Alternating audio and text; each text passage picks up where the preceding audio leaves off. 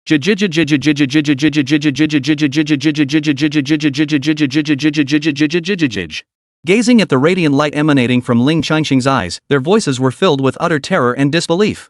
Terrified beyond measure, their eyes brimmed with horror. How could this be? How could this be? Yet they could feel it, an immense, unyielding force, intangible yet undeniably present, enveloping their bodies. They realized they had provoked an existence of extreme terror. A power transcending the mortal plane. Watching their panicked expressions, Ling Changsheng coldly declared, "Go to the underworld and repent if such a place even exists." Boom! He stomped his foot on the ground, unleashing a deep, deafening rumble. The earth shook violently, shattering vast sections in an instant as sand and stones flew everywhere. With whistling sounds, they shot out, cutting through the air with piercing shrieks. Boom! Boom! Boom! In an instant, the explosions rippled across the landscape. All were slain. Ling Changsheng no longer looked at them. He raised his eyes to the distant end of the path, where several figures stood. Familiar faces, the bodyguards of that old man named Mu Xiong. Now they stood at the path's entrance, eyes wide, mouths agape. Each wore an expression of utter shock, as if their entire worldview had been violently shattered. Ling Changsheng was somewhat surprised by their arrival, having not detected them earlier with his spiritual sense. Upon closer inspection, he noticed dust on their clothes and minor injuries likely from being detained and forced into combat. Fortunately, none of the injuries were serious. They carried no hostility, instead radiating a faint warmth. It seemed old Master Mu had been quite considerate after all, sending people to escort him. Though it hadn't exactly worked out. A flash of light flickered in Ling Changsheng's eyes as he activated his pupil technique. Instantly, the figures before them turned white, leaving them dazed and disoriented. After the white light faded, an inexplicable sense of profound shock lingered in their hearts, though they couldn't pinpoint its source. It felt as if they had forgotten something. When they finally recalled the purpose of their journey, they immediately scanned the path ahead. Only to discover that their targets Ling Changsheng and Hong Yao had vanished without a trace. All that remained were the bandits lying sprawled across the ground, every last one dead, their corpses twisted in horribly gruesome poses.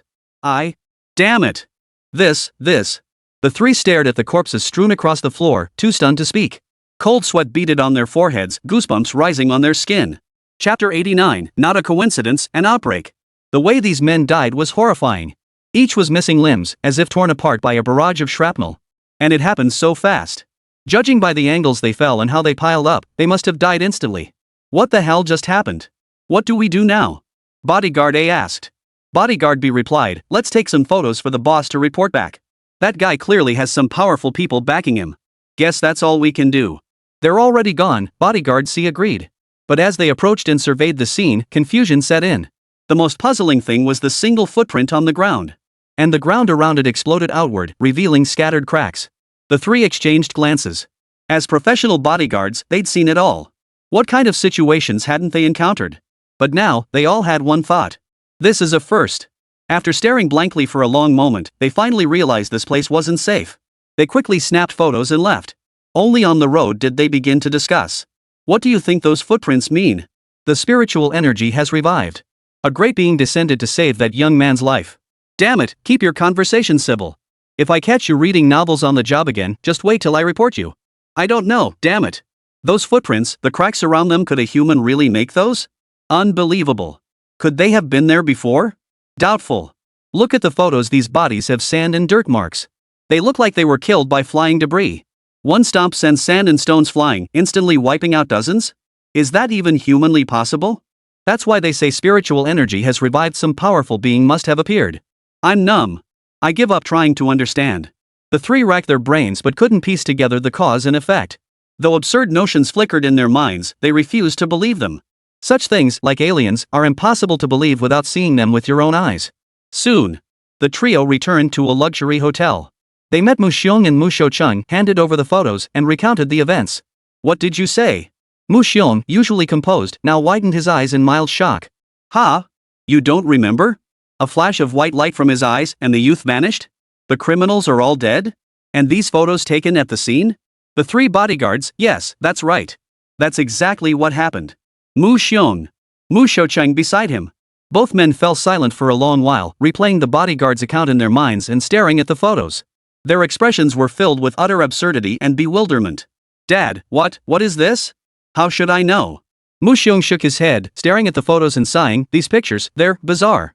This level of destruction, how could it possibly be caused by humans? Unless. He seemed to have thought of something, but his voice carried uncertainty. Unless what? Mu Shoucheng caught the hesitation and pressed him immediately. Seeing him hesitate, he grasped something and swiftly ushered the uninvolved people out of the room. Only then did Mu Xiong speak slowly. You know as well as I do that martial arts truly exist. To put it in modern terms, it's contemporary combat techniques. Mu Shoucheng picked up the thread. These combat techniques do exist. Famous examples include Japanese karate, Brazilian jiu-jitsu, and Thai boxing from the West. But none of them possess such terrifying destructive power, do they? Mu Xiong shook his head. I'm not referring to those. I speak of an ancient art that seems to have been lost to history. It's called the way of martial arts. Legend has it that practitioners of the martial way temper their bodies to be as hard as iron or steel, achieving extraordinary strength. There's even a mystical claim that after enduring grueling training, they can cultivate the legendary martial way true chi within their bodies. Empowered by this true energy, their fists could shatter stone. In that case, causing the disturbances seen in these photographs wouldn't be impossible. Mu Shoucheng was filled with doubt and astonishment. After a moment of silence, he said, Dad, could this really be true? It's so far removed from the education I've received. Who knows? Mu Xiong shook his head and sighed. I've never witnessed it myself. It's just something I read in ancient family texts when I was young. Mu Shoucheng, speechless inside. So all this mystical talk you've been spouting? Turns out you just read it in some old storybooks. This is just a martial arts novel, right? Totally fake. He wanted to call him out, but held his tongue. You don't believe me? Mu Xiong didn't even need to say it, he could see right through Mu Shoucheng's thoughts.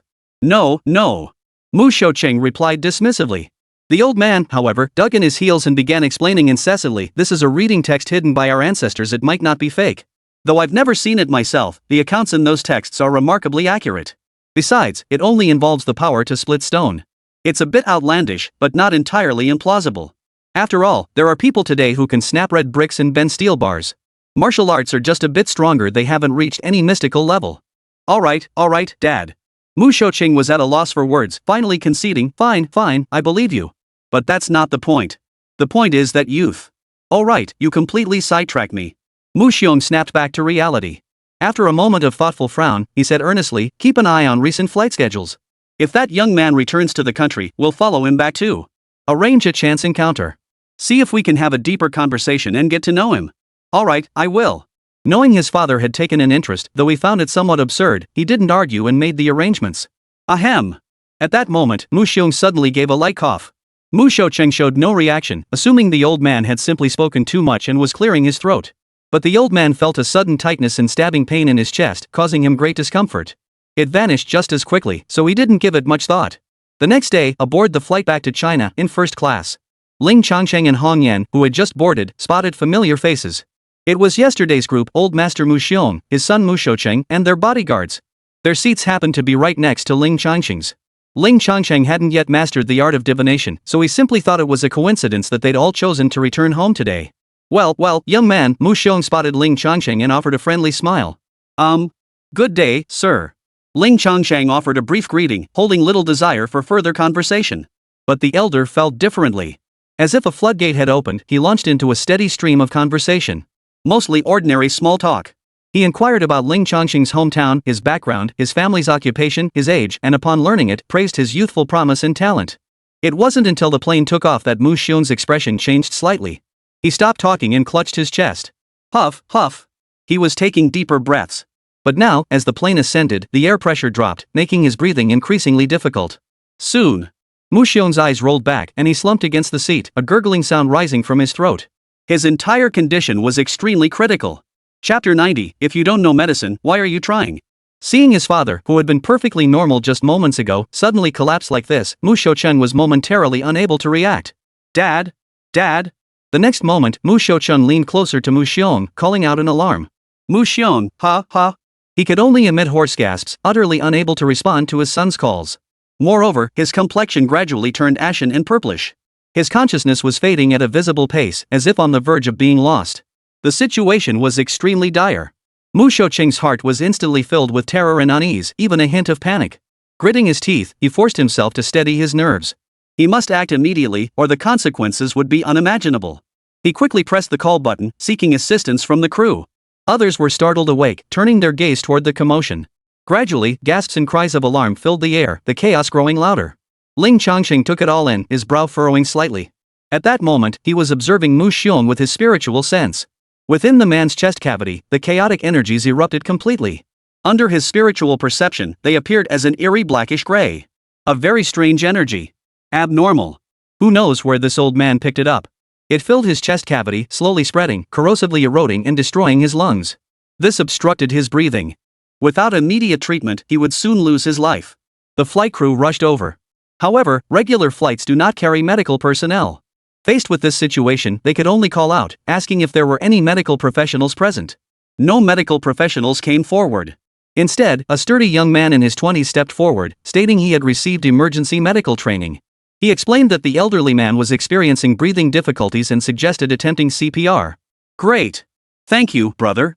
Let's get started right away. Mu Xiaocheng hurriedly thanked him, his face filled with anxiety. All right. The young man nodded and moved over briskly. Together with others, they laid Mu Xiong flat on the ground. He skillfully checked whether his mouth and airway were clear. Once clear, they began emergency procedures. They administered breaths, performed chest compressions, and repeated the cycle. Ling Changsheng watched from the side, unable to suppress a frown. Under the pressure of the compressions, the dark grayish aura not only failed to subside but instead spread and corroded more severely. This situation was highly unusual. Standard first aid was ineffective. Not only did Ling Changsheng notice this, but after several attempts, the young man also stopped. Frowning, he exclaimed in surprise, "This isn't right. Why isn't it working at all?" Others chimed in, "Yeah, the old man's complexion seems to have worsened." By now, Mu Xiong could barely muster a whisper from his throat. His complexion was sallow, his eyes rolled back. His breath was faint as a thread, his life hanging by a thread. After a moment's hesitation, the young man shook his head helplessly at Mu Xiaocheng. "This emergency treatment is definitely correct, but given the old man's condition, I'm afraid there's nothing more I can do." Mu Xiaocheng's face froze, his mind in turmoil. "Husband, what's wrong with the old man?" Hong Yao whispered in Ling Changsheng's ear at that moment. The old man was very kind, always looking at Hong Yan with a benevolent gaze. She had a favorable impression of Mu Xiong. "Ha!" It was precisely her voice that suddenly reminded Mu Xiaocheng of Ling Changsheng amidst the chaos. Yesterday, he had said his father would soon be struck by a serious illness. And today it had struck. Could it be that he was skilled in medicine? It must be. How else could he have seen it coming with such precision? At this thought, Mu Xiaocheng turned to Ling Changsheng and pleaded urgently, "Please, young man, save my father. I'll spare no expense in repaying you afterward." The situation was too critical. He was grasping at straws. Everyone's gaze followed his movement. Upon seeing Ling Changsheng's face, they couldn't help but look surprised and puzzled. A doctor? He looked far too young. And when the crew asked earlier, why didn't he step forward? "I don't know medicine." Under the skeptical gazes of the crowd and Mu Xiaocheng's pleading eyes, Ling Changsheng shook his head. As disappointment and despair washed over Mu Xiaocheng's face, he continued, "But I can try. I can't guarantee success." He had a favorable impression of Mu Xiong too, might as well give it a shot if he could save him. Yes. Mu Xiaocheng perked up, urging him, "Hurry, hurry. My father can't hold on much longer." Ling Changsheng rose and approached the old man. The young man crouched nearby opened his mouth to speak, wanting to question or protest, but he held back. The old man's condition was critical now, he couldn't let his own questions waste precious time. Everyone else felt much the same, muttering under their breath at most. Whispers like, "Can someone so young really be trusted?" or "You don't know medicine, what are you trying to do?" But since Mu Xiaocheng didn't object, no one stepped forward to obstruct him. Under the watchful eyes of the crowd, Ling Changsheng reached out and placed his hand on the old man's chest. "Pressing down won't help." The eager young man beside him couldn't hold back any longer and blurted out a warning. Ling Changsheng murmured in acknowledgement, yet continued his actions undeterred. He wasn't pressing on the chest cavity, instead, he was carefully channeling spiritual energy into it. Though he knew no medical techniques, he could see the root of the illness. Therefore, he intended to channel spiritual energy into the chest cavity to restrain those strange black vapors. He would see if he could purge it, or at least suppress it. If it worked, all would be well. If not, then it would be the old man's fate. Infusing spiritual energy couldn't be rushed. Ling Changsheng proceeded with extreme caution. Any mortal would be frail, let alone Mu Xiong, who was elderly and even weaker. One misstep could cause harm. To onlookers, it simply appeared as a hand resting on the chest, then no movement. After watching for a few seconds, Jing Qi couldn't help but whisper under her breath. "What on earth is he doing? Just placing a hand there? Is he trying to fool me? This is ridiculous. Absolutely ridiculous. Not moving anymore? That's it? Isn't this wasting precious emergency time? I can't bear to watch this old man. Ah, life is unpredictable." The cacophony of voices only deepened Mu Xiaocheng's growing panic. Staring at Ling Changsheng, who showed no signs of movement, he couldn't help but call out, "Young man. Quiet." Ling Changsheng's expression remained calm and composed as he spoke in a detached tone. The resonance of spiritual energy infused his words with an unfathomable aura that spread outward. Silently and imperceptibly, an irresistible will seemed to descend. A collective jolt ran through the crowd, and they instinctively obeyed. All murmurs in the room instantly ceased. Ling Changsheng's spiritual energy successfully flowed into Mu Xiong's chest cavity. It formed an ethereal net, gathering toward the black mist. Though strange, this aura possessed no will of its own and was no match for the net. Completely bound by the net of spiritual energy, Ling Changsheng then focused his intent. The black mist was suppressed and condensed into a single mass. It worked. The effect was remarkably evident. The moment the black mist was suppressed, Mu Xiong's condition changed instantly. Freed from the gas's corrosion, his breathing began to normalize. At first faint, it soon grew into audible gasps and heavy breathing. After several breaths, his ashen complexion improved, gaining a healthy flush. Everyone present could see the old man's condition had taken a remarkably positive turn. The crowd erupted in astonishment. Chapter 91, already better? Astonishing. He's fine. He's fine. Holy crap, that actually worked? It actually worked? What kind of technique is this? What just happened? This. Everyone present, whether they had once doubted or remained indifferent, now wore expressions of utter shock. To their eyes, it was just a hand touching the surface. Then it was cured? Unbelievable. This is ridiculous. Amidst the uncontrollable uproar, Mu Xiong opened his eyes. Oxygen deprivation caused his brain to throb painfully, and he felt dizzy. After a few breaths, as he felt the faint chill in his chest, his mind gradually cleared. Seeing the crowd gathered around him and the look of surprise on his son's face, everything clicked into place. Could it be true, just as that young man had said, that he was truly facing a life-threatening illness?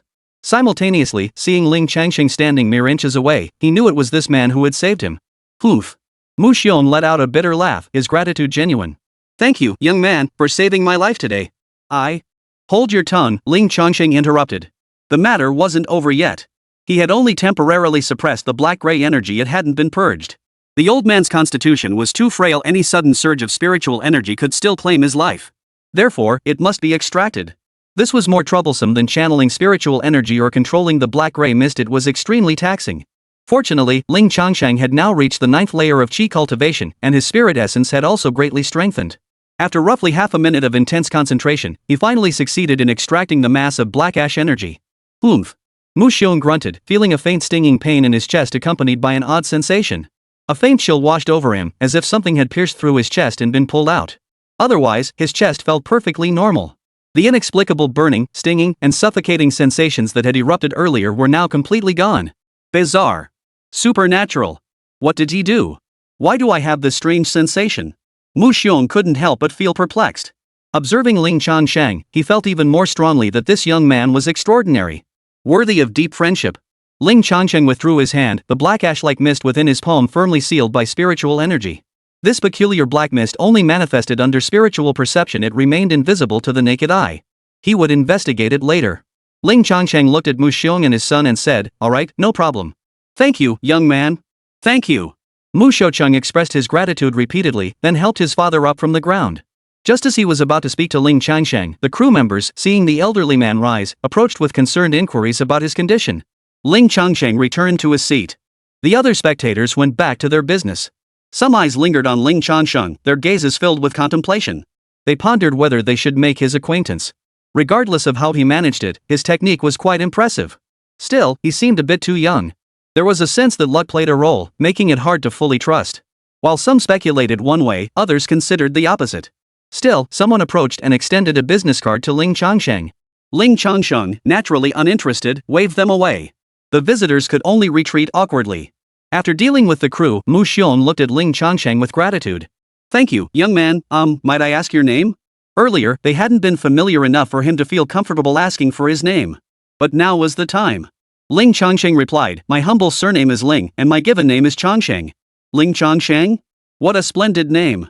It carries a certain ethereal quality quite rare indeed. Mu Xiong sighed with emotion. After a pause, he added, "This old man is presumptuous, I'll call you Brother Ling." MHM. Ling Changsheng had no objection. After all, he couldn't very well let a 70 or 80-year-old man call him Brother Ling. Young Master Ling. Mu Xiong's body felt slightly weak, but he steadied himself and bowed deeply to Ling Changsheng. Ling Changsheng accepted it with composure. After pausing for a few seconds, Mu Xiong straightened up again and said, "Thanks to young Master Ling stepping in today, this old man would have been done for. To show my gratitude, if there's anything you need, just say the word." As if afraid Ling Changsheng might refuse, he added, "Brother Ling, please don't be polite. This is only right." His words sparked an idea in Ling Changsheng. He was currently searching for a place to stay, a task that could be either simple or complex. The ins and outs, the myriad details, it would take several days to sort through them all. From their earlier conversation, Ling Changsheng knew that old Master Mu's business was connected to real estate. How convenient. With that in mind, Ling Changsheng said, "Actually, I do have something in mind. Help me find a secluded villa in Yangchang." Now that he had money, there was no need to live in an apartment building. Is that all? Nothing else? Mu Xiong was taken aback. This request was far too simple. Just that. Nothing else. Ling Changsheng nodded indifferently. They didn't have anything worth coveting on them. After a moment's thought, Mu Xiong had an idea. He nodded firmly. "All right, old man, here will see it done for young Master Ling." After that, nothing major happened. Having just recovered from near suffocation, Mu Xiong still felt physically drained and needed rest. After instructing Mu Shouqing to make some arrangements, he apologized to Ling Changsheng and closed his eyes to rest. With nothing pressing, Ling Changsheng turned his attention to studying the black, ashen mist extracted from Mu Xiong's chest. Unfortunately, no matter how he examined it, he couldn't make head nor tail of it. He couldn't exactly swallow it to experience it firsthand, could he? Yet Ling Changsheng sensed something deeply peculiar about it. Therefore, he did not disperse the black ash energy. Instead, he used magical techniques to temporarily seal it within a bottle. He would keep it for later, to see if he could uncover its nature. Several hours later, the flight landed safely. Mu Xiong took Ling Changsheng's request very seriously. No sooner had he stepped off the plane than he received a call. Smiling, he announced he'd already found what was needed. In fact, he had found several buildings and asked Ling Changsheng if he had time to go and choose. So fast? Ling Changsheng was surprised. "Ha ha." Mu Xiong explained with a laugh, "I had someone look into it while I was still on the plane." "All right then. Why wait for a better day when we can go now?" Ling Changsheng nodded. Better to get these trivial matters out of the way sooner rather than later. Let's go. Mu Xiong had already arranged a convoy, ready to depart immediately. After about an hour's drive, the convoy arrived at Hongfeng Villa in Jiangtian district, east of Yangcheng, and stopped at the entrance. Ling Changsheng recognized the place from a short video he'd seen. This was an exclusive luxury villa community, renowned throughout Yangcheng for its opulence. Rumor had it that each villa was priced in the hundreds of millions, truly astronomical sums. Shortly after stopping at the entrance, another vehicle pulled up. After it stopped, a man who appeared to be a butler stepped out and approached them. He bowed respectfully, introduced himself, and explained he was there to show them the villas. After clarifying this, he produced a tablet containing photos and videos. There were materials for 3 villas, which he now presented for Ling Changsheng to choose from. After a brief glance, Ling Changsheng was drawn to one of them. "This one, then? All right." The man who looked like a butler bowed elegantly and excused himself. Returning to the vehicle, he started the engine and led the way for the others. Before long, they arrived. Chapter 92, Ominous Signs, Decay. Ling Changsheng and Hong Yan stepped out of the car, gazing at the villa before them, their hearts filled with awe. Perched halfway up the hillside, the sprawling estate was surrounded by meticulously planted trees, flowers, and shrubs. Nestled within the woodland, it exuded a secluded tranquility. With the basement included, it had 5 floors. The exterior featured a simple yet elegant design, with white walls complementing the gray roof, creating a fresh and understated appearance. Beyond the main structure, a large courtyard encircled the villa. The grounds are meticulously landscaped with a variety of flowers and trees, creating a visually pleasing environment. To the left lies an open-air lounge area furnished with comfortable sofas and coffee tables, alongside a large swimming pool. Inside, the interior decoration is exquisite and luxurious. Each bedroom alone spans over 100 square meters, offering spaciousness with en-suite bathrooms, walk-in closets, private study areas, and balconies as standard features. As for the basement and garage, they are simply superb. The 3rd floor houses a gym, home theater, and more. Even the furnishings, sofas, refrigerators, and everything else are fully equipped and top of the line. A deep cleaning had been done before their arrival, leaving every corner spotless and gleaming. Such a luxurious residence compared to their previous rental. Forget it, there's no comparison. Heaven and earth, how could they be compared? Ling Changsheng was thoroughly satisfied. He nodded and said, "All right, this one it is. Let's buy it." Hey. No need for Brother Ling to handle it, I'll take care of it." No sooner had Ling Changsheng spoken than Mu Xiong interjected, his expression earnest. Ling Changsheng raised an eyebrow, surprised. "You're serious, old man? Such a huge sum? We're talking hundreds of millions here. While saving a life is worth its weight in gold, this was a bit excessive, wasn't it?" "Ha ha." Mu Xiong chuckled heartily. "I may be over 70 now, but I'm still afraid of death. I want to see my granddaughter grow up. If young Master Ling hadn't saved my life, I wouldn't be here to claim this money, let alone anything else." He took it all in stride, showing remarkable generosity. Moreover, having personally experienced the unusual circumstances during Ling Changsheng's treatment, Mu Xiong harbored a vague sense within him. This youth was certainly no ordinary person. Though he dared not imagine Ling Changsheng could cultivate immortality, he knew the boy was no ordinary mortal.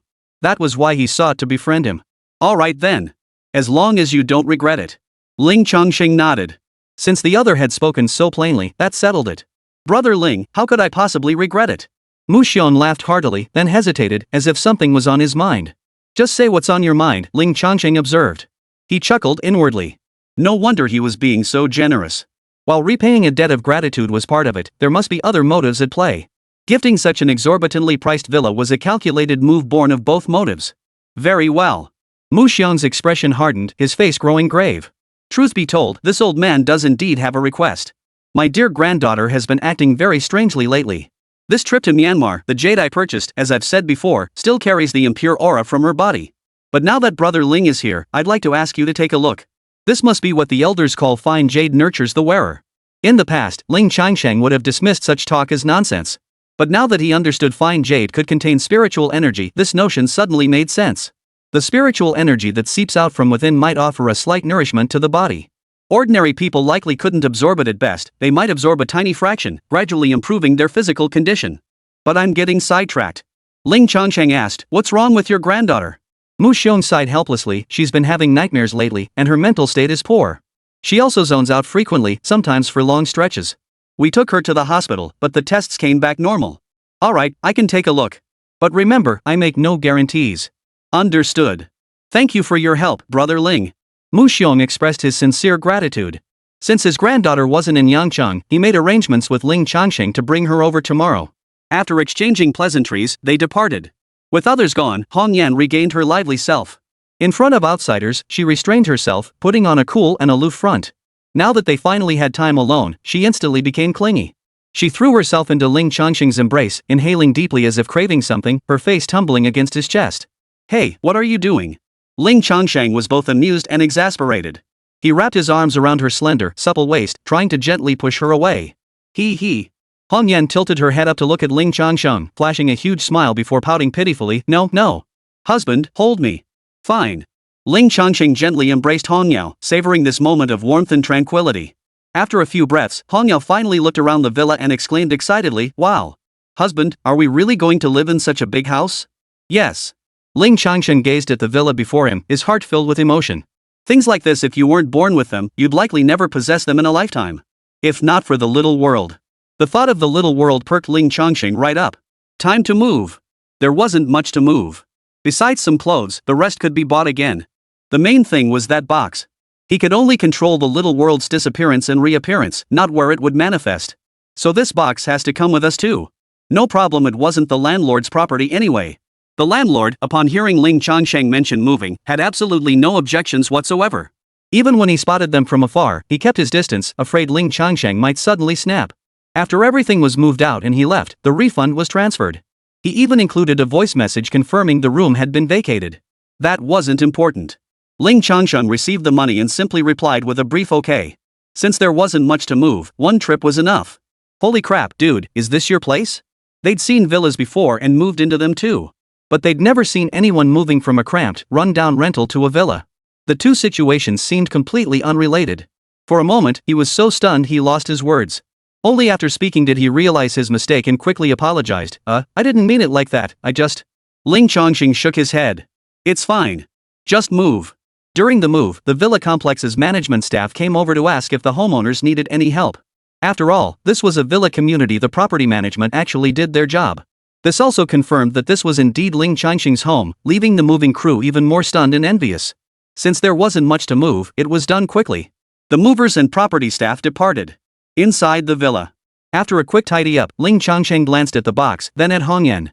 After a moment's thought, he decided not to avoid her. After all, she had been pulled out of the small world.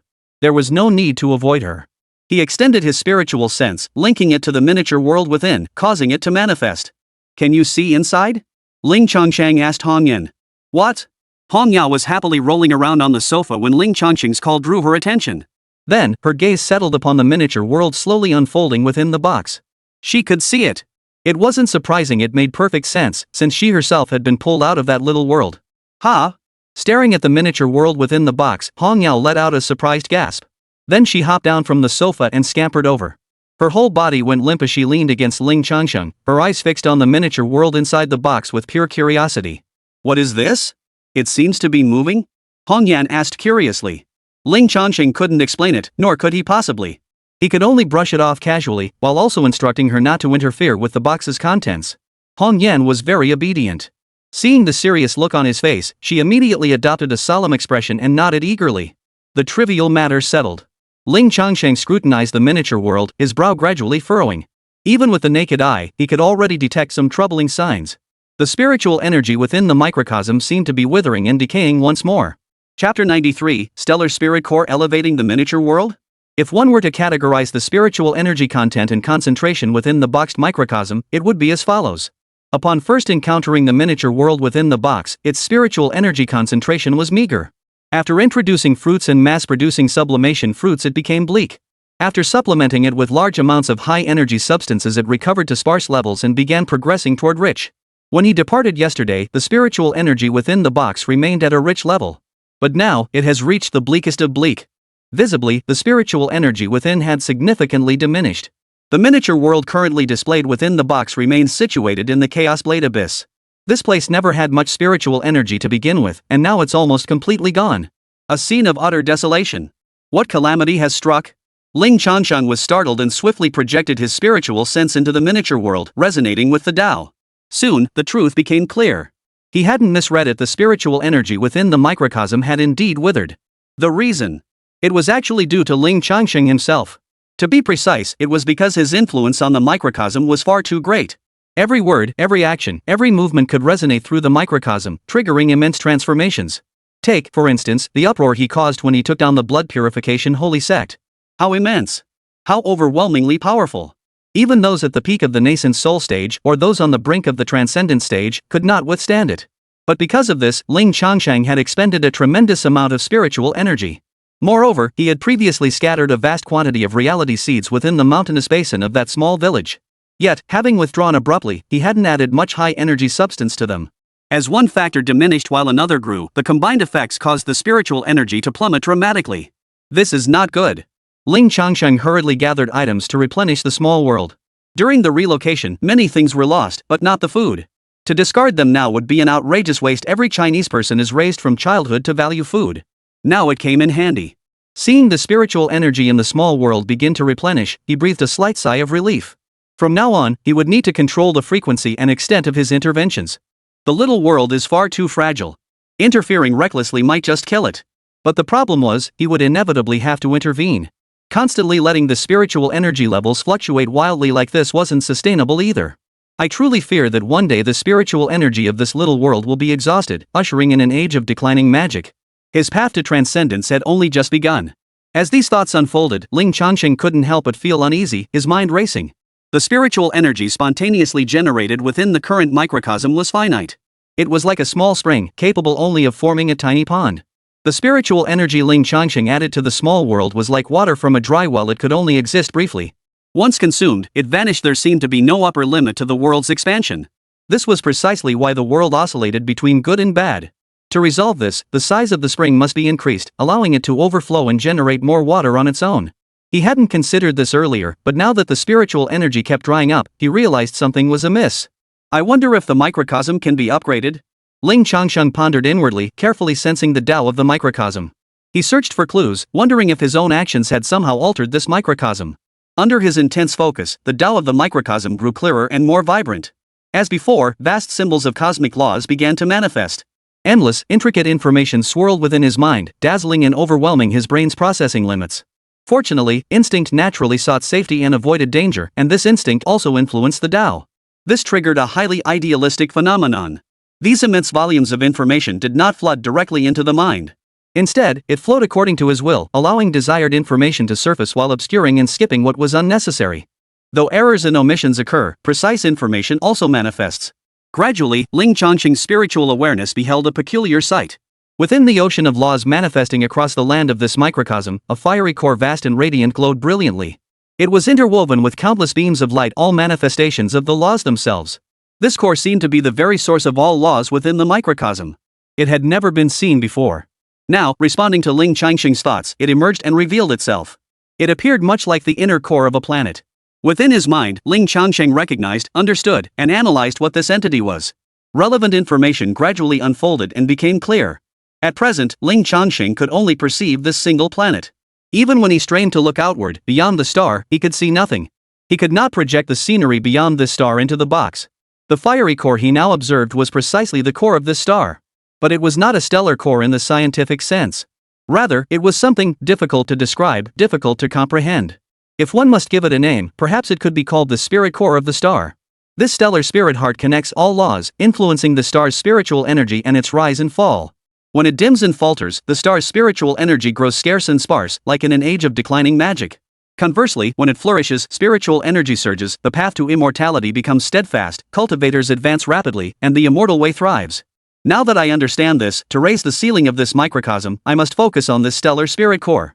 We must find ways to make it shine brighter and grow stronger, to level it up. This would influence the entire microcosm, enriching its spiritual energy and potentially elevating the microcosm itself. Yet no insights emerged. Ling Changsheng could only explore on his own. He gathered a pile of objects, food, drink, clothing, tools, and crushed them all. He crushed them and released them into the microcosm. He then focused intently on the movements of the stellar spirit core, using its reactions to determine the answers. Ling Changsheng first tossed in items he had previously introduced: grapes, green dates, and the like. After decomposition and transformation, the small world's spiritual energy was replenished. Yet the stellar spirit core floating within the ocean of laws showed little change. Through resonant communion with the Tao, one could barely discern a faint flicker of increased activity within the stellar spirit core. The reaction was too faint, utterly unremarkable, one might say. Continue. Ling Changsheng discarded some modern processed items like plastic and glass. He had previously learned that these items were broken down and converted into spiritual energy by the microcosm at a slower rate than natural substances. But now, the experiment was to test whether the microcosm could break through its spiritual energy limit, so another attempt was necessary. The outcome remained disappointing. The stellar spirit core reacted exactly as before. Moreover, after that, no matter what Ling Changsheng tossed in, there was absolutely no reaction. Only normal conversion occurred, restoring the spiritual energy within the microcosm to its previous dense level. Under this concentrated level, the star spirit core's activity did indeed increase. Yet, there was no sense of impending evolution, advancement, or breaking through limitations. Perhaps the quantity was insufficient, or perhaps something was missing. If it was a matter of quantity, that could be both easy and difficult to resolve. The easy part is that these things are relatively easy to obtain. The downside is that breaking the limits of the microcosm likely requires an enormous amount of high-energy substances. Anyway, in about 15 minutes, I'd basically crafted everything in the house. Glancing around, only a bag of rice remained untouched. Chapter 94, The Chosen One. Torn apart? Ling Changsheng simply grabbed it and prepared to pour it in. Come to think of it, he'd never actually put rice in there before. Honey, what are you doing? At that moment, Hongyan blinked her eyes, asking curiously. Her mind was still hazy and confused, yet her curiosity ran deep. For the past hour or so, whatever Ling Changsheng did, she followed suit. If he paced back and forth, she paced back and forth too. If he needed to grind something, Hong Yuan would help. Now, seeing Ling Changsheng still hadn't stopped, she was genuinely curious. Oh, I'm trying to see if I can break through the spiritual energy limit of the little world, meaning, make it capable of generating more spiritual energy on its own. Ling Changsheng replied casually while tossing rice crumbs into the miniature world. I didn't expect Hong Yan to understand. But unexpectedly, after a moment of blankness, Hong Yao murmured in a dazed state, stars shatter boundaries. Chosen of heaven. Tear apart. Ling Changsheng? What? Ling Changsheng jolted awake, his gaze snapping toward Hong Yuan. She actually knew? But before Hong Yao could finish her vague utterance, she snapped out of her daze.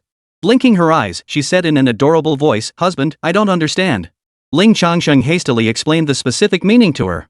He explained spiritual energy, described the current state of the miniature world within the box, and elaborated on the significance of breaking through the spiritual energy limit. Hong Yao listened with a blank expression, twirling her hair nervously, clearly overwhelmed. After a long pause, she awkwardly managed to say, Honey, keep it up. I won't bother you anymore. As she spoke, her fair cheeks flushed slightly, as if embarrassed by her own cluelessness. She then scampered over to the sofa and started playing with Ling Changsheng's phone. Ling Changsheng. It seemed he'd touched upon a fragment of her past memories, but it was merely a fleeting spark. Unfortunately, even after further explanation, that spark failed to reignite. The words she had uttered in that dazed state were vague and incomplete, consisting only of a few nouns. Breaking the star's boundaries, chosen one, tearing apart. Ling Changsheng was itching to know more, but could only speculate on their meaning. Perhaps it meant cultivating a being within a microcosm, guiding them to a certain realm where they could tear apart some shackles, thereby influencing the stars themselves? Alas, without evidence or a sample, there was no way to resolve the question. Still, he could consider putting this method into practice. He committed the thought to memory as he continued pouring rice crumbs into the vessel. Come to think of it, he had never added rice before. Ling Changsheng hadn't expected much, but this time, the addition actually produced a change. After the rice crumbs were decomposed and transformed by the microcosm, the starlight essence that emerged in the ocean of laws flashed, clearly gaining something new. It seemed to be information related to rice. Moreover, the stellar spirit core suddenly became more active. If we were to visualize it as a progress bar, the previous offerings had caused the spirit core's activity to increase by a very slow 1%. But now, adding these rice fragments instantly boosted it by 1%. Both were 1%, yet the difference between the two changes was stark, one imperceptible, the other strikingly obvious. What on earth is going on? Ling Changsheng was both thrilled and bewildered. Though the rice's energy wasn't low, the cumulative effect of what he had placed before surely far exceeded this. Ling Changsheng tossed in more rice crumbs and observed the variables. The stellar spirit core still reacted, though not as intensely as before. Interesting. Observing this scene, Ling Changsheng nodded thoughtfully. A hypothesis began to form in his mind. The substances he introduced seemed to be filling in missing pieces of a puzzle. If it was what the microcosm lacked, it would cause the stellar spirit core to grow and become more active. The rice grains, introduced for the first time, immediately caused the stellar spirit core to become significantly more active. Yet with the second and subsequent additions, the growth was less pronounced. This missing element might be a certain quality. It was absent in the microcosm but present in the real world. In other words, by feeding the microcosm with varied substances, its upper limit can be expanded. This shouldn't be too much of a problem. Now, with both money and time to spare, food and supplies, as long as they're not extinct, they can always be obtained. After experimenting with external substances, Ling Changsheng began testing whether his own essence could influence the stellar spirit core. First, he tried to see if his own spiritual energy could activate it. The results were quite promising. Whenever he channeled his spiritual energy into the miniature world, the stellar spirit core would respond with heightened activity. The intensity wasn't exceptionally high, roughly equivalent to the repeated introduction of external objects. It worked, but a problem arose. Cultivating such a vast reservoir of spiritual energy was no easy feat for Ling Changsheng. Reality offered virtually no spiritual energy. Yesterday, he did unearth a peculiar fruit, achieving a massive breakthrough. But such fruits are exceedingly rare. After scouring the entire jade mines of Mian Field, this was the only one found. Therefore, sending it to the small world felt somewhat extravagant. It can only serve as a backup plan, or rather, I'll see if its effectiveness improves once I advance further. Continue. As for the effects related to oneself, there's naturally the consumption of the small world's spiritual energy. Of course, this had already been verified by the waning spiritual energy of the small world we just observed, so there was no need to waste its resources further. What else could be related to oneself and invested into the microcosm? After racking his brain for a moment, a flash of insight struck Ling Changsheng.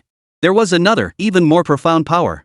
It was that peculiar, profound, and fragrantly ethereal power gained while saving those mortals.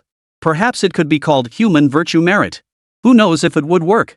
Trying it out would reveal the answer.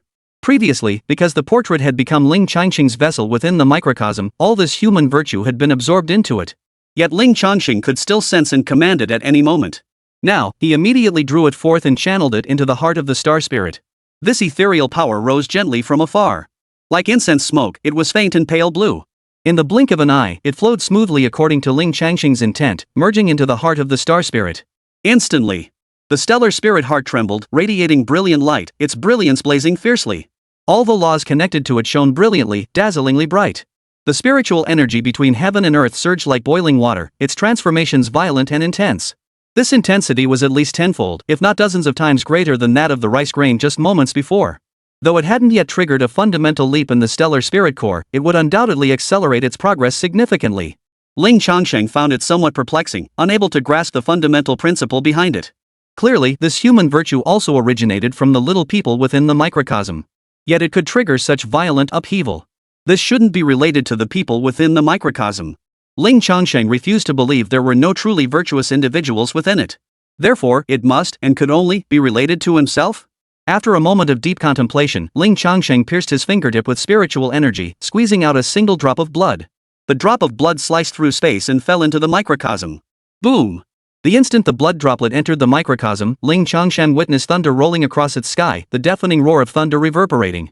The blinding flashes of lightning were so intense they stung his eyes. In the next instant, the drop of blood was torn to shreds by the thunder. All information within it pertaining to Ling Changsheng was utterly obliterated in that instant. This. Chapter 95, Lightning Without a Source, Strange Resistance. Ling Changsheng was utterly shocked. He had considered the possibility that the blood ritual might prove ineffective, and he had also imagined it might yield significant results. But no matter what, he never imagined the situation unfolding before his eyes. The microcosm had actually destroyed his blood? This made no sense. How could this happen? Moreover, that bolt of lightning that just appeared was born in a most peculiar manner. Even in the state of sympathetic heavenly path, Ling Changsheng hadn't reacted in time, nor had he sensed it. The lightning's distinct direction and targeted intent made the entire event seem utterly bizarre. It was as if this lightning had been deliberately summoned by some entity. It hadn't been generated through the way of heaven or the laws of nature, which was why Ling Changsheng hadn't sensed its origin.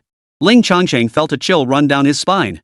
Could there be a powerful, unknown presence lurking within the microcosm? Yet no matter how deeply he sensed, he detected nothing amiss. The more normal it seemed, the more abnormal it felt. Damn! Ling Changsheng felt a chill. After regaining his composure, he squeezed out another drop of blood and let it fall into the microcosm. This was a test. Earlier, the lightning had destroyed Ling Changsheng's blood, yet he hadn't sensed any threat. The lightning either wasn't targeting him, or it simply couldn't threaten him. He'd merely been startled earlier. Now that his wits returned, he realized this was merely a low-dimensional world. Influencing Ling Changsheng would prove quite difficult. Soon, the blood droplet fell. The thunder roared forth once more, shattering and obliterating the droplet. This time, Ling Changsheng was certain this lightning was not generated from the laws of thunder. Instead, it appeared inexplicably. As for its origin, the thunder held no trace or clue. Ling Changsheng's cultivation was still insufficient to penetrate such profound and wondrous techniques. The microcosm truly resembled a small darkroom concealing countless secrets. Uncover one secret, and just when you think it's over, another one surfaces. Forget it, no point dwelling on it. Ling Changsheng reassured himself. He also halted his testing. For now, there were 3 methods to elevate the current soul star within the microcosm. 1. Attempt what Red Kite suggested, cultivate the chosen one to tear apart whatever it was. 2. Transport various objects from the real world to complete the missing attributes of the microcosm. 3. Accumulate human virtue merit, though it was unclear whether such merit could be obtained in the real world. Option 2 is straightforward, just place an order on the phone. Money is no issue at all right now. Even if the little world could consume 1 million daily, it would take years to exhaust its resources. As for the third merit, feels too abstract. Let's just go with the flow. The easiest method is probably the first one.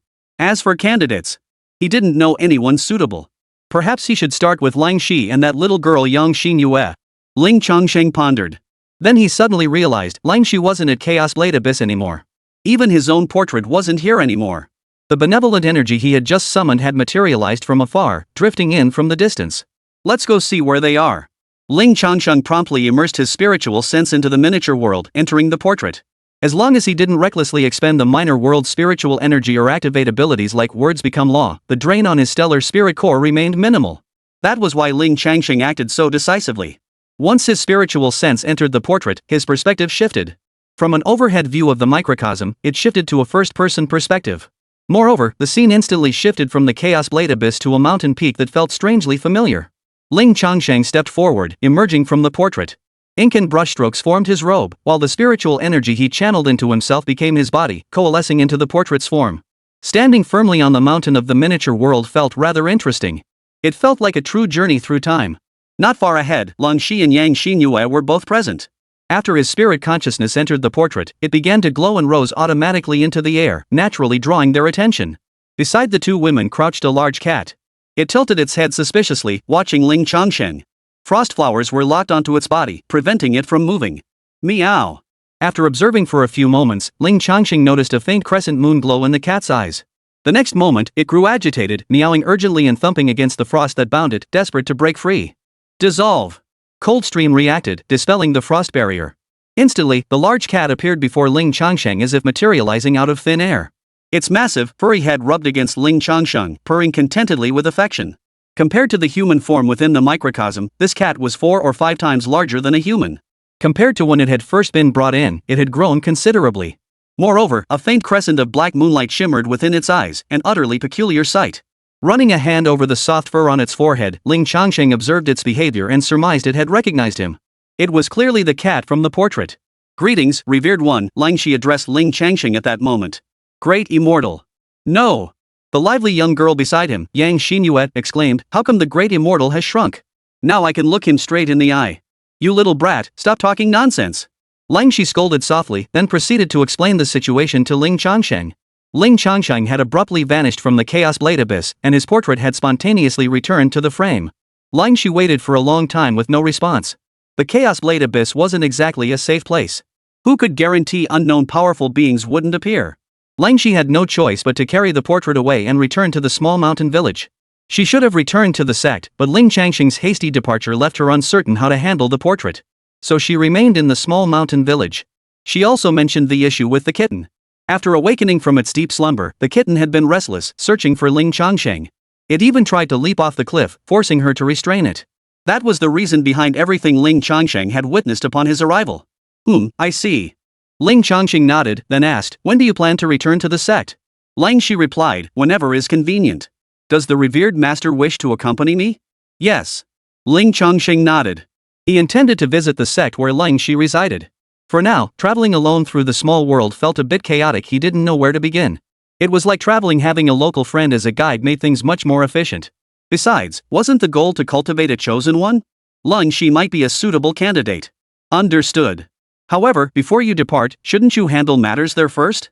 Ling Shi pointed toward a specific location. Ling Changsheng followed her gaze while petting the big cat and playing with it. Then, a massive transparent pot lid came into view. Beneath it grew hundreds of fruit trees, each tree shimmering with light, their hues intertwining in a dazzling display. Simultaneously, a single fruit ripened on each tree. These fruits were all first fruits grown from real seeds within the small world. Each was rich in spiritual energy and possessed extraordinary, unknown properties and effects. All had been casually planted by Ling Changsheng. The current spiritual energy crisis in the microcosm owes much to these very seeds. Almost forgot. The time for harvest has come. Chapter 96, The Mysterious Purple Mist, the Chosen One? Then let's go take a look. With the fruits now ripened, Ling Changsheng naturally had to go see for himself. He released the enormous cat head from his embrace and stepped forward to leave. Meow. The cat grew restless and anxious at the sight of him leaving. Its furry paws tugged at him, reluctant to let go, displaying an endearing dependence. Right. He hadn't thoroughly examined the cat's condition yet. Earlier, he had glimpsed a faint, dark crescent moon shimmering in the cat's eyes. Now, that crescent had vanished without a trace. Moreover, judging by the aura emanating from the cat, it was no longer an ordinary feline. It's now a spirit beast at the chi cultivation stage. As for more specific details, I couldn't quite discern them. Good girl. Ling Changsheng stroked it gently, soothing it, then turned to ask Ling Shi, what changes have occurred in it? Honorable master, after I returned here. Ling Shi began slowly. Not long after returning to the mountaintop, the sleeping cat began to transform. A faint golden glow began to flicker across its body. It was the broth distilled from the giant beast's claw the kitten had consumed earlier, now being digested and absorbed. As it absorbed the essence, the kitten's form gradually grew larger. Its already jet-black fur grew even darker, emanating an unfathomable aura. Most notably, a faint crescent moon pattern began to emerge on its forehead. What is this crescent mark? Ling Changsheng couldn't help but ask. I don't know. Ling Shi shook her head, her expression equally puzzled. Perhaps it's some ancient bloodline manifesting its mystical power. It seems to have begun awakening the bloodline within its body. There are no records of such a thing in the present world. It might be an ancient bloodline. An ancient bloodline? Ling Changsheng raised an eyebrow. This little kitten he picked up off the street possesses such extraordinary qualities? Before he could ask, Ling Shi pointed toward the grove of fruit trees stretching across the valley. All those miraculous trees you planted, revered one, seem remarkably ancient. This too? Ling Changsheng was startled, yet a hypothesis formed in his mind. These must be entities from a higher dimensional world. Placed in a lower dimensional world, they naturally became extraordinary. Anything brought into the Blue Star world would become a heavenly treasure. He didn't dwell on it much. As long as the changes in the cat weren't harmful, that was fine. The only question was whether these mystical qualities would persist once brought into the real world. Should I try bringing it into reality now? Previously, it wasn't possible because the kitten couldn't harness the spiritual energy within its body. Once brought into the real world, its spiritual energy would immediately dissipate, leading to its demise. But things must be different now. I'll test it shortly. Understanding the kitten's situation, he now went to gather those fruits. With a flick of his thoughts, Ling Changsheng transported everyone to a mountain basin. During the process of these 100 fruit trees budding, blooming, and bearing fruit, vast amounts of spiritual energy gathered here. Now, the spiritual energy here was exceptionally abundant. Simply breathing the air invigorated the spirit and stirred the qi within. This place had been transformed into a veritable treasure trove. Ling Changsheng extended his spiritual sense, taking in every fruit tree within his perception. Each tree bore a distinct resemblance unlike any fruit trees in the real world. Planted within this miniature world, they had all undergone peculiar mutations. Simultaneously, each tree bore a single fruit. Over 100 in total. Ling Changsheng named these fruits first fruits. Once, he had eaten a peach, which had significantly elevated his cultivation realm. Now, however, things had become a bit awkward. During his cultivation, he obtained a mysterious fruit. After absorbing it, he instantly reached the peak of the 9th layer of Qi cultivation, poised to enter Foundation establishment at any moment. Additionally, within the Supreme Five Elements Sutra, he had already obtained the Supreme Frost Heaven chapter. He also obtained clues to the Supreme Golden Radiance chapter during the annihilation of the Pure Blood Holy Sect, awaiting retrieval. With 2 chapters already in hand, he naturally wanted to see if he could complete the Supreme Five Elements scripture. Thus, though he gazed upon these vibrant, fragrant fruits each radiating brilliant light, he could only admire them, not consume them. If I ate them and forced a breakthrough prematurely, that would be a bit of a loss. But they couldn't remain on the tree either. They were already fully ripe. Given more time, they would fall on their own.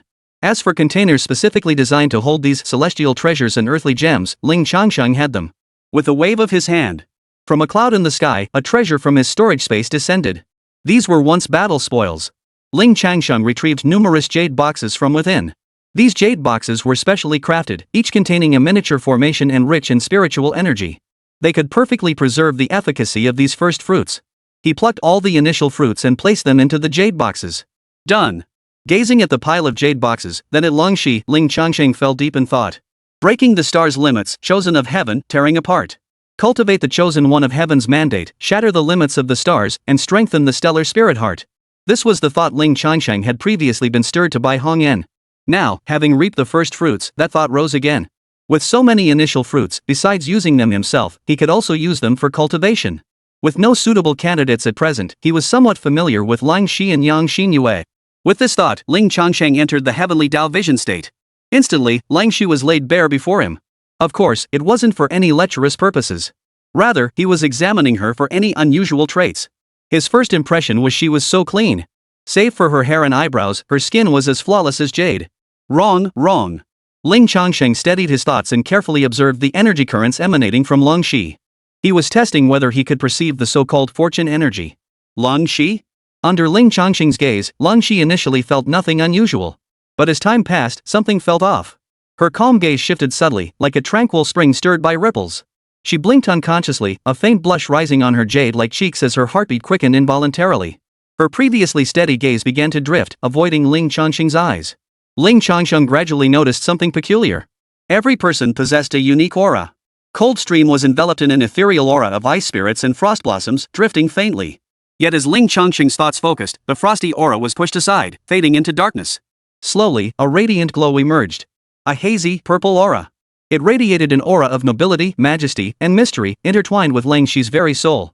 Upon witnessing this, Ling Changsheng sensed an indescribable air of nobility emanating from Lang Shi. Moreover, a strange illusion arose as if Lang Shi stood within a vast, boundless realm, revered by countless souls. To evoke such a feeling within him, this purple aura. It must be the legendary fortune. After observing this, Ling Changsheng shifted his gaze to the young girl Yang Xinyue beside him. Phew! Seeing him finally look away, Lang Shi quietly breathed a sigh of relief. A strange sensation lingered in her heart. She actually felt a sense of shrinking back, afraid to meet his gaze. But it wasn't fear. What exactly was this feeling? So strange. For a moment, Lang Shi felt a bit lost and flustered. Something felt terribly off about her. Chapter 97, Arrangements for the Next Phase. While the two adults conversed, the little girl found it rather boring and paid little attention. Instead, she was curiously examining the fruit trees around them. Feeling the gaze, she shifted her eyes back and met Ling Changsheng's stare. Yang Xinyue blinked blankly, meeting Ling Changsheng's gaze. At this moment, she had formally embarked on her cultivation journey, her state now vastly different from when they first met. Previously, her figure had been rather thin, and her skin, tanned by the sun, was slightly dark and rough. Now, nourished by spiritual energy, her skin began to reveal a fair, delicate radiance.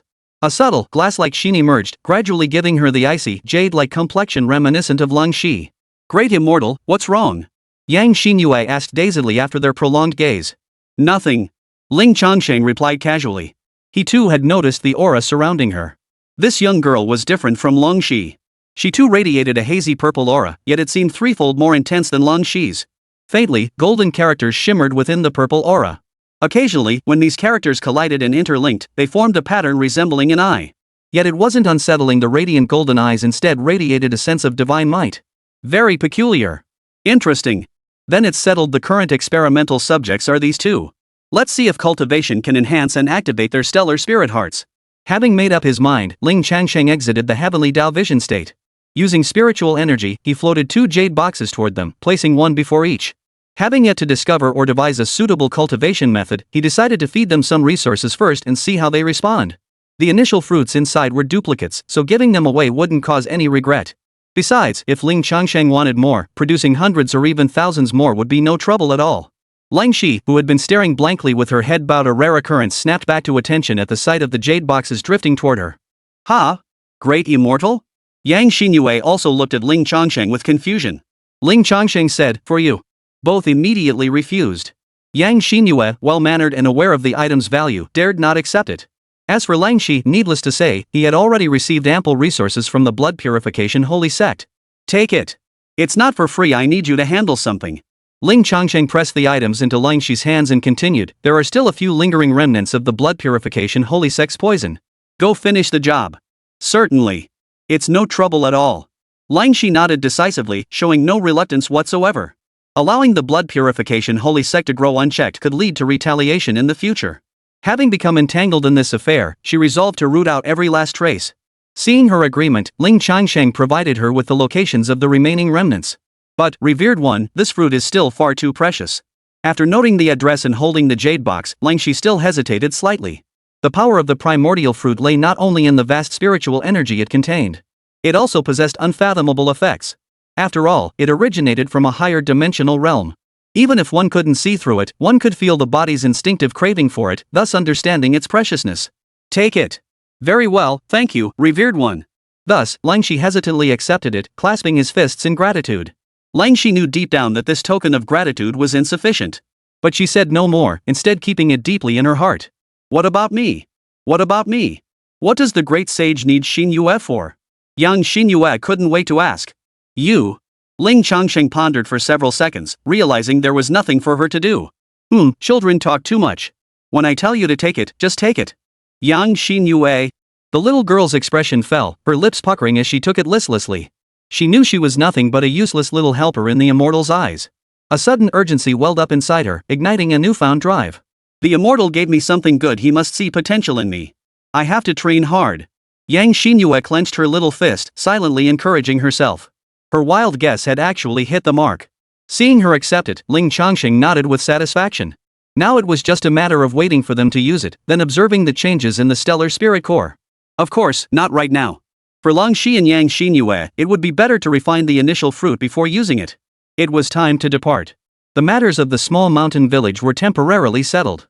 As for the orchard and fruit trees nestled in this mountain hollow, they could be left here for now. The pot lid Ling Changsheng had placed, along with the array he'd set up, made this place extremely secure. Nothing would happen. According to the plan, it was time to visit the Xianbing Immortal Mountain where Lingxi resided. My understanding of this microcosm remains too limited. I must deepen my knowledge. The next phase would begin at Xianbing Immortal Mountain, gradually radiating out across the entire star system to understand every corner. Moreover, this journey held another crucial purpose. Ling Changsheng obtained the mysterious small void stone in Maienchen, but Lingxi cannot forge it. Then perhaps he could visit her sect to see who might be able to forge a spatial artifact. With that in mind, Ling Changsheng proposed the idea. Of course. Any time. Lang Shi welcomed the idea warmly. Afterward, they first took Yang Xinyue home to bid farewell to her family. At Yang Xinyue's request, Lang Shi set up a protective formation in the village to ward off bandit attacks. Once everything was settled, they set off. Though called a departure, it took only a few breaths. With the map of Xianbing Immortal Mountain obtained from Lang Shi, Ling Changsheng's true form ignited his spiritual energy, resonating with the Tao of heaven and channeling spatial forces. Everything around them shifted inch by inch. The 3 humans and 1 cat were transported from the small mountain village to a vast expanse of ice and snow. Everything was blanketed in white, appearing cold yet breathtakingly beautiful. Mountains of varying heights stood in staggered rows. Long suspension bridges connected each peak, while snowbirds soared through the air. Mists drifted through the valleys, softly veiling the snow-capped peaks. The atmosphere was hazy and ethereal, like a fairyland. This is the sect where Coldstream resides. Xianbing Immortal Mountain. At this moment, they were high above the clouds. Clearly visible were the colossal, majestic structures nestled within these snow-capped peaks. Each stood atop the snow-capped peaks, covering vast areas with magnificent grandeur. Lang Shi explained the layout to Ling Changsheng. The Xianbing Immortal Mountain centered around a towering main peak. At the summit of this peak, a majestic hall stood atop 10,000 steps. Its roof, blanketed in thick snow, resembled a silver pagoda. This grand hall is the main sanctuary, of utmost importance. The mountain itself, where the main hall stands, is also shrouded in mystery. Legend holds it to be a powerful magical artifact. Yet Lang Shi also noted that he had never witnessed any supernatural manifestations emanating from the main hall's peak. Moreover, surrounding the central peak were dozens of other peaks of varying sizes. Each peak boasts exquisite and diverse structures. Some served as cultivation grounds, others as libraries, while still others housed disciples' quarters. Though differing in architectural style, all bear exquisite carvings and ornate decorations, evoking a solemn and sacred atmosphere. When disciples traveled to other peaks, they either flew on swords or traversed the interconnected chains linking the mountains. There's no need to worry about falling, as Lang Shi mentioned the chains are protected by defensive arrays. The scene was utterly fantastical and incredibly cool. It perfectly matched Ling Changsheng's fantasies of an immortal cultivation sect. After watching for a while, Lang Shi pulled out an ice crystal token and flung it forward. The token collided with a layer of ripples and hovered in midair. This was the protective barrier of Xianbing Immortal Mountain. Ordinary mortals couldn't reach this place, so those who came here were naturally no ordinary beings. One must either bypass it or possess a pass token, the very one Lang Shi had just cast. Space rippled like water, forming a gateway. Honorable one, please. Lang Shi led the way. Ling Changsheng stepped through, the big cat following closely behind him. Following them, Lang Shi and Xinyue entered next. Chapter 98, Come, take this punch. Within the main hall atop the peak of Xianbing Immortal Mountain, Lang Shi brought Ling Changsheng to this hall for an initial reception. Lang Shi's return to the mountain had already been reported to the mountain's higher-ups. But bringing an outsider and bringing them to the main hall was highly unusual. At this moment, aside from the temple guards and attending disciples, 7 unfamiliar faces were present within the hall. 6 mountain lords and the Grand Hall Master, the ruler of Xianbing Immortal Mountain. All eyes were now fixed on the unfamiliar visitors. Ling Changsheng, Xinyue, and the large, endearingly clumsy cat curled beside Ling Changsheng each harbored different thoughts, whispering to one another. A cat this big? Indeed, a truly enormous cat, a rare sight. But it possesses a certain mystical grace and charm. Quite intriguing. Has Coldstream taken on another disciple? That little girl's physique seems rather ordinary. Wait, isn't that young man only at the chi cultivation stage? Yet he dares address him as venerable? Earlier, Lang Shi had introduced Ling Changsheng to them, addressing him as Venerable One. Yet in everyone's eyes, this young man was merely at the chi cultivation stage. Having resolved to travel the world, Ling Changsheng naturally maintained his portrait form. He had also dimmed his aura, blending in indistinguishably with the ordinary humans of this minor world. To the others, the energy aura emanating from him clearly marked him as a chi cultivation realm practitioner. Reaching the peak of chi cultivation at just over 20 years old was indeed impressive. But for a golden core cultivator to be addressed as venerable? What a colossal joke! Seeing Lang Shi's earnest expression, Jian Dan felt genuinely unsettled, even bewildered. Venerable, this gentleman is. At that moment, Lang Shi introduced Ling Changsheng to the various mountain lords and the Grand Hall Master. Venerable? One mountain lord finally couldn't contain himself, blurting out, Lord Cold, are you out of your mind? Not only bringing a mere chi cultivation practitioner into the main hall, but calling him venerable? He wasn't alone in his thoughts, the other mountain lords shared the same confusion. Lang Shi, what are you playing at? This is utter nonsense. I'm tired. I'm leaving. 2 or 3 voices rang out, and some mountain lords even rose to their feet, making to depart. The Grand Hall Master, however, remained unmoved, his gaze fixed intently on Ling Changsheng. His demeanor was steady, his appearance suggesting he was in his early 40s. Dressed in a silver-white robe, he sat upright in his throne, his calm demeanor radiating an air of authority. Seeing those mountain lords speak up, Lang Shi couldn't help but raise her eyebrows slightly, anger welling up inside her. She knew these men were doing this deliberately. Even within a vast sect where members largely shared a common purpose, daily friction was inevitable. These particular mountain masters happened to have some friction with Lang Shi. Just as she was about to speak, a hand tapped her shoulder. It was Ling Changsheng. He stepped past Lang Shi and stood before her. Come on, take my punch. Ling Changsheng clenched his fist, raised it to chest level, and declared war outright. If it comes to blows, then there's no need for further discussion. The others across from him froze in shock. Once they snapped back to reality, even the most composed among them struggled to hold it together. Some struggled to suppress laughter, while others grew increasingly cold. A mere chi cultivation stage cultivator dared to challenge them? You insolent fool! One of the mountain lords, known for his fiery temper, roared in anger as he rose to his feet. Old Zhang, hold on. At that moment, the Grand Hall Master, who had remained silent until now, spoke up, halting him. Grand Hall Master? The Grand Hall Master said nothing, merely flickering forward to stand 3 zhang away from Ling Changsheng. Facing Ling Changsheng directly, his gaze flickered slightly. As if pondering something. After a moment, spiritual energy surged from his body, sending dazzling ice flowers drifting outward. With one hand behind his back, he spoke calmly, "Come." Seeing the Grand Hall Master prepare to act, all but Ling Shi wore expressions of eager anticipation. For the Grand Hall Master was a nascent soul cultivator. No wonder he remained so composed. Honorable Elder. Just as he was about to strike, Ling Shi's voice rang out from the side. Ling Changsheng glanced over as Ling Shi continued, "Honorable One, go easy." "Very well." Ling Changsheng nodded. Grand Hall Master. The other mountain lords. Seeing Ling Shi's earnest expression as she urged caution, the crowd was speechless. Wasn't this clearly a qi cultivation technique? For a moment, everyone doubted their own perceptions. Moreover, they felt as if they had forgotten something important. It was as if the memory was just out of reach, yet they couldn't quite grasp it. The Grand Hall Master's eyes flickered, his expression growing noticeably more solemn and focused. At that very moment, Ling Changsheng struck. The fist clenched before his chest shot forward in a straight line, seemingly ordinary. Yet, in that instant, the expressions of all present changed dramatically. Boom!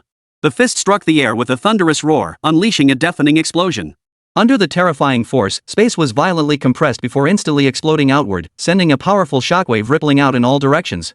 Within 10 zhang, the floor of the Grand Hall shattered under the force, scattering into countless fragments that flew in all directions. The main force surged along the direction of Ling Changsheng's punch toward the Grand Hall Master and slammed violently into the target. Clang! Clang! Clang! Layers of icy light rapidly materialized, stacking dozens high in the blink of an eye. The fist's momentum slammed into the barrier. Boom! A deafening roar erupted, accompanied by the shattering of ice crystals. The Grand Hall Master's eyes widened, filled with utter disbelief. How could he be this powerful? The ice crystals he had condensed proved utterly useless, shattering instantly. Even as he frantically channeled his spiritual energy to reform them, they couldn't hold. The next instant. The crowd heard the Grand Hall Master utter a horrified cry. Just moments ago, he had been within the hall.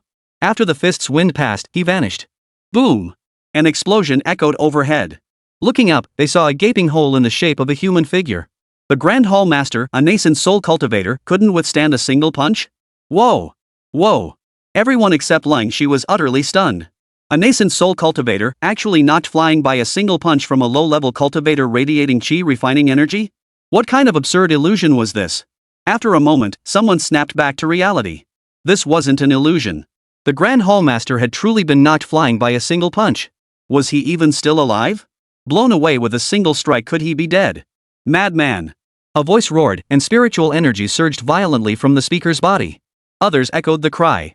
Even the disciples guarding the main hall prepared for battle. Just as tensions reached a breaking point, a voice suddenly echoed from the heavens. Halt! All of you, halt! Cough! Cough cough! Whoosh! Amidst the coughing, the Grand Hall Master flew back, his feet trailing spiritual light. Unscathed, though looking rather bedraggled. After landing on the ground, he stood facing Ling Changsheng, clasping his hands in a bow. "Thank you, Venerable One, for showing mercy." He truly felt the terrifying power behind that single punch. He could also sense that the force had been deliberately restrained, not exploding within his body. Instead, it had formed a tremendous thrust, simply sending him flying. No lethal intent had been applied. Had it been a lethal strike, he truly had little confidence he would have survived. Seeing him unscathed and uninjured, the others exchanged glances before finally quieting down. Ling Shi finally relaxed completely. Thank goodness. The Venerable One showed mercy and held back. Well. Ling Changsheng looked at the Grand Hall Master, a faint smile playing on his lips. Ha! The Grand Hall Master's composure vanished. He gave an awkward chuckle and sighed. The disciples who returned to the mountain earlier all reported that a great power had appeared in that remote mountain village. Seeing Lord Cold Mountain bring the Venerable here, this junior speculated on the matter. I assumed the Venerable One must be at the nascent soul stage, itching for a challenge, wanting to test and probe. Little did I expect, he far surpassed my expectations. He wasn't even a match for a single exchange. You bastard! The other mountain lords paled visibly, each inwardly cursing. The reminder jogged their memories of the events in the small mountain village. No wonder they'd felt like something was missing all along. You could have said something. To go probing without a word, you've got some nerve. Chapter 99, Forgive me, Revered One. Strike first to prevent 100 blows. With that single punch, Ling Changsheng shattered all doubt and whispering. All present were stunned by that single blow. Awe mingled with bewilderment. His aura clearly remained at the qi cultivation stage, yet this The realm discrepancy could be explained by concealment techniques. Yet when he unleashed that punch, the energy fluctuations were unmistakably those of the chi cultivation stage. Yet the sheer force unleashed was beyond even a nascent soul cultivator's ability to withstand, utterly terrifying. So, is this believable? Is there anything else to say? Cold She, trailing Ling Changsheng by a body length, spoke coldly. Her expression was grim, her aura icy and heavy with suppressed anger. She had invited the Venerable as a guest, yet still found herself subjected to such probing. How incredibly rude. The group was taken aback, their faces flushing with embarrassment, a stinging sensation spreading across their cheeks. Even the Grand Hall Master looked somewhat sheepish. Yet he remained composed, clasping his hands before him and bowing deeply. We have failed to recognize a mountain before us, and have been most presumptuous. We humbly beg your forgiveness, Venerable One. Seeing this, the other mountain lords immediately composed their expressions and bowed to Ling Changsheng in unison. We beg your forgiveness, revered one. In this world where power reigns supreme, verbal offenses could carry heavy consequences. Minor offenses were those committed against those weaker than oneself.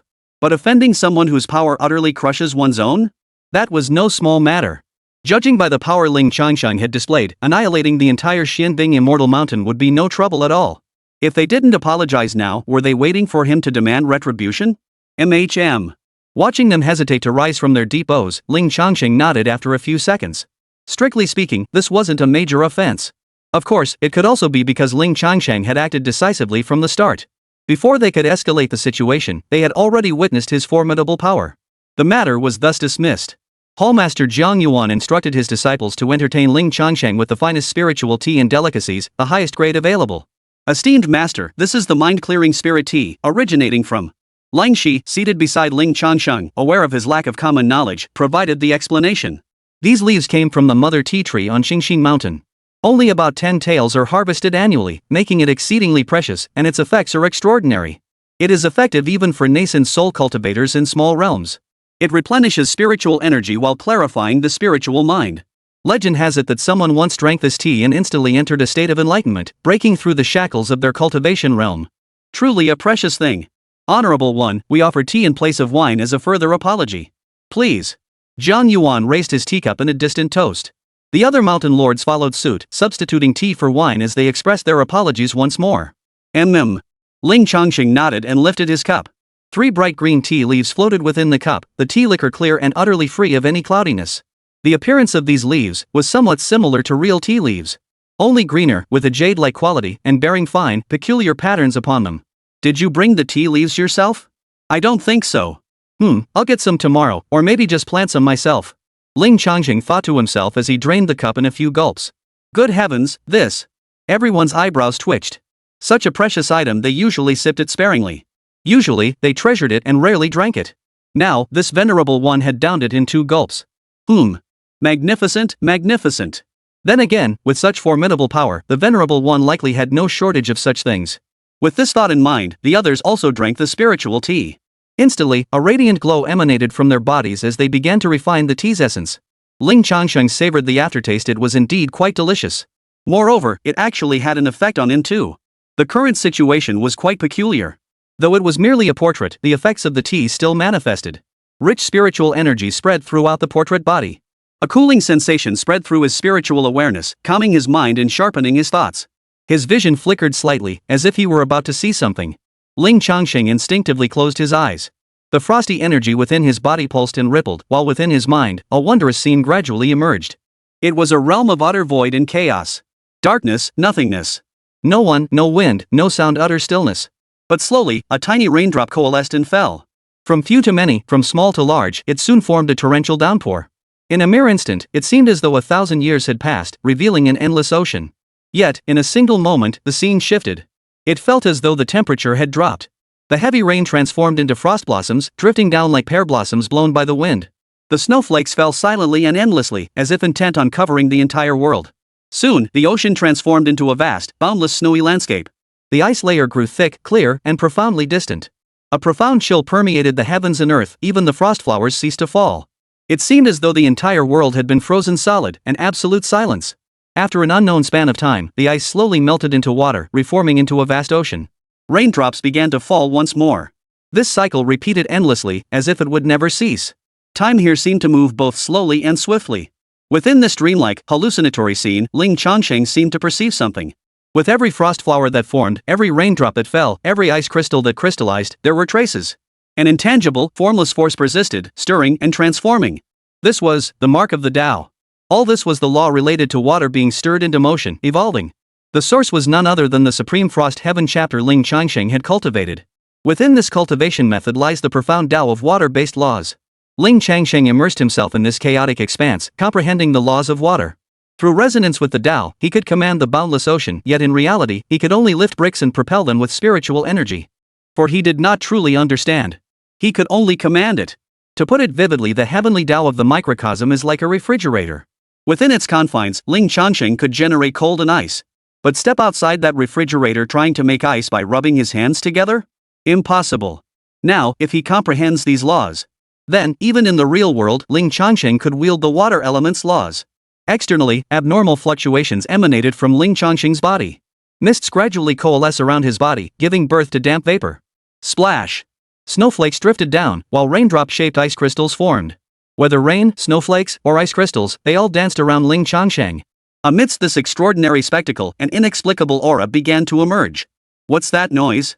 Everyone jolted awake, their gazes instantly locking onto Ling Changsheng. Upon witnessing the water droplets' ever-changing forms and sensing that unique aura, they were all dumbfounded.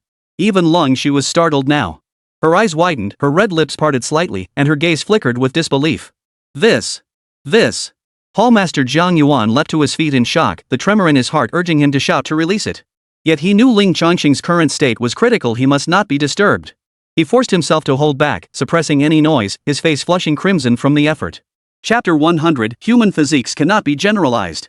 With a wave of his hand, blocking out all sound, the Grand Hallmaster Jiang Yuan immediately gasped, This is the Frost Heaven Tao rhythm? How could he know our sect's supreme technique, the Supreme Frost Heaven chapter? And he's even grasped the Frost Heaven Tao resonance? The last sentence was saturated with utter disbelief. The Frost Heaven Tao resonance lay hidden within the Supreme Frost Heaven chapter. It represents profoundly deep meaning and artistic conception. According to the fragmentary words left by our ancestors, comprehending the Frost Heaven Tao essence grants the opportunity to master the Water Tao path, one of the 5 elements of heaven and earth. This was essentially obtaining the key and map to the water elemental path. Yet, not only Jiang Yuan, but even going back several generations, few had ever grasped the Frost Sky Tao rhythm. And now, this mysterious venerable figure had merely taken a sip of tea before instantly entering a state of enlightenment? Jiang Yuan was utterly stunned. He'd been drinking this tea for decades, easily over 100 pieces, yet nothing had stirred within him. Unable to contain himself, he cried out in astonishment. But no one answered him. At that moment, all the mountain lords fixed their gaze on Ling Changsheng. They strained to observe the swirling Tao essence around Ling Changsheng, straining their spiritual wisdom to comprehend. Such a golden opportunity, no, such a golden chance. How could they let it slip away? Holy! Jiang Yuan snapped out of his daze. There was no time for questions now. He quickly sat cross-legged.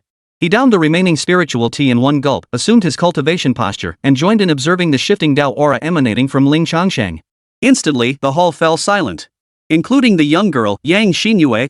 Brought by Long Shi, she hadn't been assigned a place yet and was simply standing beside him. Now, she too was drawn in by the profound aura emanating from Ling Changsheng. A faint golden light flickered within her eyes, a radiance that helped her grasp the traces of the Tao aura. She might not grasp much of it now, but when the time came for understanding, it would undoubtedly prove a tremendous aid. Only the big cat curled up nearby showed no reaction. Too young, even if it possessed extraordinary potential, it hadn't yet matured enough to uncover it. Having just awakened to sentience, it sensed the solemn, quiet atmosphere and obediently remained perfectly still. It simply lay beside Ling Changsheng, paws tucked beneath its body. Only when droplets of rain mist drifted toward it would its ears twitch a few times, gently flicking away the moisture. Time slowly passed. Ling Changsheng closed his eyes and instinctively reached out his hand. Gradually, a single drop of water coalesced in his palm. This droplet was not born from the symbiotic microcosm's natural laws.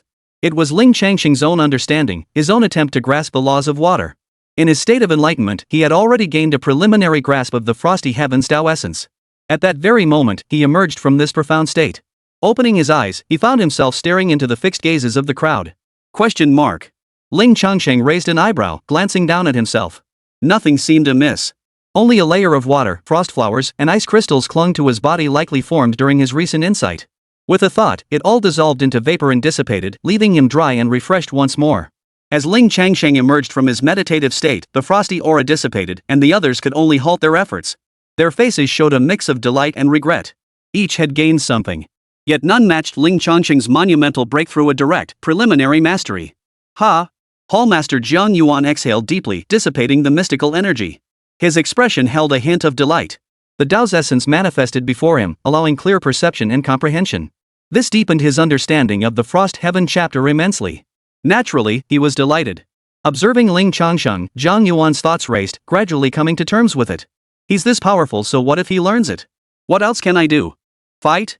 That'd be suicide. He should be scrambling to befriend him after all. They were barely connected by a tenuous bond of fellow disciples, weren't they? The main thing was, within the Xianbing Immortal Mountains, not everyone was a disciple. There are those from major factions and immortal dynasties. They exchange resources with Xianbing Immortal Mountain, allowing their disciples to train here. That's why Jiang Yuan accepted it so readily. Ha ha. Jiang Yuan broke into a smile, his expression warm and amiable. Honorable Elder, how did you come to know the Supreme Frost Heaven chapter? This was merely a polite inquiry. Lang Shi also dispersed his magical aura. Seeing the Grand Hall Master's inquiry, he explained on Ling Changsheng's behalf. I gave it to him. It was just a few days ago. Oh, I see. No problem, I was just asking. Wait a minute?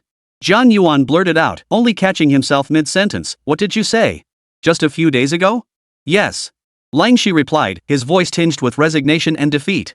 Grand Hall Master. The assembled mountain lords. Silence. Questioning their very existence. Questioning what exactly they'd been cultivating all these decades. Venerable, such terrifying power. After a long while, Jiang Yuan sighed deeply. His words stirred the other mountain masters into shared emotion. Indeed. This old man has cultivated the Frost Heaven chapter for decades, yet. Never mind. Never mind. Instantly, the hall filled with sighs.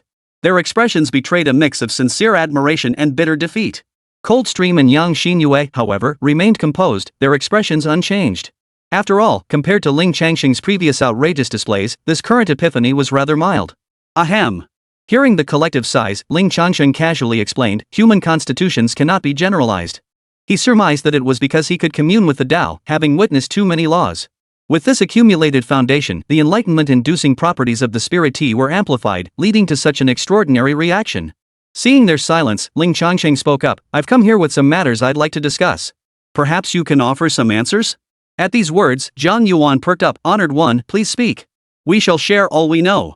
Indeed, indeed. Precisely, venerable one, please speak. The others echoed in agreement. Reciprocity builds bonds. Friendship is forged this way, bit by bit. Having witnessed Ling Changsheng's formidable prowess and his instant comprehension of the essence of Frost Heaven, they were eager to cultivate any connection with him. Wait a moment. Ling Changsheng nodded, signaling them to wait a moment. Then, he instructed the portrait to remain as it was while his spirit consciousness returned to his physical body. He retrieved 3 items and placed them within the miniature world. He re-entered his portrait form, channeling spiritual energy to guide the items inside. The Grand Hall stood majestic and lofty, easily accommodating the items. The 3 massive objects were drawn into the hall, drawing the gazes of all present. A fist-sized, peculiar mineral encased in emerald green jade. 2. A seed from a mysterious fruit obtained in Myanmar, sealed by Ling Changsheng's spiritual energy. 3. A small vial containing a dark gray aura within. This is a small void stone? Hallmaster Jiang Yuan stared at the stone's dark hue, his brow furrowed in astonishment and doubt. A mountain master interjected, but that can't be right. How could it be so enormous? By the standards of the microcosm, this little void realm stone was easily 10 times their size. It was far too large. Yet, judging by its aura and appearance, it was indeed a small void realm stone. No, this isn't the small void realm stone. At that moment, a disheveled mountain lord dressed in short garments spoke up. Ling Changsheng looked over. Having been introduced earlier by Lang Shi, he recognized the figure immediately. This mountain master was the ruler of the 5th mountain, overseeing the artifact forging peak. His name was Duan Bing. As everyone's gaze turned to him, Duan Bing continued, though its aura and characteristics resembled the small void stone. But why not consider the possibility that it simply isn't a void stone? The void realm stone. Ling Changsheng pondered carefully, recalling Lang Shi's earlier explanation. The name small void stone wasn't chosen casually. To be precise, the small void stone was merely a fragment chipped off the void stone by spatial turbulence. Chapter 101, The Root of the Black Ash Aura, the Black Calamity. After refinement, the internal space of the small void stone remained quite limited. Moreover, its stability was far from high, easily shattered by external force. But the skybound stone is different. If successfully forged, the space within would be immense and exceptionally stable. It would be extremely difficult to forcibly destroy. Back to the main topic. After Mountain Master Duan Bing of the Artifact Forging Peak spoke, someone immediately objected, Void Realm Stone? Impossible. Exactly. Throughout recorded history, spanning 10,000 years, Void Realm Stones have only ever existed in written accounts, never once appearing in reality. Exactly. Moreover, for a Void Realm Stone to form, it requires the most extreme, violent spatial turbulence. Sangling Star has many dangerous forbidden zones, but I've never heard of any with violent spatial turbulence. The group argued heatedly. From their words, Ling Changsheng could roughly confirm that this must be the Void Realm Stone. How peculiar. Ling Changsheng couldn't help but feel puzzled. How could Blue Star possess such a thing? Could it be that it once had an extraordinary past? It was hard not to think so, especially since the Jade Stones of Blue Star all possess spiritual energy. Though the amount was ridiculously small, it was still present. Alas, it remained mere conjecture, yielding no concrete answers. Ling Changsheng snapped back to reality and set the Void Realm Stone aside for now. Even if he wanted to refine it, it wouldn't be perfected the moment he began. We'll discuss this stone later. Ling Changsheng said, pushing the mysterious fruit seed toward them. Do you recognize this seed? The seed of the mysterious fruit was not something from the microcosm. The laws of the minor world's heavenly Tao contained no information about it. Therefore, even through symbiotic connection with the Tao, one could detect nothing. Ling Changsheng could only try this approach to see if they could provide any information. Hearing Ling Changsheng's question, the group ceased their argument. Their gazes shifted to the mysterious seed, scrutinizing it closely. This seed was roughly the size of Ling Changsheng's fingernail. When placed in the microcosm, its dimensions made it as large as a human head. Its surface was exceptionally smooth, uniformly jade green in color, with faint golden streaks running through it, giving it an air of mystery. You call this a seed? It's enormous. Green with gold veins, could it be a dragon scale azure gold fruit? Doesn't look like it. The golden patterns on dragon scale azure gold fruit seeds are sparse and faintly scale-like. Can't tell. They began discussing it. Unfortunately, they couldn't come to any conclusion. After some time, one of them grew increasingly serious. What's wrong? Ling Changsheng asked immediately. Judging by their expressions, they must have discerned something. At that moment, Lu Song, the mountain lord of the third peak, remarked, Honorable Elder, Grand Hall Master, this old man senses an ancient, timeless quality emanating from these seeds. Indeed. The fourth mountain lord, Tian Pingkong, nodded and added, it faintly reveals a sense of vast, primordial antiquity. This must be something from an extremely distant era. The Grand Hall Master Zhang Yuan pondered, then slowly nodded. Indeed. Its aura is wild and ancient, it must be an artifact. With that, he sighed and shook his head. Venerable One, my knowledge is limited. I cannot discern much more. As the Grand Hall Master, Zhang Yuan was the most profound in cultivation here, the eldest in years, and the most experienced. If even he could discern nothing, the others could not either, and they all shook their heads apologetically. It matters not. Ling Changsheng had prepared himself mentally. If he didn't know, he didn't know. Later, he could find a suitable location to plant it and discover the truth. It was a bit risky, though, and required careful consideration. If the miniature world drained the spiritual energy dry, that would be disastrous. Thus, only one of the three items remained. The black ash-like mist extracted from Mu Xiong's chest. Do you recognize this black ash aura? Ling Changsheng asked. Simultaneously, he released a tiny wisp of the aura. The moment the faint wisp revealed itself, every person present paled visibly. Their pupils contracted, their bodies trembled, and they stiffened.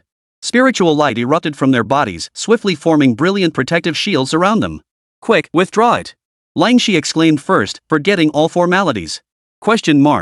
Her loss of composure was a rare sight, and Ling Changsheng couldn't help but be startled. He truly hadn't expected that releasing just a sliver of it would cause them to turn pale. Though bewildered, his actions were swift as he swiftly reeled in and sealed the black-gray mist. Huff! Hiss! Huff, huff! As the black-gray mist retracted, the others' expressions eased slightly, their shock and fear gradually subsiding. After a moment, Lang Shi explained to Ling Changsheng, Honorable One, this is a most dreadful tainted energy. The world calls it the Black Calamity Qi. Periodically, this black tainted energy erupts from unknown origins, spreading across vast regions and causing countless casualties among living beings. Moreover, it corrupts spiritual energy. That is its most terrifying aspect. Indeed, it is the Black Calamity Qi.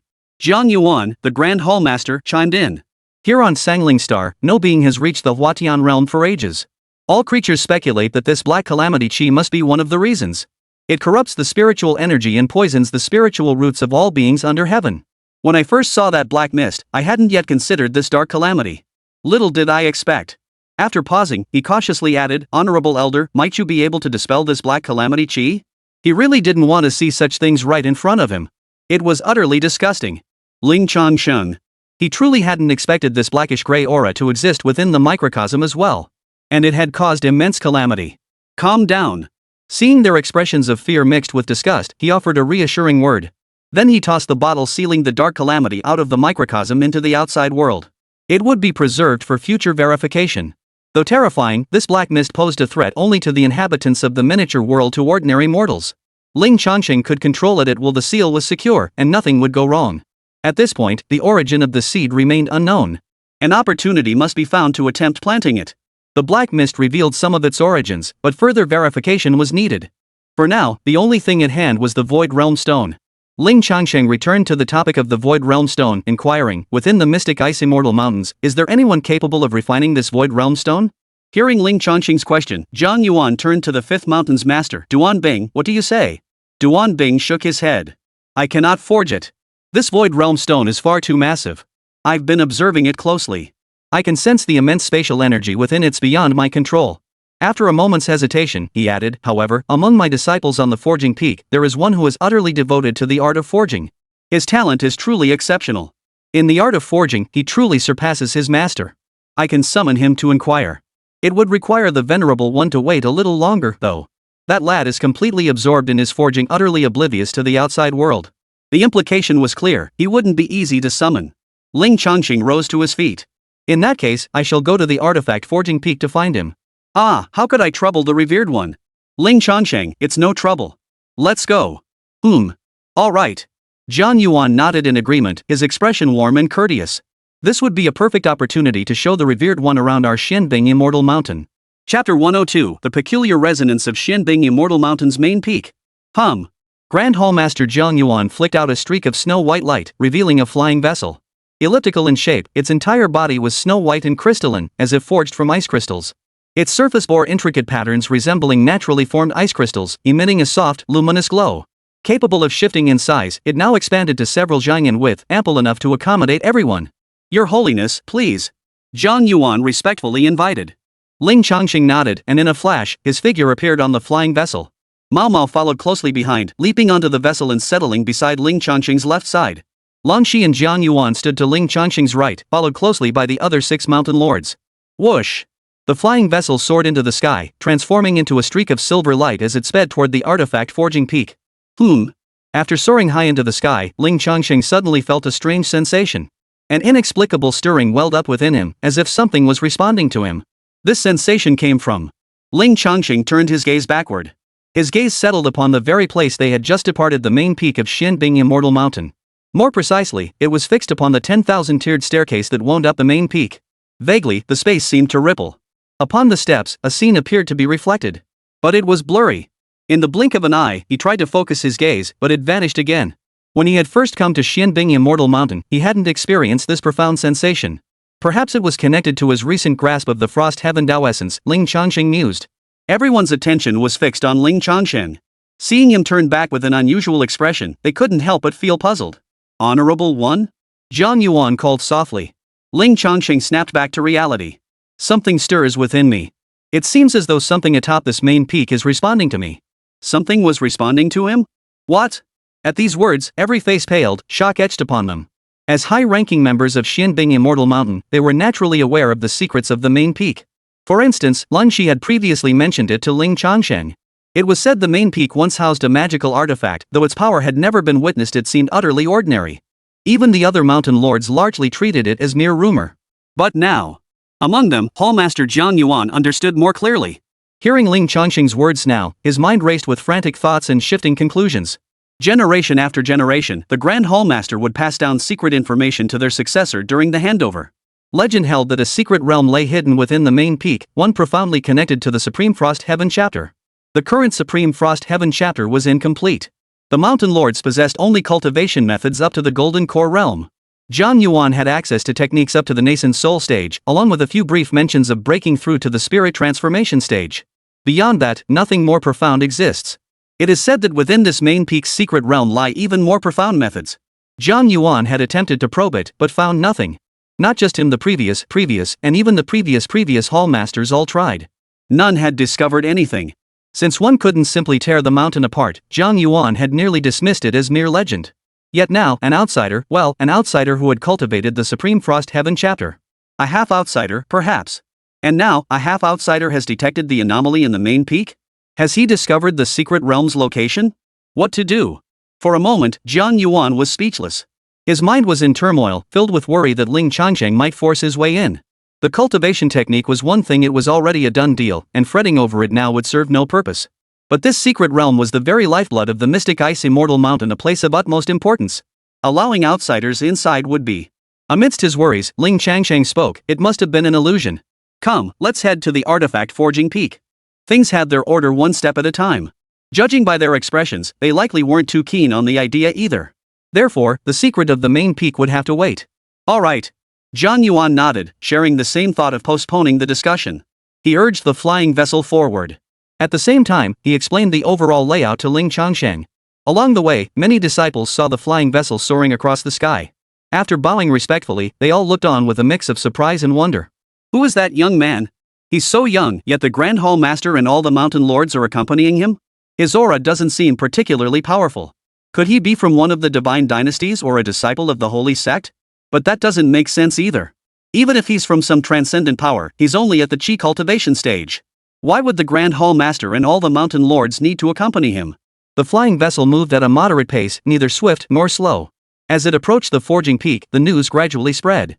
Soon, it reached the 9th peak. Most of the disciples on this mountain are registered disciples. They all hail from major factions, dispatched by their respective groups to undergo training and cultivation, much like exchange students in the modern world.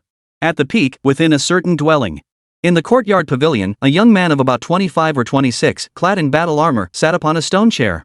He sipped wine while gazing at a portrait placed on the stone table before him. Beside the portrait, a piece of paper resembling a message scroll slowly smoldered. Time is running out. The young man drained his cup and sighed softly. Father has sent 3 urgent letters already. He likely won't wait much longer, but... He trailed off, his gaze fixed on the portrait of the ethereal maiden, cold and pure, her image blurring before his eyes. His thoughts drifted back to half a year ago. Back then, he had arrived at the mystic ice immortal mountain on a mission, only to encounter a woman, an immortal maiden who had stirred his very soul. There she was, suspended in midair, clad in an ice-blue snow robe. Icy radiance danced around her, radiating in icy elegance. Completely unlike the vulgar women who usually surrounded him, her presence seemed to infuse the entire space with a crystalline, icy fragrance. From the very first sight, she had haunted his dreams. His plans should have been set long ago, but captivated by her beauty, he delayed again and again. The result? His plans fell through, and his pursuit of her made no progress whatsoever. She remained as aloof and icy as ever, never changing. The only consolation was that she treated everyone else the same way. She wouldn't even stand close to anyone. Alas, the emperor could wait no longer. His grand ambitions were already burning with impatience. Knock, knock. Just then, someone knocked on the door. The young man's drowsy eyes snapped awake. The portrait on the stone table flew into his storage ring. The ashes of the message were swept away by a flash of spiritual light, vanishing into the storage ring alongside it. Come in. The young man said indifferently. The array patterns at the door dispersed, allowing the person behind it to push the door open. The visitor, clad entirely in black, was a servant. Upon seeing the youth, he bowed deeply, clasped his fists, and reported in a low voice, "Your Highness, the cold mountain lord you asked me to monitor has returned to the mountain." But... Hesitation flickered across the attendant's face. "Speak." The young man's eyes sharpened, urging him on. The attendant bowed even lower, whispering, "Your Highness, Lord Ling Shan, is in the company of a man. Compared to usual, they appear much more intimate." "What did you say?" Without even raising his head, the attendant could clearly sense the icy fury radiating from the prince, along with the immense pressure bearing down on him. His heart froze with terror, his body trembling uncontrollably under such overwhelming pressure. Gritting his teeth to steady himself, he quickly replied, "Lord Cold Mountain is accompanying a man and is currently heading toward the artifact forging peak." Whoosh! Before his words had fully faded, the youth stirred up a whirlwind and vanished. Like a rainbow, he shot skyward. Chapter 103, So What? I, Wu Zhantian, am priceless. As they neared the refining peak, Xinyue frowned, letting out a questioning sniff as the flying vessel slowed. The next moment, a brilliant beam of light shot skyward from below, hurtling toward them. Its target was none other than the flying vessel. Whoosh! The wind's roar rippled through the air as the spiritual light faded. Within the dazzling light, a youth of about 25 or 26 emerged. Clad in golden battle armor, he radiated an extraordinary aura, a mix of majestic authority and savage ferocity that struck fear into ordinary people at first sight. Prince Wu, what brings you here? Xinyue frowned upon seeing him. Prince Wu remained silent. The moment he appeared, his gaze bypassed everyone else entirely. His gaze fixed solely on Longxi and Ling Changsheng standing beside her. Seeing Lang Shi standing intimately beside Ling Changsheng, his eyebrows immediately furrowed, revealing displeasure. Though the two showed no overly intimate gestures, nearly standing side by side. But to him, this was an extremely rare sight. He had never seen Lang Shi interact with anyone this closely. Since he made no effort to conceal the displeasure in his eyes, everyone sensed the hostility radiating from him. The atmosphere instantly grew tense. The mountain lords exchanged glances between him and Lang Shi, their expressions telling. What's going on? Ling Changsheng stared at the young man before him, feeling a bit bewildered. What's this about? Blocking the path like this, and that expression isn't exactly pleasant. Even the cat beside him sensed it. Originally curled up beside Ling Changsheng's legs, it now sat up slightly straighter. Woo! Woo! A low growl rumbled from its throat. Hostility flickered in its crystal-clear feline eyes. At that moment, Lang Shi frowned and spoke coldly, Wu Zhantian, you're blocking the flying boat's path. What do you think you're doing? The youth known as Wu Zhantian frowned, his gaze sweeping from the cat to Ling Changsheng. Suppressing his irritation, he demanded, I came to see who dared approach you. Who is this person? At this, impatience flashed in Lang Shi's eyes as she coldly retorted, none of your business. Get out of my way. Wu Zhantian's expression darkened, anger flickering in his eyes. But when he met Lang Shi's icy stare, he could only reluctantly suppress his rage. He stepped aside slightly, unwilling to further provoke Lang Shi's displeasure. His gaze shifted to Ling Changsheng. Youngster, he said coldly, whoever you are, stay away from Lang Shi. Everyone except Ling Changsheng looked startled. Youngster? That was no way to speak. Just as Zhang Yuan and Lang Shi were about to rebuke him, Ling Changsheng frowned and spoke up, move aside. I'm in a hurry. By now, he could see and hear it clearly. It was because of Lang Shi that they harbored hostility toward him. This was somewhat baffling, prompting him to dismiss the youth. Hearing Ling Changsheng's words, Wu Zhantian's eyebrows twitched, his gaze growing increasingly fierce. Move aside? In a hurry? This blatant disregard? Ha! Young upstart. Who do you think you're talking to? Wu Zhantian let out a furious laugh, his body erupting with a blinding golden radiance. A peculiar fighting intent surged outward, crashing toward Ling Changsheng. How dare you? Zhang Yuan immediately stepped forward. He stepped forward, blocking Wu Zhantian's fighting spirit. Hiss! Simultaneously, the cat beside Ling Changsheng abruptly reared up. Its fur bristled, a hiss erupting from its throat, brimming with hostility. It looked ready to pounce on Wu Zhantian. There. It's okay. Ling Changsheng stroked the big cat's head, calming it down. The cat rubbed against him and instantly calmed down. Seeing Zhang Yuan step forward, Ling Changsheng felt no need to intervene.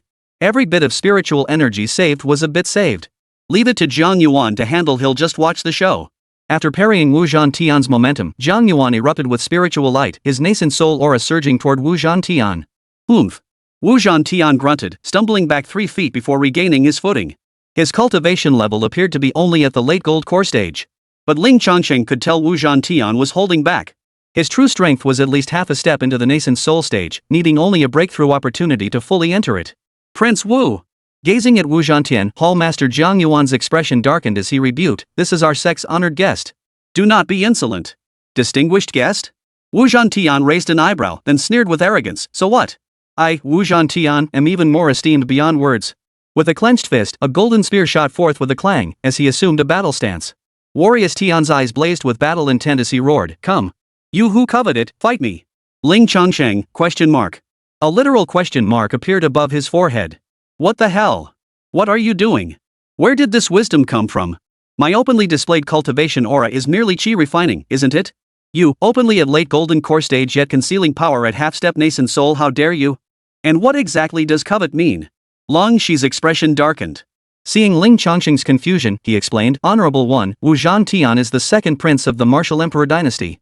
Their culture is intensely martial-oriented, with fierce customs. Zhang Yuan added, if they fancy someone, they'll pursue them directly. If they encounter a rival in love, they'll declare war outright, very straightforward. Moreover, coveter specifically means a romantic rival. Well, naturally, that's because. Zhang Yuan turned his head to glance at Lang Shi and Ling Changsheng, his meaning clear and his tone slightly suggestive. Lang Shi. Lang Shi wanted to protest, but felt any explanation would only make things stranger. She simply pretended not to hear, feigning ignorance. Yet, her slightly flushed earlobes and her head tilted down just a little, something about it all felt terribly off. He had been holding his stance for several breaths, watching them chat as if oblivious to him. Especially seeing Lang Shi's unusual state, Wu Zhantian's eyes grew slightly red. Ha! Wu Zhantian roared, his spear suddenly whirling in a flurry of strikes as he charged forward. How dare you! Zhang Yuan swept his sleeve, unleashing a blast of frosty coldness that shattered the spear's attack. His expression turned icy and fierce, his anger now fully ignited. He had thought that by stepping in himself, Wu Zhantian would cease his actions. Yet, to his surprise, the man dared to attack. Wu Zhantian, step back. Zhang Yuan no longer addressed him as prince, instead calling him by his name directly. His spiritual energy surged, radiating an aura of authority that stood in direct opposition to Wu Zhantian. Zhang Yuan. Gripping his golden spear, Wu Zhantian's face darkened. He too addressed Zhang Yuan by name, his voice cold. You know the customs of the Wu dynasty, yet you dare obstruct me? Do you underestimate the sharp edge of the Wu dynasty? His words carried an implicit threat. The customs of the Wu dynasty, though evolved over the years, remained preserved, having become deeply ingrained in its cultural fabric. This matter could be minor or major. If Wu Zhantian, wielding his power as a prince, chose to make an issue of it, he could indeed stir up a dispute. Zhang Yuan's expression grew even colder as he replied in a deep voice, Your Wu Emperor dynasty has its customs, but does our Xianbing Immortal Mountain lack its own rules? I have allowed you to train here at Xianbing Immortal Mountain only out of respect for your father, the emperor. Should you offend our honored guests again, I cannot keep you here. You! Wu Zhantian's eyes blazed with fury, his chest heaving with rage, nearly bursting. The Wu dynasty was founded on warfare, warlike and battle-loving, finding release in combat. If anger flared, they fought, they battled. Wu Zhantian was no different. But now, he had a mission to complete. He couldn't be expelled from the mystic ice immortal mountain. Chapter 104, This Big? Sourced from the immortal realm? After a few breaths of standoff, Wu Zhantian suppressed the hostility in his heart, and the raging battle intent on his body gradually subsided. He sheathed his golden spear, his gaze sweeping over Zhang Yuan before lingering on Leng Shi. Yet the celestial maiden he held in his heart now completely ignored him. Wu Zhantian felt an intense ache and bitterness welling up inside him. Taking a deep breath, he shifted his gaze to Ling Changsheng, committing the man's features to memory. Without another word, he transformed into a streak of light and vanished. Honorable One, I apologize for the spectacle. Seeing Wu Zhantian depart, Zhang Yuan's expression eased slightly as he forced a smile. This is the manner of the Wu dynasty, crude and boorish. Honorable One, please do not hold it against them. It matters not. Ling Changsheng shook his head. It was of no consequence. With the dispute resolved, the group resumed their original journey. It was just ahead. They were already nearly there, but Wu Zhantian had delayed them for a while. Soon, the flying vessel began its descent. Each peak of the mystic ice immortal mountain crowned a grand hall. At this moment, Zhang Yuan descended before the grand hall atop the mountain. A plaque hung above the entrance, Forging Hall. Zhang Yuan explained, Xianbing Immortal Mountain primarily cultivates the Supreme Frost Heaven chapter. This forging technique is also a unique method. Not fire forging, but water forging. Though not mastered to perfection, the magical artifacts and weapons forged here hold considerable renown within the cultivation world. Ling Changsheng nodded, uttering nothing but non-committal grunts. I don't get it. What the hell do I know about the cultivation world? The group entered the hall and took their seats. Duan Bing, the peak master of the refining peak, went to find the disciple he had mentioned as quite talented. Since he'd come personally, he surely wouldn't make the venerable one search the forging chamber. After some inquiries, Duan Bing located the disciple's forging chamber. Yan Dong. Stop what you're doing. Quickly, follow me at once. Duan Bing barged in and shouted. Inside the chamber, a young man was engrossed in refining. He was in the midst of a ritual forging process. This interruption. Boom! The furnace-like object he was crafting exploded violently. Shards, dust, and waves of fire surged violently. Whoosh! Duan Bing immediately unleashed his spiritual energy, suppressing all commotion. Damn! The youth named Yendong, unharmed, turned and glared angrily. Master? Stop spacing out. Let's go, someone important wants to see you. Ha! Yendong froze, then shook his head like a rattledrum. I'm busy, and you know me, master. I'm not in the mood to deal with this. Duan Bing had anticipated this, replying calmly, the Void Realm Stone. What? The Void Realm Stone? Yendong raised an eyebrow at Duan Bing, skepticism in his voice. Master, didn't you forget to add the word small? No, I didn't. It's the Void Realm Stone. No need to go. Duan Bing replied calmly. Yendong shot to his feet, his eyes lighting up like light bulbs. Master, you know me, I always listen to you. Come on. Hurry up, master. Duan Bing. Before long, Duan Bing led a young boy into the main hall. It was clear the youth had cleaned himself before coming, yet he still looked somewhat scruffy. The marks on his body clearly showed his deep passion for weapon forging. Duan Bing introduced him to Yendong. Honorable master, this is Yendong, the disciple I mentioned to you earlier. Don't let his youth fool you, he's already a 6th-rank artifact forger capable of crafting top-tier Earth-grade magical artifacts. As soon as Yendong entered, he looked around excitedly. He casually greeted the Mountain Lords and the Grand Hallmaster before immediately demanding, Where is the Void Realm Stone? Where is it? Bring it out. Bring it out now. As Long Shi and Jiang Yuan had previously mentioned, the personnel at Xianbing Dangerous Mountain were a mixed bunch. A treasure like the Void Realm Stone shouldn't be displayed casually, lest it invite trouble. Though Ling Changsheng didn't care, he had still shown consideration for them by sending it beyond the heavens. Now, it was time to retrieve it. With a flick of his thoughts, soon. Whoosh! With a whooshing wind, a massive stone of dark hue flew into the grand hall. Yendong? His expression was quite something. First bewilderment and confusion, then silence, and finally his mouth gaped wide open, a vivid display of utter shock. This aura, these fluctuations. This. It really is a Void Realm Stone. My goodness, it's enormous. Staring at the enormous void realm of several people, Yendong was both thrilled and stunned, letting out an exclamation. He paid no attention to the others. He circled the Void Realm Stone, scrutinizing it intently. Like a lustful demon beholding a peerless beauty, his gaze licked over every detail. As he examined it, he muttered to himself, "Who would have thought I'd actually see such a legendary divine artifact? Legend says this treasure surpasses even the highest grade artifacts. And it's been lost to history for millennia. But then again, it's ridiculously huge, unbelievably so. Could it have been salvaged from the immortal realm? Who could possibly obtain such a supreme artifact?" At this point, Yendong looked up and asked Duan Bing, "Master, whose possession is this?" "It belongs to the Venerable One," Duan Bing explained, gesturing for Yendong to look at Ling Changsheng. He urged, "Pay your respects to the Venerable One." "Greetings, revered one." Though Yendong didn't understand why his master would refer to a chi cultivator as a venerable, he cared only about forging artifacts and paid little heed to such distinctions. After the greeting, his curiosity got the better of him. "Venerable One," he pressed, "where did you acquire such a massive Void Realm Stone? Why are you asking such things?" Duan Bing scolded.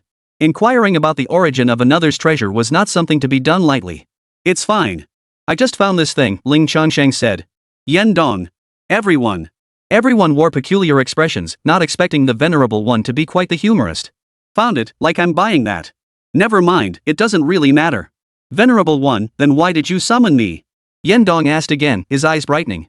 He had already guessed the purpose and felt both eager and itchy to get started. Ling Changsheng said, "I need you to refine it into a storage artifact." "How about it? Can you do it?" The storage artifacts from the small world were too fragile to withstand Blue Star's environment. But this Void Realm Stone is from Blue Star itself, it should be fine. "Absolutely. Of course I can." Yendong eagerly agreed, laughing excitedly. "Ha! I'll definitely refine it perfectly for you, revered one." He adored refining chi and was utterly captivated by artifact forging. What he craved most was the chance to forge various high-grade magical treasures. Without refining high-grade magical treasures, how could he break through to become a higher-level artifact refiner? Now, he had the chance to forge the legendary Void Realm Stone. How could he not be thrilled? "I have only this one Void Realm Stone. If you succeed, I will reward you handsomely." Seeing his excited, maniacal laughter, Ling Changsheng frowned and warned, "If you make bold promises now but fail to deliver or worse, damage it, I won't forgive you." Yendong scratched his head, pondered for a few seconds, then declared earnestly, "Rest assured, Honorable One. As an artifact refiner, I can't stand seeing good materials ruined. This is how it will be, I'll find another person to assist me, and I will get this done for you perfectly." "Oh? Who?" Yendong replied, "Zhang Jichuan." "Zhang Jichuan?" Duan Bing, standing beside him, murmured softly before his eyes lit up.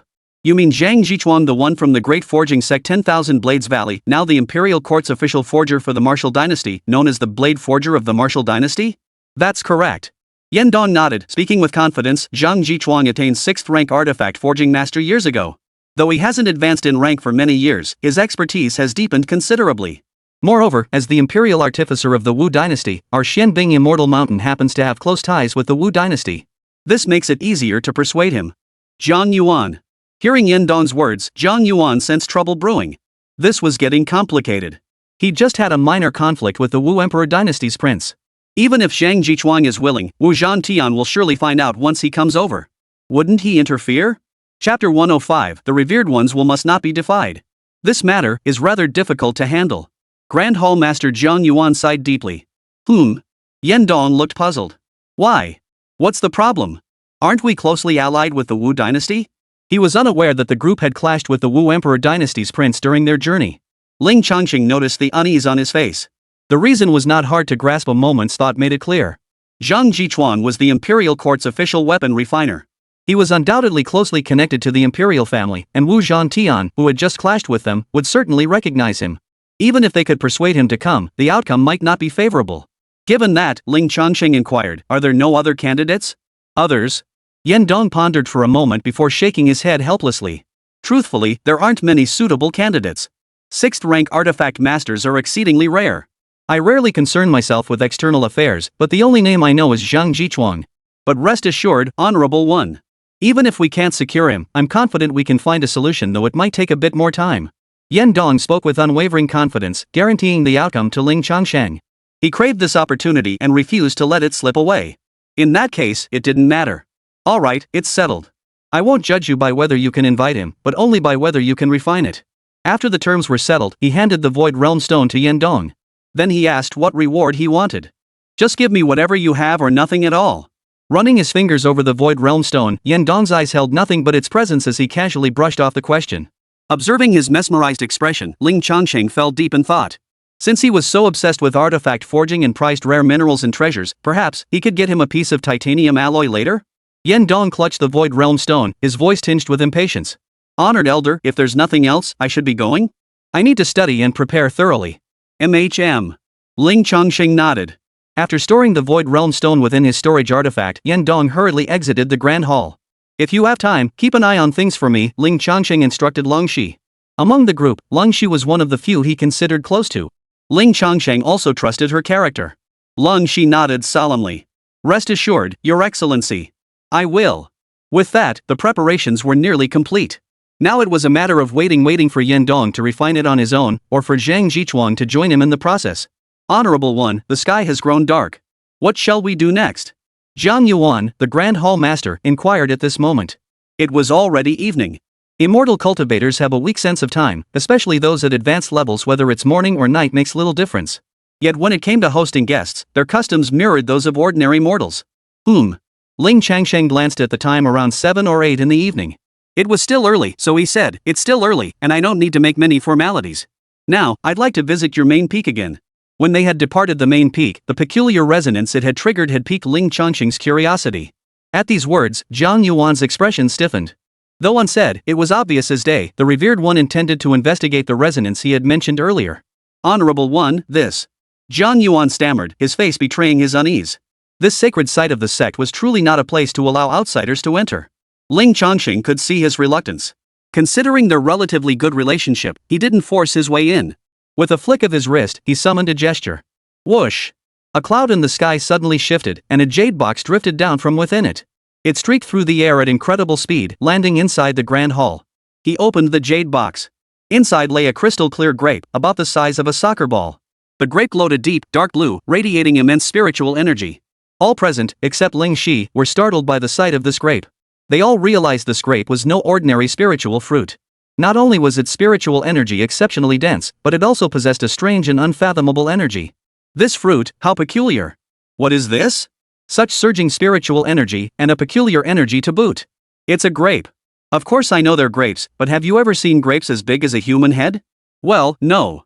I feel this primal urge to devour and absorb it. The crowd couldn't help but gasp in astonishment. Simultaneously, as they inhaled its soul-stirring fragrance, every one of them except Ling Shi couldn't help but swallow hard. Present were all golden core cultivators, even nascent soul powerhouses. Yet in the presence of this initial fruit, they were scarcely better than common mortals. None could suppress the primal craving within. Ling Changsheng held the first fruit aloft and chuckled softly. If I discover something, how about using this fruit as admission? Zhang Yuan's eyes lit up at first, but hesitation quickly followed. It wasn't that he was greedy. Rather, this main peak was passed down by their ancestors and held profound significance. To simply hand it over like this fell too. As Zhang Yuan wrestled with his dilemma, a whizzing sound pierced the air. A streak of light plummeted from the heavens. Another jade box. He opened it. Inside lay yet another radiant, mystical fruit. The fragrance, distinct from grapes, filled the space, nearly overwhelming everyone's senses. Ling Changsheng remarked indifferently, too. Zhang Yuan gritted his teeth and shook his head. Honorable One, this isn't a matter of quantity. Whoosh! Another jade box flew in, clicked open, revealing a third initial fruit. 3. Ling Changsheng stated, his tone as calm as ever. Obtaining these fruits cost him merely a few dozen yuan. This. Revered One. Zhang Yuan opened his mouth, but no words came out. It was clear now the Revered One was determined to have them. It seemed impossible to dissuade him. Not enough? Ling Changsheng frowned slightly. It's not a matter of enough or not enough, Revered One. Whoosh, whoosh, whoosh, whoosh. Before he could finish, a series of whistling sounds filled the air. Stream after stream of luminous light descended from the heavens, cascading like a torrent into the grand hall. Before long, over 100 jade boxes filled the hall. They floated in the air, radiating multicolored light, making the vast, empty hall feel crowded. Take as many as you wish, Ling Changsheng said indifferently, his expression calm yet carrying an unmistakable hint of finality. Were it not for Lang Shi's sake, he could have forcibly probed her mind without a second thought for these petty individuals. If all else failed, he could even secretly dig up the secrets himself. Zhang Yuan. The crowd stared in stunned silence. These miraculous fruits were piled up like mountains. Where had the revered one obtained them? Such extraordinary treasures must be worth a fortune. After all, they held an irresistible allure for their golden core and nascent soul stages. Should word leak out, it would surely cause a stir. Yet the venerable one possessed such vast quantities utterly unfathomable. Zhang Yuan drew in a sharp breath, and the expressions of the others turned grim, all traces of their former dignity and composure vanishing. All were overcome with excitement, unable to feign composure any longer. All eyes turned to Zhang Yuan. Though silent, their eyes betrayed approval and anticipation. Undoubtedly, they were all deeply impressed. The scales within Zhang Yuan's heart began to sway violently. At that moment, Lang Shi transmitted her voice to Zhang Yuan, Grand Hall Master. The revered one's resolve is unwavering. There's no avoiding it. Agree. The revered ones must not be defied. Chapter 106, 10,000 Steps. Hidden secrets indeed lurk at the peak. She knew all too well that though the revered one appeared gentle, his methods were as thunderous as lightning. Hadn't the blood purification sect, that scourge of the cultivation world, been utterly eradicated just recently? Zhang Yuan nodded, his resolve set. His expression relaxed, no longer conflicted. Since the revered one's will is so firm, I shall not stand in the way. With a wry smile, he added, Venerable one, this is not out of ingratitude or greed. It is simply that this main peak has been passed down for generations as our sect's sacred sanctuary, a forbidden zone to outsiders. I understand. Ling Changsheng nodded, understanding the situation. It was like a family keeping valuables in a locked room. No one would willingly let strangers inside. Moreover, such a large quantity is truly unnecessary. Zhang Yuan continued, based on the number you mentioned earlier, 3 pieces will suffice. He understood the ways of the world. Taking more would surely be offensive, leaving a negative impression of greed. Take 3, just right, not too many, not too few. Ha! Among the mountain lords, a burly man frowned in confusion. They could have taken more freely, yet they chose only 3? Just as he was about to voice his question, he was silenced by those beside him. After a brief whisper, he too grasped the deeper meaning, and no one spoke further. Oh? Ling Changsheng glanced at Zhang Yuan with surprise. Are you sure? This is your only chance. Absolutely. Zhang Yuan nodded firmly. 3 will suffice. Very well. Ling Changsheng nodded. He could see through his thoughts. This was his way of appeasing him. And honestly, it felt pretty good. If he had taken all 3, Ling Changsheng wouldn't have suffered any loss, but his impression would certainly have worsened. Thus, the deal was struck. After finalizing the terms, the group set off. Before long, they returned to the main peak of the Xinyue Immortal Mountain Range. Instead of entering the main hall, they proceeded to the base of the mountain. Though the main peak was usually deserted, Hall Master Zhang Yuan remained cautious. He activated the concealment barrier, hiding their presence. At this moment, Ling Changsheng re-examined the staircase ascending the main peak. Like a winding dragon, they snaked through the mountain forests, stretching upward and reaching the summit. They resembled a river, winding down from the summit. They appeared ordinary and unremarkable, devoid of any supernatural qualities. These steps are forged from millennia-old ice, unbreakable, impervious to melting, and untouched by dust. They have existed for countless years. Zhang Yuan explained to Ling Changsheng. Ling Changsheng nodded, his gaze fixed intently on the steps before him. He also carefully sensed the movements within his own body. After his initial grasp of the Frost Heaven's Tao essence, the spiritual energy cultivated from the Supreme Frost Heaven chapter underwent a qualitative transformation. It now contained an indescribable essence. It was precisely this essence that had allowed him to sense the extraordinary nature of this mountain peak earlier, resonating with it. Calming his mind, Ling Changsheng applied his newly grasped Frost Heaven Tao essence to meticulously sense these crystalline icebrick steps. Gradually, intricate and mysterious patterns emerged on the icebricks. They wound upward along the staircase, interlocking seamlessly, stretching endlessly to the very summit. Ling Changsheng understood. Stepping upon them ordinarily would cause no harm. They were like any common staircase. But by resonating with these mysterious patterns through the Frost Heaven Tao essence and ascending every single step, then, the great secret within this mountain would be revealed. Moreover, if one activated these mysterious patterns, each step would unleash a surging wave of water elemental power upon the body. They would also undergo endless transformations, forcing him to counter them with the Frost Heaven Tao essence. Otherwise, one would be hurled down. An intriguing method truly befitting a world of mystical wonders. Ling Changsheng mused, closing his eyes slightly to adjust his state. After a few breaths, he opened his eyes and stepped onto the staircase. To Ling Shi and the others, the staircase which had shown no unusual signs for years glowed faintly as Ling Changsheng stepped onto it. Strange patterns emerged on its surface, and they sensed a surge of powerful water elemental energy erupting from the steps. After a moment's thought, they understood the method to unlock the secrets of the main peak. Never would I have imagined before that it would require the Frost Heaven Tao essence, starting right from this first step. So that's how it is. We've never tried it this way before. True. These steps always seemed ordinary, no one ever paid them any mind. Who in their right mind would slowly climb 10,000 steps for no reason? That an outsider discovered it first, how embarrassing. The group felt utterly speechless and ashamed. As they stood in stunned disgrace, Ling Changsheng adjusted to the water's force surging against him. He suddenly took a stride and sprinted upward. These tens of thousands of steps were no place for a leisurely stroll. The water elemental force erupting from the steps was swiftly broken down and dissipated by him. Meow. The big cat let out a cheerful cry as it followed Ling Changsheng upward. The water elemental power of the stairs naturally posed no threat to it. Seeing Ling Changsheng run so swiftly, those below the stairs were bewildered. Could it really be that simple? Then, someone moved. Ling Shi channeled the Frost Heaven Tao essence to resonate with the staircase, then stepped onto it steadily.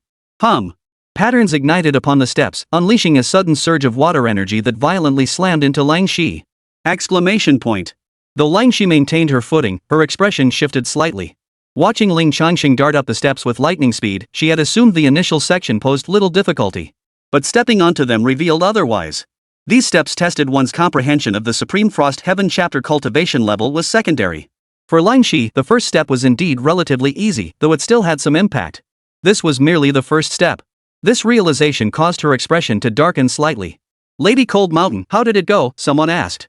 It's fine, Ling Shi replied calmly, maintaining her usual cool composure. I'll give it a try too. Another mountain lord, now intrigued, stepped forward. His expression abruptly changed as his body lurched backward, nearly causing him to stumble off. Only by erupting with spiritual energy and stomping his foot heavily did he steady himself. Unaware of the mechanism, he hadn't utilized his Tao essence to resist and deflect the force.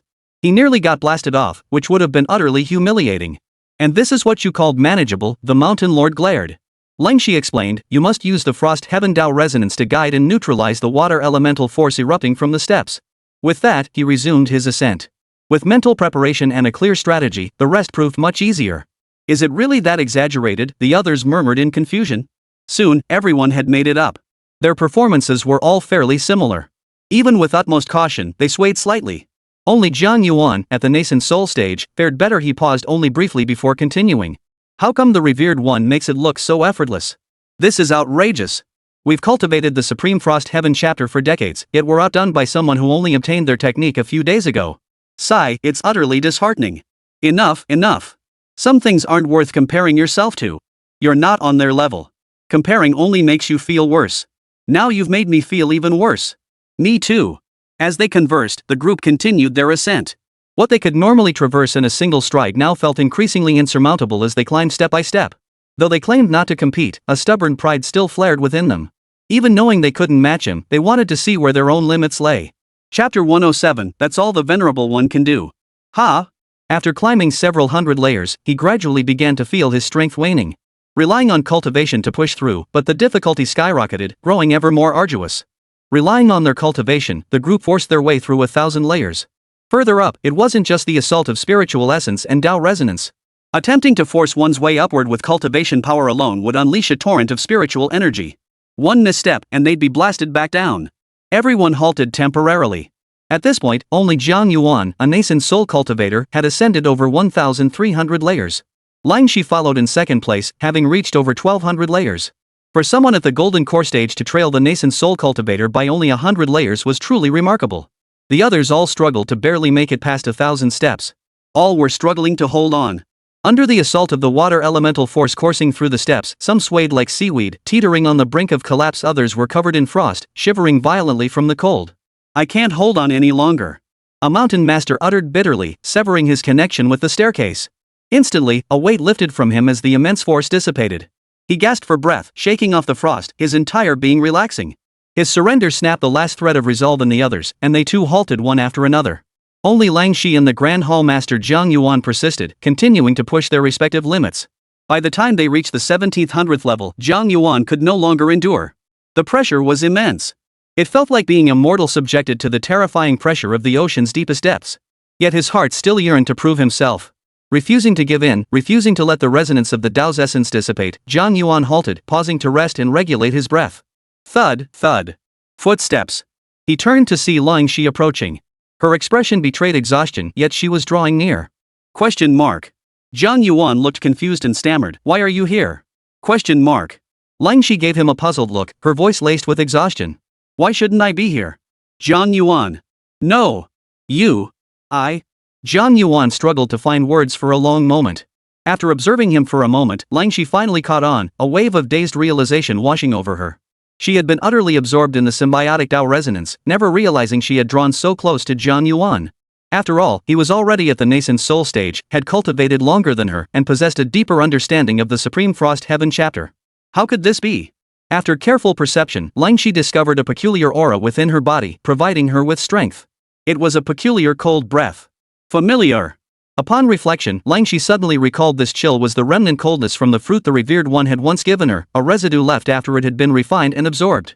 She had believed it fully assimilated back then, only now realizing its latent power remained buried within her. Under such intense pressure, it had overflowed and now permeated her entire being. It was this very chill that resisted the assault of the stairway's Tao resonance. It was as if it had triggered a buff, making her ascent significantly easier. It must be the effect of the fruit the revered one gave me. Seeing Jiang Yuan's confusion, even a hint of self-doubt, Ling Shi offered a casual explanation. Fruit? That mysterious fruit displayed in the Grand Hall? It actually possessed such miraculous effects.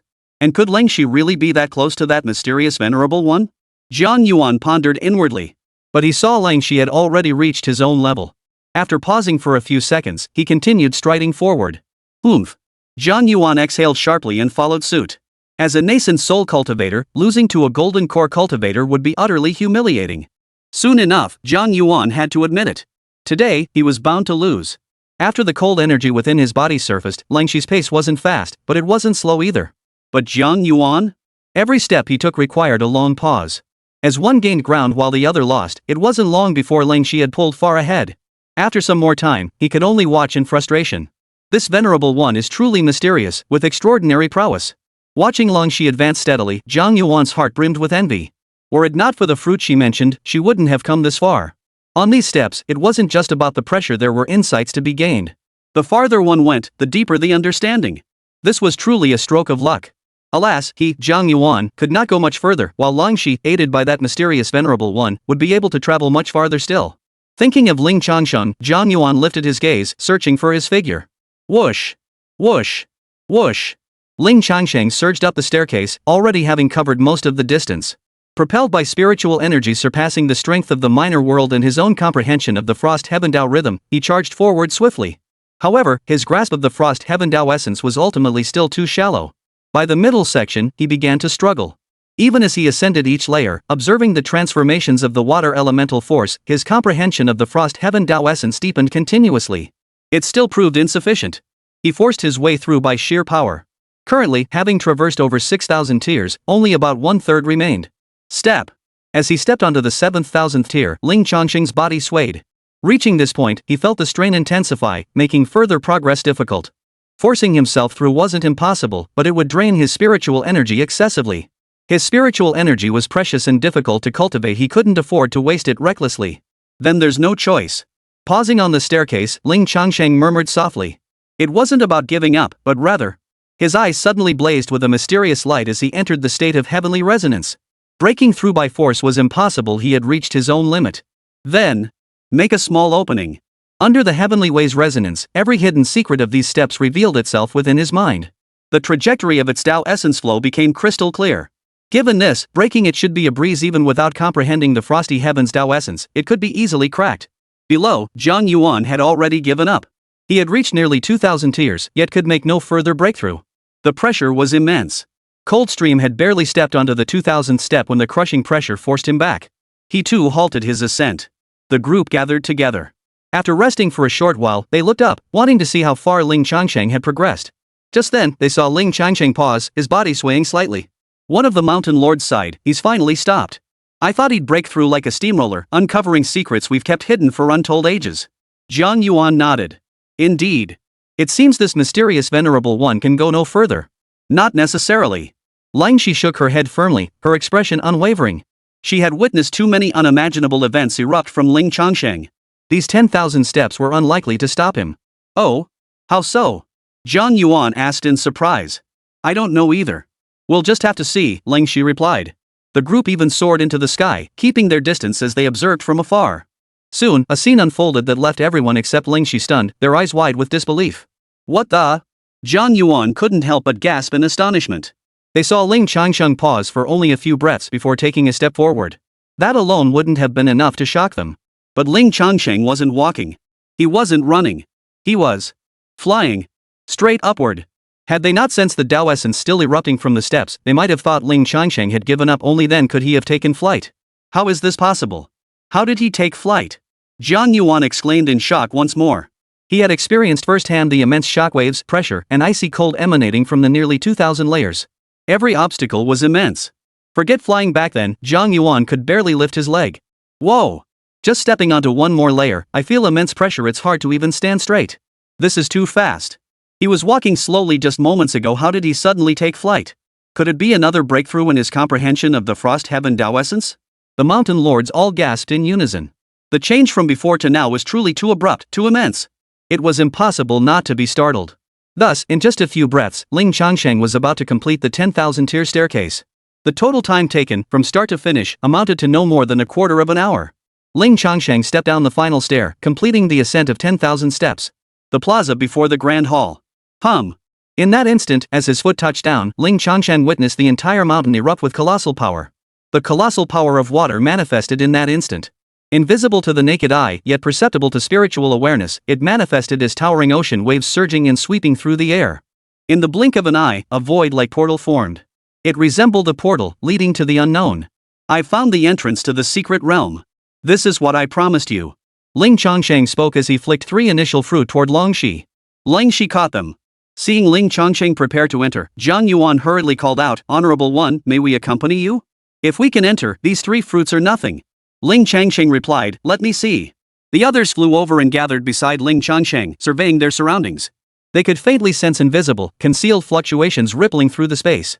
Yet unlike Ling Changsheng, they could not directly perceive the void-like portal with their spiritual senses. For a moment, they all felt pessimistic about their chances of entering. At that moment, Ling Changsheng carefully sensed the void portal before him and quickly discovered something peculiar. A vast formation permeated the void portal. Furthermore, Ling Changsheng noticed that after ascending the 10,000-tiered staircase, a layer of swirling mist had enveloped his body.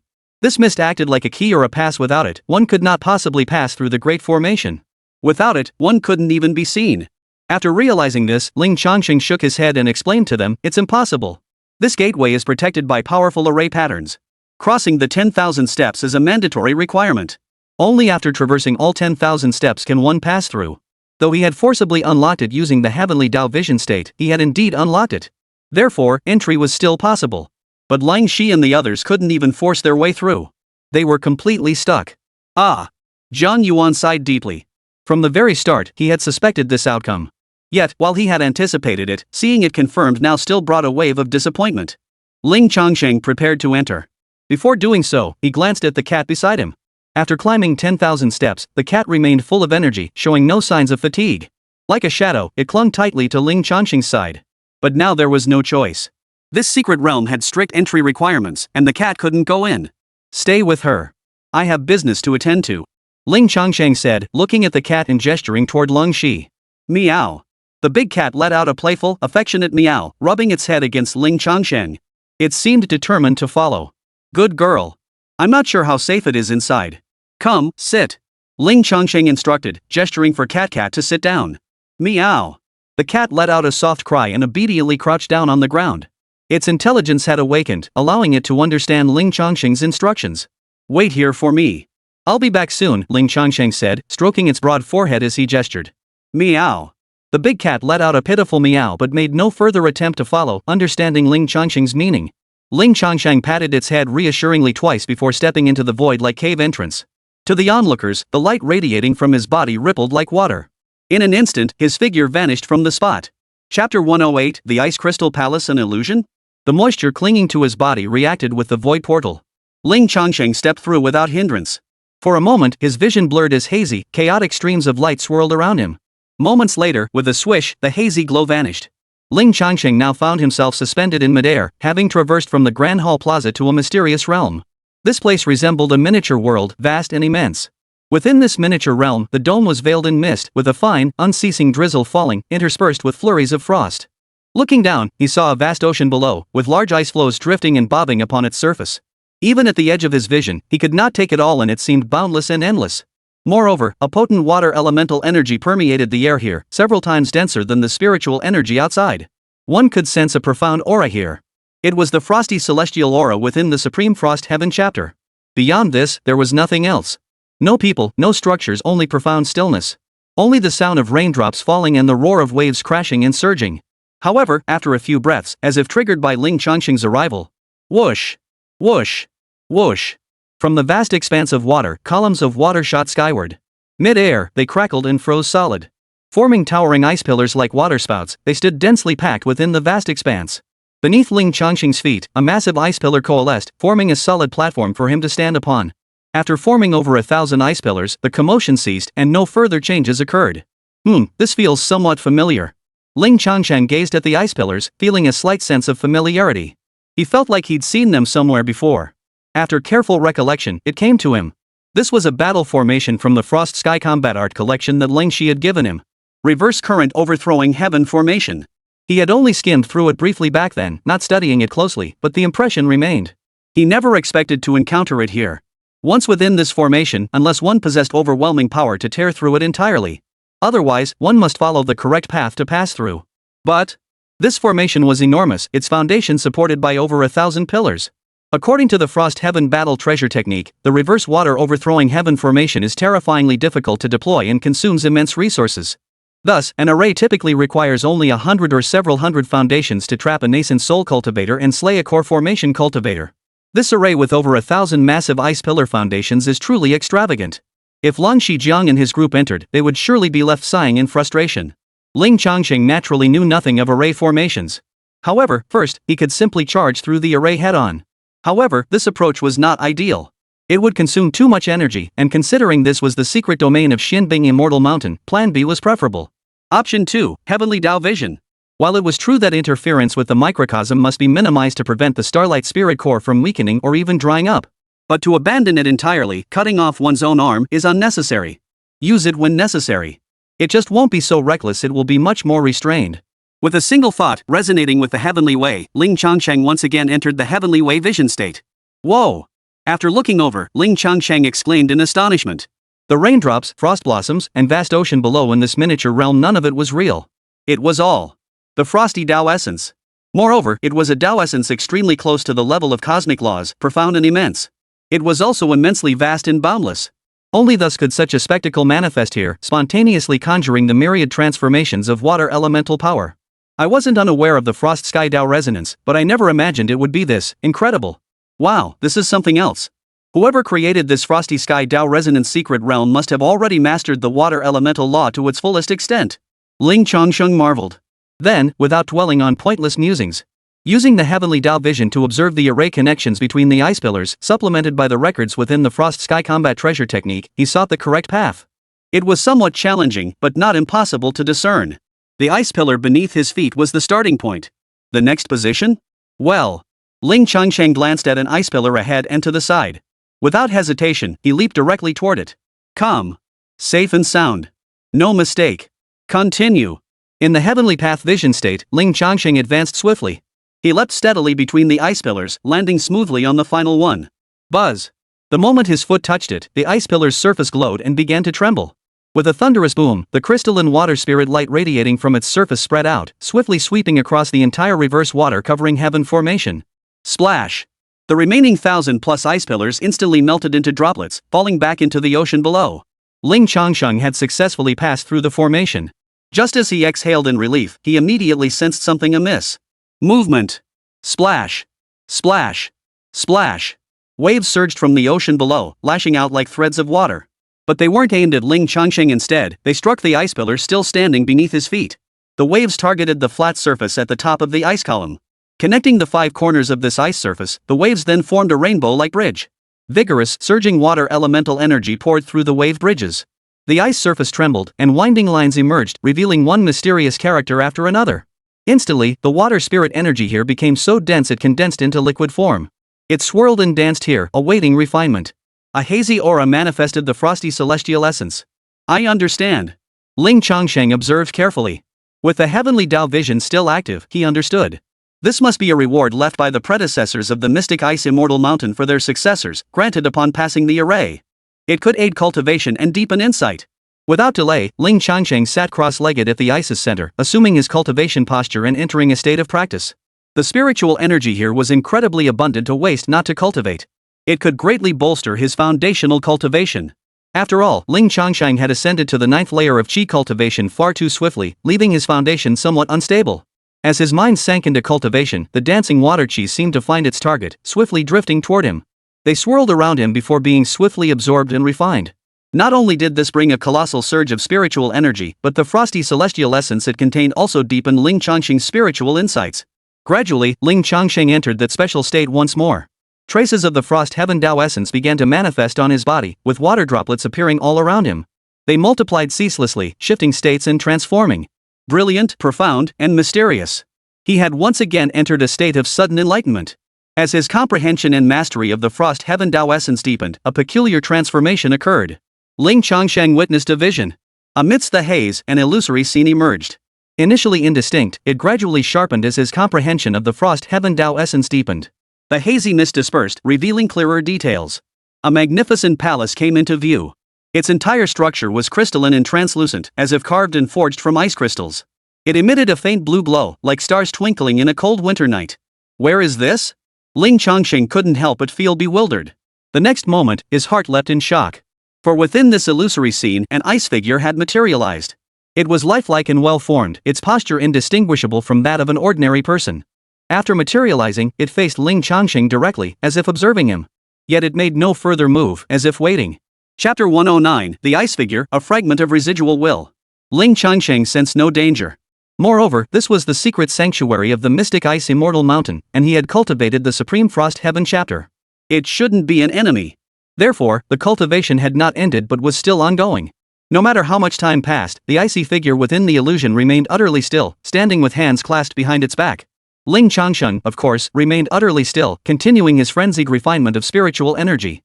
The spiritual energy from the microcosm, once converted into his own, was undoubtedly significantly diminished. It was like a distillation process. Thus, even though the quantity here was immense, Ling Changsheng had no worries whatsoever about it overwhelming him during the refinement process. Gradually, Ling Changsheng noticed that the ice crystal figure seemed to stir. It seemed to furrow its brow? But upon closer inspection, he couldn't quite make it out. Never mind. Ignore it. Continue. But not long after, he sensed movement from the ice figure again. This time he was certain it had definitely furrowed its brow. It possesses sentience? Ling Changsheng was startled. But since it remained still, Ling Changsheng stayed put. He continued. Yet this time, after only a brief moment, the ice figure seemed unable to sit still any longer. Its indifferent expression shifted, replaced by a look of astonishment.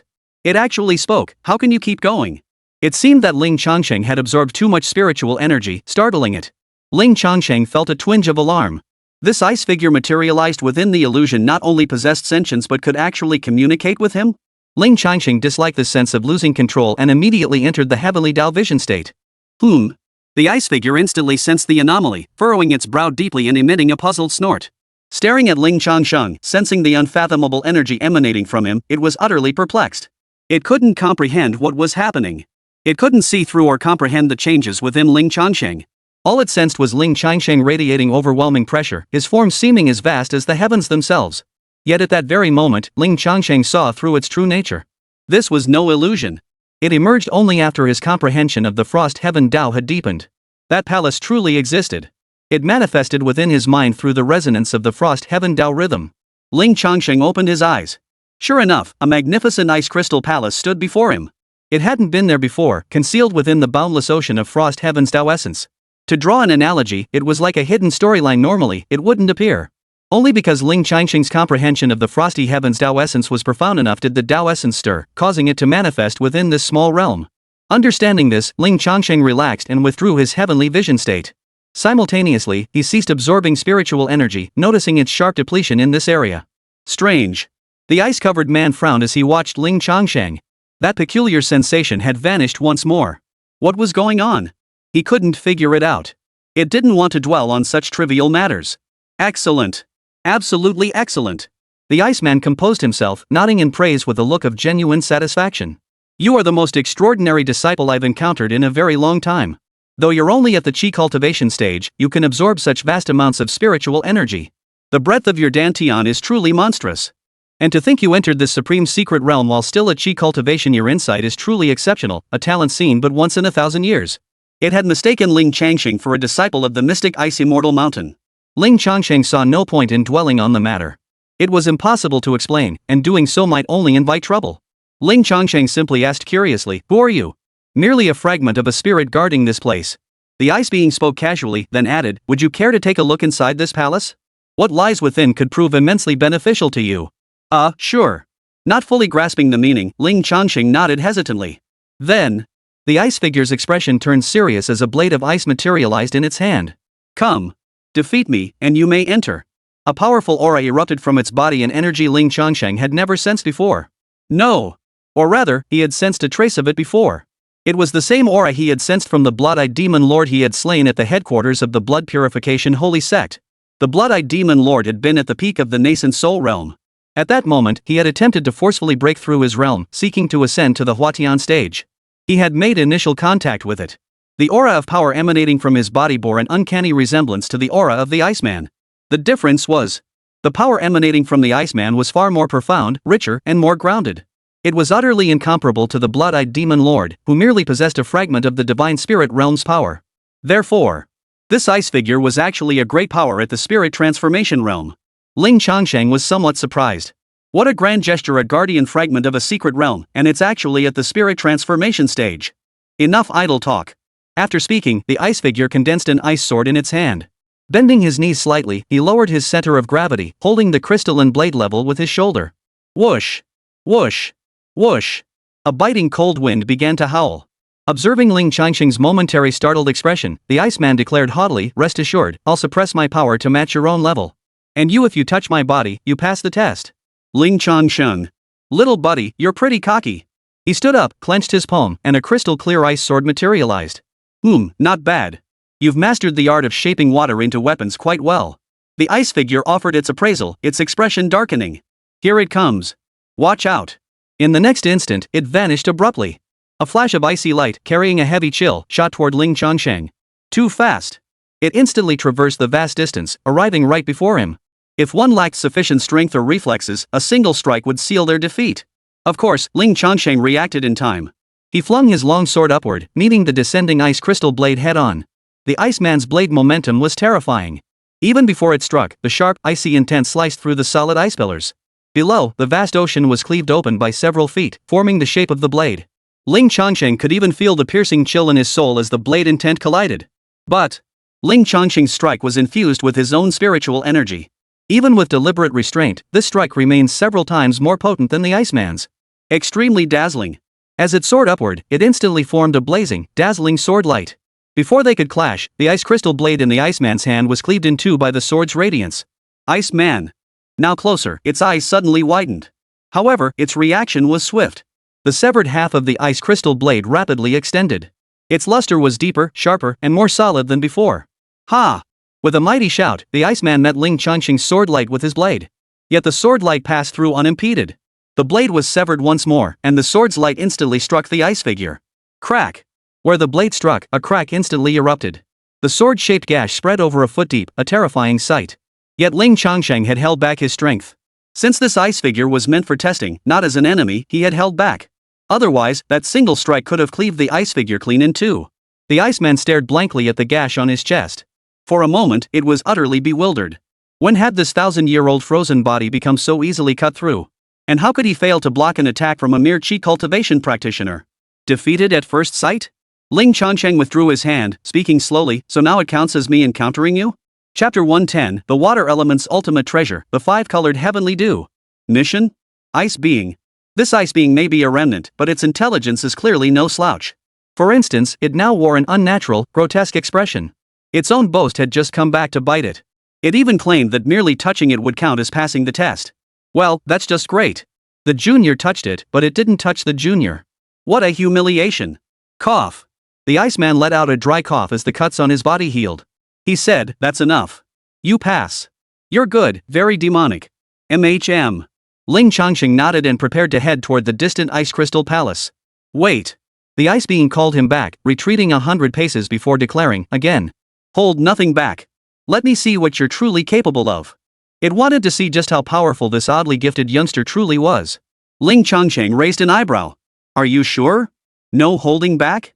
Absolutely, the ice being declared. Even if you shatter me? You won't shatter it. The Iceman paused for a breath before continuing. Even if you do shatter it, it's no problem. As long as I'm here, I can restore myself. Very well, as you wish. Ling Changsheng nodded. He raised his sword, crouched slightly, aligning the blade with his shoulder. This was the opening stance of the close quarters combat technique from the Frost Sky battle art. The Iceman seemed to favor close quarters, so Ling Changsheng would oblige. Your close quarters combat technique seems a bit rusty, the ice figure remarked from 100 feet away, frowning. Because. Ling Changsheng's gaze grew icy as he slowly replied, I am invincible. No one dares challenge me to hone my skills. With each word spoken, his aura surged explosively. Spiritual energy surged into the ice crystal sword, its blade humming as turbulent energy rippled through the air. Simultaneously, the water attribute spiritual energy and Tao essence within this miniature realm were all stirred into motion. Whoosh! Boom! A violent storm erupted, its fury propelled by the overwhelming force, lashing out like hailstones. Beneath the ice pillars, the vast ocean churned into terrifying waves, crashing with deafening roars. Hiss! Though not truly human, the ice figure still instinctively drew in a sharp breath. Just as he was about to say Ling Changsheng was talking big and didn't know his place. But witnessing this scene, words failed him. This is the commotion of a chi refining realm cultivator? Could it be that after staying inside for so long, the outside world now refers to the spirit transformation realm or even higher realms as chi cultivation? But there was no time to ponder further. A spiritual glow erupted from his body, deflecting the rain pellets hurled by Ling Changsheng's momentum. Then, the Iceman's expression turned utterly serious as he unleashed his full power. He didn't attack, instead preparing to defend. After all, it was a Huatian cultivator, while this junior, though peculiar in every way, was ultimately only at the chi refining stage. It feared injuring him. The next instant, Ling Changsheng's power was fully charged. He moved. Sword style, severing the sea. With a deep shout, his figure vanished from the top of the ice pillar. In the blink of an eye, he materialized 100 feet away, standing directly before the Iceman. The long sword in his hand, radiating blinding light, came crashing down. What appeared to be an ordinary slash contained unparalleled, terrifying power, unstoppable, capable of cleaving the sea itself. Under the overwhelming pressure utterly unrelated to chi cultivation, indeed worlds apart, the Iceman felt completely immobilized. Unbelievable. How could this be possible? The thought flashed through his mind as the Iceman unleashed his full strength, coalescing a crystalline pool of water before him. It appeared indistinguishable from ordinary water, yet it was a potent defensive spell capable of slowly dissipating overwhelming force within its depths. But, boom! That peerlessly powerful sword strike, upon plunging into the water, did not slowly dissipate. Instead, an immense explosion erupted, blinding light flaring at the point of contact. Terrifying ripples radiated outward instantly, centered on the two combatants. The ocean below erupted with a thunderous roar, exploding upward 100 zhang high. The next instant. Shoo! The watery expanse summoned by the Iceman was cleaved apart. The long sword pierced through, striking the Iceman with brutal force. Even with its summoned ice shield, even with its self-enchantment. It was all useless. It held out for only a few breaths under the sword's pressure. Under Ling Changsheng's relentless infusion of power, it could no longer withstand the assault. Crack! Boom! The ice being was cleaved apart by that single strike. His entire body was cleaved apart, then shattered into fragments by the raging spiritual energy. Fragments shot out in all directions, scattering far and wide. Ling Changsheng hovered in midair, waiting. After 2 or 3 breaths, streaks of spiritual light shot toward him. They converged not far before Ling Changsheng, and the ice figure began to reform. As it had stated, here, as long as the frosty heaven's essence and spiritual energy remained undispersed, it could reappear. Though its body bore numerous cracks, it wouldn't be restored immediately. Time was needed for repair. Gazing at Ling Changsheng, its expression was deeply complex. After holding back for ages, he finally blurted out, "Is the chi cultivation stage really this absurd nowadays? I'm different." "The circumstances are different," Ling Changsheng shrugged. The ice person was curious and asked, "How exactly are things different?" "Hard to explain." "All right." He shook his head helplessly. Though he didn't know the reason, at least he understood this kid wasn't practicing chi cultivation normally. That thought brought him some measure of comfort. Putting the matter aside, the Iceman nodded. Your power is terrifyingly formidable. Your future potential is beyond measure. Perhaps I could entrust you with certain special items and a mission. Ling Changsheng, special things? A mission? Yes. The ice person nodded. My very existence here is to await a successor of the Xianbing Immortal Mountain with sufficient aptitude, to whom I may entrust this object.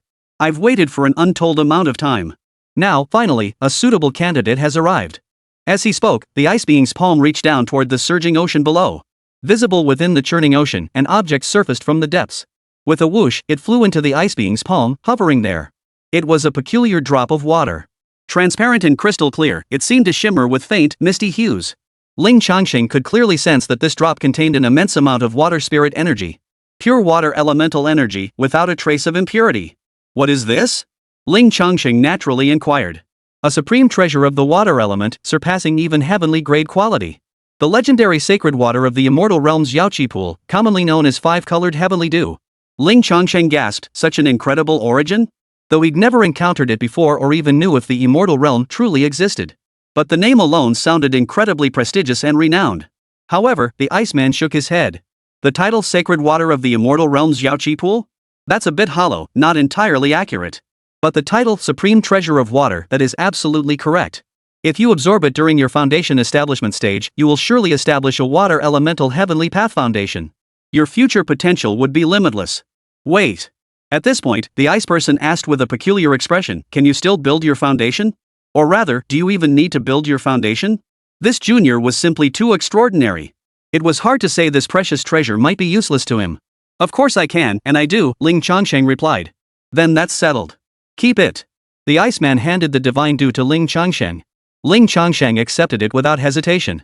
This item was indeed useful. With this, he now possessed the gung metal primordial chi required for the Supreme Golden Radiance chapter, as well as the five-colored heavenly dew needed for the Supreme Frost Sky chapter. 2/5 of the progress was already complete. Thanks. After expressing his gratitude, Ling Changsheng inquired, and what exactly is this mission you mentioned earlier? You'll have to see for yourself. The ice being said, handing over an ice crystal key, go to the Ice Crystal Palace. Once inside, you will understand. Chapter 111, The Supreme Five Elements Sutra, General Principles. What is that place? Ling Changsheng gazed at the serene, majestic palace before him and inquired. The ice being replied, the relics I guard were left behind by the ancestors of the mystic Ice Immortal Mountain. They serve both to preserve the legacy and to hold the regrets of those who came later. No need for further questions. Once you enter, you will understand. And you? I shall continue my slumber, guarding this place. Ling Changsheng nodded, then paused before pressing further. You said you are a lingering remnant. Whose remnant are you? Might you tell me? What's there to say? The Iceman shook his head, speaking slowly, I perished long ago. This form is merely a lingering remnant. There's nothing to dwell on. I see. Ling Changsheng fell silent, choosing not to press further. He looked up, carefully examining the magnificent Ice Crystal Palace. Its architectural style bore a striking resemblance to the imperial palaces of the real world, yet it also possessed distinct differences. It lacked the dazzling gold and vermilion hues, the red tiles and glazed roof decorations. Instead, it was entirely crystalline and translucent, emitting a faint blue glow. Moreover, though forged from crystalline ice, it seemed crafted with some unique method that prevented Ling Changsheng from seeing inside the palace. At that moment, the ice being pointed toward a distant ice pillar that stood steadfastly in the ocean, never melting. Go, it said. I shall continue my slumber. Should you wish to leave this place, return to that ice pillar and activate the formation upon it. With that, it melted inch by inch, sinking into the ocean below. Ling Changsheng, clutching the five elements heaven dew and the ice crystal key it had given him, vanished in a flash and materialized before the palace gates. The massive doors stood tightly shut, revealing no cracks or keyholes. The aura emanating from the gates made it clear to Ling Changsheng that they possessed an authentication mechanism. No key was needed, only the same source of spiritual energy as the Supreme Frost Heaven chapter could push it open. The key given by the ice being must serve another purpose. Moreover, a plaque hung above the palace, inscribed with the words, Frost Heaven Dao Palace. The name was hardly surprising. After reading it, Ling Changsheng used his spiritual energy to push open the ice crystal door. The interior scene unfolded before his eyes. Vast. Incredibly vast. The interior was vast and empty, devoid of anything, with nothing but emptiness all around. It wouldn't be an exaggeration to call it bare walls. Ling Changsheng was puzzled. He turned to look behind him, intending to ask the ice figure. But it had already returned to the ocean, silent and still. With confusion lingering in his mind, he stepped inside. The interior space was quite large. If scaled proportionally, this palace would be about the size of a real university sports field. Unfortunately, it felt too empty. The Iceman had mentioned that this place stored ancestral relics, but I saw none of that. After careful observation, he finally spotted something. At the very deepest part of the interior, there was an altar-like structure, also crafted from ice crystals. Whoosh! Ling Changsheng flashed forward to the altar. Upon arrival, the ice crystal key in his hand suddenly trembled and glowed. Then, it flew out of Ling Changsheng's hand and landed on the altar. Slowly melting into water, it sank into the altar. The altar trembled violently, erupting with invisible ripples that spread outward. As these intangible ripples spread, it felt as though a barrier had been swept away. In the empty hall, inch by inch, objects began to materialize. Quite the elaborate setup, all these precautions. Ling Changsheng muttered. It was clear that the previous invisibility was a precaution. Only by entering with the key could the objects be revealed. These objects were shelves resembling bookcases, each holding a vast collection of jade slips. Ling Changsheng glanced casually and saw various names engraved on the jade slips. All were cultivation techniques and spells, each with 3 identical copies. His spiritual sense counted over 10,000 jade slips stored here. This must be the entire foundation of a sect, recorded and stored here. These matters can be discussed later. What matters more is the altar. Beyond emitting intangible fluctuations that revealed these manuals, the altar possessed another unique quality. 2 objects appeared upon it. The first, a palm-sized jade tablet engraved with small characters. The Supreme Frost Heaven chapter. Upon scanning it with his spiritual sense, he discovered this was the complete text of the chapter, reaching the most profound realm of transcending tribulation. Ling Changsheng naturally committed it all to memory. This was a splendid acquisition. Previously, Ling Changsheng had only reached the golden core realm. Now, he had a path forward. Though for the present moment, it wasn't particularly useful. Second, a yellowed piece of paper bore several lines of text. When the water formed from the ice crystal key touched the paper, an anomaly occurred. The paper began to emit spiritual energy, weaving through the air. Soon, it coalesced into a figure composed of spiritual energy, resembling a projection from days gone by. It was a man, clad in a simple white robe, his hair flowing freely, exuding an air of carefree nonchalance. Yet, upon closer look, one could detect a hint of melancholy and desolation. Without turning, the spiritual energy vibrated, emitting a voice. Heaven is shattered, earth is broken. This realm shows its utter decay. The path ahead holds no continuation. Alas, I was born in the wrong time. After this melancholy lament, he continued, later Comer, the fact that you can see this message proves your aptitude and potential. Go in my stead to gather the complete 5 Elements Sutra and restore the glory of the Supreme Palace. He too sought to collect the Supreme 5 Elements scripture? Why? Ling Changsheng never held back questions if he wanted to ask, he asked outright. But clearly, the image preserved in this letter possessed no sentient mind. It could not respond.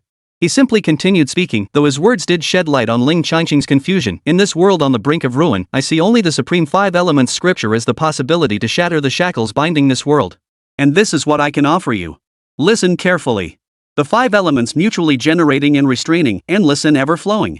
What he now conveyed seemed like a scripture, a cultivation method. Ling Changsheng listened intently, carefully committing it to memory. Before long, the man finished his narration.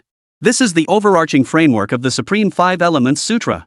Legend says the core principles contain the connections between all chapters of the 5 Elements Sutra, and indeed, this is true.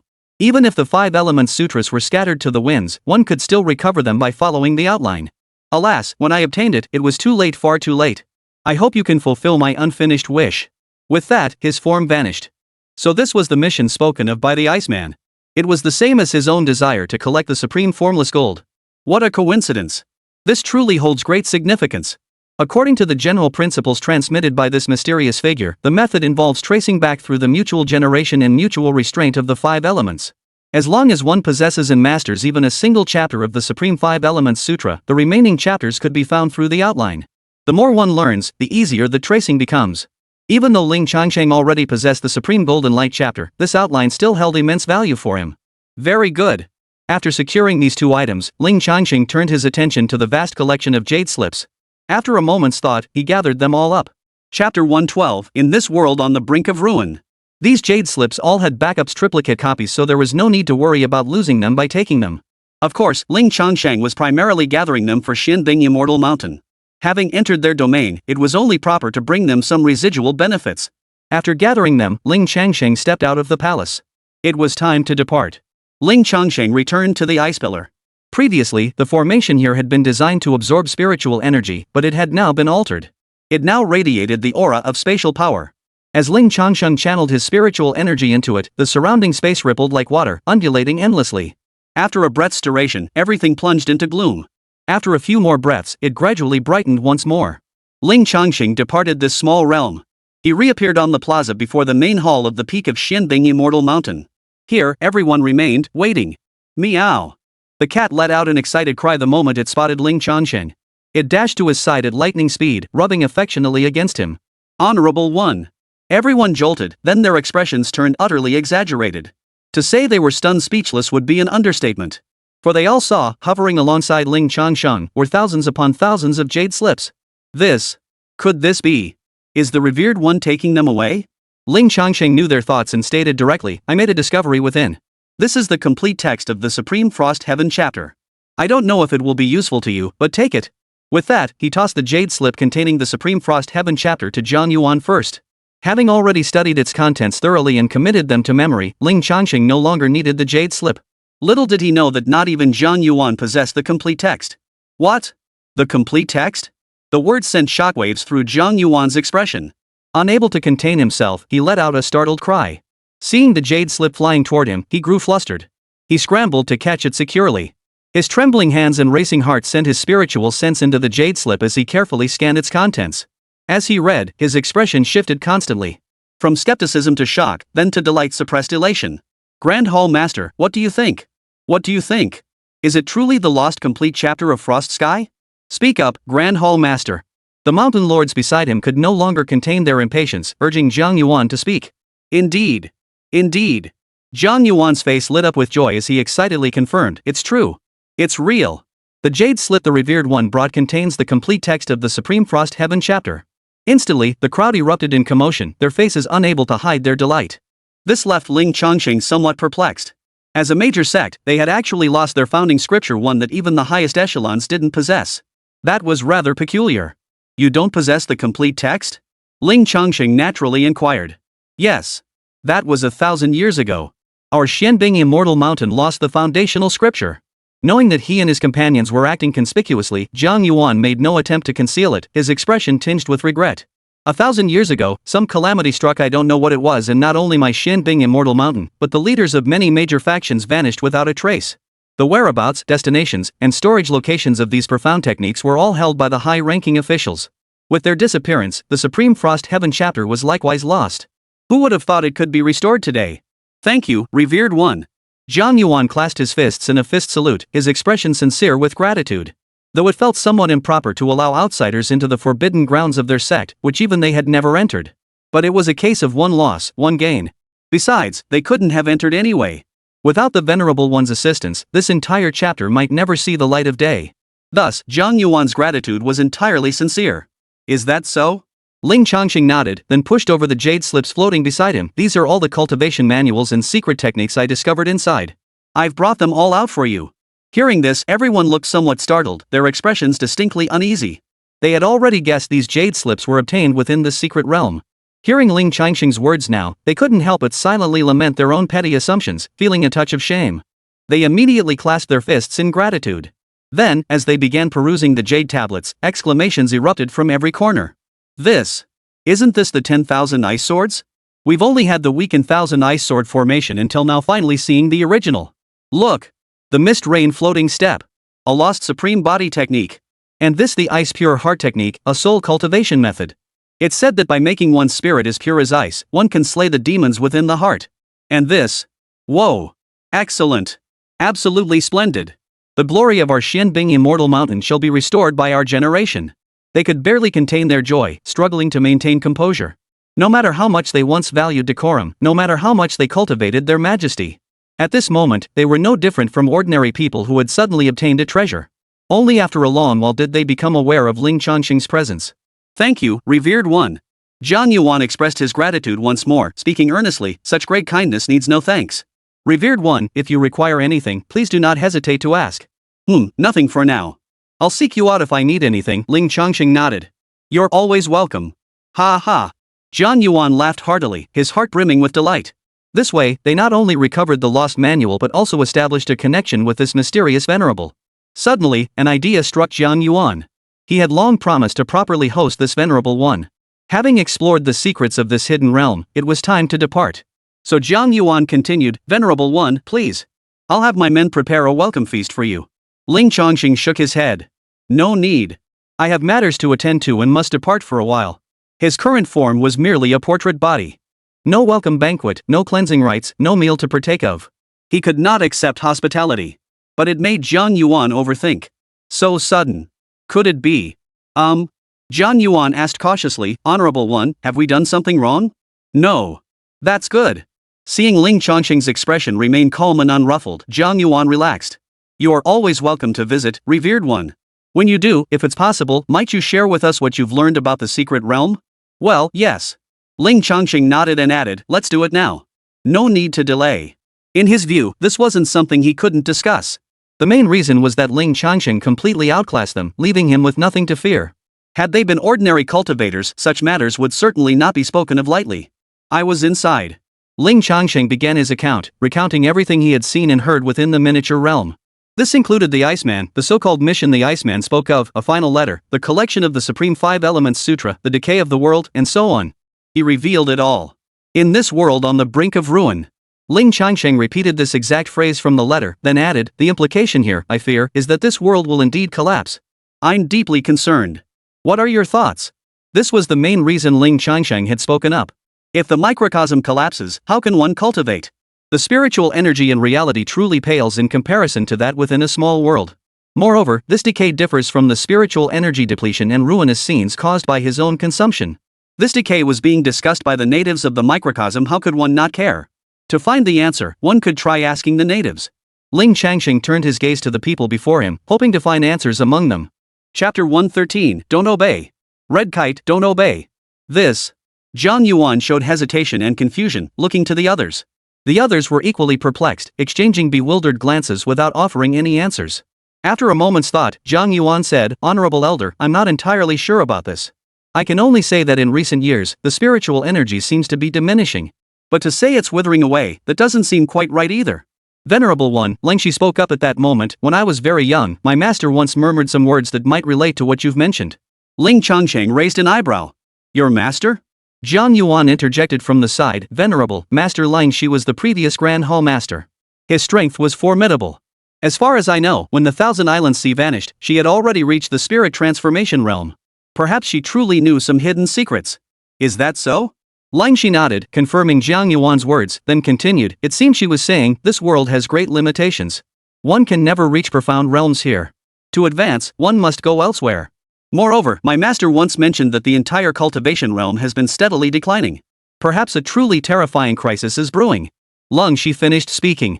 A heavy silence fell over the place. His words inevitably carried a sense of worry and anxiety. Seeing this, Ling Shi offered reassurance, it might not be so. I was very young back then, and it was so long ago perhaps my memory is faulty. The others forced a couple of strained smiles, but their worries hardly lessened. Instead, a sense of urgency welled up within them. Had these words come from anyone else, they wouldn't have believed them. But now, they came from the sect's founding ancestor and Ling Shi's own transformation spirit realm master. And with that mysterious and powerful Venerable One watching over them, it was likely true. Regardless, grow stronger as quickly as possible. The future is not necessarily set in stone. Ling Changsheng offered a word of encouragement. His words were primarily meant to encourage Ling Shi and young Xinyue, as their destinies held different fortunes. Though unproven, the star spirit core of the microcosm would likely grow stronger alongside them. Then, even if terrifying dangers arrived, there would be someone to bear the brunt. After glancing at the sky, Ling Changsheng decided to return to reality. His old habits remained ingrained, it was time to rest. Besides, today had been quite eventful, it was time to rest. Before heading back, Ling Changsheng glanced at the cat beside him, who was acting exceptionally lively and affectionate. It was truly very dependent on him. Well then, let's see if I can bring it into the real world. Ling Changsheng entered the heavenly path vision state, attempting to send the cat into reality. The result, still no luck. That viscous force appeared once more. At the same time, Ling Changsheng understood why the cat couldn't be taken out. At the brink of death, the kitten was revived within the microcosm by Ling Shi using various potent elixirs, causing profound changes to its body. At the very least, it now possessed spiritual energy. It was precisely this spiritual energy that had allowed it to survive. However, the kitten still couldn't cultivate magic. Once it left the microcosm, the spiritual energy within its body would spontaneously dissipate. There was nothing to be done about it. Ling Changsheng looked at Ling Shi and said, "You take care of it for me first. If the opportunity arises and a suitable cultivation method is found, let it practice." "Got it." Though confused by the request, Ling Shi nodded quickly. "Go now. Stay by its side." Ling Changsheng addressed the kitten, gesturing for it to approach Ling Shi. "Meow." The cat seemed to grasp the meaning, immediately letting out a pitiful cry filled with pleading emotion. That soft, innocent voice truly melted hearts. But there was no other choice. It was a matter of life and death for the cat, so this was the only course of action. "Good girl, be good. I'll come visit you often." Ling Changsheng stroked its head, offering comfort. "Woo woo." The cat nudged Ling Changsheng's hand with its forehead before walking to the edge of the cold stream. Still obediently following along. "It's time." As Ling Changsheng spoke, his consciousness withdrew from the portrait. To outsiders, it appeared as though the venerable figure suddenly radiated brilliant light. When the glow faded, his form had vanished. All that remained was a portrait. It floated spontaneously in midair, neither falling nor gathering dust. Everyone present, except Ling Shi who had witnessed this before, wore expressions of utter bewilderment. "Ling Shi, what the?" Jiang Yuan looked at Ling Shi, utterly bewildered. Ling Shi explained, the venerable one didn't descend in his true form. Instead, his divine soul entered the portrait and materialized a body. "Jiang Yuan. You didn't say anything before, but now that you have, I'm even more shocked. Just descending a divine soul into a portrait, is this terrifying? Knock me flying with a single punch. How powerful must the true form be? The mountain lords. Honored one, could it be an immortal?" A mountain lord suddenly spoke up in the silence. He drew another wave of silence. Yet in their hearts, this possibility began to grow. After a long pause, Jiang Yuan declared with unwavering certainty, "We must treat this venerable one with utmost respect. We absolutely cannot antagonize him." At that moment, the divine being they had witnessed had already returned his consciousness to his physical form. Opening his eyes, the first thing he saw was a pair of crystal-clear, crimson pupils. It was Hong Yan, of course. She must have grown bored from staying too long in the miniature world. He had no idea how long she'd been watching him. "Husband, you're back?" Seeing Ling Changsheng open his eyes, Hong Yan immediately called out with a smile. She seemed to know Ling Changsheng's main consciousness wasn't present in his body. "Machem, I'm back." Ling Changsheng nodded with a smile. He. Clutching Ling Changsheng's hand, Hong Yuan giggled playfully for a moment before suddenly pouting, "Husband, hungry, food." Ling Changsheng raised an eyebrow, amused. "Did you learn that phrase from your phone?" Yep. I didn't even need you to teach me, I'm smart, right?" Hong Yan's eyes crinkled with pride as she beamed. Impressive. Ling Changsheng praised her with a smile as he headed toward the kitchen, asking, "Do you want spiritual energy or something else?" Regardless of what Hong Yao wanted to eat, he needed his meal. Cultivating qi? Not until he reached the stage of fasting. Even if he did reach that stage, Ling Changsheng wouldn't willingly give up the pleasures of the palate. In fact, the thought of being able to eat freely without worrying about weight gain because he was cultivating immortality was downright thrilling. "I want to eat food." Hong Yao chirped excitedly, clinging to Ling Changsheng's side like a kitten. The spiritual energy absorbed within her body remained intact, and her dantian hadn't yet felt hungry. Ling Changsheng noticed that Hong Yan hadn't just picked up some trendy internet slang, she seemed to have learned how to chop vegetables too. While Ling Changsheng prepared dinner, she offered to help. Though she was rather clumsy at it. Before long, their hunger was satisfied. Time to rest. Inside the room, Ling Changsheng and Hong Yao stared at each other, locked in a tense standoff. He held bedding and pillows in his hands, trying to place them in Hong Yao's grasp, but she refused to take them. Her cheeks puffed out like a sulking child, and she even glared at Ling Changsheng. Quite the little brat. But the problem was, Ling Changsheng sighed helplessly, "Didn't I tell you? You should sleep in another room for now. We'll talk once your memory returns." "No way." Hong Yan planted her hands on her hips, her stance full of defiance. "I want to sleep with my husband." "Sweetie, be good. Wait until your memory returns." Ling Changsheng adopted the soothing tone reserved for calming a cat. "No way. Hong Yan won't be good." Hong Yan shook her head like a rattle. She ducked low, slipping under Ling Changsheng's arms. With another leap, she landed on the large bed in the room and began rolling around on it. Chapter 114, What a Nightmare. Testing cadres day in and day out. The current situation, well, that's the situation. It was already late time to rest. Ling Changsheng had intended to let Hong Yan sleep alone in another room, but she refused. She insisted on staying with him. Watching her toss and turn on the bed, acting like a stubborn child, Ling Changsheng couldn't help but laugh and cry at the same time. What kind of brain does this girl have? Even if she'd lost her memory, this was a bit simple-minded, wasn't it? For a moment, Ling Changsheng was at a loss, unsure how to handle her. Seeing Ling Changsheng's hesitation, Hong Yan launched her pitiful appeal. With an endearingly pitiful expression, she gazed at him with wide, pleading eyes. "Husband, I don't want to sleep alone. I'm scared." Ling Changsheng could tell this wasn't entirely feigned. Some genuine emotion was mixed in. Perhaps it was connected to her sealing within that peculiar crystal. Even with her memories lost, the loneliness endured during that sealing was deeply etched into her subconscious. At this thought, Ling Changsheng felt a surge of tenderness in his heart. Alright. You can sleep here. Relenting, Ling Changsheng pointed toward the bathroom. Stop rolling around on the bed. Go take a shower. Yay! Hong Yan's face lit up with joy as she giggled and ran into the bathroom. But soon, she poked her head out again, looking a bit confused. How do I wash? Ling Changsheng was speechless. He had no choice but to step forward and show her how to use it. This is the shower head, this is the switch, and this button adjusts the temperature. This is the bathtub. You can soak in it if you like. A villa really is something else. The bathroom alone was twice as large as Ling Changsheng's entire previous rental apartment. All the toiletries were top of the line, and there was even a bathtub 2 meters wide. Splash, splash. Ling Changsheng lay on the sofa in the bedroom, watching TV. Yet the constant sound of running water from the bathroom kept distracting him, filling his mind with wandering thoughts. In his mind, yesterday's scene kept replaying. Hong Yan's clothes falling away, revealing skin as fair and luminous as jade, that mesmerizing peach blossom hue. Damn it, testing officials day in and day out. Ling Changsheng let out a long sigh, struggling to suppress these thoughts. The itch in his heart was there, yet he couldn't act on it. Though his relationship with Hong Yan had grown quite intimate. And they had shared even more intimate moments.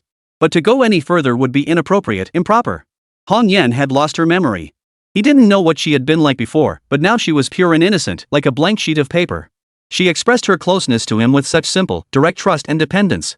Ling Changsheng didn't want to hurt such an innocent girl. Otherwise, how could he face her once Hong Yao regained her memories? He could only grit his teeth and endure, striving to control himself. Ling Changsheng channeled the spiritual energy within his dantian, letting its icy chill permeate his body to cool his fiery emotions. Once he had somewhat calmed himself, the bathroom door opened. Ta-da! I'm all washed up. Before she appeared, a cheerful, energetic shout filled the air. Then, Hong Yan burst out of the bathroom. Ling Changsheng? Seeing Hong Yao, Ling Changsheng froze, the spiritual energy surging within him instantly dissipating. Ha! The scattered spiritual energy caught Hong Yao's attention. Instantly, her tiny feet stomped on the floor. Whoosh! She soared upward, leaping toward Ling Changsheng, who was half reclining on the sofa, and crashed into his arms. Thud! Her soft, fragrant body was nestled in his arms, yet Ling Changsheng felt completely numb. He looked down to find a perfect expanse of jade before him, milky smooth, white as if reflecting light. Drops clung to her skin like dew on a peach after rain. At this moment, the peach looked especially tempting, making one's mouth water. Hong Yan! Ling Changsheng snapped his head up, his teeth clenched as he murmured the names Hong and Yan. Simultaneously, he gathered the scattered spiritual energy within his body, reordering it to restore calm. What's wrong, honey? Hong Yao straddled Ling Changsheng's lap, blinking innocently at him with a look of pure bewilderment. A faint arc of light flickered between her nostrils. She was absorbing the spiritual energy Ling Changsheng had released. For some reason, even though she possessed her own spiritual energy, she felt an unusual fondness for Ling Changsheng's. The moment a trace escaped, she immediately came to absorb it. You? Ling Changsheng rolled his eyes, his hands not knowing where to rest. He gritted his teeth and said, "Didn't I tell you to wrap yourself in a bathrobe when you came out? You just ignored me." He.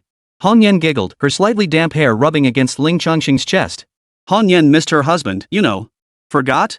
Ling Changsheng gritted his teeth, speechless, and could only urge her impatiently, alright. Get down already. No way, hold me some more, Hong Yan whined, wriggling her body against his. That extreme softness made his heart race. Smack! In his panic, Ling Changsheng instinctively reached out and slapped her. Given their position, the most accessible spot to reach was naturally. Ya! Hong Yao, who had been clinging to him, jolted awake, reaching back to rub her rounded, pert behind. Husband, that hurt. Why did you hit Yen? Hong Yan pouted, looking utterly aggrieved. Ling Changsheng didn't know how to explain. Even if he explained, this little girl wouldn't understand. He simply reached out to lift Hong Yao, intending to toss her onto the bed. But the moment his hands touched her, his heart fluttered even more. His palms were filled with the ultimate soft, springy sensation. Moreover, as she was lifted, Hong Yao instinctively wrapped her legs around Ling Changsheng's waist. This was too damn dangerous. Ling Changsheng felt his blood boiling. He drew a deep breath, desperately suppressing the lustful thoughts surging within him. He swiftly moved to the bedside, gently placing her on the mattress. His voice was slightly hoarse as he said, "Let go. I'm going to wash up. You can play with your phone." Okay. Hong Yan didn't notice anything amiss at all, her legs sliding down from Ling Changsheng's waist. She picked up her phone, her attention now fully absorbed by it. Phew! Ling Changsheng could finally relax a little. He casually pulled the thin sheet over her and fetched a nightgown for her. When I come out later, you better be dressed properly, or I'll get mad. Ling Changsheng warned, deliberately scowling to scare her. Okay. Hong Yan nodded earnestly. After that, Ling Changsheng went to wash up. When he returned, Hong Yan was indeed dressed, snuggled up in the covers, scrolling through her phone. As soon as Ling Changsheng lay down beside her, she immediately snuggled up close. She grabbed his arm, nestled into his embrace, and continued scrolling through her phone. This relaxed Ling Changsheng a bit. At least she wasn't tormenting him anymore. Sleep. That night proved somewhat difficult to endure. Hong Yan knew nothing about matters between men and women, so she wouldn't take any inappropriate actions on her own. But her unconscious actions were quite bold indeed. Not to mention, sharing the same bed. What could a mere nightgown possibly conceal? It was truly agonizing. It wasn't until midnight that Ling Changsheng finally drifted off to sleep. Chapter 115, In the Glittering Sunlight. The morning of the second day. Ling Changsheng slowly awoke. Before fully opening his eyes, he felt a heavy yet soft sensation on his body. When he finally opened his eyes, the first thing he saw was Hong Yan. She clung to Ling Changsheng like an octopus. Her head rested on his chest, emitting soft snores, adorable and innocent. He carefully got out of bed. Just as he was about to gently move her head aside, Hong Yao suddenly woke up and opened her eyes. Hong Yao emitted a drowsy nasal sound, instinctively wrapping her arms around Ling Changsheng's neck and tangling her legs around him. Let go. It's time to get up, Ling Changsheng said impatiently. Yan's so sleepy, not awake yet, can't hear you. Hong Yan kept her eyes closed, whining and acting spoiled. I need to get up and make breakfast. Get up now. Snore, snore, snore. Hong Yao simply stopped talking, closing her eyes and deliberately making snoring sounds. Left with no choice, Ling Changsheng had to lift her out of bed. Fortunately, his cultivation had greatly increased his strength, so carrying her alone was no problem at all. Brushing teeth, washing face. He even brushed the teeth and washed the face of the lazy bug on his body. Then to the kitchen, where he whipped up a simple meal to fill their stomachs. During the meal, the notification sound from his phone rang out. He opened it to find a message from Mu Xiong. Brother Ling, my granddaughter has arrived in Guangzhou. Are you free at noon? We'd like to come over. Sure, I should be free at noon, Ling Changsheng replied briefly. After finishing his meal, there was still plenty of time left. The two watched TV in the living room, with Hong Yan naturally nestled in Ling Changsheng's arms. Ling Changsheng pondered finding something to occupy himself. Idleness could lead to trouble. It was easy to get worked up. For now, the items obtained from the Myanmar fields had been properly arranged. They were waiting for Yendong to complete its refinement. As for the seed of that mysterious fruit, the timing was not yet ripe. This fruit was too extraordinary. Ling Changsheng feared that planting it prematurely would drain all the spiritual energy from the microcosm. Only when the time is right will it be planted. Ling Changsheng has already ordered a large quantity of supplies. Upon their arrival, he will begin preparations. Maximizing high-energy substances, frantically replenishing spiritual energy, and then planting the mysterious seed. This approach would be far more prudent. As for the previously mentioned plan to cultivate the chosen one of destiny within the microcosm to strengthen the stellar spirit core. This preliminary arrangement had been made, with the first fruits given to Long Shi and Yang Xinu. It remains to be seen whether the stellar spirit core will grow stronger alongside them as they refine and utilize these fruits. As things gradually fell into place, Ling Changsheng knew what needed to be done, right. First task, check if they've refined the initial fruits. The second task, the Supreme Golden Light chapter. He had long since obtained the map from the storage ring of the Blood-Eye Demon Lord, the ancient ancestor of the Blood Purification Holy Sect. But he'd been bogged down by trivial matters and hadn't yet found time to retrieve it. Now that Mu Xiong hadn't brought his granddaughter over yet, he still had some time. He should be able to handle it. With that thought, Ling Changsheng extended his spiritual sense. His body remained seated on the sofa, yet his spiritual sense had already entered the box world. After a brief survey, the concentration of spiritual energy had increased slightly. This was the result of yesterday's high-energy substance being converted within normal parameters. With a flick of his thoughts, the stellar spirit heart materialized. No changes. Did Long Shi and Yang Xinyue actually use the initial fruit? Ling Changsheng wondered. Then, he summoned the portrait with his spiritual awareness, intending to manifest through it. This god's eye view, while offering unobstructed clarity, lacked the intrigue of a first-person perspective. The first-person perspective felt like stepping into another world. To experience it firsthand, to wander through it, to appreciate the boundless splendor of this mystical realm, to directly savor its subtleties and mysteries. Within the microcosm. Xianbing Immortal Mountain, third peak. This peak is under the jurisdiction of Lingxi. At the summit, within the Grand Hall. Unlike the main peak, the Grand Hall's atop subsidiary peaks served as the cultivation grounds for each mountain's master. At this moment, in the front hall of the Grand Hall, Ling Changsheng's portrait, brought back by Long Shi, hung here. Not far before the portrait, Lingxi sat cross-legged, deep in cultivation. Beside her, cat lay sprawled out, snoring soundly. When Ling Changsheng emerged from the portrait and the image reformed, the cat seemed to sense it. Its nose twitched a few times before its eyes fluttered open. Spotting Ling Changsheng, it let out a joyful meow and bounded over to him in a few quick leaps. Ling Changsheng smiled, stroking its fur. This gradually calmed the excited cat. Meanwhile, Lingxi also sensed his presence and emerged from her cultivation state. Honorable one, Lingxi murmured softly, gazing at Ling Changsheng as she greeted him. MHM. Ling Changsheng nodded, glanced at the cat, and inquired, well? Have you found a cultivation method suitable for it? We found one, but... Lingxi nodded, but then added, this kitten's spiritual awareness is just beginning to awaken. It's not quite ready yet. We'll have to wait until its spiritual wisdom is more developed. The implication was clear, it wasn't clever enough yet to learn. We'll have to wait until it's smarter. I understand. Ling Changsheng nodded, then asked, did you not take the fruit I gave you last night? Lingxi explained, I handed them over to the alchemy peak for refinement, to make them easier to assimilate. Judging by the time, they should be ready by now. Then let's go check on it. Alright. Lingxi nodded. Just as they were about to depart, Ling Changsheng suddenly remembered someone. Young Xinyue. She too possessed extraordinary destiny. He had given her a first fruit as well, this matter must not overlook her. Ling Changsheng then inquired, by the way, where's that little girl young Xinyue? Hold on, I'll bring her over right away, Lingxi replied. With that, he flew out of the grand hall. Before long, Lingxi and young Xinyue flew back into the hall together. Compared to yesterday, young Xinyue had undergone even more changes. As a disciple of Xianbing Immortal Mountain, she now wore the attire of a direct disciple. The garments were splendid and elegant, far more beautiful than the coarse, shabby cloth she had worn before. The young girl now possessed a certain ethereal, childlike grace. Great Immortal, you've arrived. Yang Xinyue exclaimed excitedly upon seeing Ling Changsheng. Ling Changsheng inquired with interest, how is it? How do you feel here? It's wonderful. Yang Xinyue nodded, her eyes crinkling with joy as she counted on her fingers. The food is great, the lodging is comfortable, the clothes are beautiful, and master treats me well. Plus, so many senior and junior disciples are kind to me too. Ha! Ling Changsheng chuckled softly. Of course you do. You're the mountain master's direct disciple now. He. Yang Xinyue giggled. Xinyue thinks it's because of the great immortal.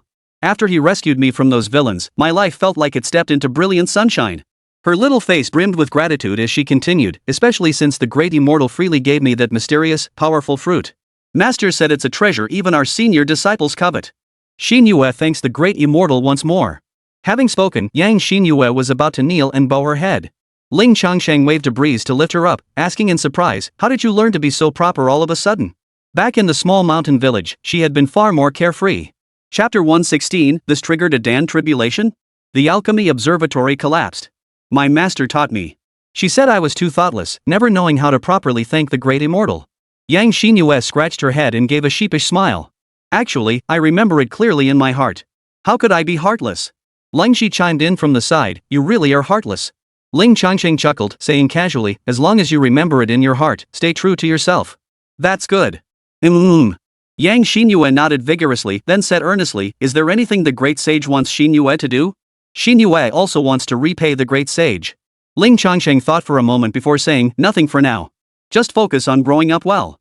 It was a perfectly normal statement. Growth carried the meaning of development on Blue Star. But in this small world, develop meant exactly what it implied. After a few seconds of bewilderment, Yang Xinyue's cheeks suddenly flushed crimson. Lingxi also froze, her expression turning slightly peculiar. What does the revered one mean by that? Has he taken a liking to that girl Yang Xinyue? No way. She's so young, only about 15. And, could it be that in the revered one's eyes, I'm less than a little girl? Not the slightest bit attractive? No. Why am I thinking these things? What nonsense am I imagining? Lingxi's heart skipped a beat. She quickly suppressed these strange, unsettling thoughts. Yang Xinyue murmured softly, I'll eat well and grow up properly. Fine. Watching her timid little bird demeanor, Ling Changsheng nodded slightly, somewhat puzzled. He didn't dwell on it, instead saying, let's go. To the alchemy peak. You're coming too. Ling Changsheng wanted to see if the starry spirit heart would shift after they absorbed the initial fruits and grew stronger. To verify his theory. Alchemy peak. The 3 humans and 1 cat arrived at the alchemy peak and flew into the grand hall. As the revered mountain master, Lingxi naturally wouldn't have disciples perform the alchemy. Moreover, the initial fruit belonged to Ling Changsheng, making it exceptionally significant. Therefore, the peak master himself would oversee the process. This master, Feng Jia, was a rare 6th-rank alchemist capable of refining heaven-grade elixirs. At that moment, a massive alchemy furnace stood in the center of the grand hall. Fang Jie sat cross-legged beside it, surrounded by onlookers. The other peak masters, including the Grand Hall Master Jiang Yuan, were all present, gathered around to observe. In truth, had it not been for the need to greet Ling Changsheng the moment he arrived, Ling Shi would have come to observe as well. Honorable Elder. Greetings, revered one. As Ling Changsheng descended through the air, a flicker of excitement passed through the eyes of the crowd. They all showed deep respect and greeted him. Even Fang Jie, who needed to tend to the alchemy furnace, spared a moment to bow respectfully. Everyone's demeanor was even more deferential than yesterday's. Ling Changsheng paid little heed to such details and inquired, "How is the situation progressing?" Fang Jie immediately replied, "It's nearing completion. We're preparing for the final step." A sweep of spiritual sense revealed 5 shimmering pools of liquid floating within the furnace. These included the 2 promised to Long Shi and Yang Xinyue, plus the 3 pledged to them upon entering the Xianbing Immortal Mountain secret realm. He didn't have to wait long. After about a quarter of an hour, Fang Jie's face lit up with joy as he exclaimed excitedly, "Soon. It will be completed shortly." At that very moment, Ling Changsheng's expression shifted. He sensed a distinct energy fluctuation emerging and gathering in the sky. Familiar, the harbinger of a thunder tribulation. Looking up, his gaze pierced through the palace roof, revealing a dark cloud mass in the sky. He wasn't alone, the others could sense this peculiar energy too. This aura, could it be the Dan tribulation? Jiang Yuan, the Grand Hall Master, exclaimed in shock. In the next instant, he decisively swung his fist, punching straight through the roof. As the sky's light poured in, everyone immediately saw the gathering thunderclouds in the heavens. It truly is the Dan tribulation. As an alchemist, Fang Jie was the first to confirm it, his face filled with shock.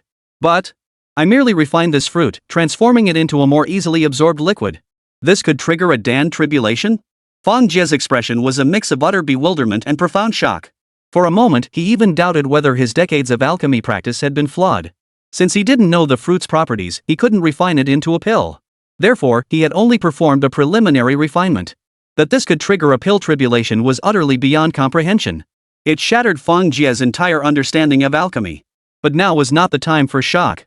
Fang Jie forced down the turmoil within his heart, his expression tense as he urged, "Everyone, stop staring in disbelief. Go and help fend off this alchemy tribulation." The group immediately stiffened and prepared to fly up. "Unnecessary. Stand down." But at that moment, Ling Changsheng spoke. He shook his head lightly, and with a flick of his thoughts. In the sky, the gathering Dan tribulation abruptly halted, ceasing its expansion.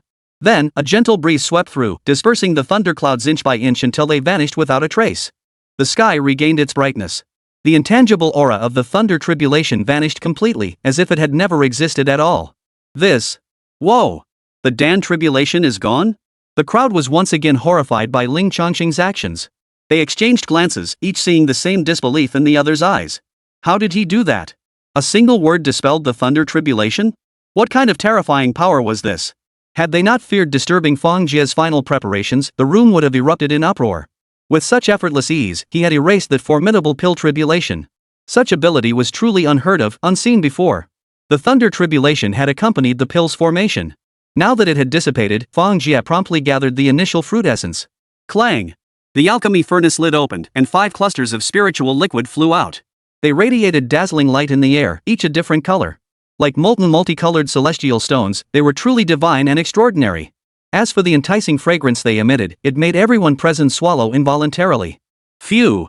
Fang Jie collected the elixir into a jade bottle, his expression relaxing. There. Mission accomplished. Ling Changsheng turned to Long Shi and Yang Xinyue. You two should absorb it now and see. The 2 girls nodded. From Fang Jie's hands, they received their due share of the first fruit spirit essence. Not a drop less.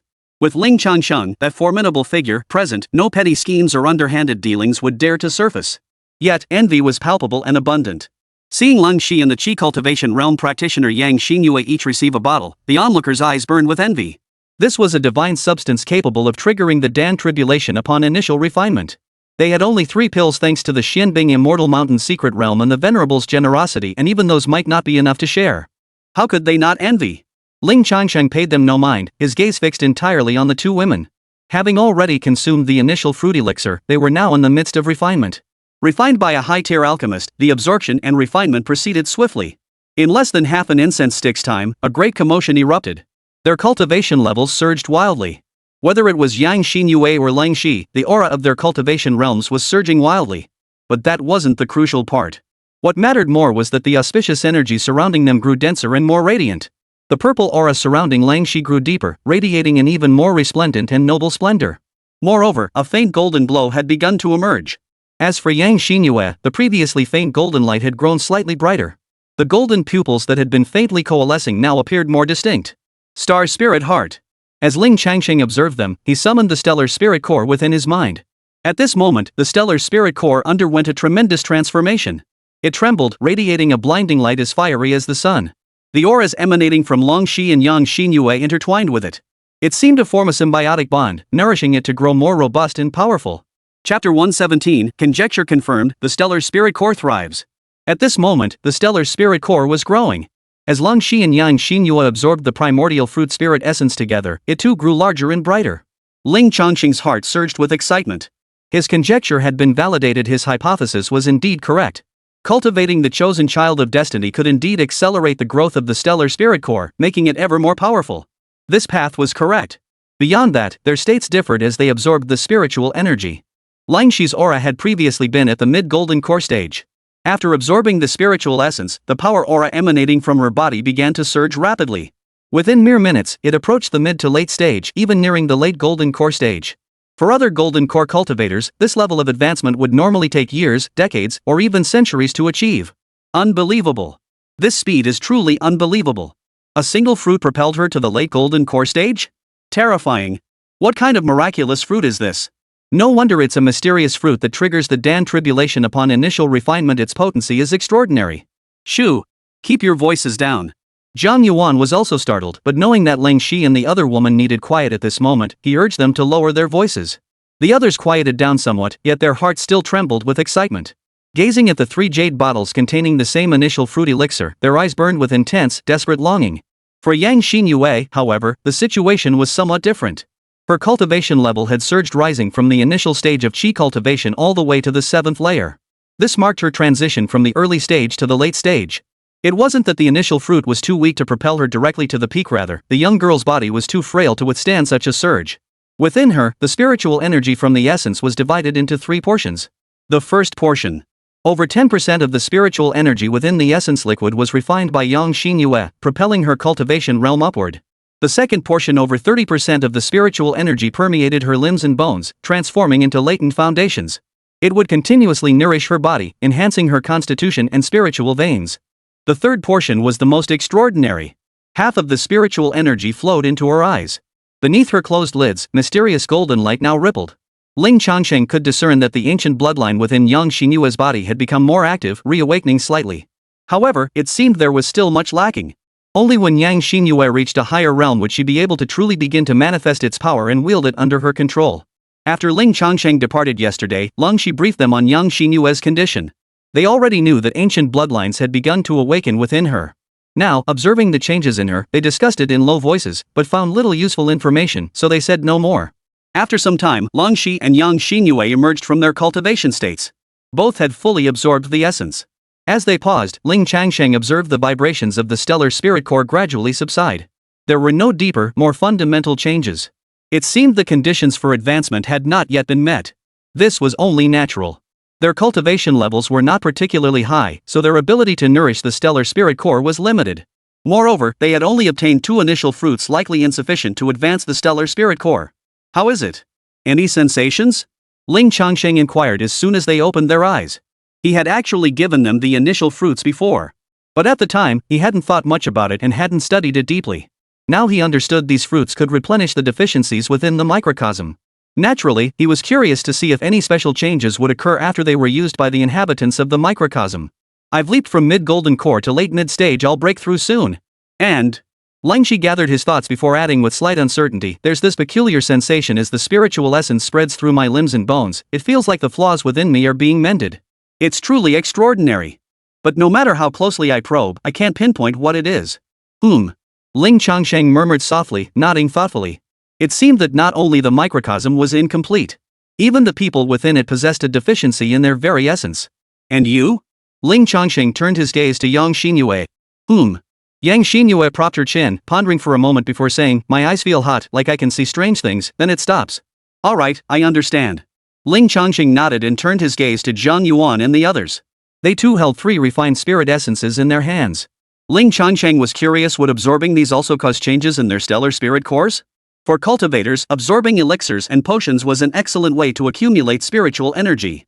But one must not overindulge. Otherwise, the spiritual energy within would become overly chaotic and unstable, causing great harm later on. Therefore, relying solely on Long Shi and Yang Xinyue was insufficient. It was impossible to rapidly advance the star spirit core's cultivation. If Jiang Yuan and the others could also induce changes in the stellar spirit core after absorbing the essence, that would be another viable path. You may absorb the spiritual essence now, Ling Changsheng said. I need to verify something, Ling Changsheng declared. Jiang Yuan and the other mountain lords' eyes lit up, and they all nodded eagerly. They'd been itching to do this for ages. Subsequently, everyone sat cross-legged in the grand hall. The 3 bottles of initial fruit elixir were divided into 7 equal portions. After they formally began, Ling Changsheng once again manifested the stellar spirit core to observe the changes. Just as he had anticipated. As the 7 cultivators' realms gradually ascended, they nourished the stellar spirit core in return. Its radiance began to blaze and surge. Of course, the magnitude of the change was not as great as that experienced by Ling Shi and Yang Xinyue. But there was indeed an increase. This path is viable. Moreover, based on this discovery, it could be expanded further. For instance, one could elevate all extraordinary powers within the entire microcosm. But this seems to require sufficiently dense celestial and terrestrial spiritual energy, meaning the star spirit core must grow and advance.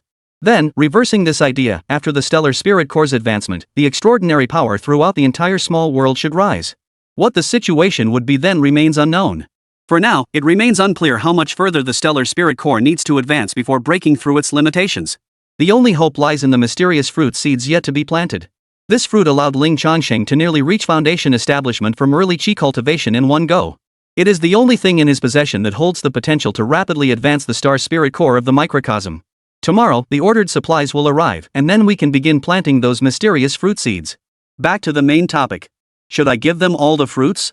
Ling Changsheng pondered inwardly. These fruits no longer held much value for him now. But then he thought, simply handing them over like this didn't seem quite right. What if they took advantage of me, relying solely on handouts and losing all motivation to improve? Ling Changsheng had no desire to play babysitter. Still, he could focus on nurturing Long Shi and Yang Xinyue. Their extraordinary destiny energy offered greater mutual benefit to the stellar spirit core, making it worthwhile to invest in them. As for the others, it depended on whether they could be of use to him. With that thought, Ling Changsheng's mind flickered. Whoosh! From the clouds, the storage ring containing the initial fruits descended and landed in Ling Changsheng's hand. These 2 are for you. Ling Changsheng produced 2 more identical fruits and tossed them to Long Shi and Yang Xinyue. Chapter 118, Golden Light Ruins? This? Lang Shi was utterly astonished, raising her eyebrows in confusion. Honorable one, why are you giving these back to us? We haven't done anything to deserve this. Yes, Yang Xinyue nodded earnestly in agreement. The kindness they had already received was overwhelming. They could never repay it, let alone accept such a great favor. Just take them. Ling Changsheng offered no further explanation. The 2 hesitated, but seeing Ling Changsheng's resolute expression, they reluctantly accepted the 2 fruits. They naturally expressed their gratitude repeatedly. This scene filled Jiang Yuan and the others with envy. By now, they had concluded their cultivation, having fully absorbed the essence of the first fruit. Though their cultivation progress didn't match Lang Shi's, they'd still saved years of effort.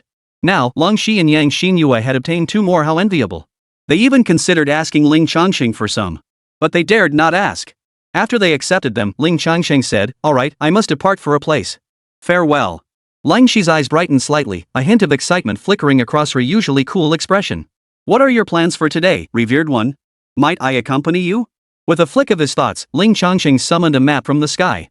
It was the very map obtained from the blood-eyed demon lord of the blood purification holy sect. Holding the map, Ling Changsheng declared, "Today, I intend to seek out the Supreme Golden Light chapter." Lang Shi replied, "Honorable one, I wish to accompany you. Though I may not be of great use, I can certainly offer guidance to resolve your doubts." She wished to repay Ling Changsheng, even if it was only a little. Upon hearing this, Ling Changsheng pondered for a moment before nodding. "Very well, then you may accompany me." At that moment, Jiang Yuan couldn't help but grin broadly, his face flushed with boldness. "Honorable one, might I join you as well? I'm at least at the nascent soul stage. I can be of some use. My knowledge isn't any less than cold streams." His main motive was to beg Ling Changsheng for a share of the first fruits. But he felt awkward asking outright, so he thought he might be able to snag one by offering his help. Seeing the Grand Hallmaster shed all pretense, the other mountain lords' eyes lit up instantly. They shamelessly declared their own expertise was no less than cold streams and demanded to join as well. "You all wish to go?" Ling Changsheng eyed them strangely. Doesn't the Xianbing Immortal Mountain need guardians? Zhang Yuan explained, Honorable One, I've briefly examined the map. Judging by the terrain, it shouldn't be too far from the Xianbing Immortal Mountain. Even if something happens at the sect's headquarters, a single teleportation would suffice to return. And Zhang Yuan shifted his gaze with a smile toward the mountain lords descending the mountain. What are you going to do? By order of the Grand Hall Master, I command you to stay behind and guard the mountain gates. The mountain lords? Their eyes widened in fury, their faces nearly contorted with rage. Damn you, Zhang Yuan. They wanted to curse him out, but then the Reverend spoke, it's not impossible. Alright then, you and Ling Shi will accompany me. Yes, thank you, revered one. Zhang Yuan exclaimed, overjoyed and energized. The mountain lords' faces fell, deflated and silent. There was nothing else to be done. Ling Changsheng continued, you mentioned this map isn't far from the mystic Ice Immortal Mountain. Do you know it? With that, he tossed the map to Zhang Yuan. With his overwhelming power, showing it to him was no big deal. I believe so. Zhang Yuan nodded as he caught the map, then began studying it carefully. His expression betrayed a hint of familiarity, it looked vaguely familiar. After a moment's thought, Zhang Yuan's eyes lit up as he blurted out, isn't this the Golden Light Ruins? A hint of nostalgia washed over his face. Ling Shi and the others all looked thoughtful, as if they too had heard of this name. Continue, Ling Changsheng instructed. All right. Zhang Yuan nodded and continued, this Golden Light ancient ruins lies to the north of my Xianbing Immortal Mountain, no more than 10,000 li away. Legend has it that it's the remnant of a colossal sect that perished long ago. Legend speaks of vast treasures hidden within, drawing countless dreamers to its call. Many powerful figures have journeyed here to investigate and search, hoping to uncover its secrets. Even our ancestors from Xianbing Immortal Mountain once investigated it, but none returned with anything of note. At least, I've never heard of anyone discovering anything truly remarkable there. Honorable One, are we truly heading there? Of course. Ling Changsheng nodded. Zhang Yuan's expression grew solemn as he cautioned, Honorable One, many years ago, this place was declared forbidden territory by the cultivation world. Within the Golden Light Ruins, the air is saturated with wildly turbulent, violent golden elemental energy. Those of weaker cultivation levels who venture in will have their physical bodies pierced by the raging energies, meeting instant death. Even those of higher cultivation will not fare well and cannot remain long. Moreover, terrifying Forbidden Zone creatures dwell within. Rumor has it even those at the Huatian realm stage exist there. It's fine. Ling Changsheng shook his head, utterly unfazed. Seeing his demeanor and recalling his formidable strength, Zhang Yuan said no more.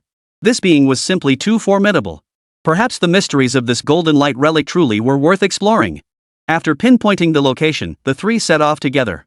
The journey wasn't particularly long.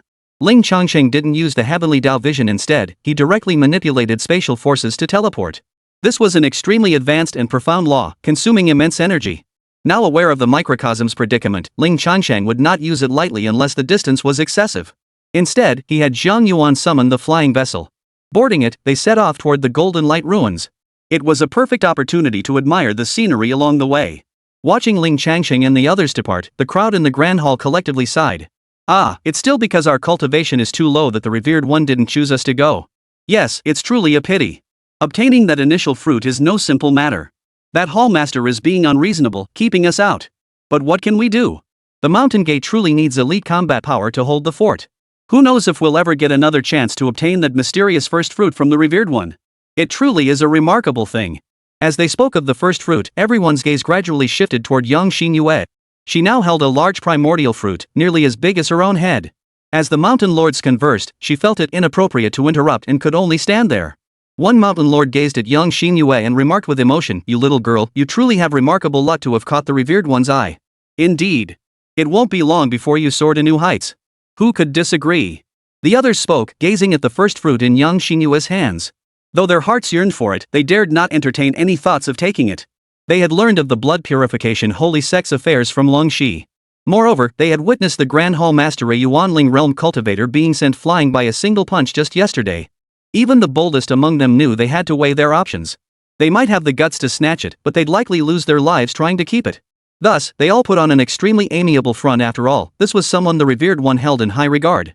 Not only that, they even began to curry favor. An elderly man smiled warmly at young Xinyue and said, little miss, if you ever face any injustice within the sect, don't hesitate to tell this old man. Exactly. If you lack cultivation resources, just ask. Ha ha ha. If you have any confusion or doubts about cultivation techniques, come find me. And I. Chapter 119, has the cold-hearted girl finally developed worldly desires? Yang Xinyue was slightly startled by their sudden outburst but quickly regained her composure. With a sweet voice, she thanked them. Xinyue will do as you say. Thank you, senior masters. After that, there was no need for her to linger any longer, so she took her leave. The others also prepared to disperse, each returning to their own affairs. Just then, someone suddenly interjected, "Oh, right. Duan Bing, you'd better keep a close eye on your disciple Yendong's progress refining that empty realm stone. That's the revered one's property, you'd better watch it closely. Yes, and keep a close eye on Wu Zhantian too, to prevent him from hatching any mischief. That crown prince of the Wu dynasty, if it weren't for concerns about the Wu dynasty itself, he should have been expelled long ago. Nothing we can do about it. He's got a powerful father." "Of course. I'll handle it." Duan Bing nodded and immediately flashed toward the artifact forging peak under his jurisdiction. Refining peak. Inside a forging chamber. Duan Bing met Yendong and inquired, "Yendong, how do you plan to refine this void realm stone for the revered one?" "Master, I'm reaching out to Zhang Jichuan.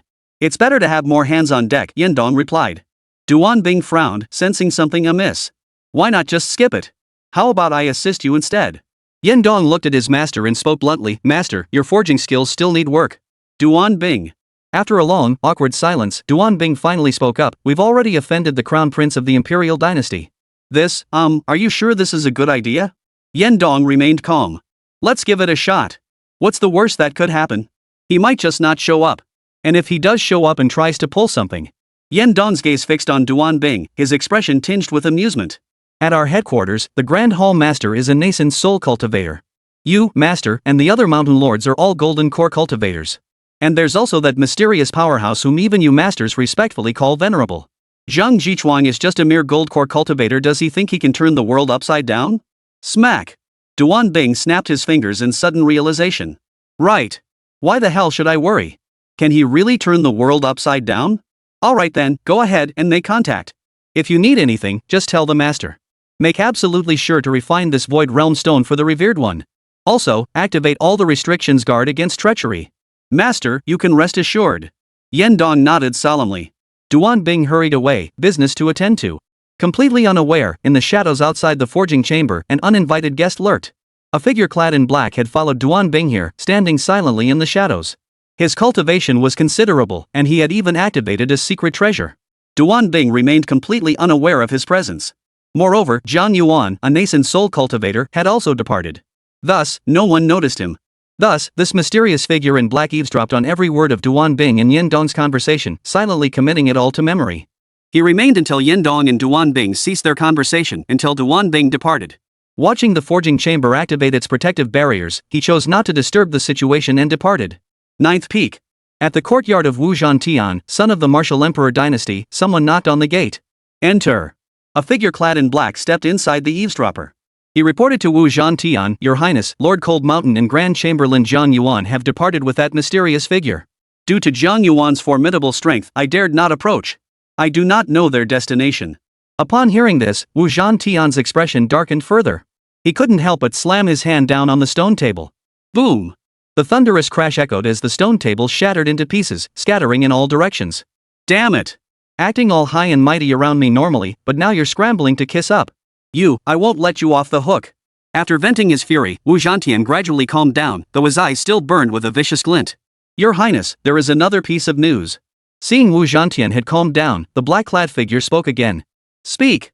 The black-clad figure immediately reported. This subordinate overheard that a disciple named Yendong from the artifact forging peak intends to contact Grand Artifact Forger Zhang Jichuang of our Wu dynasty.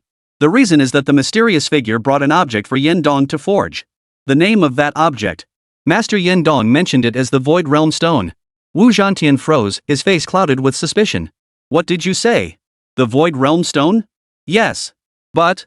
Wu Zhantian frowned. Isn't that supposed to be a legendary artifact? Never actually seen before? I cannot say for certain. Then why didn't you bring it to me? Wu Zhantian demanded coldly. The black-clad figure hastily bowed, replying respectfully, the forging chamber has activated powerful restraints. I didn't want to alert the enemy prematurely. Wu Zhantian. Seated upon the stone chair, Wu Zhantian's mind began to race. Even if he claimed uncertainty, such a divine artifact had stirred his interest. The Void Realm Stone. The legendary supreme natural treasures. Imbued with spatial power, once forged into a storage artifact, its capacity becomes immense. This is merely its most fundamental utility. If one so desires, it might even be possible to comprehend the spatial laws through the Void Realm Stone. Of course, this is quite challenging, but what if? In any case, Wu Zhantian's mind was filled with thoughts of seizing it. This task wouldn't be difficult. As long as... Wu Zhantian spoke again. I ask you, have you delivered the letter? Your Highness, it has been taken care of. Very well.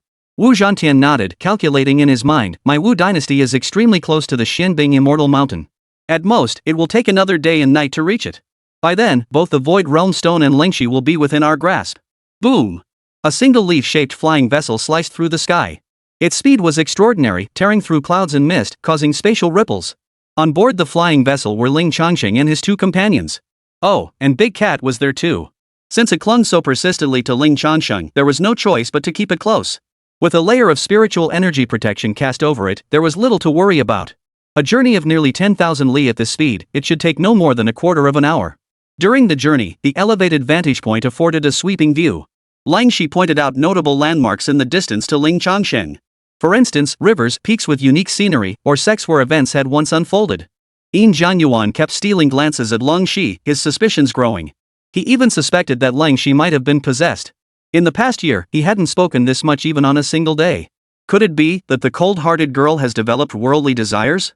Zhang Yuan propped his chin on his hand, narrowing his eyes slightly as he mused inwardly, good heavens, if word of this got out, who knows how many young hearts across the entire Tsangling continent would be shattered. Zhang Yuan knew full well that Lingxi enjoyed immense fame across the Tsangling continent. Many admired her. Once, Lingxi was an ice flower on a high ridge, no one could even exchange a few words with her. If I couldn't have her, no one could. But now, things seem to have changed. Damn it, it's all that Four Symbols Divine Dynasty's Prince Hun causing trouble. He established that ridiculous golden flower ranking and put that cold girl on it. Even after getting beaten up, he didn't learn his lesson, he just dropped a few spots. Now even my Xinbing Immortal Mountain isn't peaceful. Even with the Grand Formation activated, people still linger outside. Zhang Yuan shook his head. Beyond his complaints, a sense of anticipation began to stir within him. If it's true and spreads, well, that sounds rather interesting. Chapter 120, a sliver of golden light transforms hundreds of li of mortal dust into gold and stone. They raced forward at full speed. The flying vessel moved swiftly, and Zhang Yuan subtly projected his aura to intimidate any potential threats. Thus, no unexpected incidents disrupted their journey. Lingxi described the landscape to Ling Changsheng, occasionally slipping into her storage space to discreetly retrieve records related to the Golden Light ruins. She reviewed and supplemented her knowledge of the Golden Light ruins, preparing to explain them to Ling Changsheng later. Nearly a quarter of an hour passed. Ling Changsheng, positioned at the bow of the flying vessel, gradually caught sight of something extraordinary. Far ahead, dazzling golden light crisscrossed the sky, bathing a vast expanse of the heavens in brilliant gold. Within the rippling golden light, shapes resembling various weapons formed. At times they churned and churned, at times they exploded and scattered, at times they slashed vertically and chopped horizontally, appearing chaotic and violent. It was truly peculiar. Noticing Ling Changsheng's gaze fixed on the scene, Zhang Yuan was about to offer an explanation when Lingxi shot him a cold glance. Zhang Yuan immediately understood. He smiled, saying nothing more, his eyes filled with amusement. Lingxi withdrew her gaze and casually observed Ling Changsheng's profile. Her voice clear and resonant, she murmured softly, "Venerable, that is precisely where the golden light ancient site lies. That radiant golden light emanating outward is the abundant gold element spiritual energy within the ruins. The occasional formations of blades and weapons, it is speculated, are remnants of the intent left behind by the cultivators of the sect that preceded the ruins. Much like the Chaos Blade Abyss you visited before, it is the remnant of ancient essence. But the difference lies in the Golden Light ruins, where the abundant golden elemental energy amplifies these vestiges. When stirred, they unleash terrifying power. Once, a nascent soul cultivator ventured in, triggered those residual essences, and was slain there." Ling Changsheng pondered her words thoughtfully. Coldstream's words were intriguing. This Golden Light ruins did indeed share similarities with the Blade Chaos Abyss.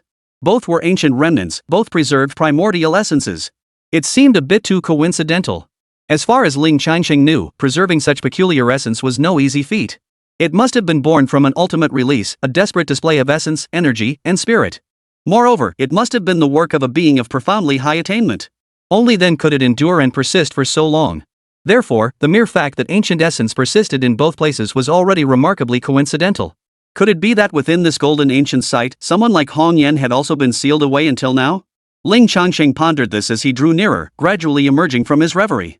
For he noticed signs of living beings stirring around the ruins.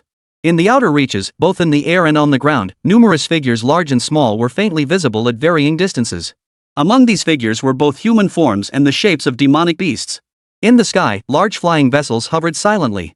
On the ground, numerous figures were present, and even makeshift structures had been erected. People here? Ling Changsheng raised an eyebrow. Yes. Lung Shi nodded. Not only human cultivators, but also demonic cultivators, and even sea beasts from the ocean. The Golden Light ruins are indeed extremely dangerous.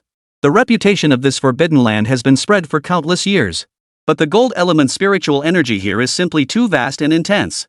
Even if confined within the Golden Light ruins for unknown reasons, it rarely dissipates. Yet it's enough to make this place extraordinary. Occasionally, treasures can be found in the outer regions. As long as one doesn't step into the ruins' boundaries, it's relatively safe.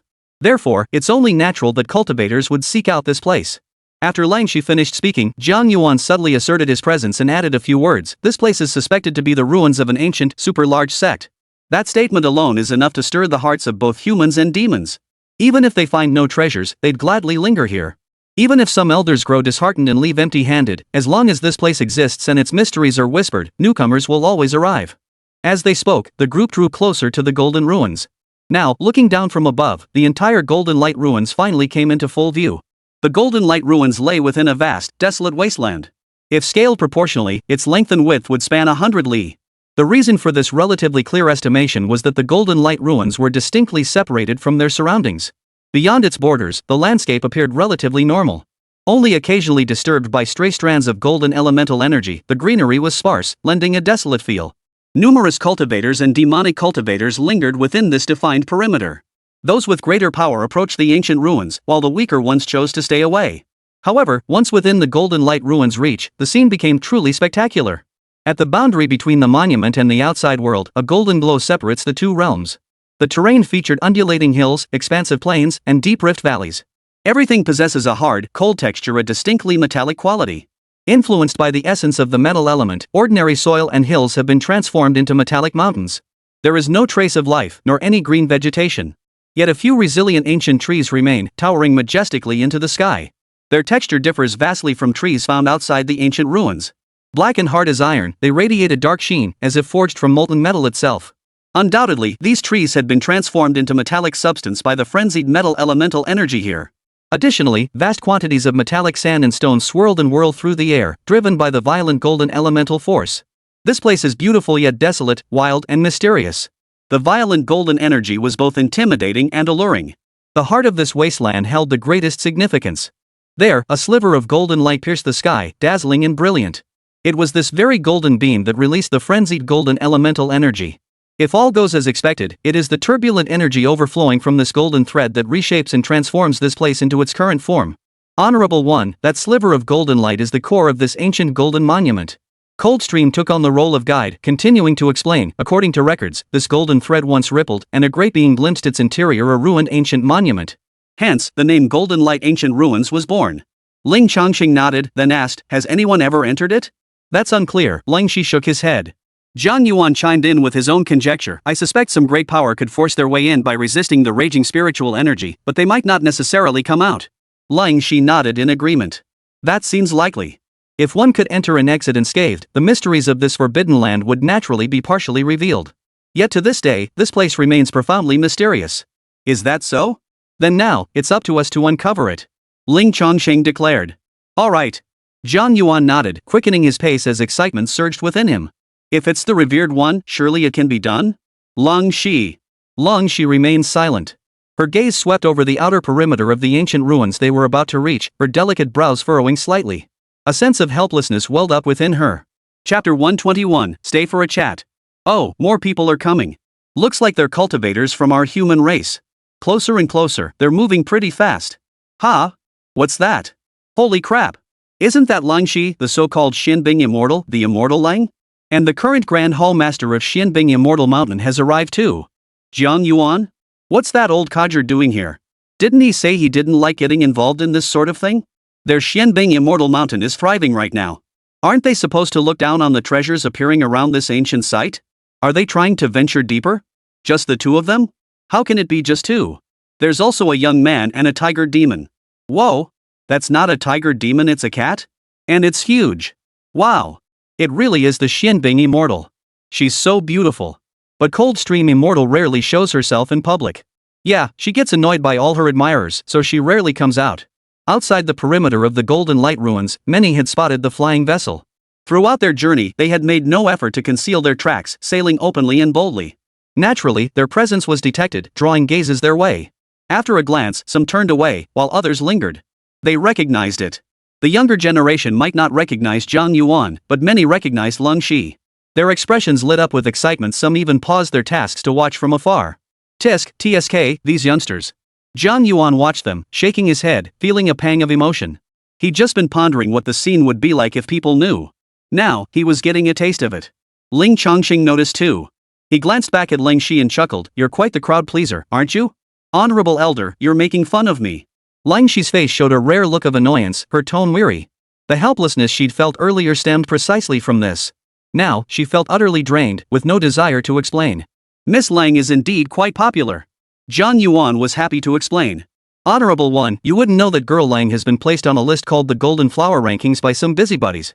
This Golden Flower list compiles the beauties of the Tsangling continent and has gained widespread circulation. Among the younger generation of Tsangling continent, while I wouldn't say everyone knows it, it's no exaggeration to say 3 out of 10 are aware. The young miss is so annoyed by it that she rarely goes out anymore. Except for teaching her disciples, she basically never leaves the mountain." "Ha? The Golden Flower list?" Ling Changsheng chuckled, intrigued. Who would have thought such a list existed in this fantasy world? Leng Shi. She let out a long sigh, pressed her hand to her forehead, her face wearing an expression of utter exhaustion. She wanted to stop Zhang Yuan from continuing, but seeing the intrigued look on Ling Changsheng's face, she held her tongue. Cold Girl nearly topped the list. Her fame is immense, of course. "Oh, right." Zhang Yuan continued, and at this point, he burst out laughing. "Ha, revered one, there's something quite interesting." "What is it?" Ling Changsheng pressed, feeling the thrill of gossip. Zhang Yuan explained, fed up with being hounded by so many suitors, the cold girl lost her temper and went to beat up the creator of that Golden Flower ranking. Then, she immediately dropped several spots in the rankings. The reviews called her hot-tempered and violent, too harsh, and downright chilling. "Ha ha ha. But..." Ling Changsheng couldn't hold back his laughter. He looked at Leng Shi in surprise. He never would have guessed. Her aloof, icy cold demeanor, that ethereal, distant aura, and yet she was labeled hot-tempered. Must have been furious. Leng Shi. Her face flushed warm under his gaze, a rare flicker of embarrassment and irritation stirring within her. She couldn't help but protest, "I'm not violent, I..." Her voice trailed off as she spoke. Her confidence faltered as she recalled her past actions. All right, you're not violent." Ling Changsheng chuckled teasingly. "Honorable one." Coldstream, embarrassed and annoyed by the teasing, couldn't help but give a light scolding. The deliberate formality in her voice vanished, replaced by a more intimate tone. Her eyes flickered with a hint of coquettishness, and her pouting red lips, slightly puckered in displeasure, made this soft exclamation sound like a playful whine. Her behavior, so different from her usual self, sent a tingle through Ling Changsheng's heart, leaving him momentarily stunned. After uttering the word, Leng Shi herself realized something was off, and her face flushed crimson. The atmosphere between them grew slightly suggestive. Zhang Yuan quickly retreated into the background, nonchalantly scanning the surroundings. The sky today was vast. The earth, so vast. Finally, as they drew closer, the atmosphere was broken. "Cold Immortal, it's been a long time." With the sound of the voice, someone approached the flying vessel. It was a young man, his face suggesting he was in his early 20s, quite youthful. Dressed in splendid robes, his body radiated a brilliant spiritual glow. His cultivation level was no small feat. He stood at the Golden Core realm. Accompanying him were 5 others, 4 of whom were of similar age and also at the Golden Core stage. An elder among them possessed greater strength, standing at the early stage of the nascent Soul realm. They had all arrived from one of the airships hovering outside the ancient text's perimeter. Presumably harboring goodwill toward Leng Shi, they approached to greet him upon sight, hoping to curry favor. It was a perfectly normal development. However, Ling Changsheng felt an overwhelming sense of déjà vu. It felt like it had happened just yesterday. No, not like it was yesterday. Yesterday, when Wu Zhantian saw Leng Shi return to the mountain, hadn't he also rushed forward? Now look at the expression on Leng Shi's face. The fleeting charm he had glimpsed earlier had vanished, replaced by a return to icy detachment. If anything, it had grown even colder, tinged with a hint of annoyance. Clearly, she had little connection with the visitor. If that was the case, then he would simply ignore them. Ling Changsheng had no intention of being delayed here by irrelevant parties. "Let's go. We need to push deeper." Turning to Zhang Yuan, Ling Changsheng gave the order. "Got it." Zhang Yuan nodded in agreement, sensing Ling Changsheng's impatience. He knew these newcomers were no ordinary folk either. Normally, even if he didn't feel like engaging, he'd exchange pleasantries and make a show of courtesy. But now, he couldn't care less. He immediately urged the flying vessel forward, intending to pass right by them. He intended to ignore them completely. Question marks appeared on everyone's foreheads as they frowned. We know you're aloof and we're used to it. But this outright disregard, not even a single word? What's the meaning behind that? At least say something, let us hear your voice. At that moment, the Yuanling realm elder beside them narrowed his eyes, sensing something amiss. His gaze fixed on Ling Changsheng. Could a mere Qi Cultivation Jr.'s words really make Zhang Yuan, a nascent soul cultivator, obey? He didn't attribute it to Ling Changsheng's formidable strength. Instead, he wondered if this youth had somehow uncovered some secret of the Golden Light ancient ruins? Was that why Zhang Yuan had obeyed him without question? Logically, it made perfect sense, it was entirely plausible. At that moment, the elder spoke. Lord Jiang, why such haste? It has been ages since we last met, I've missed you dearly. Why not stay for a chat? As he spoke, his grey robes rippled. Rays of brilliant light rippled like waves, surging in layer upon layer to form a massive barrier. Buzz! The flying vessel was halted, not entirely stopped, but its speed drastically reduced. Zhao Zhe, I have no time for you lot now. Zhang Yuan frowned. He slashed out with a fierce swordlight, cleaving through the resistance. But the Yuanling elder known as Zhao Zhe surged forth with renewed spiritual energy. A stalemate ensued. Chapter 122, Bring it on. Wait, I surrender. The area outside the ancient ruins suddenly erupted in commotion. The commotion itself was minor, and the situation hardly unusual. But the individuals involved could amplify even the slightest commotion. Two nascent soul cultivators. A clash between nascent soul cultivators was bound to draw attention. Countless eyes turned to watch, murmurs of discussion rising. Let the show begin. TSK. At the center of the commotion, Ling Changsheng watched their tug of war with a faint sigh of impatience. He stepped forward, gathering brilliant spiritual light in his hands. He raised his hand, directing it toward the figures in the distant sky. The two nascent soul cultivators were busy sparring. The idle youths watched Ling Changsheng channel his spiritual energy, clearly preparing to intervene. Oh! A chuckle escaped them. Little guy, what are you up to? Trying to stop a cart with your arms? One of them chuckled.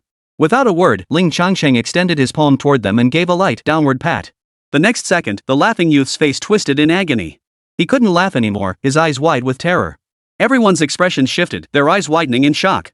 Zhao Zhe, the elderly Yuan infant realm cultivator, felt his pupils contract sharply, shrinking to the size of needle tips. He ceased his struggle with Zhang Yuan, his body erupting in dazzling light as he braced against the onslaught. Yet the force he now resisted was one that had been overlooked, even mocked. It was a palm strike, light as a feather, yet overwhelmingly forceful, emanating from the hands of that Qi Cultivation Jr. As the palm struck down, spiritual light erupted, instantly coalescing into a colossal palm of spiritual energy. It coalesced above them, then crashed down with overwhelming force. Boom! Instantly, the air exploded as if struck by a solid hammer. A distinct shockwave rippled outward. The figures were instantly weighed down, as if crushed by a mountain of 10,000 tons. Zhao Zhe was no exception. He felt the same sensation. While clashing with Zhang Yuan, a brilliant, radiant light surged from his entire body, attempting to resist the descending palm strike. The result? Naturally, they were utterly defeated. That colossal palm of spiritual energy smashed them down, slamming them hard into the mountain range below. The speed was terrifying, even cutting through the air with a piercing whistle. Boom! Boom! Boom! Boom! Boom! Boom! 6 consecutive booms shook the very ground. All of them were smashed into the earth by that single blow, leaving behind several human-shaped craters. The rumbling reverberated across the land, causing the earth itself to tremble. And the sight of a nascent soul cultivator being knocked down with a single palm strike was utterly shocking. What was that noise? What just happened? Sounds like, it's over there. Did Zhang Yuan cause this? Did he start a fight with those Zhao family guys? Holy! What's the big deal? It's just noise. You call that no big deal? That was a Qi Cultivation Realm kid blasting something over here. What? Didn't you see? Right between Zhang Yuan and Cold Immortal, that Qi Cultivation Realm kid slapped his hand out and sent all those Zhao family guys crashing to the ground. Even Zhao Zhe, a late nascent soul cultivator, couldn't withstand it, he was knocked flat in one blow. Holy crap! A wave of commotion erupted. Some curious onlookers even ascended into the sky to get a better view of the spectacle. At the same time, it became clear that the Zhao family members had truly been smashed into the ground by that single palm strike. He was practically embedded in the ground. Of course, they weren't dead, they were still alive. The bodies of Golden Core and nascent soul cultivators weren't that fragile. Ling Changsheng couldn't be bothered to continue cleaning up. It was too wasteful of spiritual energy. Since it was best not to draw upon the spiritual energy of the miniature world at this moment, Ling Changsheng had been relying solely on his own reserves. Wasting spiritual energy on them would be utterly pointless. At this thought, Ling Changsheng's eyes suddenly lit up. He could easily reclaim the energy he'd expended on them. Otherwise, it would be such a loss. Ling Changsheng declared, let's go find them. Alright. Zhang Yuan followed Ling Changsheng's lead without question. He immediately lowered the flying vessel and descended. At that moment, the few people on the ground lay dazed and disoriented, still reeling from the shock. However, sensing the wind rushing by overhead, Zhao Zhe was the first to snap out of it. He did a somersault and sprang to his feet. His head still spinning, his blood surging, he staggered unsteadily out of the pit. As for the others, they were still lying in the pit, their bodies feeling as if their bones had been shattered, unable to move. Zhao Zhe steadied himself, his mind filled with confusion. His expression wary, he scrutinized Ling Changsheng from head to toe. A Qi cultivation realm practitioner unleashing such power. Impossible. Absolutely impossible. There must be something fishy going on here. He must have used some external force. Probably some rare treasure. With that thought, Zhao Zhe resolved to salvage his dignity. Being knocked out of the sky by a mere Qi cultivation junior? How utterly humiliating. He couldn't just let it go. Just as he was about to act, the junior spoke up, I've expended a great deal of energy. You'll have to compensate me. Humph. Zhao Zhe's facial muscles twitched violently as a staggering surge of spiritual energy erupted from his body. Spiritual light blazed like the sun, dazzling and brilliant, accompanied by surging fury and battle intent. A powerful aura swirled around him as Zhao Zhe roared, you demand compensation from me? Yes. Ling Changsheng nodded slightly, glancing at the spiritual light radiating from Zhao Zhe's body before raising an eyebrow. What? You're unwilling to pay? Old Zhao, I advise you to behave yourself, Zhang Yuan interjected cheerfully from the side. Long Shi watched calmly. Even if a nascent soul cultivator unleashed their aura before her, with Ling Changsheng standing in front, it felt like a gentle breeze, no pressure at all. Oomph. Zhao Zhe snorted angrily, his voice cold. Youngster, I'm not easily intimidated. You think these underhanded tricks will make me submit? Bring it on. I'll see just how. Boom. Before he could finish, Ling Changsheng had lost patience, no longer tolerating his empty words.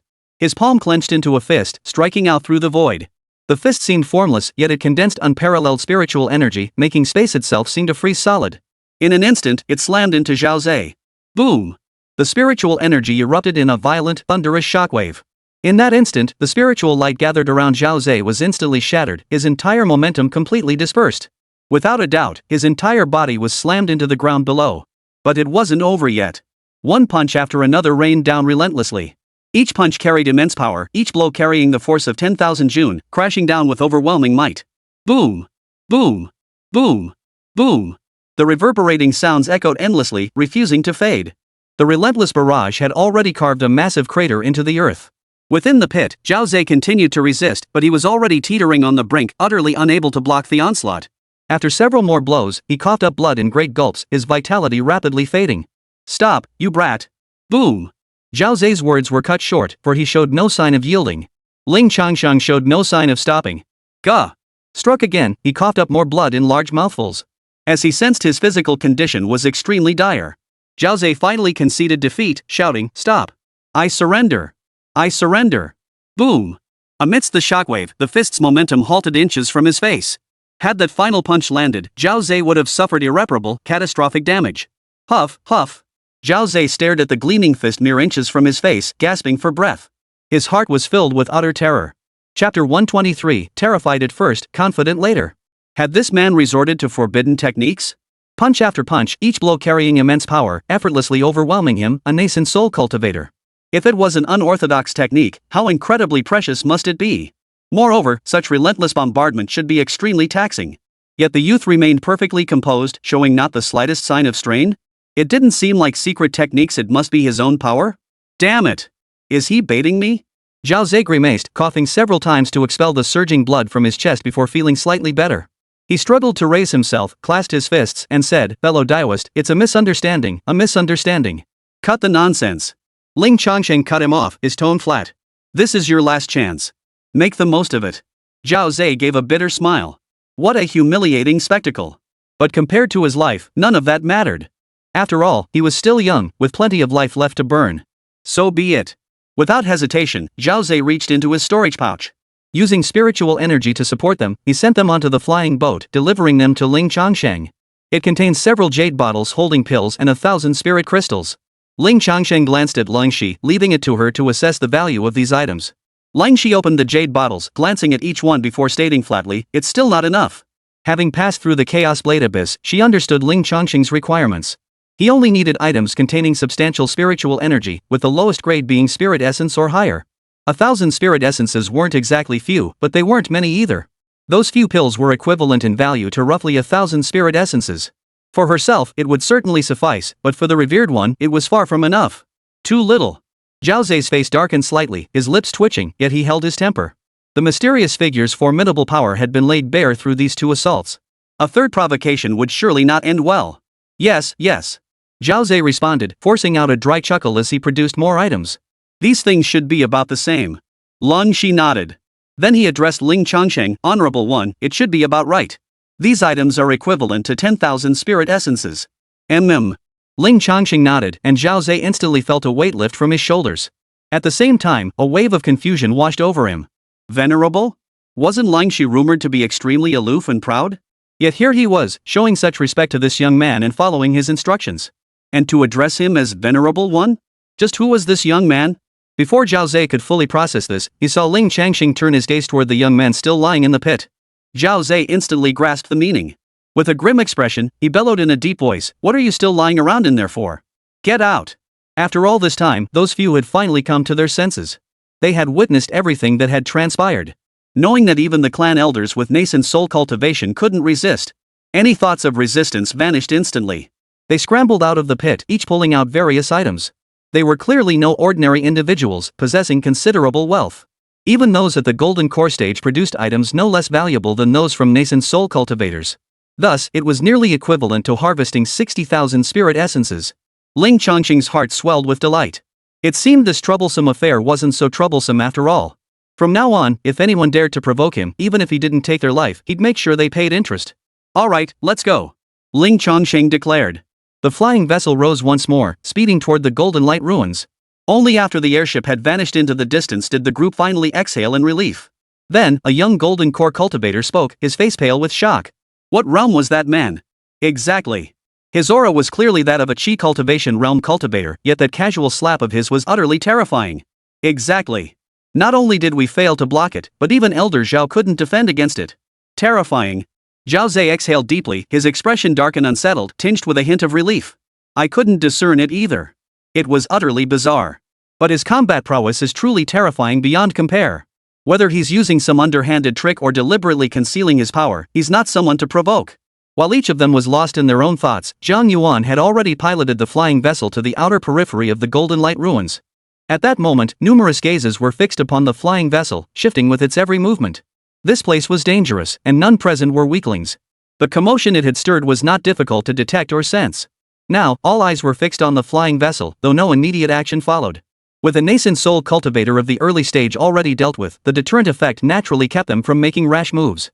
No one dared to disturb the flying vessel. Even those who might have wanted to show off in front of Ling Shi had to keep their ambitions in check for now. Yet, nothing is absolute. Early nascent soul cultivators dared not approach at all. Mid-stage cultivators held back out of caution. Late-stage cultivators were wary, and those in the late stage felt they could handle it. In the southwest, upon a desolate mountain clinging to the edge of the ancient ruins border, here lay a colossal tiger, its body crimson as blood. Its gaze fell upon the large cat lying beside Ling Changsheng, its eyes revealing a peculiar expression. A peculiar aura. The bloodline flowing within this little creature seems exceptionally noble. It was actually tamed by that human? Unacceptable. At this thought, the great tiger's fur bristled. Upon rising, its form became even more terrifying, resembling a towering mountain. Catching its gaze, just as they were about to enter the ancient ruins, Ling Changsheng's expression shifted as he looked toward the southwest. There, he saw the crimson tiger. It lingered near the boundary, as if absorbing the golden elemental energy leaking from the ruins. At that very moment, its gaze locked onto him and then shifted to the cat. Its gaze held a profound meaning. Was it furious? And in the next instant, the great tiger moved. A light leap. Boom! The earth trembled violently. Amidst the thunderous roar, the crimson tiger leapt up from the ground. It arrived before the flying vessel, standing mid-air. Coldstream introduced it to Ling Changsheng, his expression grave. This is the Crimson Flame Mountain Lord. Its power is also at the nascent soul stage, having reached the late nascent soul realm over a decade ago. Moreover, it advocates that the beast race is no weaker than humans, causing friction with the human race. It despises humans for confining demon beasts. What's the matter? Ling Changsheng inquired, raising an eyebrow. Late nascent soul stage? Nothing he couldn't handle. Esteemed Taoist. The great tiger spoke in a deep, booming voice, the spirit beast by your side has ties to my clan. So? Whoosh! The crimson tiger's nostrils flared, its body shimmering with brilliant golden light. A razor-sharp aura nearly sliced through the surrounding space. It flaunted its formidable power as a warning, then declared, "Therefore, I shall take it." Question mark. A question mark appeared above Ling Changsheng's forehead. Hiss. The cat sensed something amiss too, arching its back, bristling fur standing on end, and letting out a warning hiss. Of course, it was far too weak to pose any real threat. Ling Changsheng stroked its head soothingly and said slowly, "Your ambition is admirable, but this cat is mine." Chapter 124, Don't think you've won. Stop. Meow.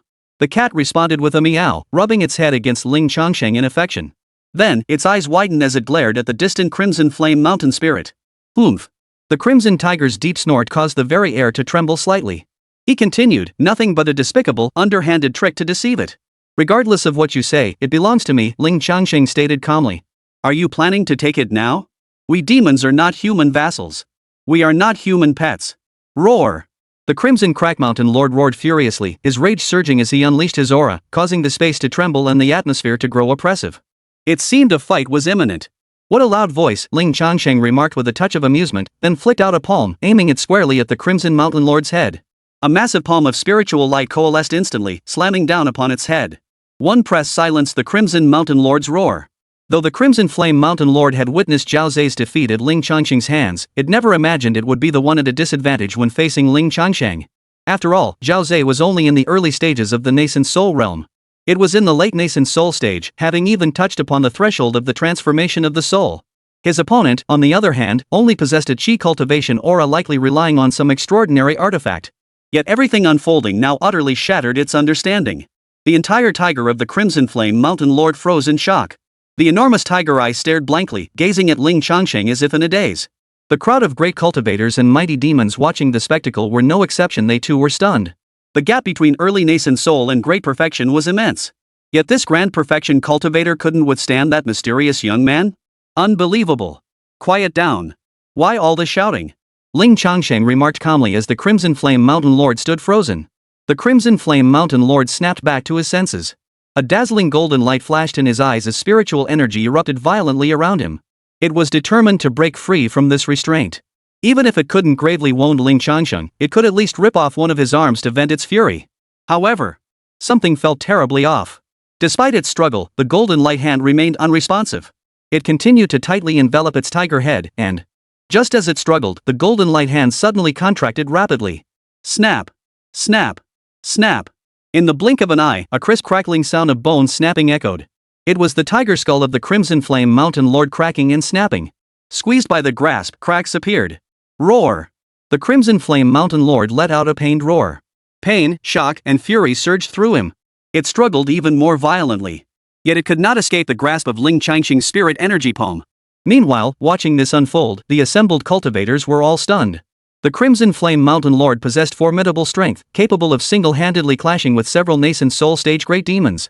Yet he was being so easily and effortlessly suppressed by a mere youth. This youth. Was he relying on a heaven-defying artifact, or deliberately suppressing his cultivation level? If he was suppressing his cultivation level, this guy was downright ruthless. If it's a heaven-defying artifact, well, something that can effortlessly suppress a late-stage nascent soul cultivator? It's hard to imagine what kind of divine object that could be. We'd never stand a chance of getting our hands on it. The cultivators heightened their vigilance toward Ling Changsheng severalfold, while their various speculations gradually faded. This man is not someone to mess with. Best not to provoke him. So, still want to take my cat? Ling Changsheng asked the Crimson Flame Mountain Spirit with a playful tone. You brat! The great tiger glared with its massive eyes and roared, external forces have their limits. Don't think you've succeeded. You don't know when to quit. Ling Changsheng shook his head regretfully. Fine. I'll send you on your way. As he spoke, surging spiritual energy erupted from his body, pouring into the giant's spiritual palm. His words were defiant. But 2 seconds later, the Crimson Flame Mountain Lord roared suddenly, don't. It sensed the palpable threat of death. Though it couldn't fathom what could be so absurdly powerful, it didn't change the fact that it could truly die. Thus, the Crimson Flame Mountain Lord's will to survive surged forth. Ling Changsheng slightly retracted his hand, silently observing it. One wrong word, and he was ready to finish it off. The Crimson Flame Mountain Spirit reluctantly produced a pile of items. Ever since Ling Changsheng and the others entered the ancient ruins, the Crimson Flame Mountain Spirit had been regretfully slapping itself. Why on earth did it have to provoke that kid? Now look, half his fortune was gone. That brat was beyond ridiculous, pretending to be a pig when he was clearly so powerful. So infuriating. He felt like a fish that had been lured onto the hook and he'd practically jumped onto it himself. But that cat's aura is truly peculiar. That cat must be extraordinary. Perhaps it could. After a moment of frustration, the Crimson Flame Mountain Spirit gradually calmed down, his eyes filled with contemplation. After these two incidents, he regrettably realized no one was coming after him anymore. Neither the great cultivators nor the great demons dared to show their faces again. They had no idea what this young man's background was. How could he so effortlessly dominate a grand perfection nascent soul cultivator? Since there were no beings beyond the nascent soul stage in this area, things had settled down. Thus, the flying vessel smoothly entered the ruins' perimeter. The moment it entered the ruins, a potent metallic scent filled the air. Frenzied metal element spiritual energy surged forth, crashing against the spiritual energy shield enveloping the airship. The shield shuddered, allowing strands of golden energy to seep through. Tap. Ling Changsheng tapped the airship with his toes, sending a wave of spiritual light rippling outward like water. It expelled the intruding golden energy and enveloped the entire flying vessel, erecting a brilliantly luminous shield. My apologies. It still takes the Venerable's intervention, Zhang Yuan said, his face flushing with embarrassment. Ling Changsheng asked, It's fine. Let's go head toward that sliver of golden light. Yes, revered one. Zhang Yuan accelerated the flying vessel. But instead of accelerating, the flying vessel slowed down. Question mark. Ling Changsheng looked at him in puzzlement. What are you doing? Why so slow? Zhang Yuan explained, Honorable One, the gold elemental energy here is extremely volatile and chaotic. We must proceed with caution. Charging recklessly through this area will provoke attacks. Oh. Ling Changsheng nodded. Zhang Yuan assumed Ling Changsheng had accepted this pace. But Ling Changsheng waved his hand, channeling more spiritual energy into the shield surrounding the flying vessel. Then he said, Speed up. Zhang Yuan. Oh, this. Unable to argue, Zhang Yuan cautiously and gradually increased the speed. Then he noticed. The surrounding gold element spiritual energy did indeed begin to grow turbulent, but the spiritual energy shield surrounding the flying vessel remained perfectly intact. There was no sign of it being breached. Gradually, he relaxed. Just how powerful is that venerable being? Truly terrifying. I recall that even those at the transformation of spirit realm might not have felt such peace and ease. Zhang Yuan felt a surge of awe, once again overwhelmed by the sheer power. Soon, he too relaxed. Without Ling Changsheng needing to urge him again, Zhang Yuan began accelerating in a straight line, his speed rapidly increasing. In an instant, he reached his previous ferocious pace, covering a kilometer in the blink of an eye. This speed was simply too fast, showing no signs of slowing down. At that moment, the drifting metal elemental energy was startled into action. Chapter 125, Another Dimension? Forcibly cleaved. Clang. Clang. Clang. A frenzied wind howled as blades coalesced one by one. Guided by intent, they coalesced into blades and swords, slashing viciously toward their target. In an instant, the onlookers witnessed thousands upon thousands of gleaming golden blades mercilessly descending upon the fragile, solitary boat. How ferocious! How swift! Is this ignorance, or the boldness born of great skill? For Ling Changsheng was clearly charging toward the core of the ancient ruins. Thus, the great cultivators and great demons here were all watching. Now, witnessing Ling Changsheng charging inward with such reckless abandon, they all stared wide-eyed.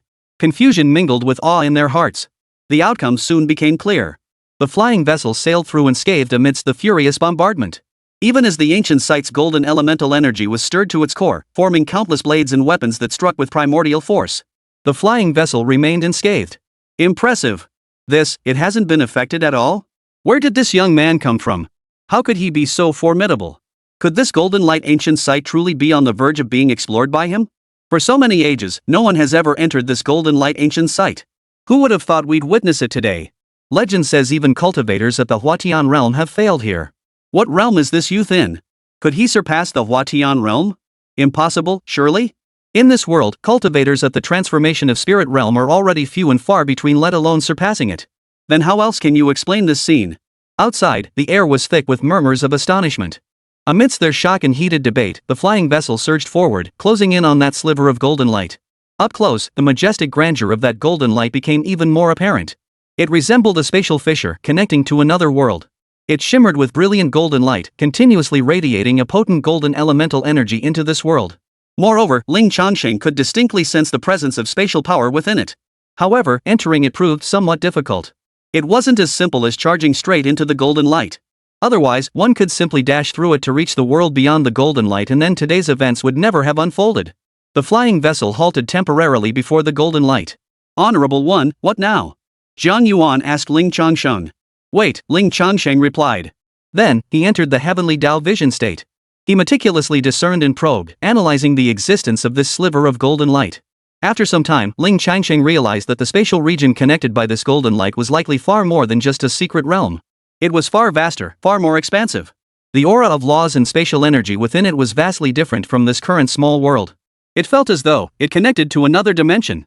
An alternate dimension of unknown origin had collided with this place, forging a connection with the current small world. As for the method to enter it, Ling Changsheng gradually grasped it. It was simple, yet brutally direct. It was to expand that sliver of golden light. But this method was also extremely difficult. For it involved mastery of the way of space and demanded profound cultivation. Without sufficient mastery and strength in the way of space, one could not unlock the golden light. Ling Changsheng didn't understand it either, but that didn't hinder his immense strength or his ability to wield spatial laws. Thus, for him, the difficulty was not great. Standing atop the flying vessel, Ling Changsheng clenched his palm, condensing an icy sword. With a light step, he soared into the air. The surging, violent golden elemental energy immediately began attacking him, but it was entirely repelled. Unimpeded, Ling Changsheng soared directly before the line of golden light. His power and momentum surged relentlessly, repelling the surrounding spiritual energy to form a brilliant golden arc. Ha! With a light shout, Ling Changsheng swung his sword. A dazzling sword chi instantly erupted, striking the golden light with devastating force in the blink of an eye. Boom! A deafening roar erupted, reverberating through the barren mountain wilderness like the wrath of heaven. Like the wrath of the heavens, it reverberated across the barren mountain wilderness. Though distant, it could still be heard. And one could see. A massive shockwave rapidly expanded outward, whipping up a storm of sand and stone debris. Frenzied golden chi and masses of sand and stone were violently expelled from this space. Within a radius of several miles around the golden light, the surroundings instantly became crystal clear. Originally watching from the sidelines, they had hoped to see if Ling Changsheng could enter and how he would do it. They never expected to witness this scene, and instantly, every one of them was stunned into speechlessness. They couldn't help but feel a surge of excitement. What is he doing? Is he going to destroy this place? Is he trying to erase this ancient site of golden light from existence? Though agitated, they dared not move rashly. Because after Ling Changsheng struck his sword, the golden elemental energy within the ruins grew even more violent. Even beyond the monument's boundaries, one could still feel its bone-chilling sharpness. All cultivators and demons were forced to retreat. Yet none departed, all eyes fixed intently upon the golden light at the relic's core. As the sword's aftereffects settled, the state of that sliver of golden light became visible. For an unknown, ancient duration, that unchanging sliver of golden light had remained unchanged. Yet now, doubled in size. It actually expanded after being struck? Could this be the correct way to activate it? Is he really going to enter the ancient ruins? Damn it! I'd love to get a taste of that broth, but I can't go in. These golden spiritual energies are way too volatile and violent now. If he goes in, his body might get pierced with 10,000 holes. This man is terrifying. He actually cleaved open the golden light ruins that left countless predecessors helpless. The humans and demons were thrilled, but Ling Changsheng frowned slightly. The power unleashed by his sword strike was enough to cleave mountains and sever seas. Yet, that sliver of golden light had only been cleaved in half. It had expanded from about 10 feet to 20 feet. Beyond that, little had fundamentally changed. The connection point remained narrow and impassable. Much of the force had been neutralized. But it didn't matter. He would simply strike again. With that, Ling Changsheng swung his sword once more. Boom! Boom! Boom! Boom! After slashing down successive sword energies, the sliver of golden light expanded several times over. However, Ling Changsheng halted at a certain moment. Furrowing his brow, he sensed something amiss. Beneath one of the recent slashes, he seemed to hear the sound of something shattering. It was peculiar, as if some force had been severed. Upon closer inspection, something indeed was amiss. The golden light seemed to possess a life of its own, spontaneously expanding. In mere moments, it grew to 100 zhang tall and dozens of meters wide, resembling the entrance to another world. The violent spiritual energy confined within the ancient ruins began to spread outward, as if it had lost its restraints. This wasn't particularly problematic. For though the violent golden elemental energy here was abundant, it had been accumulated over long-term confinement. If dispersed throughout the entire small world, it wouldn't seem excessive and wouldn't cause any calamity. Whoosh, whoosh, whoosh. As the golden energy spread, the outer circle of cultivators initially retreated, trembling with fear, dreading misfortune. But they soon realized the truth. After dispersing, the spiritual energy was no longer as fierce as before. Its inherent potency had diminished significantly, by an unknown degree. At least half of those present could now ignore it or resist it. Soon they returned, even venturing further forward. They too were determined to investigate. Chapter 126, How dare these ants act so brazenly? Who gave you the right to speak? With opportunity before their eyes, they couldn't just watch it slip away. Besides, with so many people charging forward, was he supposed to stop them all? Most harbored this very thought. And it wasn't just this one area. Cultivators and great demons from all directions were rushing toward this vast, golden ancient monument. A quick glance revealed at least hundreds. Honorable Elder? Xinyue watched the scene unfold, his expression darkening. The Golden Light ruins were dangerous territory. Foundation establishment cultivators were no match here unless they were brought along for experience and exposure. Thus, there were no weaklings here. 70% were at the Golden Core stage or above, with over 20% at the nascent Soul stage. With so many present, Xinyue found the situation troublesome. No problem, Ling Changsheng remarked nonchalantly. He waited quietly. He would wait until they drew near, then issue a warning. Those who hadn't yet obtained the Supreme Golden Light Seal couldn't be allowed to enter recklessly, lest they disrupt everything within. Soon, the first group arrived. Among them were the great cultivators and mighty demons who had previously experienced Ling Changsheng's formidable power. None dared to make a rash move. Even if they harbored any schemes, they would have to wait for an opportunity amid the chaos to act. Otherwise, if targeted, they would certainly face dire consequences. Moreover, the arrivals were remarkably restrained, refraining from rash actions while carefully observing their surroundings. Meanwhile, murmurs of discussion filled the air. That sliver of golden light was originally no more than 10 feet wide. How could it suddenly expand to 100 feet? It looks like a gateway to another realm now. Could that commotion earlier be a spontaneous shift in the golden light, a sign the secret realm is about to manifest? No, it feels like someone is attacking? Who could possibly withstand that raging golden spirit energy and strike its source? I have no idea. Could it be them? Cultivators and demonic beasts unaware of the situation turned their gaze toward Ling Changsheng, Lungxi, Xinyue, and the cat standing before the golden light. Many recognized them, even greeting Xinyue and Lungxi. The two responded casually. Now that they were on the same side as Ling Changsheng, they naturally had to make their stance clear. A few breaths later. Come on in. What are you standing around for? A burly brute called out. Seeing the group standing still, he looked puzzled. He even took a reckless stride, charging toward the golden light, intent on plunging into it. Whoosh! Ling Changsheng twisted his wrist and a dazzling sword beam shot forth, striking toward the burly man. Ha!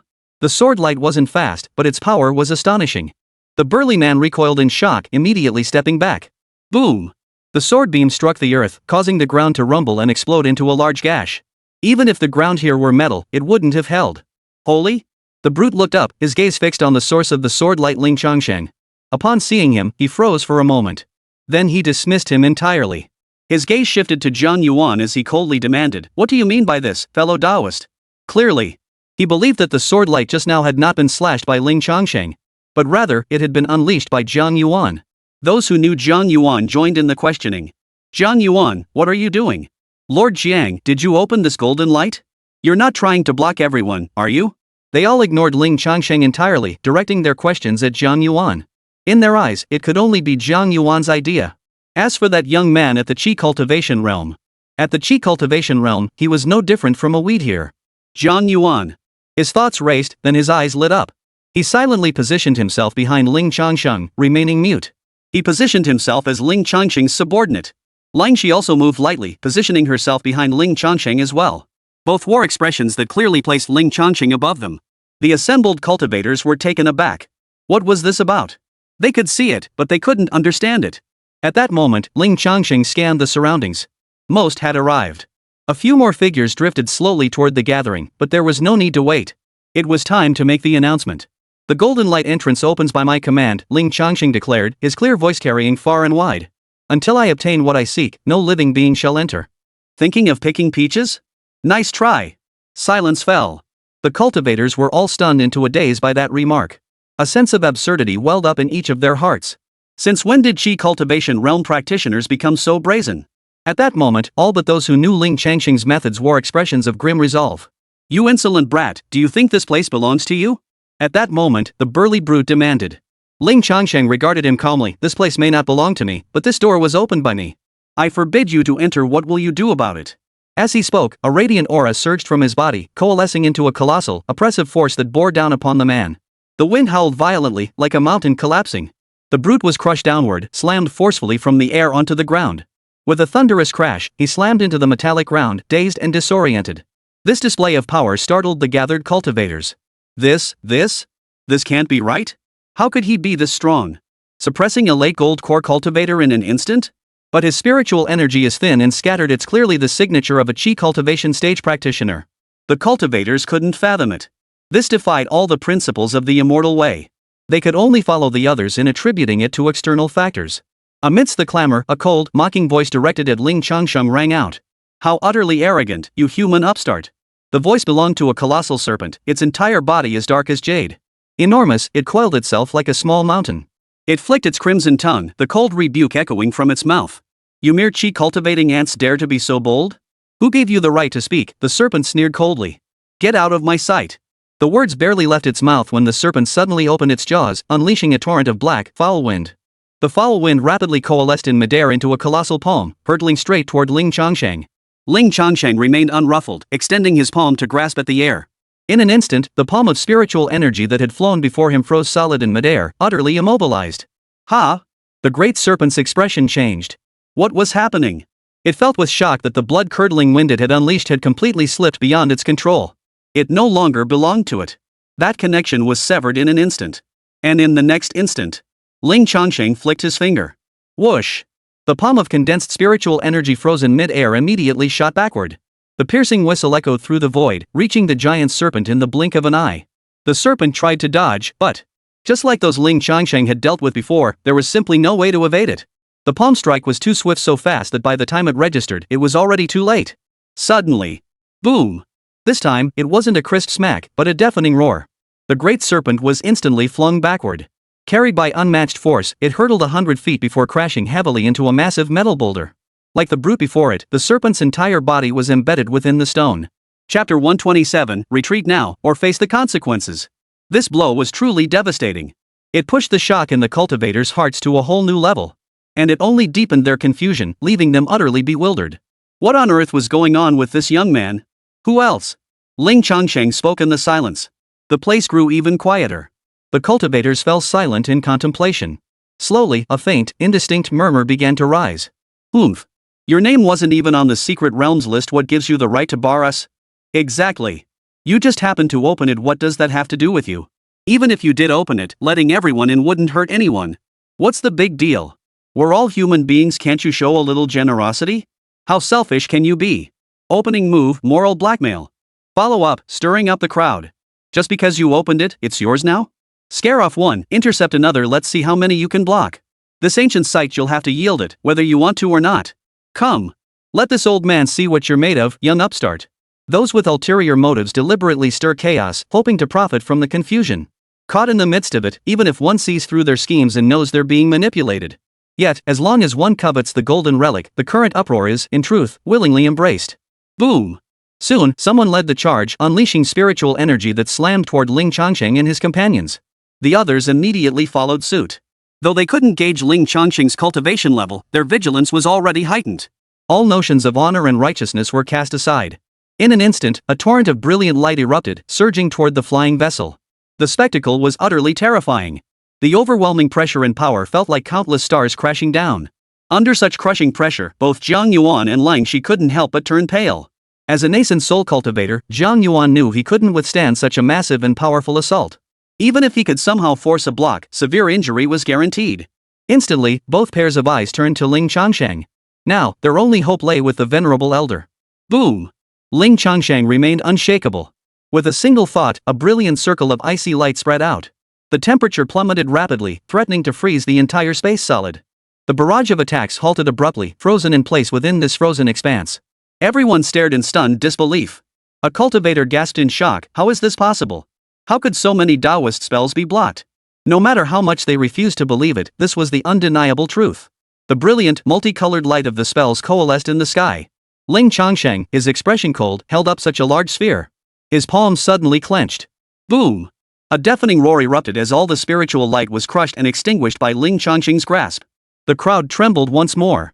Ling Changsheng coldly surveyed the cultivators and great demons present, his voice icy. Final warning.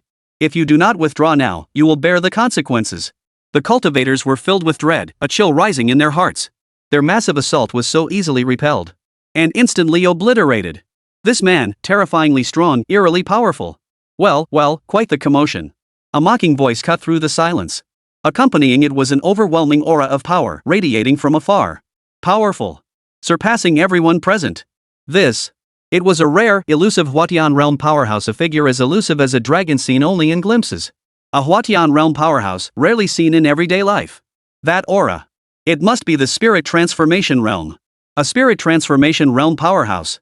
Countless cultivators were both stunned and exhilarated, never expecting to encounter a transcendence realm powerhouse. This journey has not been in vain. Simultaneously, hope blossomed in their hearts.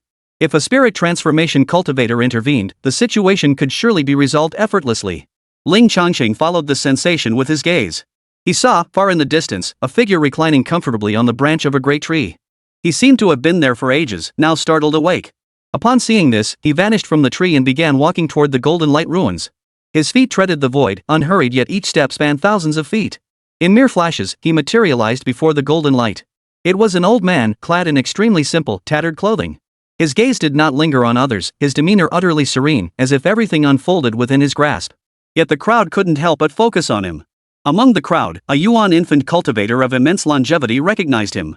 Good heavens! I know him. He's known as the stubborn old man of flying rainbow, a legendary figure from ages past. Fei Hong Wan Lao? The last remnant of the long-fallen Fei Hong divine sword sect?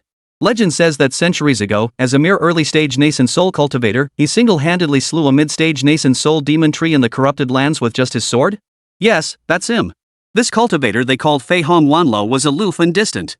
His gaze never lingered on others. Instead, it was fixed intently on the golden light, scrutinizing it closely.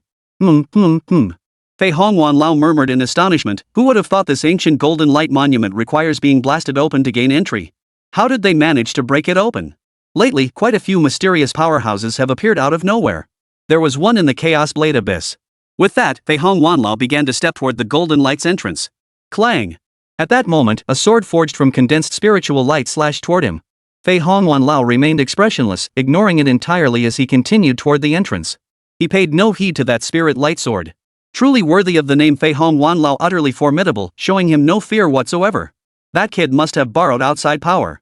Old Master Fei Hong Wan is so powerful, how could he possibly fear someone else's strength? Yet, in the very next moment, the expressions of all the cultivators present suddenly froze. Because the sword light arrived. Shoo! The blade pierced flying rainbow old man directly, tearing through his chest cavity. Fei Hong Wan Lao stared blankly at the lingering spiritual light sword still embedded in his chest. He was utterly bewildered. Among those present, none were at the nascent soul stage. How could anyone possibly harm him? Fei Hong Wan Lao turned his gaze toward the source from which the spirit light sword had flown. Upon seeing Ling Changsheng, another wave of bewilderment washed over him. Chi cultivation? That sword strike just now pierced through him? Impossible. Absolutely not. Wait.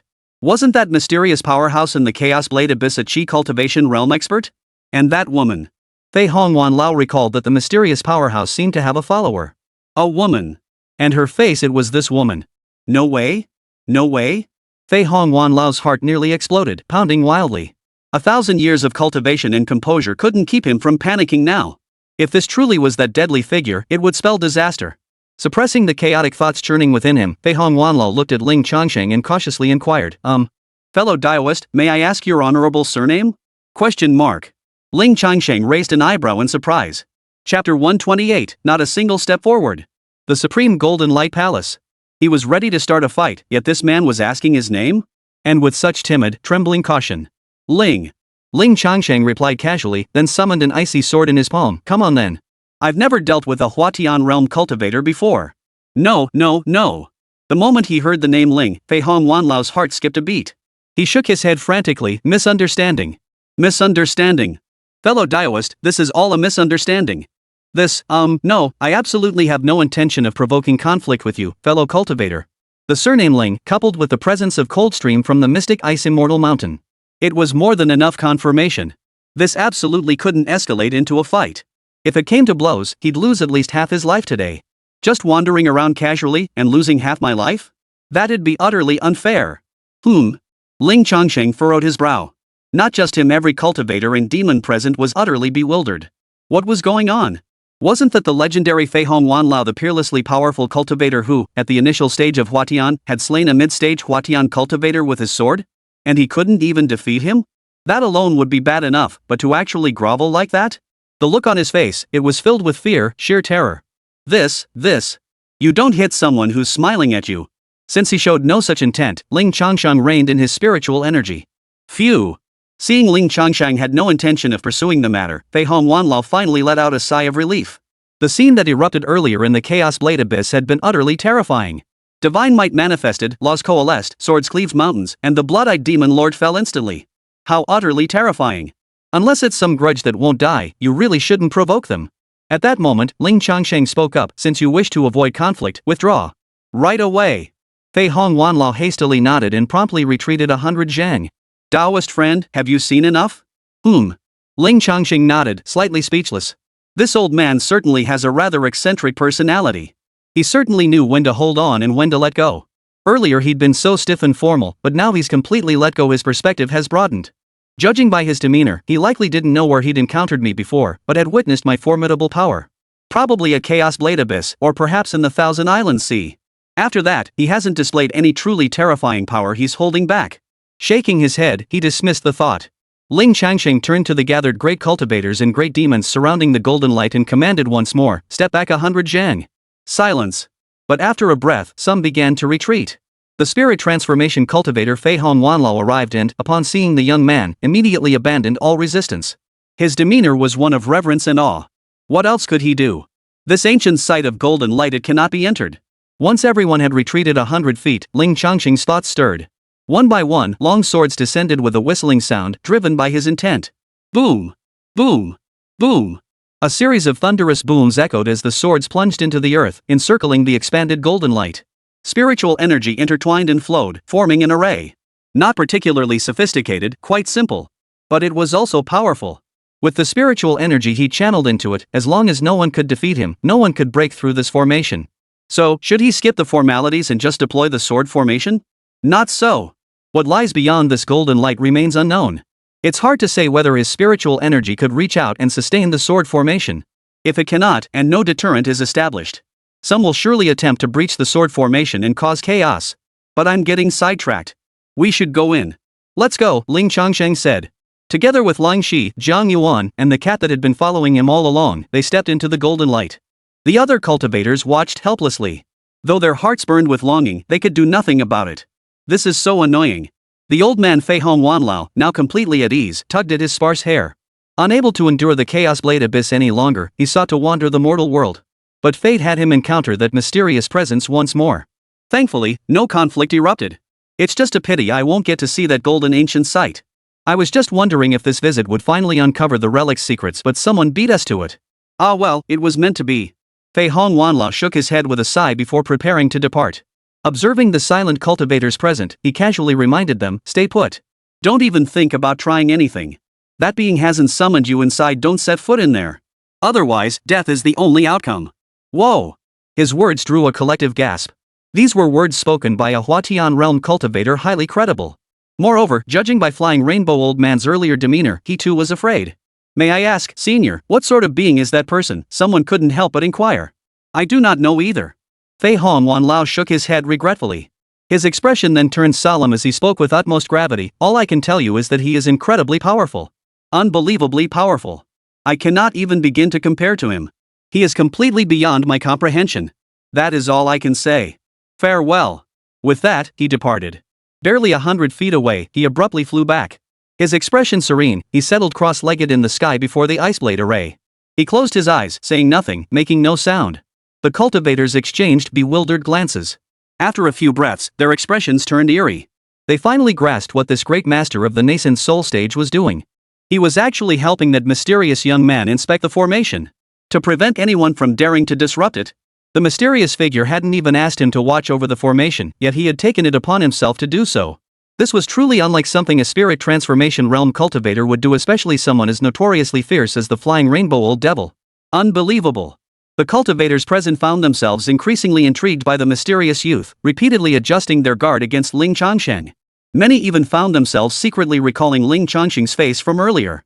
To avoid inadvertently sparking conflict should they cross paths again in the future. What kind of place was the space linked by the golden light? Whoa! The moment he stepped inside, Jiang Yuan couldn't help but suck in a sharp breath, his face frozen in shock.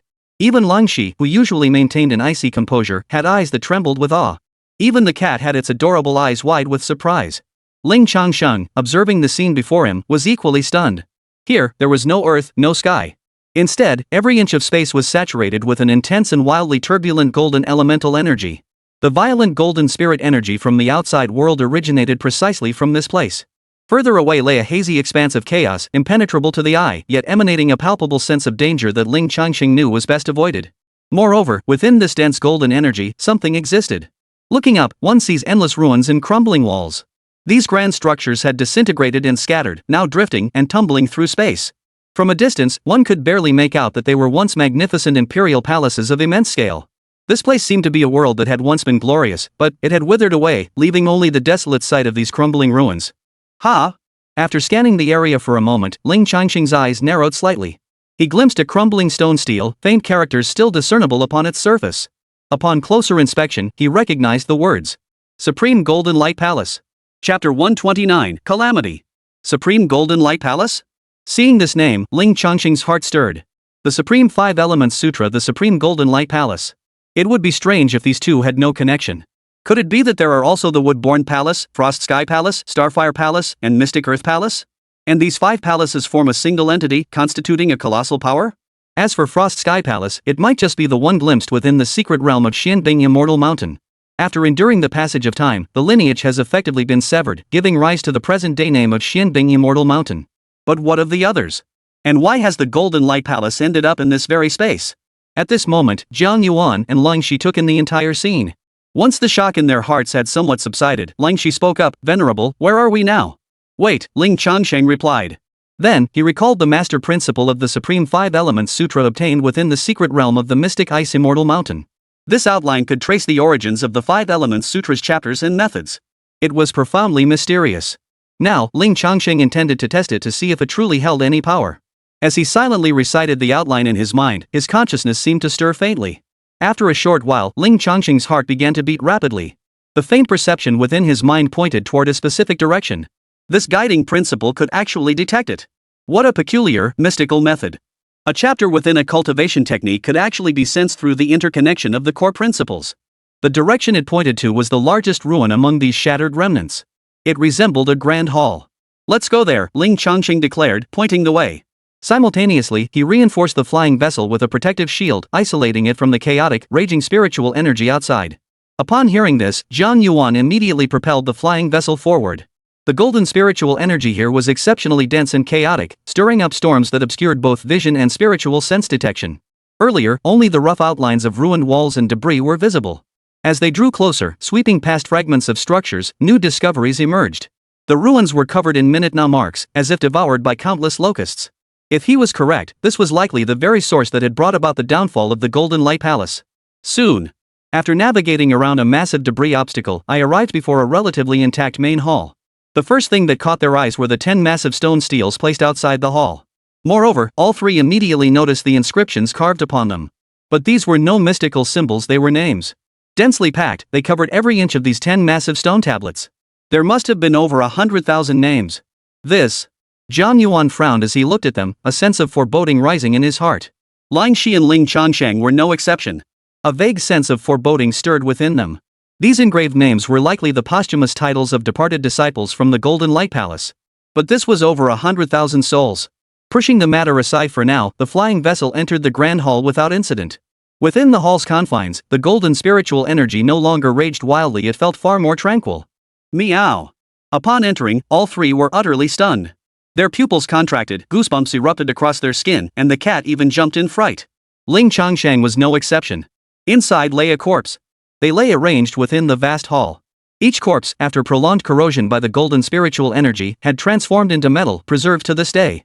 A sweep of spiritual sense revealed over 1,000 metallized corpses within the palace. Arranged in neat, orderly rows, clearly the work of human hands. With this realization, Ling Changsheng swiftly surveyed the entire hall. Finally, his gaze settled upon the farthest depths of the hall. There, a throne stood. Beneath it, an old man sat slumped against the throne's base, his posture dejected. His eyes were closed, as if he were still asleep. His body showed no signs of corrosion from the golden spiritual energy, and even emitted a faint, misty glow. All of this made him appear alive, merely in a deep slumber. Yet, no matter how Ling Changsheng sensed him, he detected no signs of life. He was truly gone. Just as Ling Changsheng was examining the old man, something unusual occurred. The spiritual energy they emitted drifted and dispersed through the space, yet a single strand drifted toward the old man. Honored one, what is this? Ling Shi noticed it too and spoke with a hint of concern. Stay calm. Ling Changsheng murmured softly, strengthening the protective aura shields around the group and the cat. Then, all eyes watched the movement of that strand of spiritual light. The strand of light drifted toward the old man, moving toward his hand. In one hand, he held an ancient-looking book. In the other hand, he held a smooth, round crystal. At that moment, the smooth crystal was activated. Tiny array patterns emerged upon its surface, capturing the strand of spiritual energy. Then, as if to confirm its purpose, the array patterns flared brightly. Whoosh! The old man's spiritual energy surged into the crystal. The crystal then burst into brilliant light, radiating powerfully outward. Everything around them began to transform, inch by inch. The grand hall transformed into a vast plaza. Countless living people filled the square, while an elder stood upon a platform delivering a sermon. Suddenly, a spatial ripple rippled through the center of the plaza. Nearby disciples instantly underwent terrifying transformations, parts of their bodies vanishing without a sound. Some vanished entirely. Shrieks and agonized cries erupted across the square, filling the air with horrified exclamations. Chaos erupted. Everyone tried to flee from the spatial disturbance. But before they could flee, the spatial disturbance erupted in a blinding flash of light, tearing open. It formed a vast, eerie rift. From within, terrifying monsters surged forth in vast numbers. Entirely inky black, their forms varied wildly, unlike any creatures from the microcosm or reality beyond description. If forced to draw a comparison, they resembled worms. Upon emerging, their first act was to devour. Devour everything. Be it humans, weeds, stones, or structures. Like locusts sweeping through a field, they consume everything in their path. Moreover, their thick, leathery skin makes them extremely difficult for Golden Light Palace disciples to kill. Some even spew terrifying mucus that corrodes everything. Others could emit blinding beams, shattering their targets. This is a catastrophe. After an unknown duration of fierce battle, it still raged on endlessly. Moreover, the rift in the center of the square continued to expand. The terrifying monsters emerging from within began to multiply. In this moment of peril, an elderly man with the demeanor of an immortal emerged from the depths of the Golden Light Palace. He appeared to have emerged from seclusion. His formidable power immediately stabilized the battle. But the monsters pouring from the fissure seemed endless. For every one slain, two more appeared. Illusions accelerated, stars and suns spinning in rotation, darkness yielding to light. This stalemate lasted for what felt like days, perhaps a dozen. During this time, no reinforcements arrived. Only the disciples and students of the entire Golden Light Palace fought and battled the monsters. Then, on a certain day, the illusion slowed. And it focused on the old man. He soared into the sky, seemingly activating some secret technique. First, he sent a large number of disciples away, to an unknown destination. Then, the entire Supreme Golden Light Palace erupted in an intensely brilliant light. It began to contract and shrink. Finally, it swiftly vanished into the fissure. Chapter 130, The Price. Is everything. They entered a void of chaotic emptiness. Afterward, the old man set up an array to seal the fissure, then enlarged the cluster of golden palaces once more, placing them before the crack. He had used the entire Supreme Golden Light Palace to block the fissure. The cost was everything. Every disciple of the Golden Light Palace fought a desperate battle within that rift. Heart-wrenching wails and furious roars echoed in endless layers. This battle raged on for an incredibly long time. Ling Changsheng and the others watched helplessly as tens of thousands of Supreme Golden Light Palace disciples perished one by one. Many perished without even a whole corpse, devoured by those terrifying monsters. The only semblance of fortune was that upon arriving in this realm, they encountered the leader of the monstrous horde. The Golden Light Palace's high-ranking members joined forces, and countless disciples charged forward relentlessly, paying a terrible price to slay it. After that, they engaged in fierce combat against the remaining hordes of monsters. The final scene they witnessed upon entering this space was what they had seen upon arrival. The once magnificent palace complex now lay utterly ruined, gnawed and shattered. Only about 1,000 disciples remained, their bodies barely intact. The rest had vanished without a trace. Only one elderly man remained alive. He gathered these shattered remains into this grand hall. Then, slumped in despair before the throne, he picked up a gourd flask and drank deeply. Without a word, tears streamed down his face. After a long while, as if something occurred to him, he staggered to his feet and walked toward the hall's exit. Outside the hall, he carved a large pillar into a steel. Then, from top to bottom, he carved names onto it. One by one, meticulously. Simple and stark. No realm, no biography, only a name. Soon, the entire stone tablet was filled. Another stone tablet was carved, engraving names. After a long time, the old man carved 10 massive stone tablets. All the departed souls of the Golden Light Palace were inscribed upon them. These were the very stones Ling Changsheng and the others had seen before the hall. After completing these tasks, the old man returned to the hall. With each step he took, his vitality and spirit scattered and diminished. His back, never bent during battle, gradually curved downward. By the time he reached the throne at the hall's center, he was bent like a shrimp, his body withered and skeletal. His spirit was utterly spent. Finally, he sat down on the floor before the throne, leaned against it, closed his eyes, and breathed his last there. At that moment, the spiritual energies sustaining the illusion began to dissipate. The old man upon the throne was now utterly drained of spiritual energy. As if enduring an eternity in a single moment, his body crumbled away inch by inch. Only the jade tablet in his hand and the crystal stone remained, falling to the ground. Clearly, all this was a record of past deeds. Just now, triggered by the spiritual energy of the same lineage as the five elements scripture, they had been reenacted. Silence. Even though Ling Changsheng did not belong to this realm, being an outsider, he was profoundly moved by such spiritual awe. The Golden Light Palace could have easily abandoned these monsters and fled for its own survival. Indeed, some did flee in the early stages. Yet more chose to stay, fighting the invaders to secure peace for future generations. Longxi and Jiang Yuan were even more profoundly shaken, their hearts filled with a whirlwind of emotions. Once their emotions had somewhat settled, Ling Changsheng broke the silence softly. Our ancestors cannot be pursued. We must carry their will forward and live well. Come, let us go see their relics. The old man had deliberately preserved the jade slip and crystal stone using all his spiritual energy, a deliberate act with purpose. Soon they arrived before the throne. They picked up the jade tablet and the smooth, round crystal. The crystal stone, of unknown origin, held and projected the old man's memories from his lifetime. What is this? Do you recognize it? Ling Changsheng asked Longxi and Jiang Yuan. Longxi nodded. If I'm not mistaken, it should be a shadow-bearing stone. It can record scenes and also allow one to imprint images within it through divine consciousness. Ling Changsheng understood. This object resembled a video recorder, yet it was far more wondrous, capable of capturing images from one's mind. Here. Ling Changsheng handed it to Longxi. Then, pinching the jade slip, he probed it with his divine sense. Instantly, a torrent of information as vast as an ocean surged into his mind. Fortunately, his mental capacity had grown, so it posed no problem. After a short while, the infusion concluded. The jade tablet contained numerous cultivation manuals and secret techniques. Most focused on harnessing the essence of the metal element, techniques for attack and defense, minor arts, and so forth. The most crucial one was precisely the reason Ling Changsheng had come here. The Supreme Golden Radiance chapter. What he sought to obtain on this journey, he had secured. As for anything else he might have desired, that was no longer possible. These jade tablets were preserved only because the old man intervened. Everything else, like those structures, had long since fallen into ruin. Then there's nothing else to it. Take this as well, Ling Changsheng said, handing the jade tablet to Longxi. It contains the Supreme Golden Light chapter and numerous magical techniques. Ling Changsheng said, handing the jade slip to Longxi. The jade tablet was still intact and could be read. As it was originally a treasure of the small world, Ling Changsheng naturally wouldn't be greedy enough to keep it for himself and sever its connection. For now, not knowing how to arrange it, he would let Longxi keep it.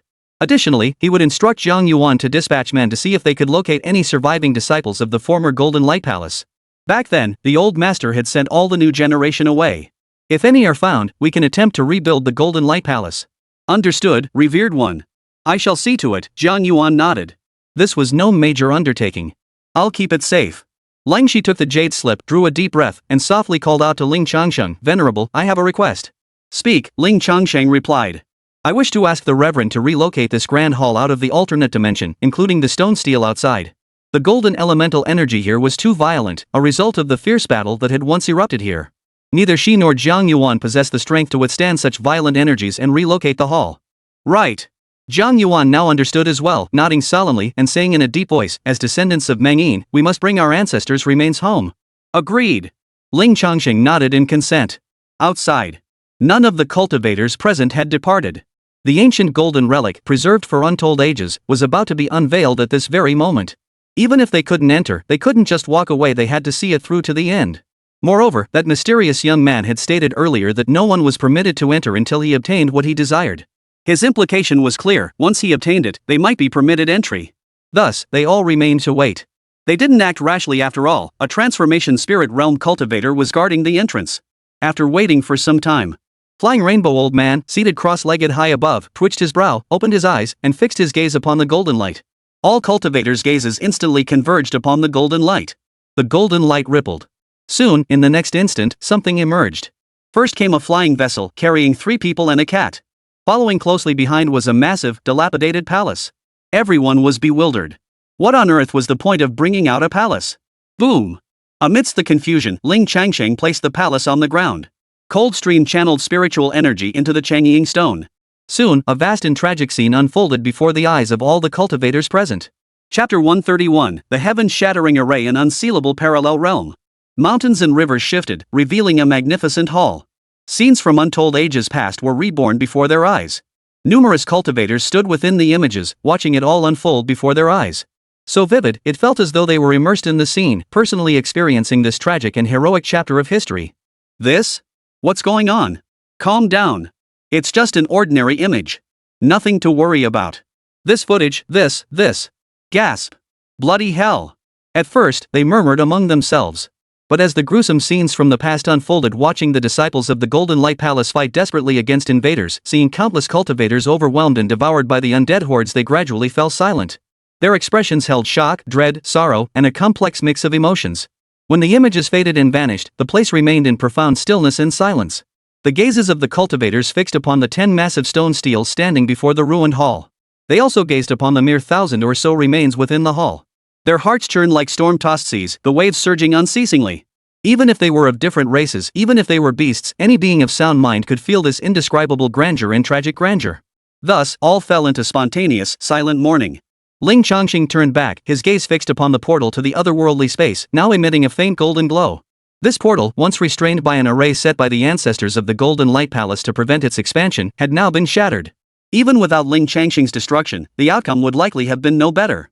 From the images left behind by the Elder, it was clear they had once sealed the portal completely. At some unknown point, a small opening had been recreated. Had it been left unchecked for even a few more days, there was a real danger it might have ruptured spontaneously. And now, as the one who reopened this entrance, it is time to take responsibility. It must be resealed, sealed and sealed. The method exists. It lies within the jade slip left by the old man, one of the myriad techniques recorded within. Heaven-severing great array. This formation harnesses all available power to completely isolate a location from the outside world. It was precisely this method the old man used to isolate this entrance from the rest of the world. The difficulty of this formation is extremely high. For Ling Changsheng to cast it using only his own strength and understanding of array techniques was utterly impossible. Fortunately, he possessed the heavenly vision ability. Ling Changsheng concentrated his spirit, entering the heavenly Dao vision state. Within this state, the entire cosmos lay within his heart. With a single thought, all the spiritual energy in this place surged at his command. From the vast heavens, from the clouds, and from the storage treasures Ling Changsheng had placed, vast quantities of spiritual essence rained down. Whoosh, whoosh, thousands upon thousands of spiritual essences plummeted down. This action shattered the stillness of the place. All the cultivators watching Ling Changsheng saw their pupils contract, their expressions filled with a strange mix of shock and awe. For they sensed strands of the Dao's vital energy emanating from Ling Changsheng. Especially the Huatian realm powerhouse, Fei Hong Wanlao. His eyes widened in astonishment as he stared at Ling Changsheng. His profound cultivation allowed him to perceive the solemn and majestic aura of heavenly might in the Dao emanating from the young man. He could scarcely believe his own senses. Yet, he soon found himself laughing heartily. Hadn't he sensed a faint echo of this very aura back in the Chaos Blade Abyss? No wonder, no wonder. Hell no. Where on earth had this terrifying presence emerged from? Amidst the shock of the gathered cultivators, Ling Changsheng had already begun. As his intent stirred, the spiritual energy in this place condensed and manifested, forming intricate patterns and lines in the air. Surrounding the portal to that otherworldly space, they intertwined like chains, gradually linking together. A brilliant, blinding light descended like a colossal sun, dazzling all who witnessed it. Immediately, these brilliant characters and patterns coalesced around the portal, forming a cage. And it continued to contract. As it contracted, it simultaneously dimmed and closed the entire portal to the otherworldly space. With the aid of the heavenly vision ability, progress was reasonably steady. The portal rapidly shrank and closed. However, when it shrank back to a size of 1 zhang and closed into a wisp of golden light, the progress stalled. Ling Changsheng frowned. Because, from the feedback, he learned that this entrance could only be made this way. It couldn't be made any smaller, nor could it be completely eliminated. An incredibly powerful connection existed between the two interfaces, as if two worlds were glued together. The portal could only be minimized, not sealed. No wonder the Golden Light Palace had once sealed it off, only for it to reappear. It turns out it was never completely sealed off to begin with. This is a problem. But it's not a major one. Now, he was deeply connected to the microcosm and possessed a portrait that served as a symbol of the plane. If anything happens within the microcosm, he can detect it instantly. He no longer needed to monitor it through a pickup device relayed to headphones like before. Well, that's settled then. With this array pattern in place, it will spontaneously absorb spiritual energy to sustain itself. If anything happens, I'll be able to detect it quickly. With that thought, Ling Changsheng halted and disengaged from the celestial path world state. Mission accomplished. The supreme golden light chapter was in his possession. There was nothing left for him to do now. This ruined hall and the remains of its ancestors within, they didn't need an outsider like him to make arrangements. With that thought, Ling Changsheng addressed Lung Shi, leave this place to your own arrangements. Understood. Ling Shi nodded, her mood subdued. She remained immersed in the complex emotions stirred by the ancient scene. Meanwhile, the cultivators watched Ling Changsheng halt his actions, their hearts trembling at the sheer scale and profound power of the technique sealing the entrance to this strange space. After all, spirit essence was a supreme treasure of the Xian tier, containing immense amounts of spiritual energy. To expend over 10,000 of them at once, he was simply beyond wealthy. Yet beyond their astonishment, their curiosity was piqued by the images Ling Shi had just conjured. They all began asking questions in a flurry. Ling Shi looked to Ling Changsheng. Seeing him nod, she proceeded to recount everything they had witnessed upon entering. Combined with the images they just witnessed, the entire sequence of events became clear. Another wave of sighs and reflections washed over them. Some of the more kind-hearted and sentimental among them even had tears welling up in their eyes. At that moment, Ling Changsheng turned to Zhang Yuan, paused briefly, then beckoned with a wave of his hand. Whoosh! A beam of light descended from the heavens, landing in his palm. He then tossed it directly to Zhang Yuan, saying, "This first fruit is yours. Remember, handle the matter I entrusted to you properly. Do not slack off." The task in question was for Zhang Yuan to seek out the descendants of the ancient Supreme Golden Light Palace. Yes. Zhang Yuan nodded eagerly, pounding his chest. "Honorable elder, rest assured. I'm not one to slack off." His expression turned solemn as he sighed, "Our ancestors fought valiantly for the peace of future generations. I too long to find their descendants." Ling Changsheng nodded, then spoke again, "There are two more matters I must entrust to you. First, gather for me some 5 elements treasures comparable to the Gangjin ancestral energy. Gather as many as you can, the more, the better. If you can't obtain them, information alone will suffice. Second, locate the remaining chapters of the Supreme 5 Elements Sutra. We already have the Frost Heaven chapter and the Golden Light chapter. Obtaining the others directly would be ideal, but gathering clues will suffice if that proves impossible. If the information proves genuine and valuable, you shall be well rewarded." Understood. I, Zhang, will spare no effort. Zhang Yuan pledged. Ling Changsheng nodded. Then, a thought struck him, and he turned to look. Chapter 132, I Want It All. From the side, the spirit transformation realm cultivator Fei Hongwanlao approached. His pace was slow, and he showed no ill intent. He merely stared curiously at the nascent fruit in Zhang Yuan's hand. "You haven't left yet?" Ling Changsheng raised an eyebrow, asking him. Fei Hongwanlao waved his hand. "Don't misunderstand, fellow cultivator. This old man has no ill intentions." Ling Changsheng nodded, studying him before suddenly asking, "Do you recognize the person in that image?" "No, I don't recognize any of them." Fei Hongwanlao shook his head, his expression filled with emotion as he sighed. "I have absolutely no recollection of this matter. Who knows how many years ago it was? Thanks to these heroic martyrs. If we'd let those monsters escape from that space, it would have been an apocalyptic catastrophe." After his lament, he shook his head. Enough. Let's not dwell on such heart-wrenching matters. We must remember this tragic past and carry forward the will of our forebears as we press on. A look of reverence lingered on his face. According to information I'd heard before, he had once belonged to a sect. But it had fallen into ruin. He seemed to be recalling the past, his heart filled with sorrow. His words were less for Ling Changsheng and more for his own release. After a brief pause, Fei Hongwanlao straightened his slightly slumped posture and asked, "What exactly is this fruit of yours, fellow Taoist? It seems rather peculiar. What do you perceive? And what exactly feels peculiar?" Ling Changsheng countered. Fei Hongwanlao pondered for a moment before saying, "On the surface, this fruit merely seems to contain a large amount of spiritual energy. But its essence is far superior, it differs vastly from ordinary celestial treasures. It's as if, it's not from this world, yet it grew here. To put it simply, it's like a treasure from the immortal realm planted to grow in this world. Though constrained by various limitations, its growth isn't optimal, its intrinsic nature still surpasses ordinary treasures. Truly worthy of a nascent soul cultivator. His insight and discernment are truly formidable, uncovering and deducing genuine truths." "You want it?" Observing his expression, Ling Changsheng guessed his thoughts. Fei Hongwanlao spoke plainly, "Though the timing isn't ideal now, since you appear and vanish so mysteriously, this old man would indeed like to exchange one for it."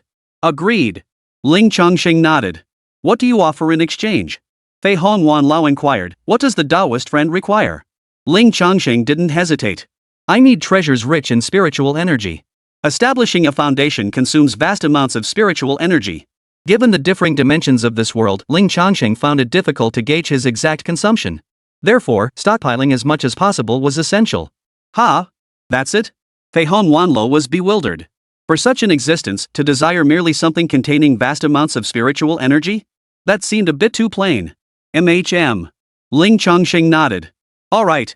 Fei Hong Wanlao relaxed and said, if you need something rare or peculiar, this old man might not be able to provide it. But this? No problem at all. With that, he retrieved an object from his storage artifact. It was a smooth, jade green gourd.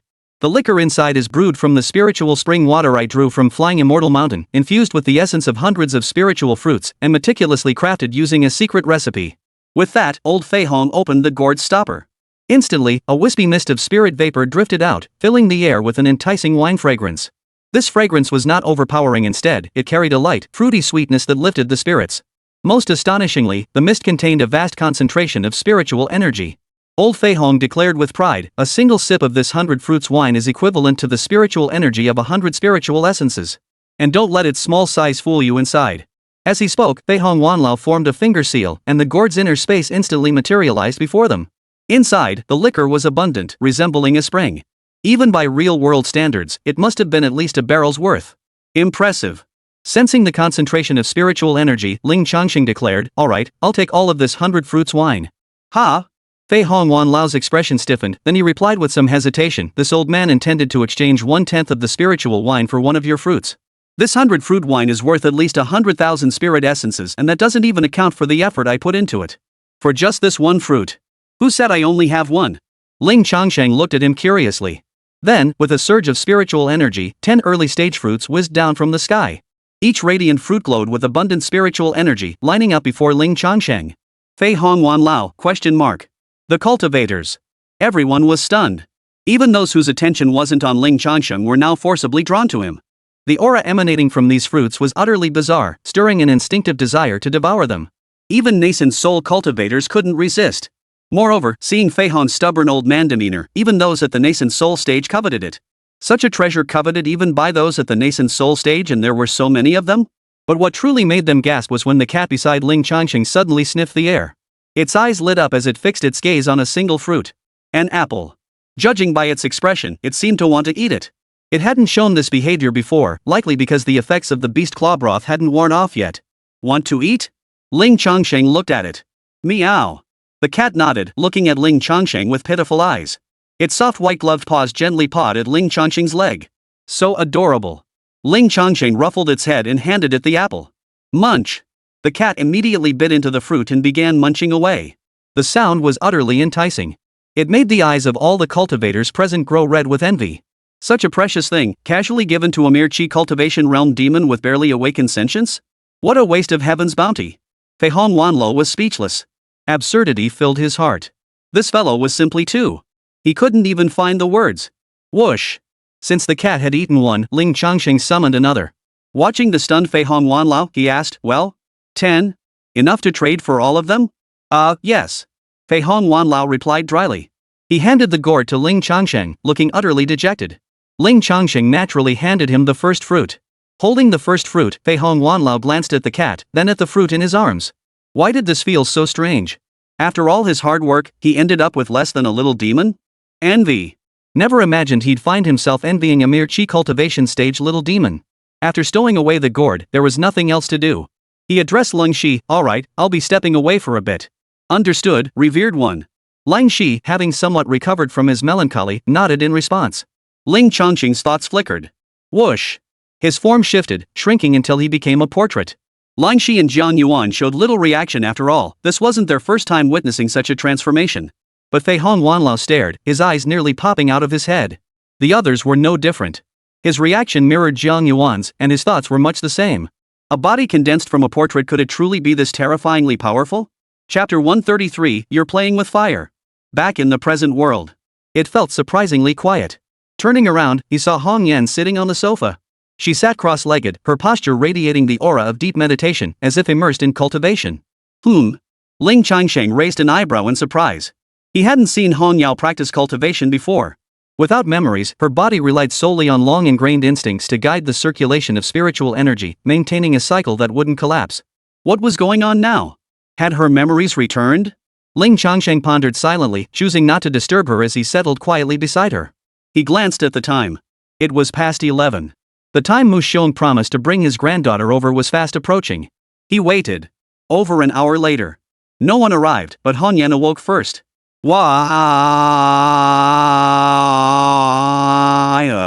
She stretched lazily, letting out a satisfied, contented grunt. Her clothes lifted, revealing her pearly white waist. Ling Changsheng was a bit bewildered. Why did she look like she'd just woken up? Just then, Hong Yao stopped stretching and scanned her surroundings, as if searching for something. Spotting Ling Changsheng, her eyes lit up and she smiled brightly. Husband! With a cheer, she leapt from the sofa and jumped straight onto Ling Changsheng. Ling Changsheng smiled helplessly yet fondly, reaching out to catch Hong Yan. Plop! Hong Yan plunged into Ling Changsheng's embrace, straddling his lap. Ling Changsheng instantly felt a heavy pressure in his chest. And she wriggled about with lively mischief. What were you doing just now? Ling Changsheng asked curiously. Just now? Hong Yao tilted her head, then stated plainly, I was sleeping. Her expression showed no hint of pretense. She genuinely believed that was the case. Ling Changsheng was speechless. Either this girl had cultivated some sort of cultivating while dreaming technique. But it felt more like she'd accidentally slipped into a cultivation state. Unfortunately, she herself was unaware of the situation. Ling Changsheng proceeded to sense and investigate the situation within Hong Yan's body. Nothing unusual. I didn't notice any changes. Aren't you coming down yet? Ling Changsheng wrapped his arms around her slender, supple waist, feeling Hong Yan's weight, and said with a hint of exasperation. No, please hold me. Hong Yao wrapped her arms around Ling Changsheng's neck, pouting. And once again, she took that deep breath, a faint arc of light flickering between her lips and nostrils. This puzzled Ling Changsheng. Spiritual energy clearly already existed within her body. Yet for some reason, she still needed to absorb her own spiritual energy. Of course, it was only a small amount, nothing to worry about. Seeing she wouldn't come down, Ling Changsheng could do nothing but hold her. This was both an intensely delightful pleasure and an agonizing ordeal. Fortunately, as such intimate closeness became more frequent, he gradually developed some patience, preventing him from losing control. But, as Hong Yan lay in Ling Changsheng's embrace, her slender, pale fingers began to climb like a mountaineer. Slowly, they made their way up his chest, toward his Adam's apple. It made Ling Changsheng's heart flutter. Moreover, her fingers gradually climbed to his chin, lightly pinching and stroking the stubble there. Playing with it. All the while, giggles escaped her lips. What are you doing? Stop messing around. Ling Changsheng brushed her small hand away. Hee Hong Yan giggled. Her hand, having been pushed away, began climbing upward again, inch by inch, starting from Ling Changsheng's chest. It reached his lips, the fingertip gliding lightly along the curve. Ouch, what are you doing? Ling Changsheng turned his head in exasperation, glancing down at her. But he found Hong Yao looking coy and playful, like a kitten teasing its owner. But the moment their gazes met, she bit her lip and shyly averted her eyes. Why does she feel so alluring? Ling Changsheng forced himself to steady his composure and looked away. Hong Yao remained silent, leaving the atmosphere slightly awkward. But soon, Ling Changsheng felt two small fingers dancing across his chest. He looked down to find Hong Yao gazing at him with wide, pleading eyes. Her eyes seemed to ripple with undulating waves. Perhaps it was unconscious, but at that moment, Hong Yao's features radiated a startling, natural allure. You're playing with fire. Ling Changsheng abruptly flipped her over, pinning Hong Yao onto the sofa. Hong Yao's gaze grew hazy as she looked at Ling Changsheng, her eyes slowly closing, her rosy lips slightly pouting. Who could resist this? Ling Changsheng held back no longer. After all, they'd already kissed once on the Ferris wheel. As the saying goes, once you've had one, you'll have a second. Fragrant. Soft and supple. It even stirred a destructive urge within Ling Changsheng, a desire to devour it recklessly, to absorb every last bit of its sweetness. His hands began moving of their own accord. Just as Hong Yan had climbed before, Ling Changsheng climbed too, but downward. Sliding along the smooth, flowing ridgeline, landing on the towering mountain. He instinctively applied more pressure, savoring the fullness that filled every crevice between his fingers. Mum. Hong Yan's eyes remained closed, her cheeks flushed crimson as an irresistibly tantalizing nasal sound escaped her lips. The arms encircling her waist tightened, as if striving to mold her into his very being. Savoring the exquisite sensation of every point of contact. After a long while, when he no longer felt the rush of breath on his face, Ling Changsheng snapped back to reality. He withdrew, lifting his head. Then he saw Hong Yao's eyes slightly open, her pupils rolling upward. This girl, how had she managed to hold it in again? Ling Changsheng felt both amused and exasperated. He quickly patted Hong Yan's flushed, feverish cheeks. Wake up, stop holding your breath. Let it out, Ling Changsheng said, gently squeezing her chest that had risen from the effort. Only then did Hong Yan exhale, finally catching her breath. Then, just like last time, her eyelids lowered, her eyes darting about, a bashful little expression on her face. Ling Changsheng found it both amusing and peculiar. Before anything actually happened, she was bold and unconcerned about physical intimacy, almost as if she were offering herself up for Ling Changsheng to take advantage of. But the moment something actually happened, she turned bashful. What's wrong? Seeing her like this, however, Ling Changsheng felt the urge to tease her. A mischievous grin spread across his lips as he lifted Hong Yan's chin. Little girl, weren't you just trying to seduce me? Hong Yao covered her face with both hands, emitting an adorable sound. Her entire body went limp as she collapsed onto the sofa. Ling Changsheng could distinctly feel the scorching heat radiating from her body. It even exceeded normal temperature caused by the spiritual energy surging through her body at an accelerated pace. This reminded Ling Changsheng of a meme. The gist was, girlfriend has a fever of 104F. Here are your options. One was to take her to the hospital.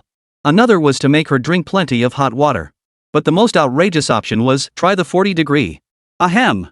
At this temperature, Hong Yan might just surpass 40 degrees. This is getting off track.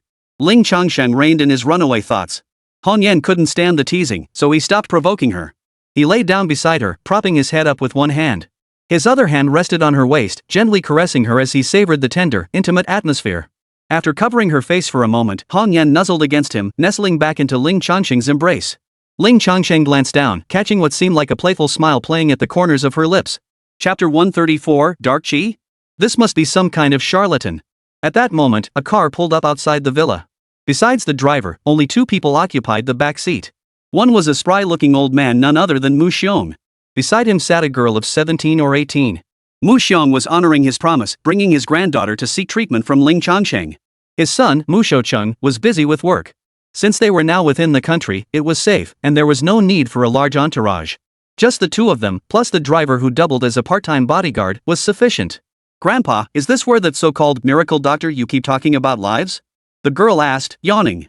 Her expression was utterly exhausted, her entire being listless and devoid of energy. That's correct, Mu Xiong nodded. This miracle doctor lives in such a nice place? Is he really that amazing? The young girl muttered skeptically, her face full of exasperation. Grandpa, I really don't have any illness. I've just been sleeping poorly lately. This is making a mountain out of a molehill.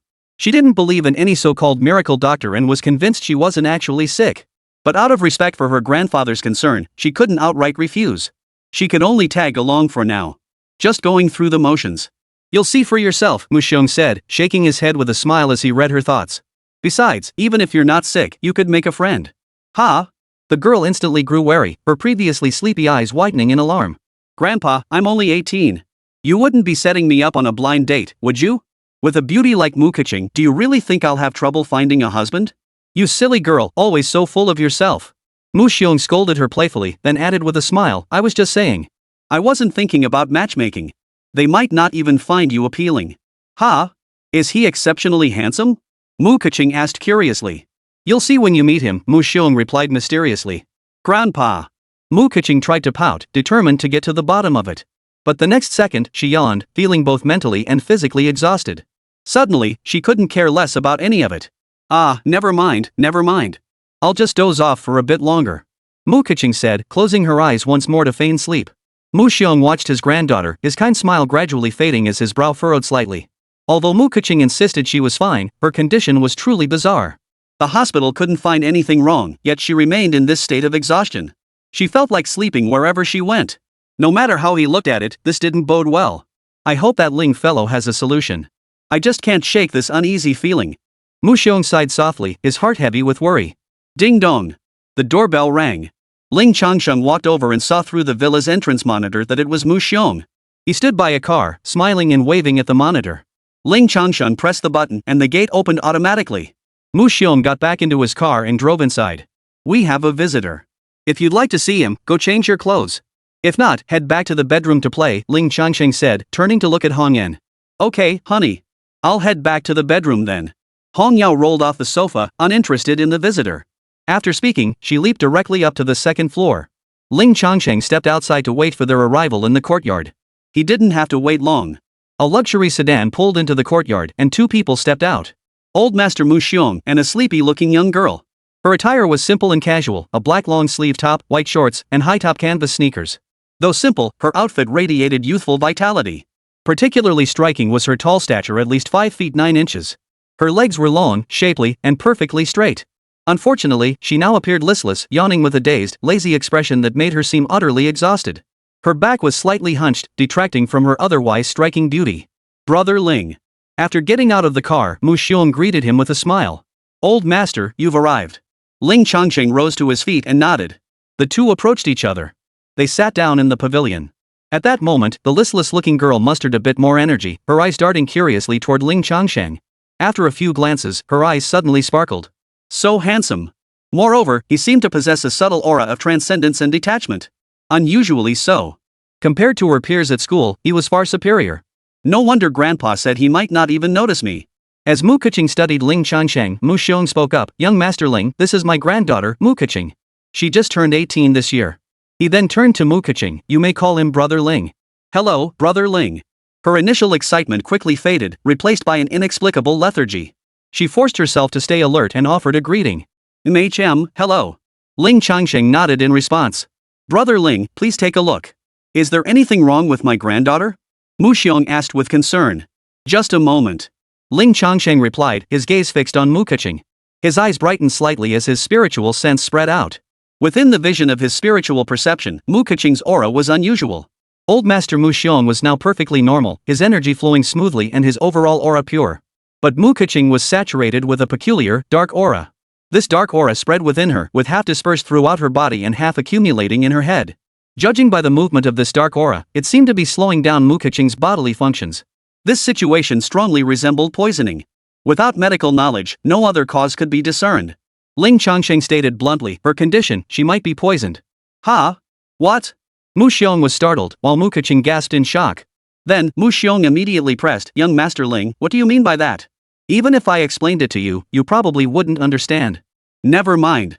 Ling Changsheng shook his head but offered a brief explanation. There's a dark, oppressive energy circulating within her body.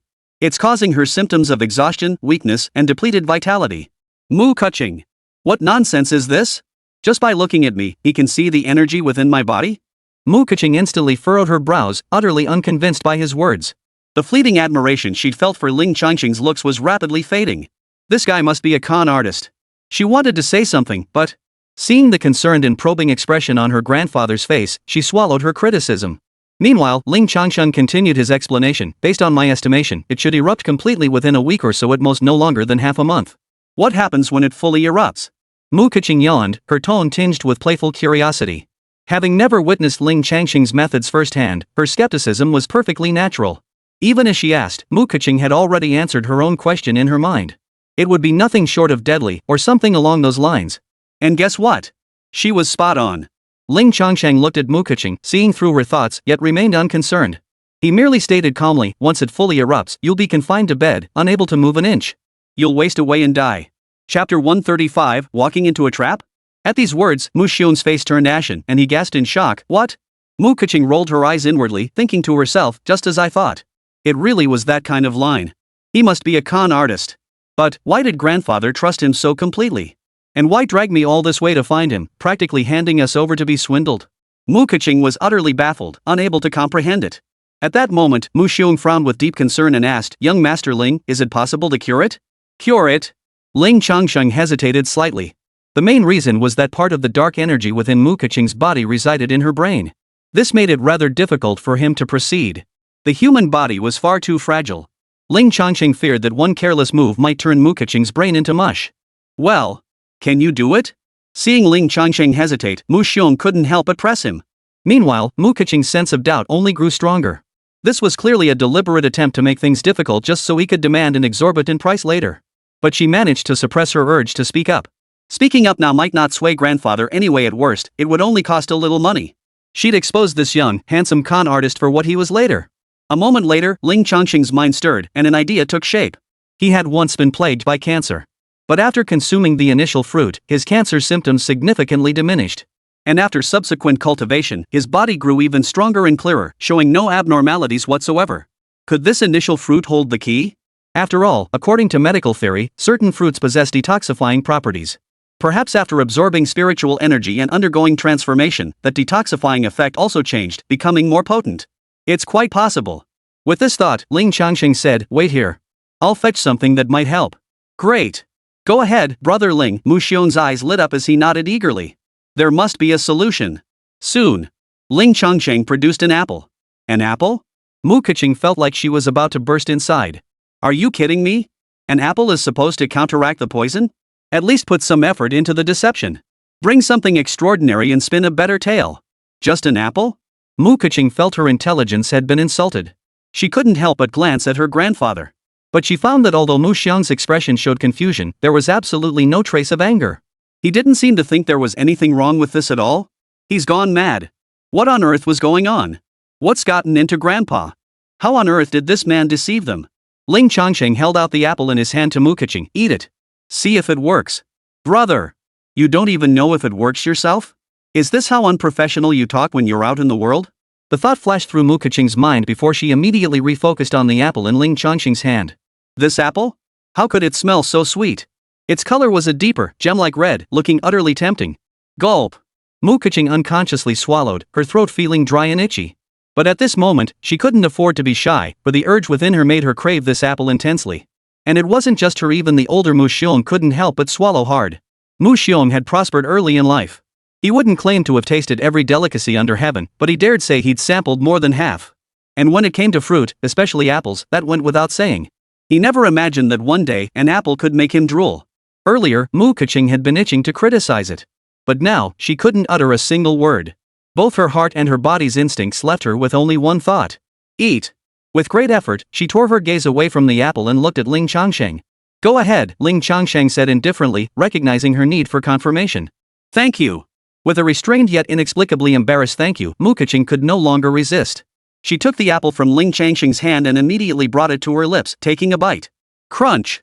As the skin gave way, the fragrance grew more pronounced. Fragrant without being cloying, refreshingly sweet, the scent alone made one's mouth water. Mu Xiong could only suppress his own craving. His granddaughter was more important now. He watched Mu Keqing, observing her transformation. Ling Changsheng was watching too. But he saw far more clearly than Mu Xiong.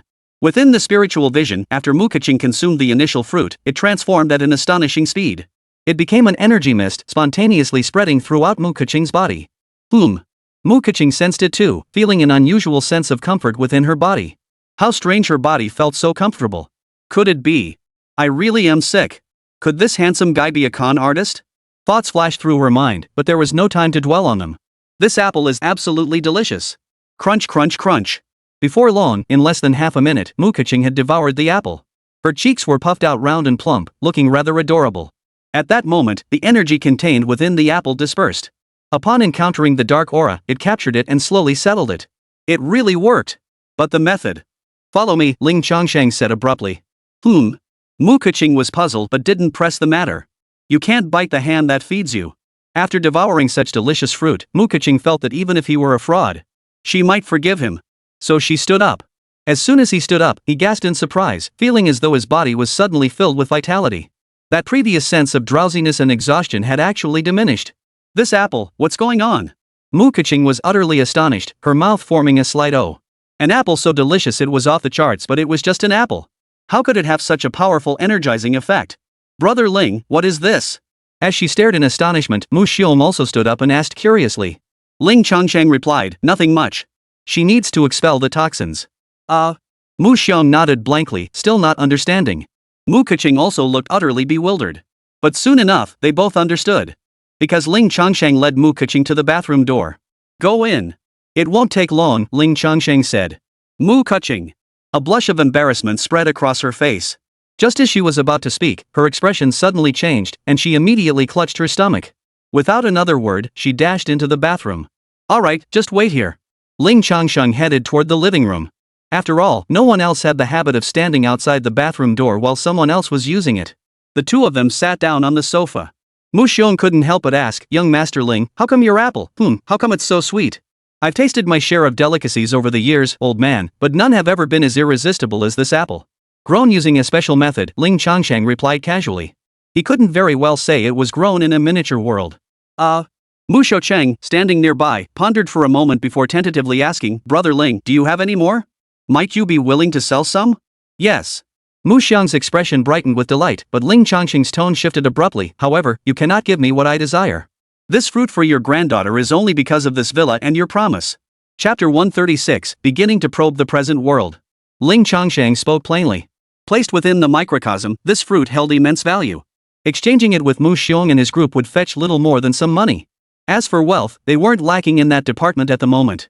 Ah! Hearing this, Mu Xiong couldn't help but sigh, yet he still wanted to try. What does Brother Ling need? Just say it, perhaps we can find a way to get it? Mu Xiong's words caused Ling Changsheng to fall deep in thought. Perhaps. He really could have him gather some things. After gathering his thoughts, Ling Changsheng spoke up. In that case, there are indeed some things I care about. Mu Xiong beamed with delight. Brother Ling, please tell me. I have a fondness for all sorts of strange and ancient artifacts with deep histories. Some items might strike you as subtly different at first glance, yet you can't quite pinpoint why. Bring those to me for inspection. If I need it, I'll naturally give you what you desire. Mu Xiong pondered, sensing Ling Changsheng's description was rather broad. He inquired, Brother Ling, could you offer a more specific description? No. Ling Changsheng shook his head. Matter of spiritual energy was something he couldn't explain to Mu Xiong. Mu Xiong sighed helplessly. Alright, I'll keep an eye out. Ling Changsheng continued, also, you could gather some ancient historical records, even legends or biographies would do. If I find them interesting, I'll share them with you. Mu Xiong asked in surprise, just anecdotes and biographies? Young Master Ling doesn't need anything substantial? No need. If it becomes necessary, we'll address it then. Ling Changsheng shook his head. Mu Xiong, alright, I'll keep both points in mind. I'll have Shoucheng make arrangements later. MHM. Ling Changsheng acknowledged. Regarding these two matters, the first involved attempting to uncover and collect more items with mysterious origins. He didn't hold out much hope. It was more about taking advantage of Mu Xiong's considerable influence, giving it a shot regardless of the odds. The second was to gather various legends and biographies. Blue Star possessed spiritual energy, and there were also the existence of void stones. Blue Star must hold great secrets. Perhaps they were hidden within obscure tales and legends. After questioning Chu Gua, Mu Xiong pressed further, Brother Ling, how is my granddaughter doing? He had wanted to ask this earlier. But he held back, fearing it might seem like he didn't trust Ling Changsheng enough. Now was the perfect time. She's fine now. Ling Changsheng replied, adding, not only is she fine, but her health will be better than ever. Oh? Really? Old Master Mu's eyes lit up. You'll see for yourself shortly, Ling Changsheng replied.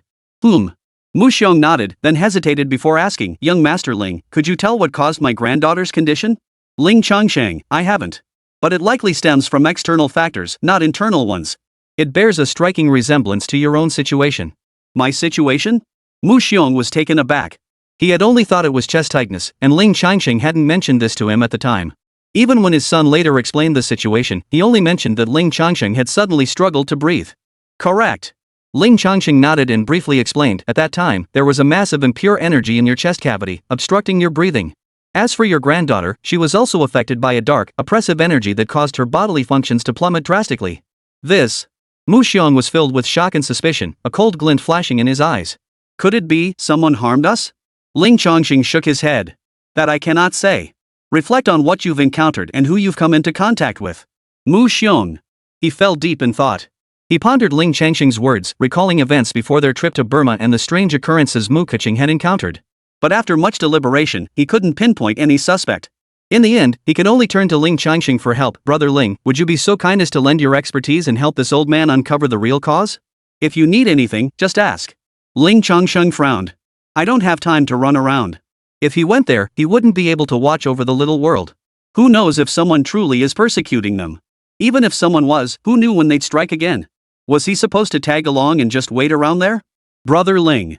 Anxious concern flashed across Mu Xiong's face, but before he could finish, his eyes suddenly lit up. How about this? I'll have Keqing move in with you. Brother Ling, could you keep an eye on her when you have time? Ling Changsheng. The old man certainly thinks on his feet. That way, it really wouldn't be a problem. The villa next door still seems vacant, and it's only a few hundred meters away. At that distance, my spiritual sense could reach it swiftly. Should anything unusual occur, I'd notice immediately. It's no big deal and won't be much trouble. I can lend a hand. Moreover, Ling Changsheng realized he couldn't go it alone. Within his small world, he was gradually gaining control over forces like Lengxi, Jiang Yuan, and the Xianbing Immortal Mountain. But in the real world, unless he grew powerful enough to withstand a nuclear bomb.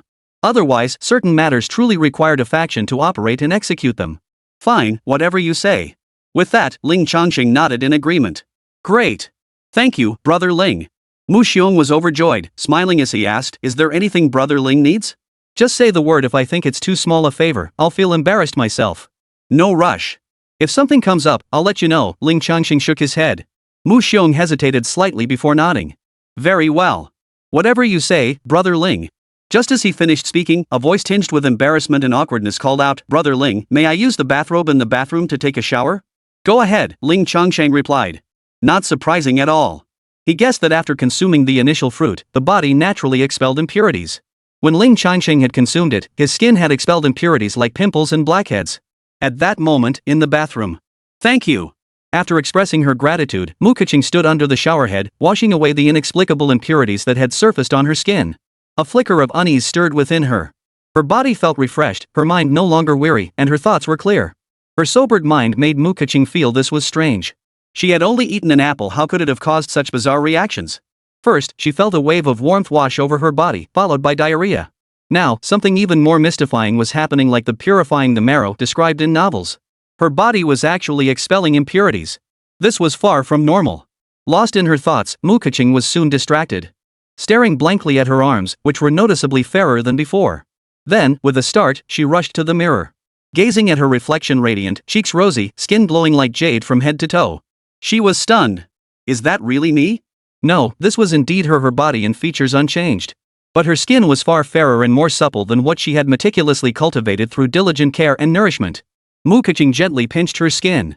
Without much pressure, a rosy flush appeared. It felt as though it could burst at the slightest touch. This. Even though she understood what had happened, Mu Keqing still couldn't comprehend it. How could this be? An apple could have such terrifying effects? Who exactly is that Brother Ling? Chapter 137, This isn't quite right. So suddenly. Staring at her reflection in the mirror, Mu Keqing was utterly bewildered. She couldn't figure it out, couldn't make sense of it. Even the most cutting-edge, powerful cosmetic treatments couldn't produce such instant results. It's truly like the legendary immortal fruit. Who exactly is he? Where did he get such an apple?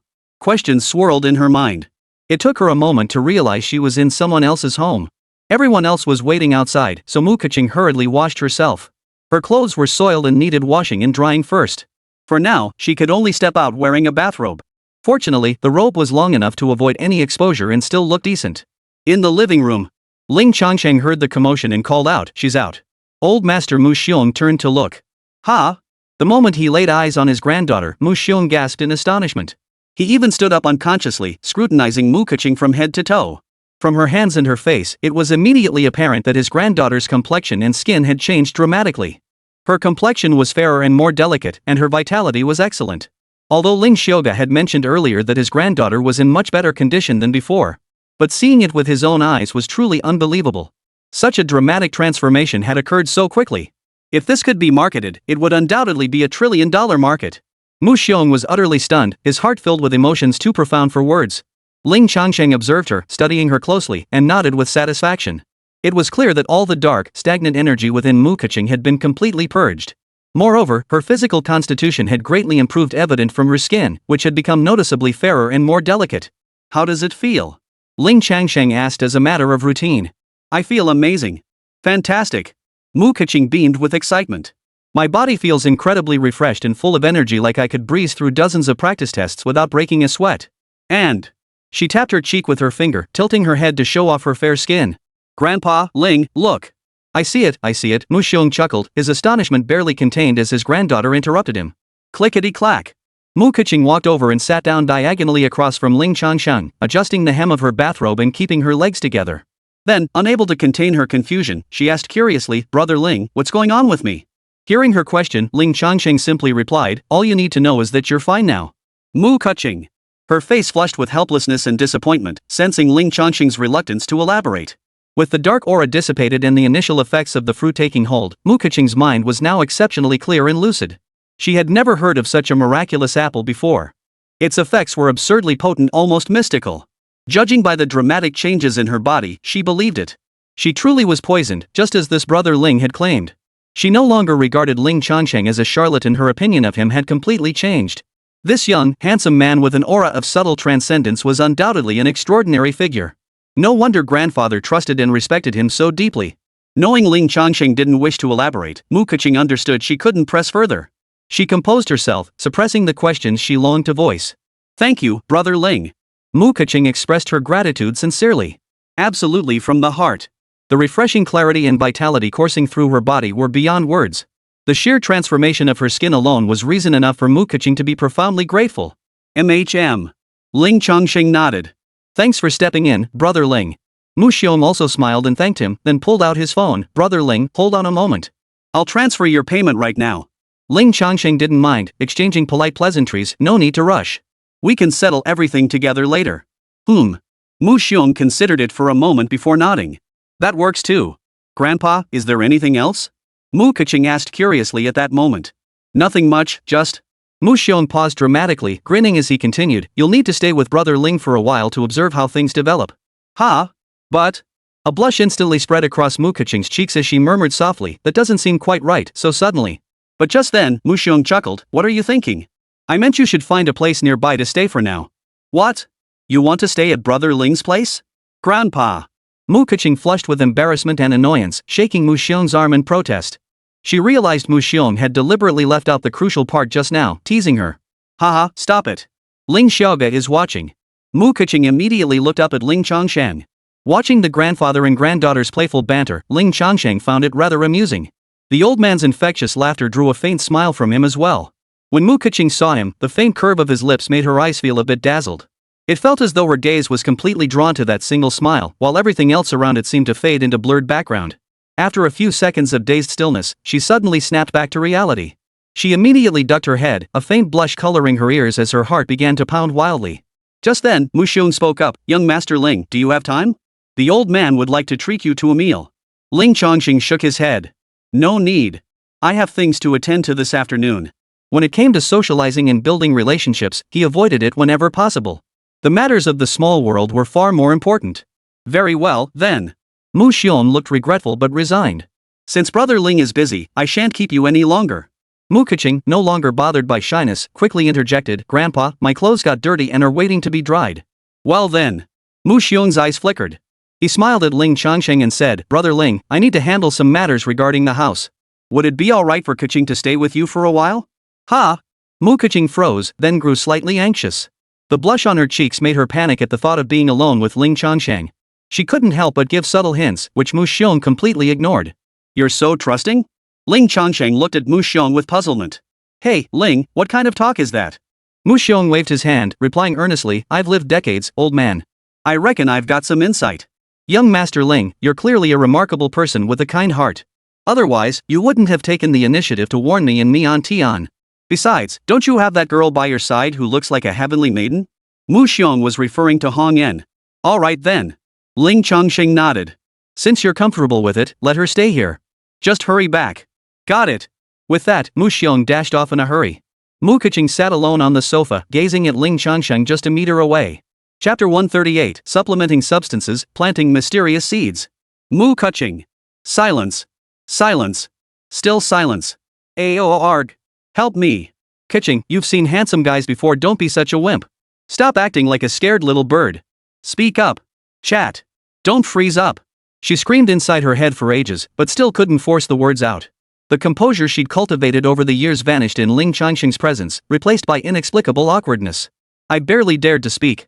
With Mu Xiong around before, he'd felt more confident. But now, alone with him, she found herself inexplicably speechless, unsure how to begin. Ling Changsheng also had little experience being alone with an unfamiliar woman. Hong Yen didn't count.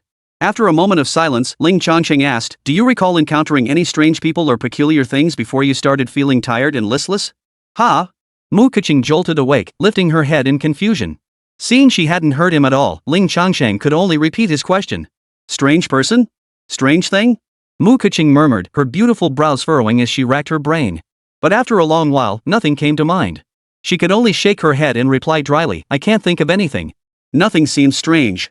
Alright then, Ling Changsheng could only say. If it was man-made, it would surely be concealed. If it was an external object, it made even more sense that she wouldn't have noticed it. A moment of silence passed. Finding nothing else to say to her, Ling Changsheng simply stated, do whatever you want. With that, he turned on the TV to ease the awkwardness. Oh. Mu Keqing murmured softly. She remained huddled like a quail, staring at the screen.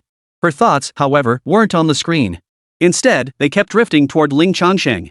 And so, half an hour passed in silence. After this short while, Mu Keqing's clothes were quickly dried. She hurried to put them on. Wearing a bathrobe in front of others felt utterly strange. Once dressed, she felt a bit more composed. She cautiously, curiously studied Ling Changsheng.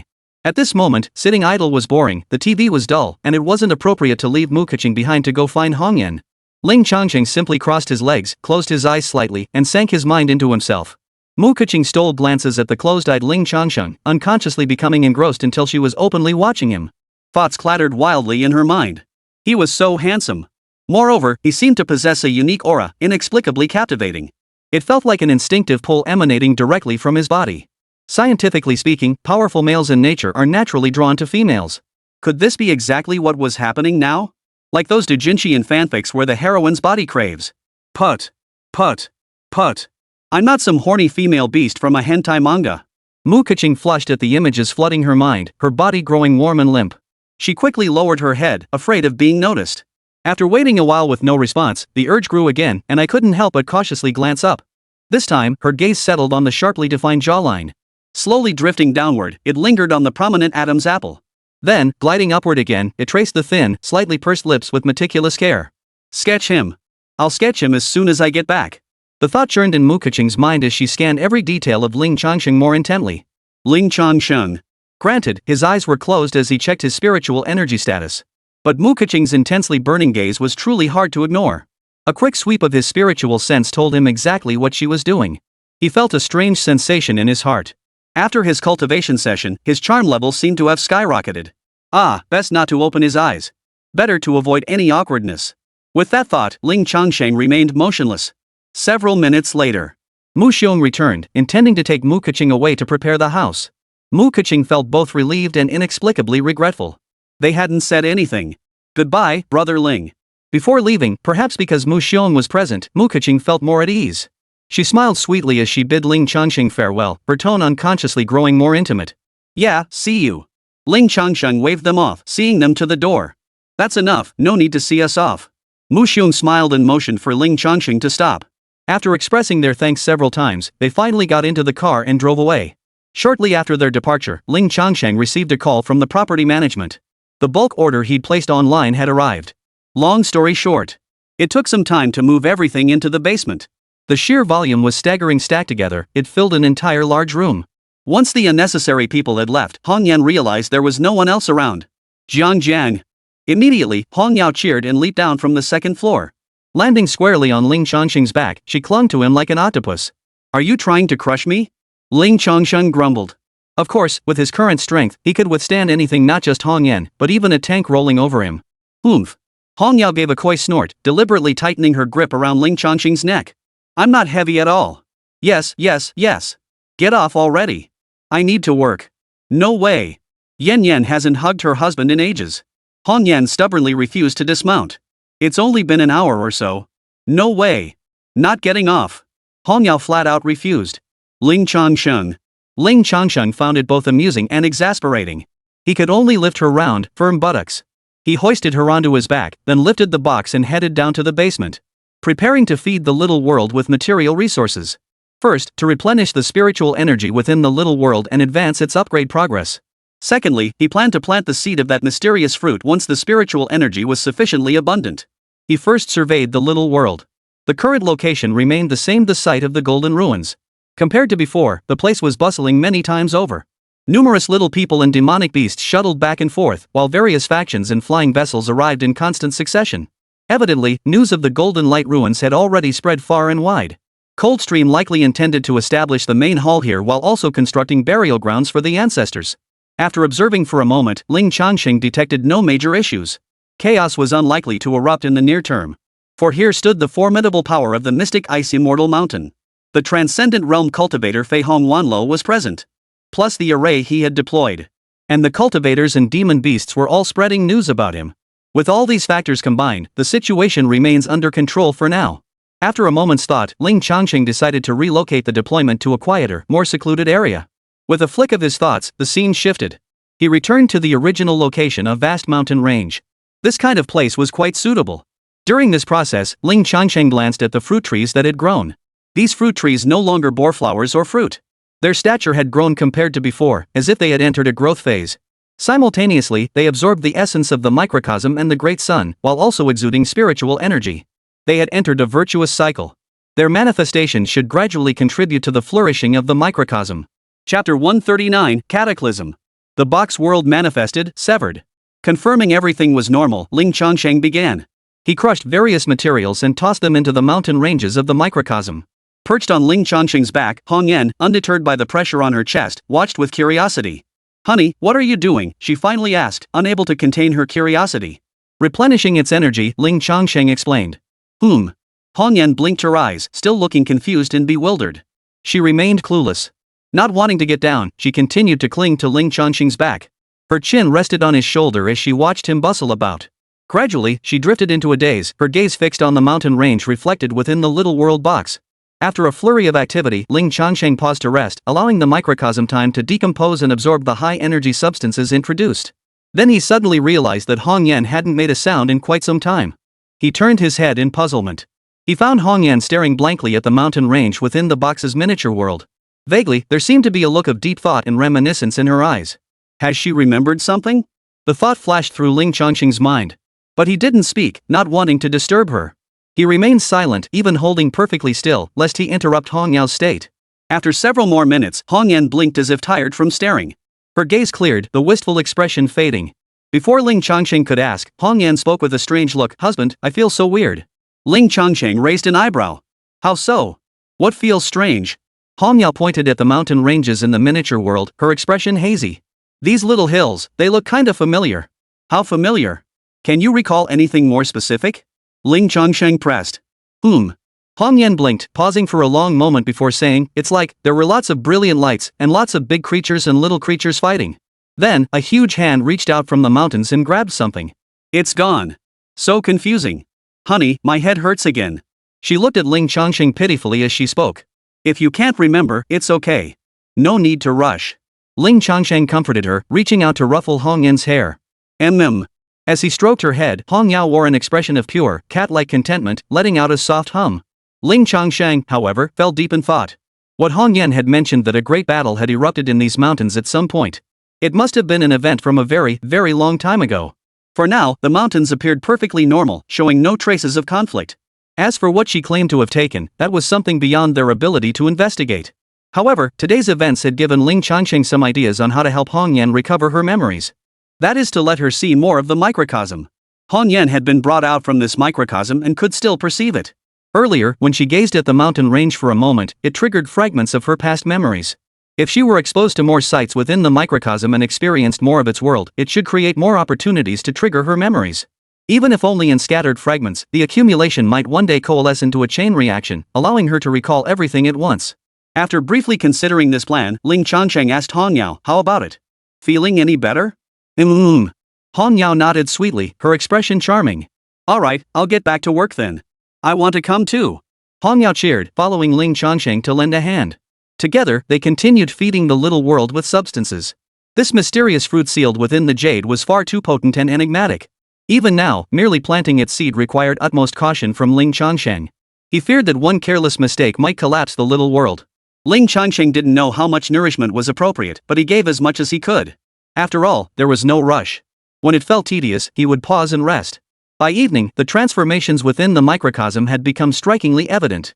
Fearing the energy might disperse and fail to sustain the seed's absorption, Ling Changsheng deliberately confined the spiritual energy within this space. Now, within these mountains, the spiritual energy was incredibly dense. Vast amounts of spiritual energy had gathered, forming clouds and mist, dripping down like liquid rain. But these raindrops were no ordinary water. They were spirit essence, highly condensed spiritual liquid. They have formed pools the size of washbasins, each spanning dozens of meters across in the miniature world scale. Gazing upon this spirit spring rippling through the mountains, brimming with spiritual energy, Ling Changsheng prepared to begin his action. He retrieved the mysterious seed. He carefully placed it into the miniature world, buried it in the soil, and watered it with the spiritual spring. Then, he directly entered the heavenly Tao world state, bypassing the soil's obstruction to observe the mysterious seed soaking in the spiritual liquid beneath the earth. Additionally, he manifested the stellar spirit heart. He wanted to see how the stellar spirit core would change after the mysterious seed reacted. 1 breath, 2 breaths, 3 breaths. Just as Ling Changsheng wondered why there was no reaction, movement finally occurred. The droplets of spiritual essence being poured began to diminish. And the pace accelerated. Initially, the spiritual energy droplets diminished very slowly, seeping into the soil. But within just a few breaths, the pace accelerated dramatically. The mysterious seed absorbed the spiritual liquid as if drinking water. Ling Changsheng immediately channeled more spiritual essence, maintaining the continuous flow. The mysterious seed accepted it all without hesitation, absorbing every drop without pause, showing no signs of saturation whatsoever. This tiny seed absorbed spiritual essence exceeding its own volume by thousands or even tens of thousands of times, truly astonishing. And it was far from over.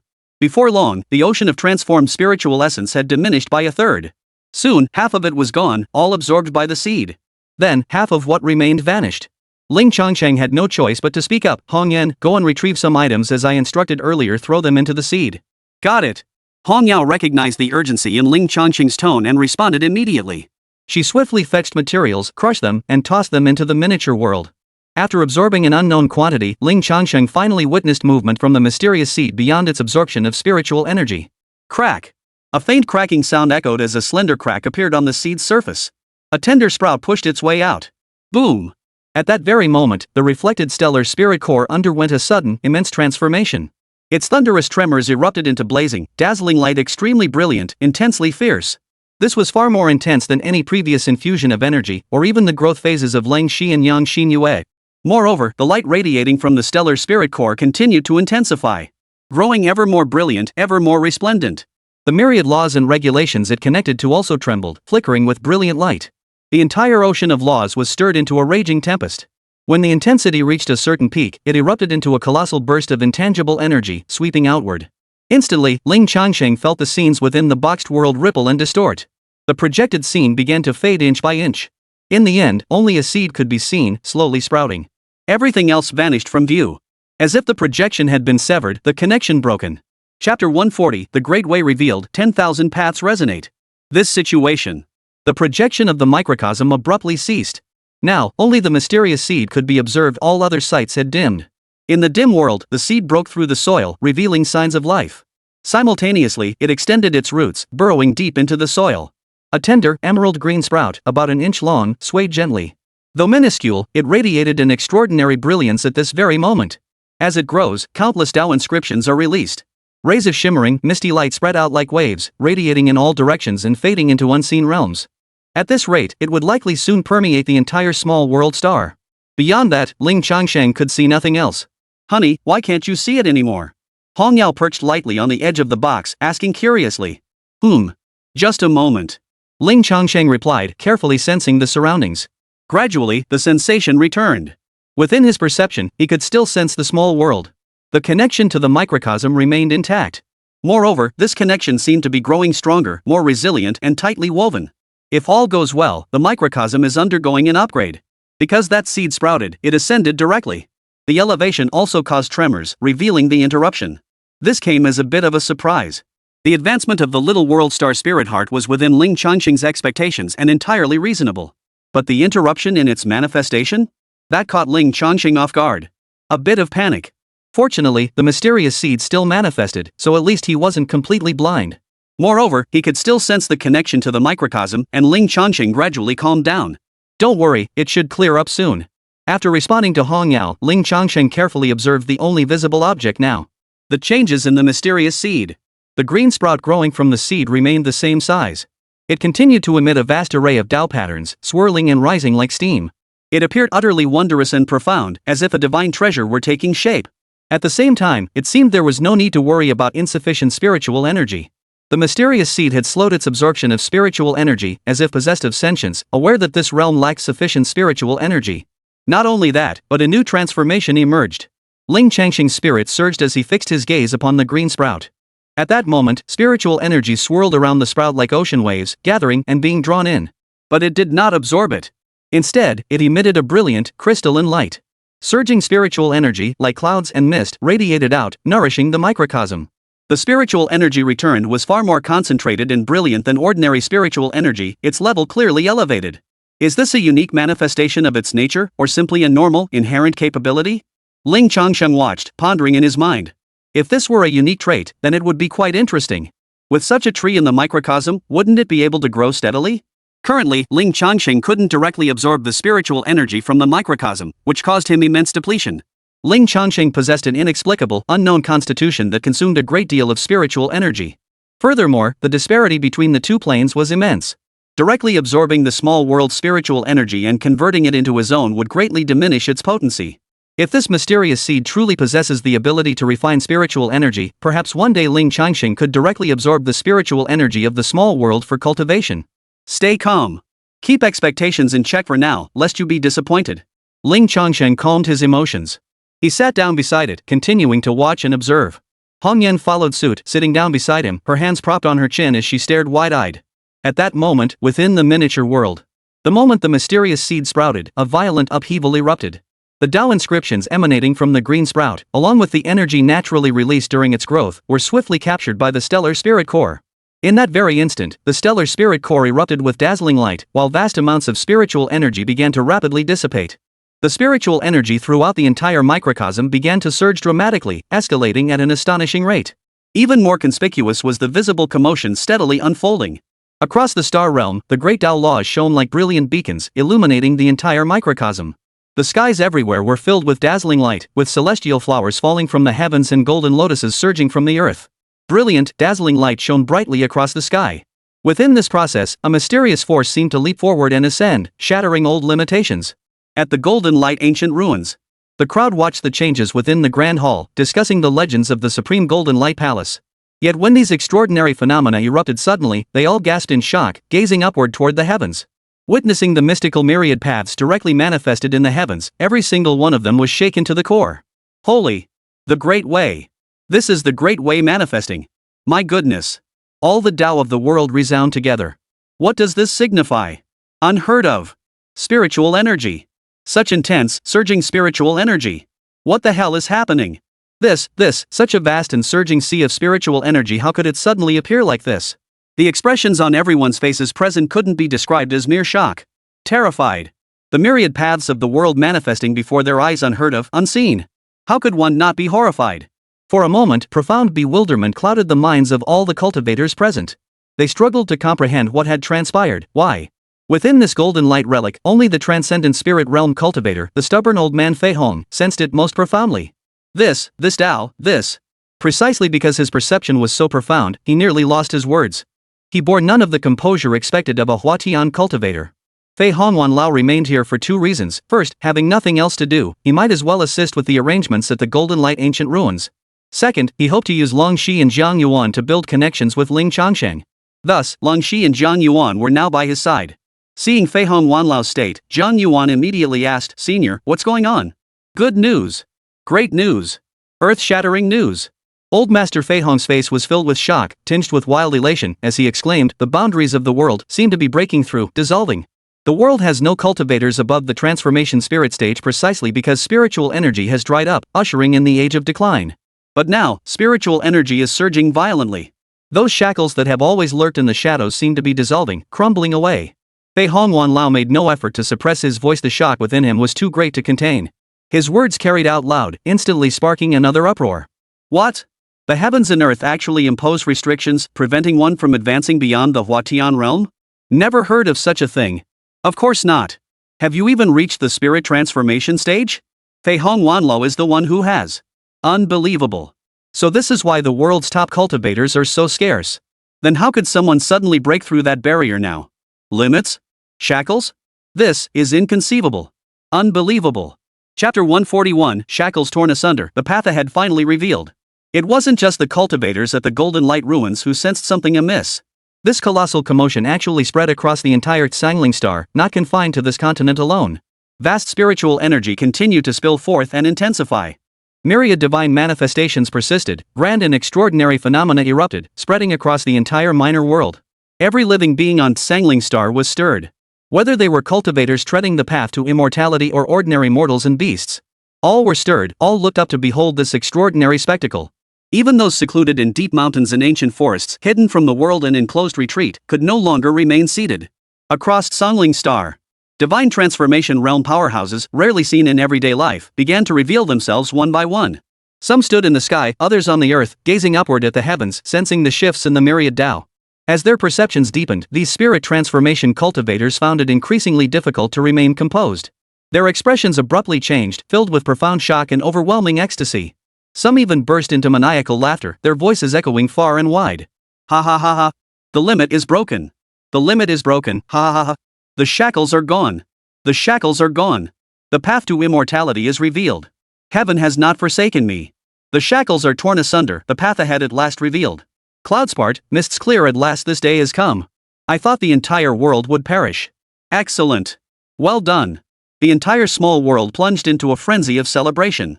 Lower-tier cultivators, monitoring the surge in spiritual energy, speculated and debated whether a golden age was dawning. High-level cultivators were moved to tears. Their profound cultivation had granted them greater insight, yet they had long since despaired, seeing no path forward. Yet now, the clouds parted and the fog cleared. How could they not be moved? At that moment, in a secluded valley dozens of miles away from the mystic ice immortal mountain. The valley was quite large, housing a dozen or so tents. Men clad in full armor emerged from the tents, resembling a military unit. Emerging, they all looked up at the sky, their gasps of awe and shock echoing in waves. At the edge of this valley, atop a mountain peak, a figure stood alone. A eunuch, clad in a deep blue robe, his face waxy and yellow, marked by a scar, with eyes as small as beans, giving him a sinister air. Before this eunuch, a circular disc about 10 feet in diameter floated and drifted. The disc emitted rays of light that intertwined in the air, forming the silhouette of a figure. The figure wore splendid, bright yellow robes, its aura radiating an overwhelming sense of majesty, as if of inestimable nobility. This noble figure stood with hands clasped behind his back, facing away from the eunuch. Both gazed upward at the heavens. After a moment, the projected figure spoke, Wu Zhong, as one who has reached the threshold of divine transformation. What do you discern in these celestial signs? Then, he turned around, revealing a face with sharply defined features. His thick eyebrows resembled two jet-black swords, naturally radiating a sharp and domineering aura. His eyes were deep and luminous, their pupils flickering with a mesmerizing light that made one dare not meet his gaze. Though merely a condensed phantom, the authority radiating from him felt palpable, as tangible as substance itself. Even Wu Zhong, standing at the threshold of the transcendence realm, felt his heart tighten under that gaze. This man was the supreme authority of the Wu dynasty. The emperor of the dynasty, the martial sovereign of the world. Though he must preside over the vast empire, his power remains formidable. Many years ago, he had already reached the late nascent soul stage. Now, his power was unfathomable, and even the divine transformation realm might not be beyond his reach. Hearing Emperor Wuzhenqi's inquiry, Wu Zhong immediately bowed and replied, Your Majesty, my vision is limited. I can only discern that the celestial and terrestrial spiritual energies are growing, as if heralding an era of prosperity. That this should occur at the very moment we are preparing to wage war is an auspicious sign indeed. Your Majesty is destined to leave an indelible mark upon this world. Your grand vision and magnificent achievements will surely sweep all before them. One sentence, then two strokes of flattery. You're still as smooth-talking as ever, lad. Wu Zhenshi tapped Wu Zhong lightly, his expression showing no sign of reproach. Flattery may be a double-edged sword, but it never fails. And this flattery had indeed struck a chord with Wu Zhenshi. This military campaign was launched precisely to seize the treasures of the mystic ice immortal mountain, seeking to advance further. To leap beyond this barren and perilous world toward higher realms. Now, though the heavens and earth were in upheaval, it was still a good thing. Wu Zhenshi sensed it too. The shackles that had silently bound the heavens and earth seemed to be crumbling. At this thought, the smile vanished from Wu Zhenshi's eyes. Enough of this nonsense. Tell me, have you sensed anything else? Hearing this question, Wu Zhong hesitated before replying, Your Majesty, this humble subject does indeed sense something peculiar and strange. Oh? Wu Zhenshi narrowed his eyes, studying Wu Zhong. Weighing his words carefully based on his own experience, Wu Zhong replied, Your Majesty, this humble servant senses a stirring within a realm that has lain dormant for decades. It's hard to say whether this is connected to the unusual celestial phenomena, but I fear there is a strong correlation. Wu Zhenshi nodded lightly, his expression thoughtful. Wu Zhong's words further confirmed the vague sense he had been harboring. After waiting a while, he saw that Wu Zhenshi was still deep in thought, yet the appointed time was fast approaching. Wu Zhong then asked softly, Your Majesty, shall we proceed with this journey? Of course. Wu Zhenshi nodded, his expression suddenly hardening. Unless the heavens collapse, there is no turning back once the arrow is released. The secrets of Xianbing Immortal Mountain, I must obtain them. Contact T-Honor. We'll use this chaos to break through. Wu Zhong, as you command. Wu Zhenshi's projection faded. Wu Zhong began contacting Wu Zhantian. Xianbing Immortal Mountain, 9th Peak. Within the courtyard. Your Highness, the formation is complete. No one has detected it. The attendant reported with clasped fists. Unable to restrain himself, he lifted his head to gaze at the sky, his spirit stirred. MHM. Wu Zhantian gazed up at the vast expanse of sky, uttering a single hum without turning his attention to the attendant. A solemn expression crossed his face, his mind filled with doubt and confusion. Celestial omens. A magnificent, unprecedented phenomenon. What did it signify? What had transpired? As Wu Zhantian pondered, a sudden thought struck him. He promptly left the courtyard, entered the house, and made his way into a secret chamber. Within this chamber, an array was engraved upon the floor. At that moment, the center of the formation glowed faintly, emitting ripples. It was precisely these fluctuations that had drawn Wu Zhantian here. Gazing at the formation, Wu Zhantian silently channeled his spiritual energy, sending it into the array. The formation flared brightly, its interwoven light rapidly coalescing into a human figure. Before Wu Zhantian stood a figure whose demeanor was both soft and feminine, yet also carried a ruthless edge. None other than Wu Zhong from the valley. "Greetings, Your Highness." After materializing, Wu Zhong clasped his hands and inquired, "Your Highness, is the teleportation formation ready?" "It is ready." Wu Zhantian nodded, then inquired, "What did His Majesty say?" Wu Zhong smiled, his tone solemn, "His Majesty is determined to succeed. Right now, at this very moment." After a brief silence, Wu Zhantian nodded. "Very well. I shall activate the array immediately." "Very well. This old servant will prepare to assist." No more to say. With that, Wu Zhong vanished. Wu Zhantian stepped back out of the secret chamber into the courtyard, his expression cold and fierce. Chapter 142, Xianbing Immortal Mountain, Danger. "Lang Shi, this is your choice." Running his fingers over the spirit core in his hand, Wu Zhantian's eyes flashed with icy fury. "Woman, I'll make you understand the consequences of defying me." As this thought flashed through his mind, Wu Zhantian swept his wide sleeves with a fierce motion. Countless spirit essences surged forth from his sleeves, scattering into the sky. Each spirit essence seemed guided by an invisible force, landing precisely in its designated spot. Buzz, buzz, buzz. As the spirit essences settled into their predetermined spots, they instantly erupted in brilliant light. Their energy surged forth, forming streaks of light that intertwined like threads. In the blink of an eye, a vast array pattern took shape in the sky. The light was dazzling, radiant and brilliant. This spectacle was impossible to ignore, and numerous disciples and followers sensed the intense radiance. "Ha! What's happening? Who summoned this great formation?" Within the grand halls atop several mountain peaks, the remaining mountain masters also sensed this extraordinary spiritual energy. Whoosh, whoosh, they shot out from the halls. Their gazes immediately converged upon the grand formation taking shape in the sky. They exchanged glances, confirming one thing in each other's eyes: this formation was not cast by anyone from their sect. Its aura and traces bore no resemblance to any formation diagrams possessed by their Xianbing Immortal Mountain. "Something's off," one mountain master frowned. "This isn't an array our sect set up. I feel a bit uneasy." Cultivators, who constantly pondered the way of heaven, occasionally experienced sudden, intuitive forebodings. At this very moment, they all sensed an inexplicable dread, as if a great calamity was about to befall them. "Enough talk. Let's go check it out," declared one mountain lord, immediately taking flight. He soared skyward, heading straight for the formation's location. The other mountain lords followed suit. Soon, that ominous premonition proved true. No sooner had they soared into the sky than the expressions of all the mountain lords turned ashen. In the sky, the great formation summoned by an unknown entity exploded with a blinding, intense light, striking the heavens. The protective formation of Xianbing Immortal Mountain was instantly triggered, flickering with a faint glow. Like a vast celestial dome, it enveloped the entire mountain gate. The blinding light unleashed by Wu Zhantian's formation struck the protective array at that very moment. Boom! A tremendous roar erupted, reverberating across the skies above Xianbing Immortal Mountain. The mountain guarding formation rippled violently as terrifying shockwaves rapidly spread outward. Countless clouds and snowflakes were violently swept away by the immense impact force. Vast swaths of snow swirled through the air, enveloping the entire Xianbing Immortal Mountain region in a thick, white snow mist. The deafening roar echoed endlessly, causing the entire mountain's domain to tremble within the shockwave. Help! I'm falling off the mountain. My ears! My ears! Cough! Cough cough! Even the aftershocks were more than ordinary disciples could endure. Chaos erupted instantly throughout the Xianbing Immortal Mountain.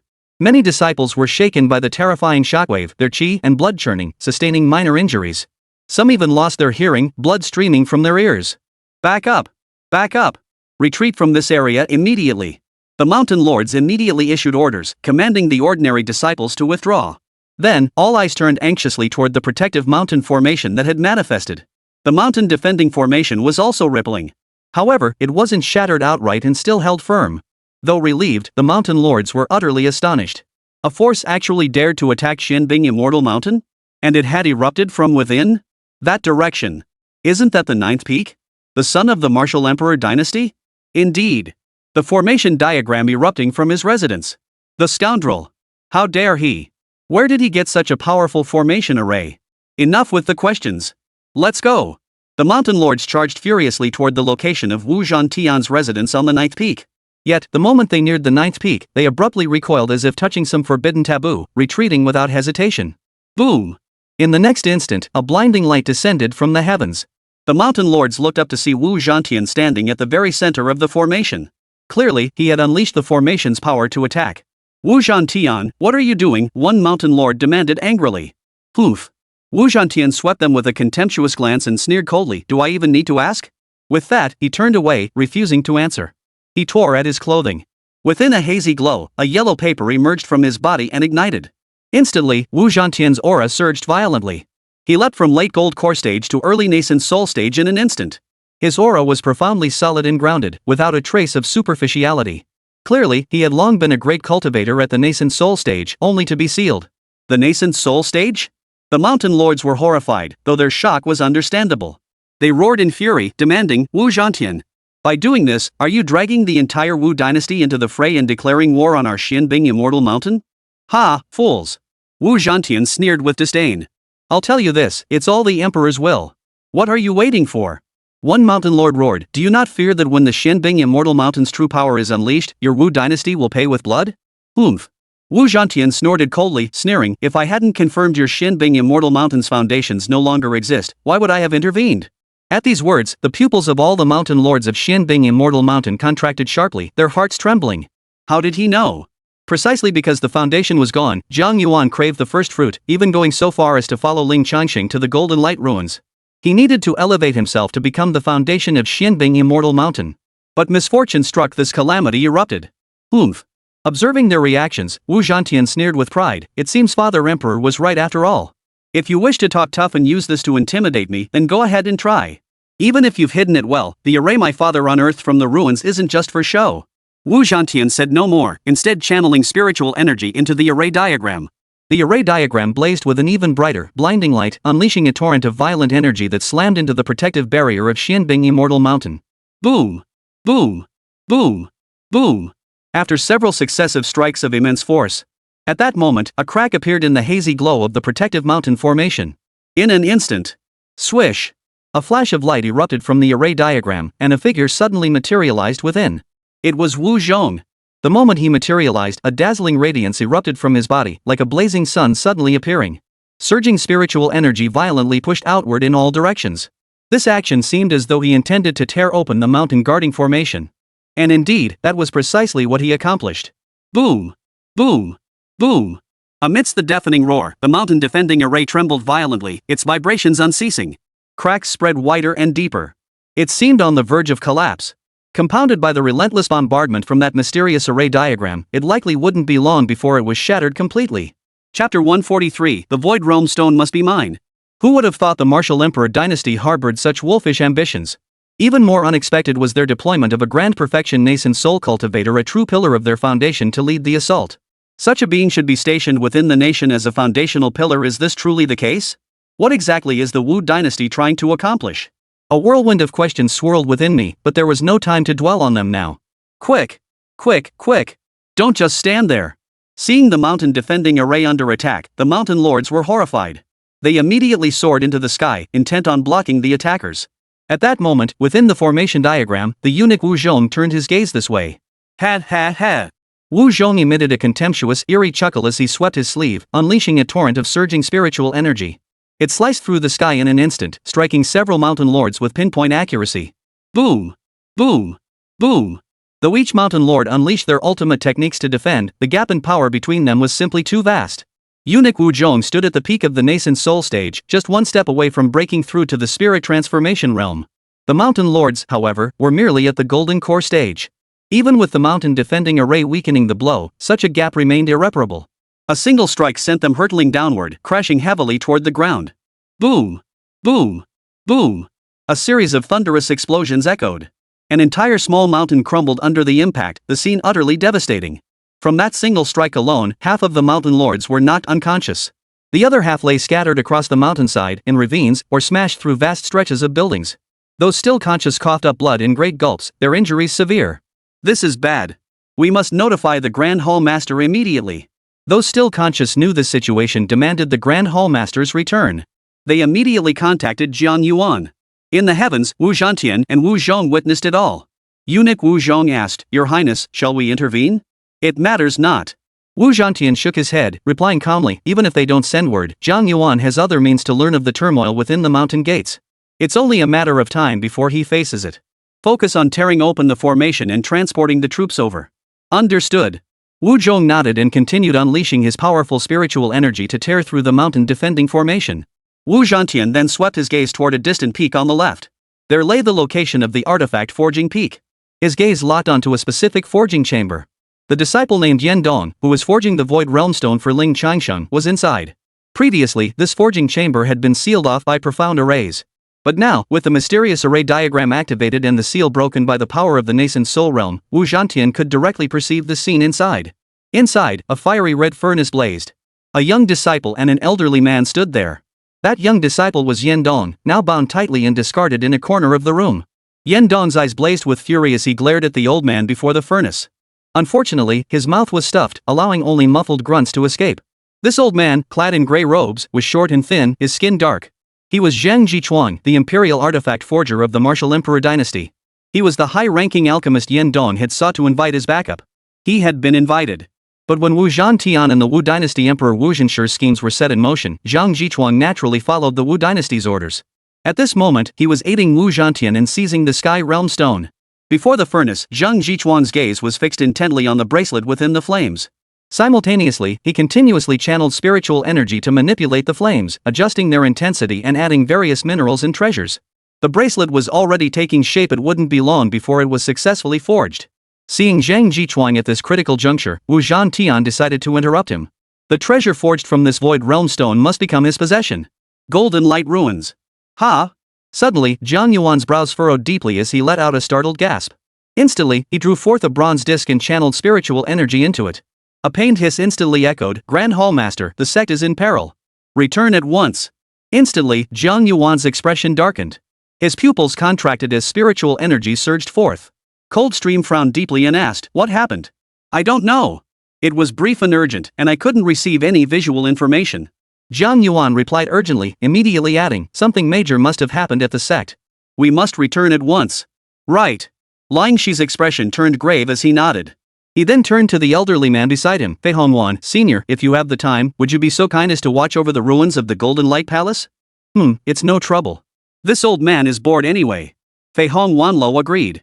First, he felt a certain kinship with the affairs of the Golden Light Palace. Second, perhaps he could use this opportunity to build rapport with that mysterious young man. "Thank you, Senior." Ling Shi bowed solemnly in gratitude.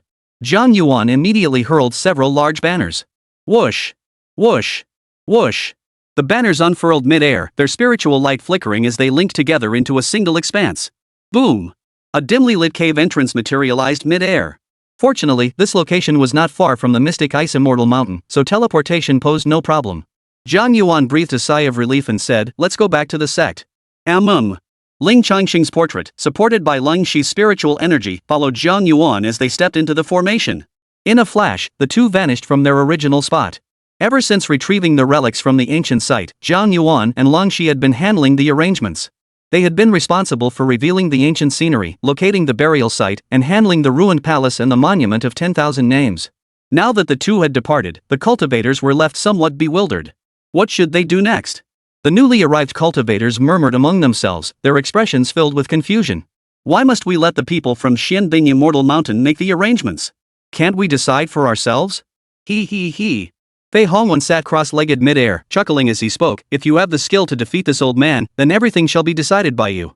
Feeling the overwhelming aura of the transcendent spirit realm emanating from Fei Hongwan, the crowd collectively chose to remain silent. No way we could win. Even if they could, why risk offending a Huatian cultivator over such a trivial matter? No one said anything more. They settled their minds in this place. The ancient ruins of the Golden Light Palace had once witnessed fierce battles. Though many years had passed, the grandeur and significance still lingered within. It was also an excellent opportunity to gain insights from the celestial phenomena unfolding in the heavens and earth. Moreover, with the celestial phenomena now manifesting in myriad paths resonating in unison, it was an opportune moment for cultivation. Xianbing Immortal Mountain. Above, a flash of light appeared, revealing an array flag radiating a precious glow. Jiang Yuan and Ling Shi materialized. They had returned. Their first sight was the continuously activated attack formation in the sky, its radiance blooming as precious light pierced the heavens. Both felt a sudden tightening in their hearts and immediately looked down. Chaos erupted at the mountain gate, with pandemonium everywhere. Numerous disciples were wailing in agony, wounded by the lingering shockwaves. Several mountain masters lay unconscious, while others, though still conscious, were gravely wounded and collapsed on the ground, utterly powerless. Then, within the dazzling array formation, stood Wu Zhantian and Wu Zhong. Wu Zhantian, what are you doing? Have you lost your mind? Zhang Yuan barked the question immediately. Chapter 144, Who do you think you are? An emperor? Hearing Zhang Yuan's familiar voice and seeing Zhang Yuan and Leng Shi appear in the sky, the disciples of Xianbing Immortal Mountain felt their hearts settle. Without delay, an enraged disciple shouted, Grand Hall Master! Wu Zhantian, that treacherous dog, attacked us. Worse still, the emperor of the Wu dynasty ordered this. He intends to wage war against our mountain. Wu Zhantian? Ordered by the emperor of the Wu dynasty? Zhang Yuan's expression turned icy as he fixed his gaze on Wu Zhantian. Indeed. From the heavens, Wu Zhantian stood within the formation diagram, arrogantly acknowledging the accusation with a loud laugh. Zhang Yuan, surrender now. And you? Wu Zhantian suddenly pointed at Leng Shi, his voice cold. Woman! I'll make you understand the consequences of defying me. Leng Shi, ? Her delicate brows furrowed as displeasure surged within her. Leng Shi was simply aloof and reserved by nature, not one for many words.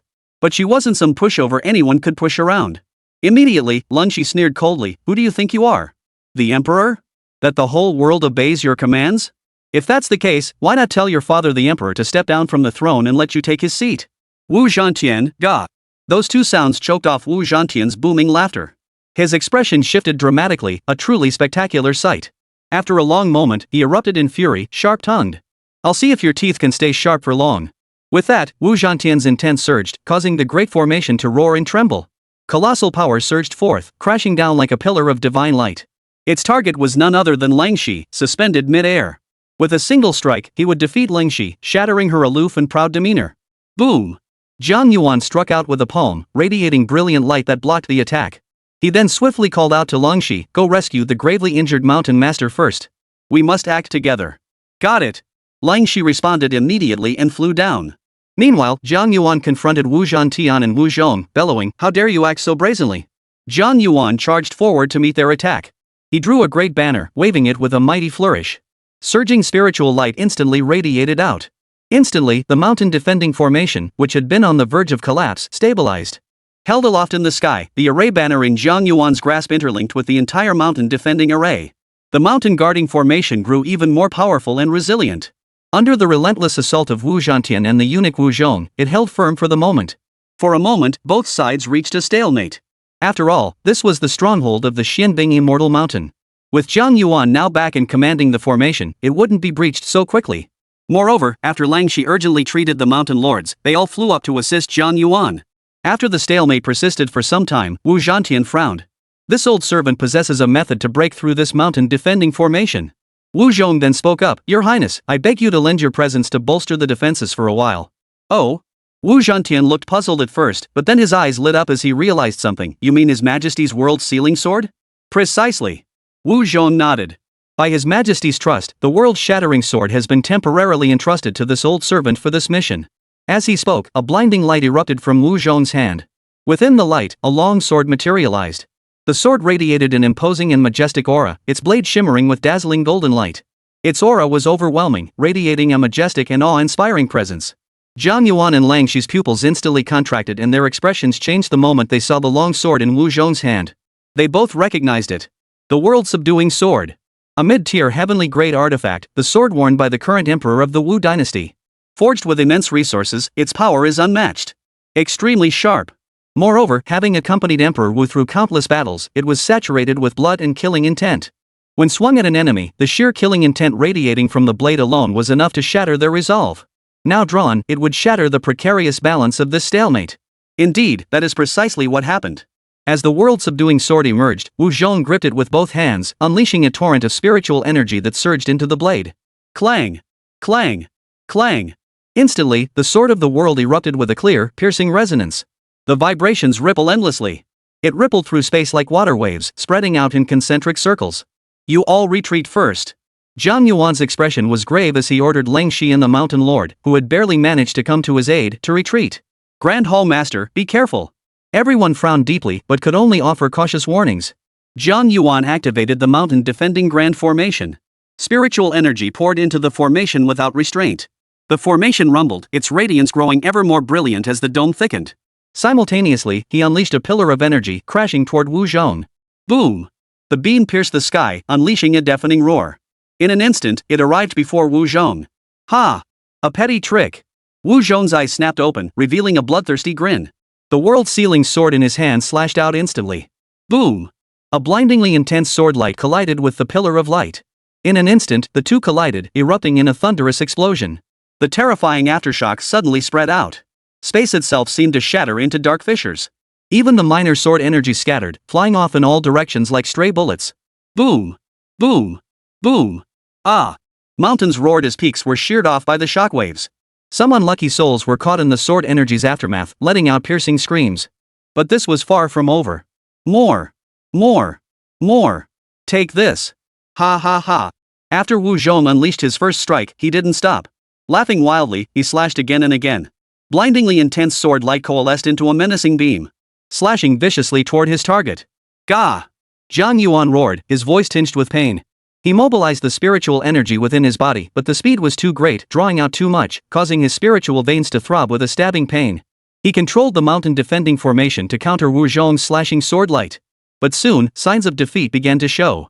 Wu Zhong's strength was inherently one minor realm above his own. Originally, with the mountain protecting great array, Zhang Yuan could have held his own against him. But now, the appearance of the world-subduing sword had shattered that equilibrium.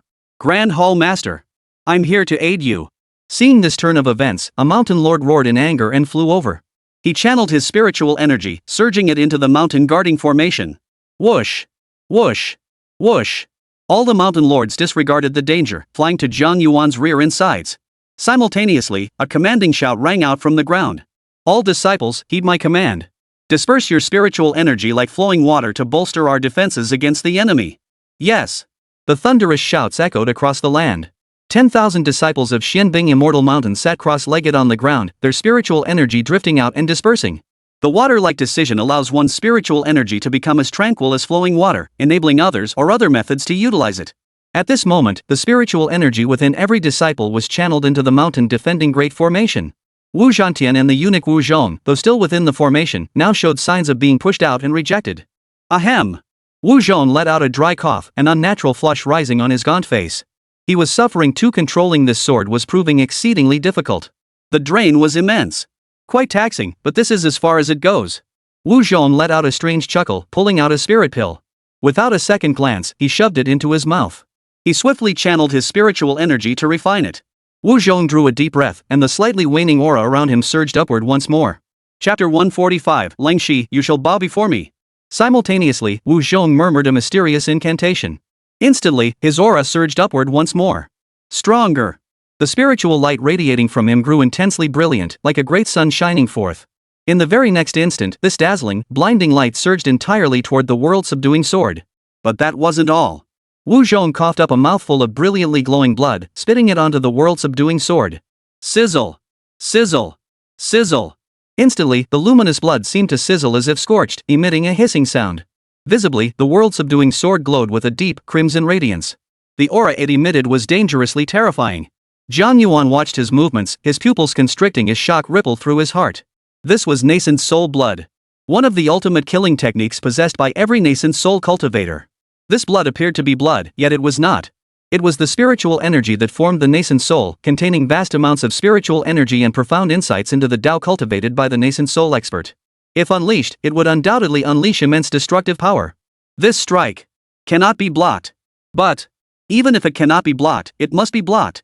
Otherwise, the mountain defending array will collapse, and its aftershocks will sweep across the entire Xianbing Immortal Mountain region. Hiss. Zhang Yuan drew a deep breath, his entire being settling into stillness. Yet the spiritual energy surged wildly from his body, pouring into the mountain guarding array. Cough. Like Wu Zhong before him, he coughed up a mouthful of brilliant, crimson spiritual blood. Grand Hall Master. This. Grand Hall Master. You must not.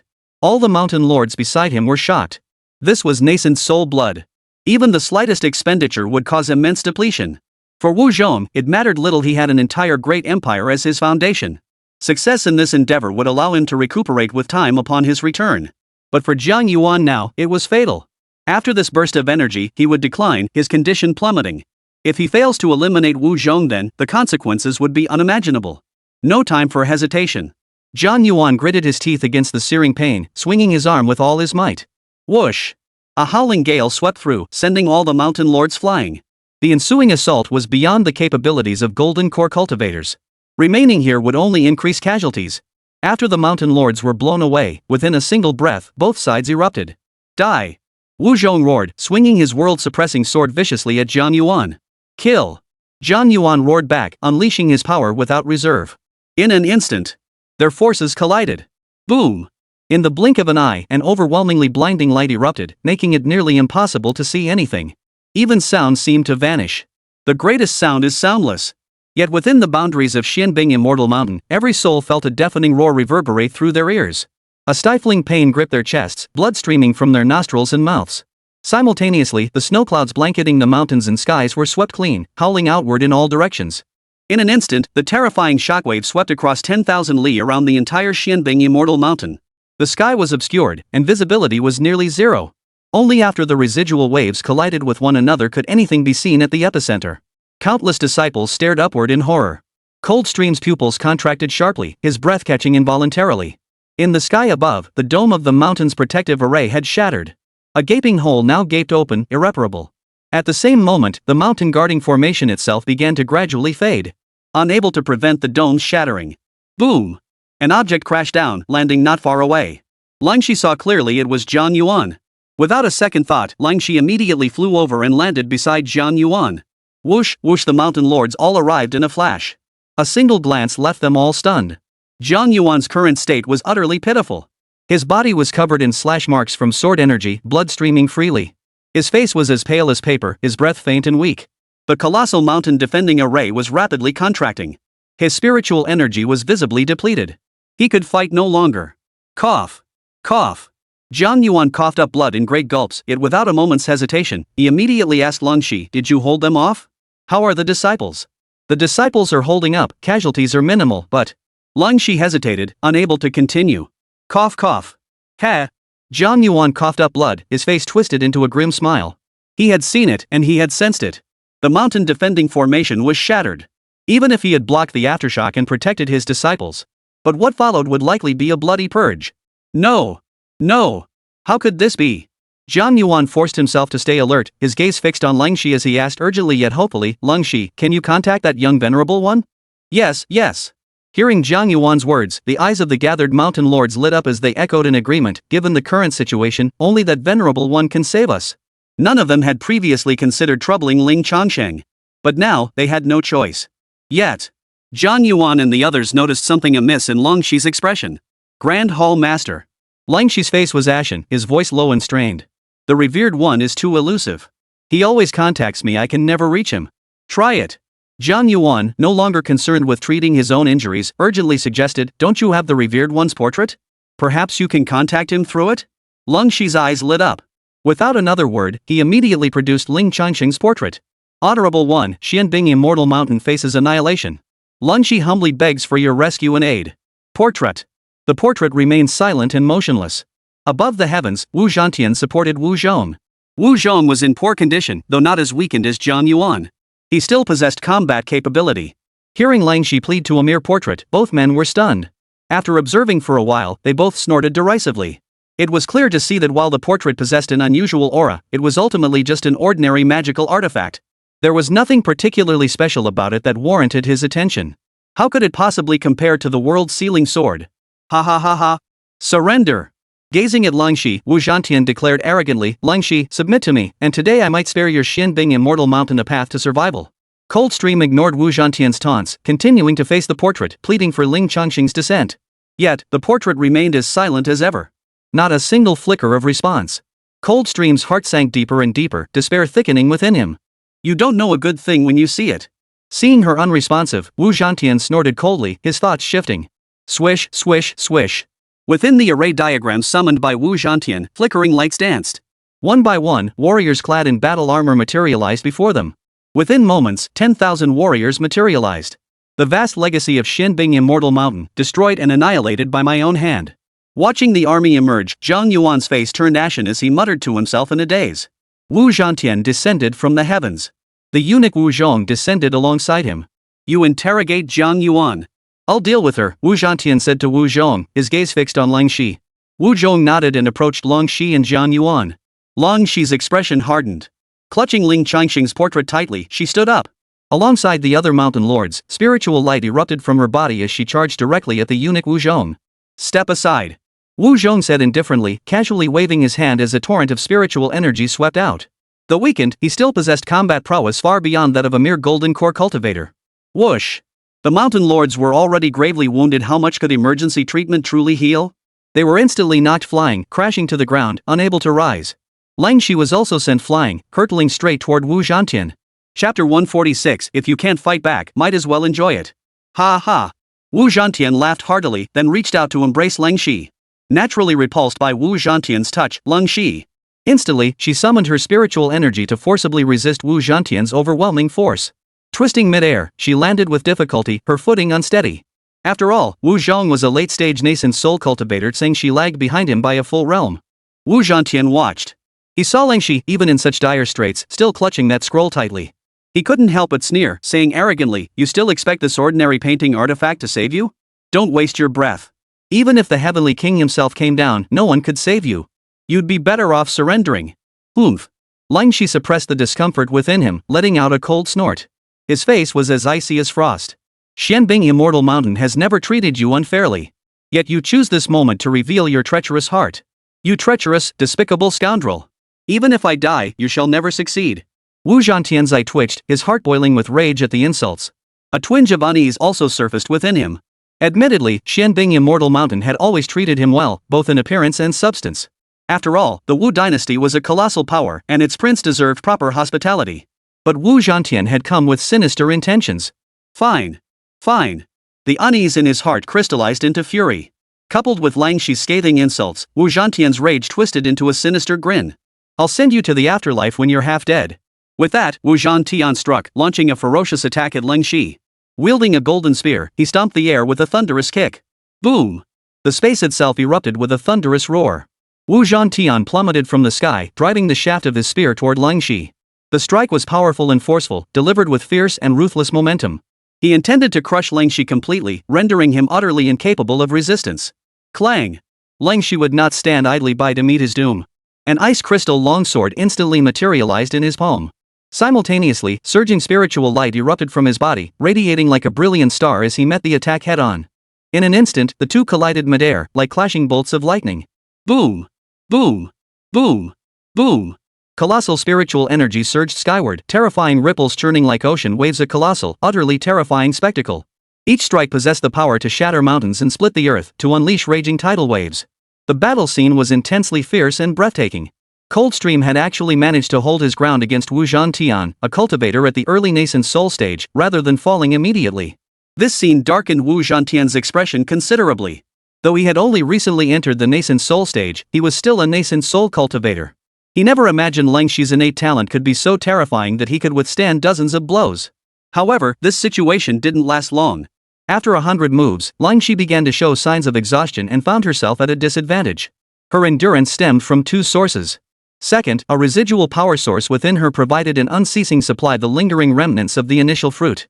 Yet ultimately, she could not bridge the vast chasm between the golden core and nascent soul stages. At one moment. Whoosh! Boom! Lang Shi was sent flying by Wu Zhantian's strike. He slammed heavily against a boulder, coughing up blood. Weakly leaning against the boulder, Lang Shi struggled to continue. Whoosh! Wu Zhantian landed, standing tall and imposing not far ahead. His gaze fell upon Lang Shi, but his eyes were drawn to the portrait clutched in her hand. Even gravely wounded, she clutched it tightly, refusing to let it touch anything unclean. For no apparent reason, Wu Zhantian felt a surge of displeasure. He raised his spear and thrust it violently toward the portrait in Lang Shi's hand. "How dare you!" Lang Shi snapped, her voice sharp.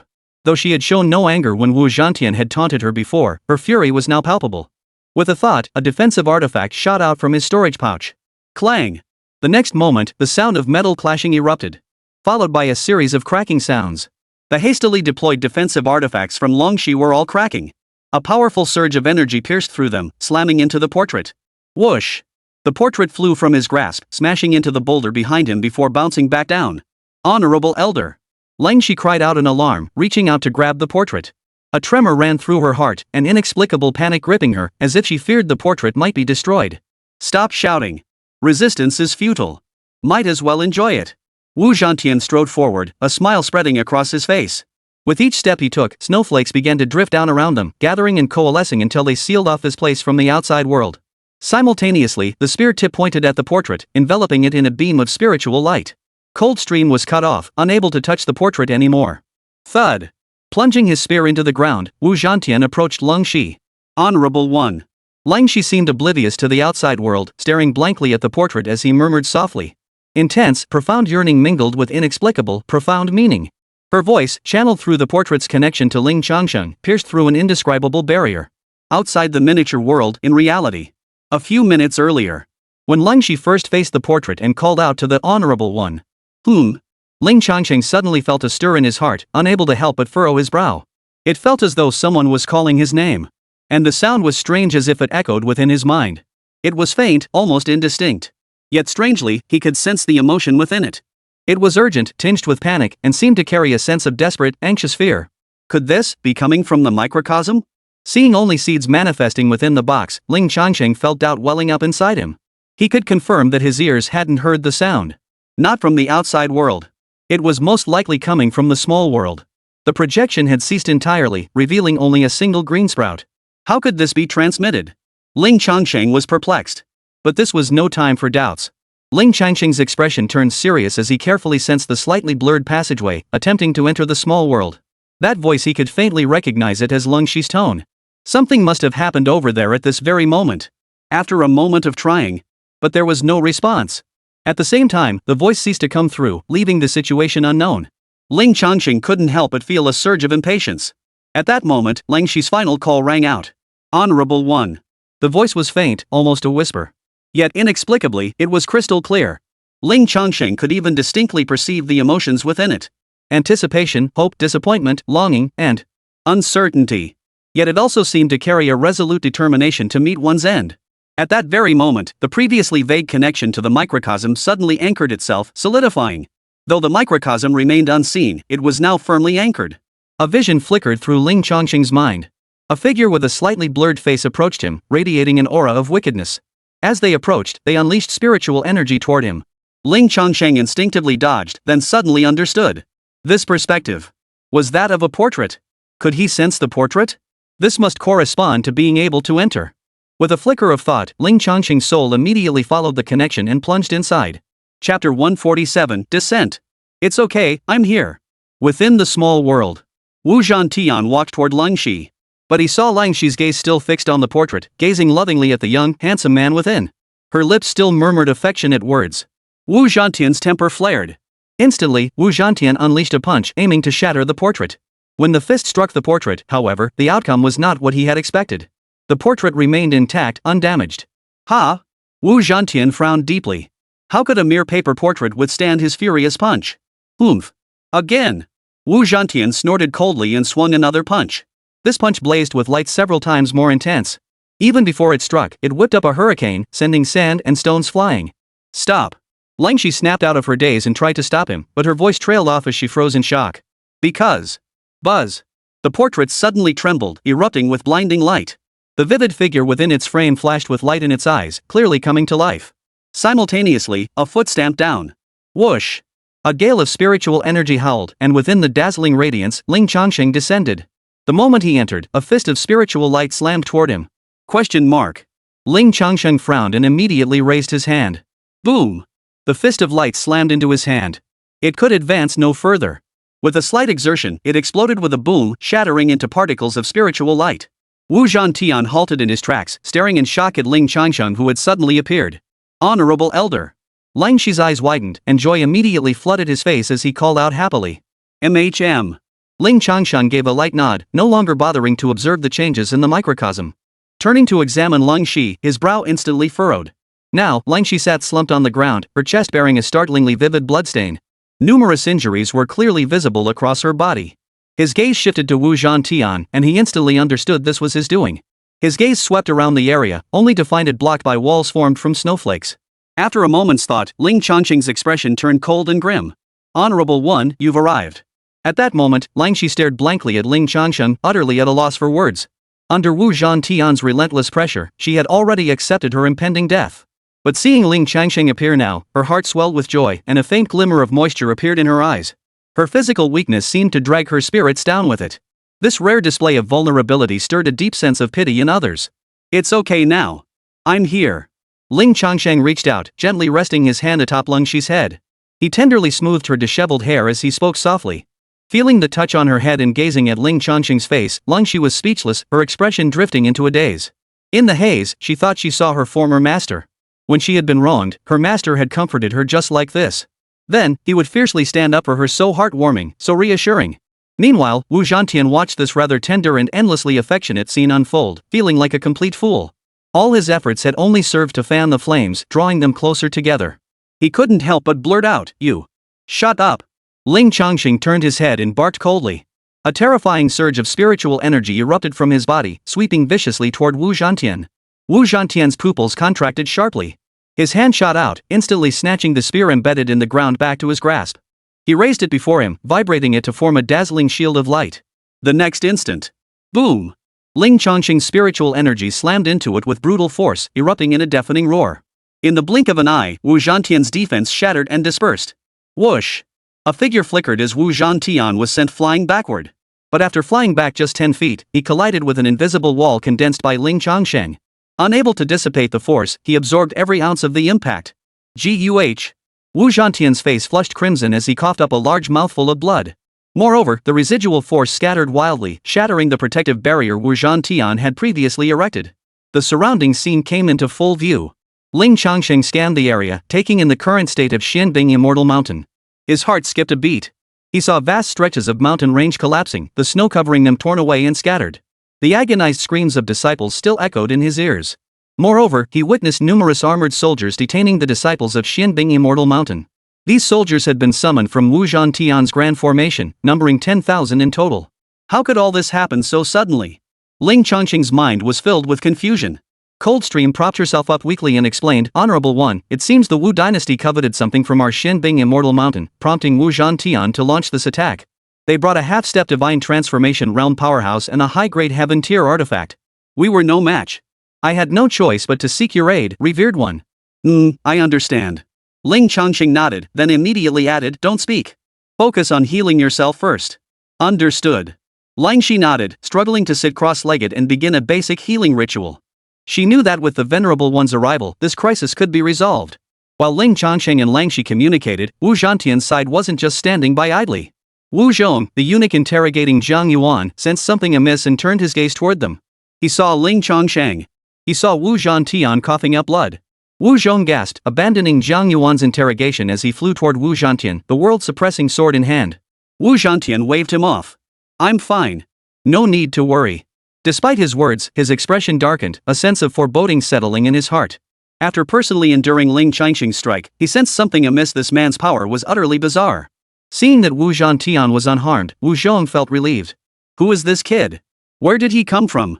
He frowned, glancing at Ling Changsheng conversing with Ling Shi, studying him with puzzlement.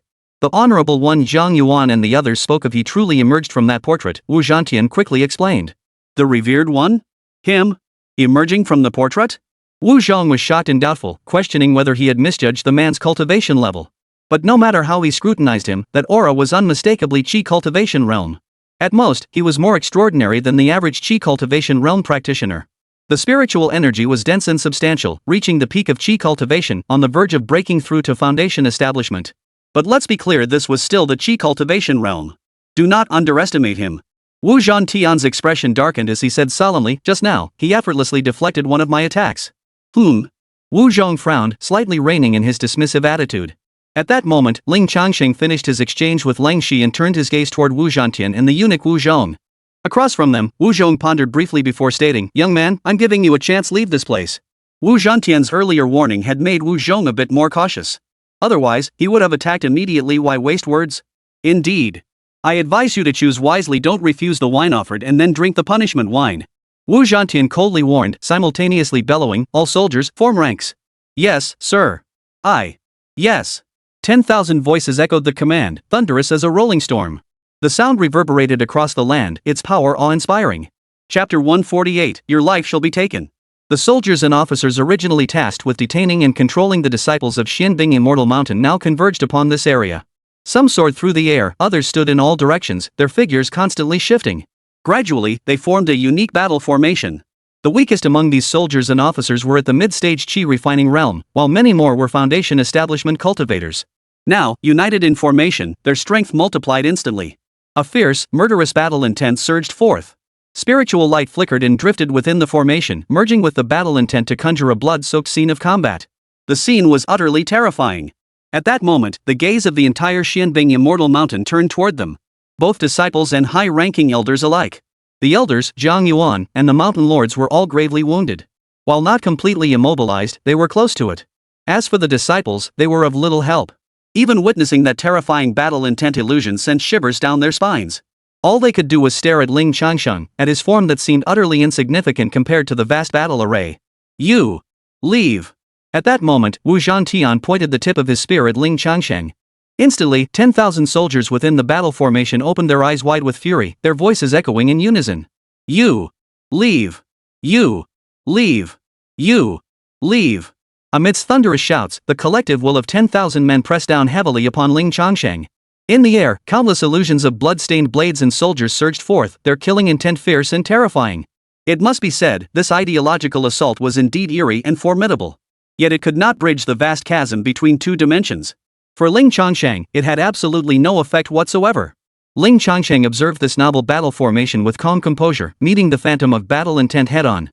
The countless illusory blood-stained blades hovered in the low sky.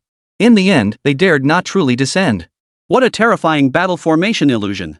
So powerful! Yet it dares not truly strike against that mysterious young man. Who exactly is this mysterious figure? Rumor has it he's acquainted with Lord Cold Mountain, extremely mysterious and powerful. May he save us, or else.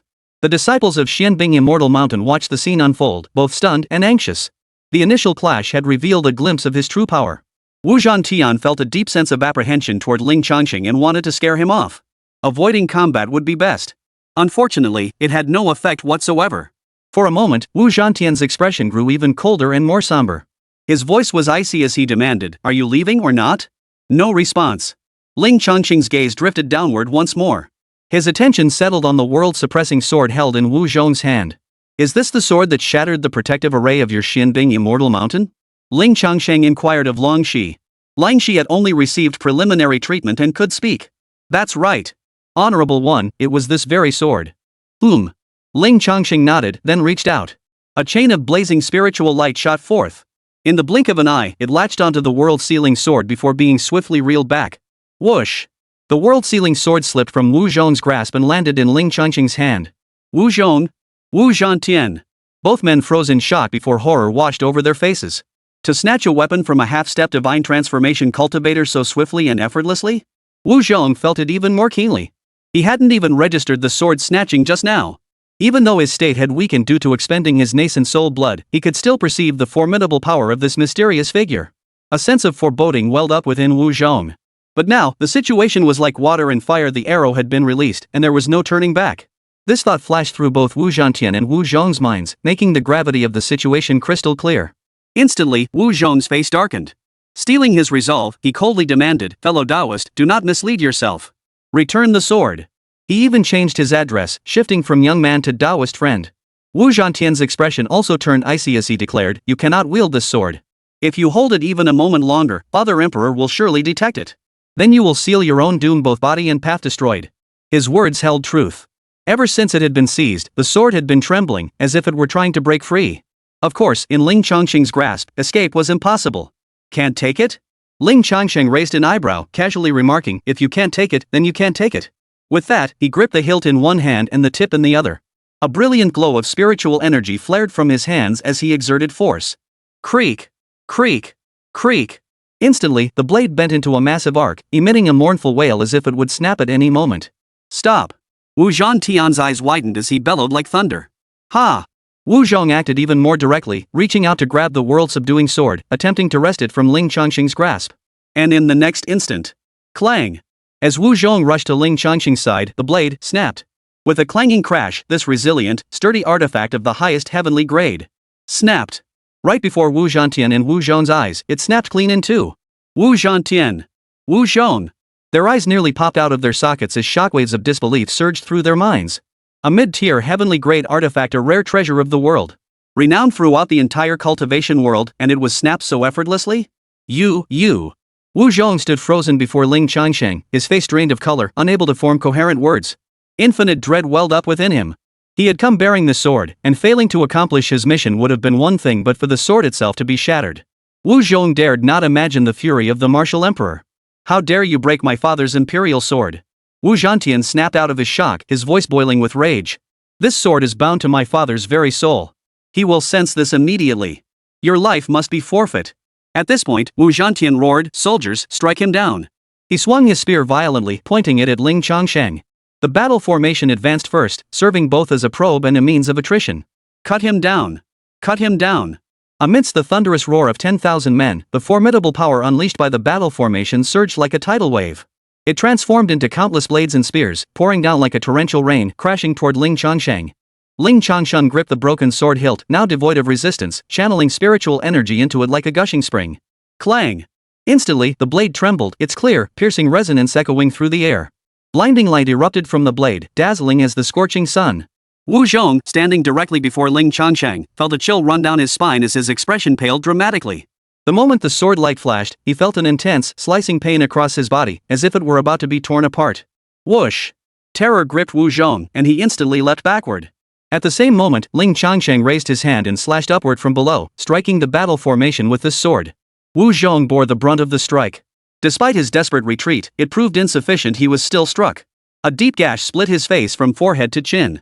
Deep enough to reach bone. Arg! Wu Zhong let out a pain howl. He wasn't dead, but he was in agony. The sharp, powerful sword energy surged into his body, coursing wildly through his flesh. Then, the true power of this strike was unleashed. Boom! Accompanied by the deafening roar of the sword energy, the entire world seemed to tremble in that instant.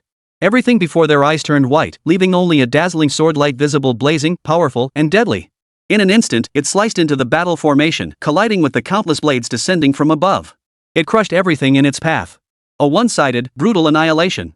Under Ling Changsheng's single strike, the countless blades and spears into the battle formation shattered upon contact, vanishing in an instant. The sword light showed no sign of weakening as it plunged fiercely into the battle formation. Boom! Amidst the deafening roar, even the defensive formation crumbled completely. Amidst a chorus of agonized screams and cries of pain, every soldier within the formation was hurled backward. They scattered in all directions, landing utterly devoid of any fighting strength. The world around them grew clear and bright. Chapter 149, you have 3 seconds. Release them! The blazing sword light, as intense as the sun, gradually faded and dimmed. Hiss! Whoa! Oh, my God! Instantly, countless horrified gasps erupted. Wu Zhantian and Wu Zhong both felt their pupils contract in shock. Thousands of artifact refiners combined with Foundation establishment cultivators, not exceptionally powerful individually, but when forming a battle formation, amplified by the formidable battle intent and killing aura forged through their combat experience on the battlefield. That could bring about a qualitative change. They never expected to resolve the matter with Ling Changsheng so easily. But the current moment, the complete collapse of the situation, was something he hadn't anticipated at all. Enough! It's time to end this. Ling Changsheng's gaze fell once more, landing squarely on Wu Zhantian and Wu Zhong. At his gaze, both men's expressions stiffened. Wu Zhantian immediately raised his spear, blocking the attack with a horizontal thrust. Wu Zhong, too, paid no heed to the wounds streaked across his body by the sword chi, erupting with brilliant spiritual energy. Before they could attack, Ling Changsheng had already moved. Spiritual energy surged from his body, sweeping out like a tidal wave of the sea, guided by his intent. Mid-air, it coalesced into a colossal palm, descending upon Wu Zhantian and Wu Zhongzhe. No intricate techniques, merely overwhelming might, crushing down. Ha! Wu Zhantian would never stand idly by to meet his doom. He countered immediately. His spear blazed with intense light as he stomped the earth, sending a thunderous roar echoing through the air. The earth shook violently as Wu Zhantian soared upward, thrusting his spear upward in an attempt to break Ling Changsheng's attack. Wu Zhong joined the counterattack. His entire body was enveloped in swirling spiritual energy, agitated like raging flames. He soared upward, channeling his spiritual energy into twin fists that surged like dragons, striking with overwhelming force against Ling Changsheng's. Boom! The two forces collided instantly, erupting with a thunderous roar. A ring of spiritual light and energy exploded outward, violently expanding and sending sand and stones flying. Both men no longer underestimated Ling Changsheng, summoning their utmost strength to meet the challenge. But the scene was grand, yet the impact was meager. The colossal palm of spiritual energy remained, still pressing down calmly and unimpeded. Hi-ya! Break it! They roared, violently channeling the spiritual energy within their bodies, heedless even as their spiritual veins throbbed with pain. Yet, it could not alter the outcome. After 2 or 3 breaths, the stalemate was broken. Boom! The colossal palm of spiritual energy slammed down, pinning Wu Zhantian and Wu Zhong to the ground. The heavy impact shook the very earth beneath them. Both men felt dizzy, their bones aching as if they were about to shatter. Just then, an unusual phenomenon occurred. A circular disc hanging at Wu Zhong's waist began emitting spiritual energy fluctuations, flickering with light. "Your Majesty!" Wu Zhong's dazed mind snapped awake and his face lit up with joy. He immediately channeled his own spiritual energy into the disc. The next moment, the disc erupted with spiritual light, casting a figure into the air. Ling Changsheng did not interrupt him, watching and sizing up the figure who materialized before him. Tall and imposing, he wore a resplendent robe of bright yellow, radiating an air of opulent grandeur. His bearing carried an overbearing aura, the imposing presence cultivated by wielding the power of life and death. His expression was grim. His brows were furrowed, his anger palpable. As soon as he materialized, a thunderous roar followed, "Useless! You've actually broken my world-subduing sword." The voice was thick with fury, its authority terrifying. "Your Majesty, forgive this humble servant, this humble servant." Wu Zhong remained pinned to the ground, unable to move or offer any explanation. "Father!" Wu Zhantian managed to utter with great difficulty. He was far weaker than Wu Zhong. If Wu Zhong couldn't move, Wu Zhantian was practically immobilized. Only now, in the midst of his fury, did Wu Zhansheng take in the situation of the two men, his expression shifting to one of slight alarm. His gaze shifted, fixing on Ling Changsheng. His gaze immediately fell upon the Xinyue sword in Ling Changsheng's hand, broken clean in two. His already dark expression grew even more grim. Wu Xinyue, brimming with confidence, commanded with unyielding authority, "I care not who you are. You have 3 seconds to release them. 3, 2, clang." Before the count reached 2, a blazing sword light erupted from the severed half of the Xinyue sword. In an instant, it flew toward Wu Zhantian's neck. SSSSH. Wu Zhantian's head was severed cleanly.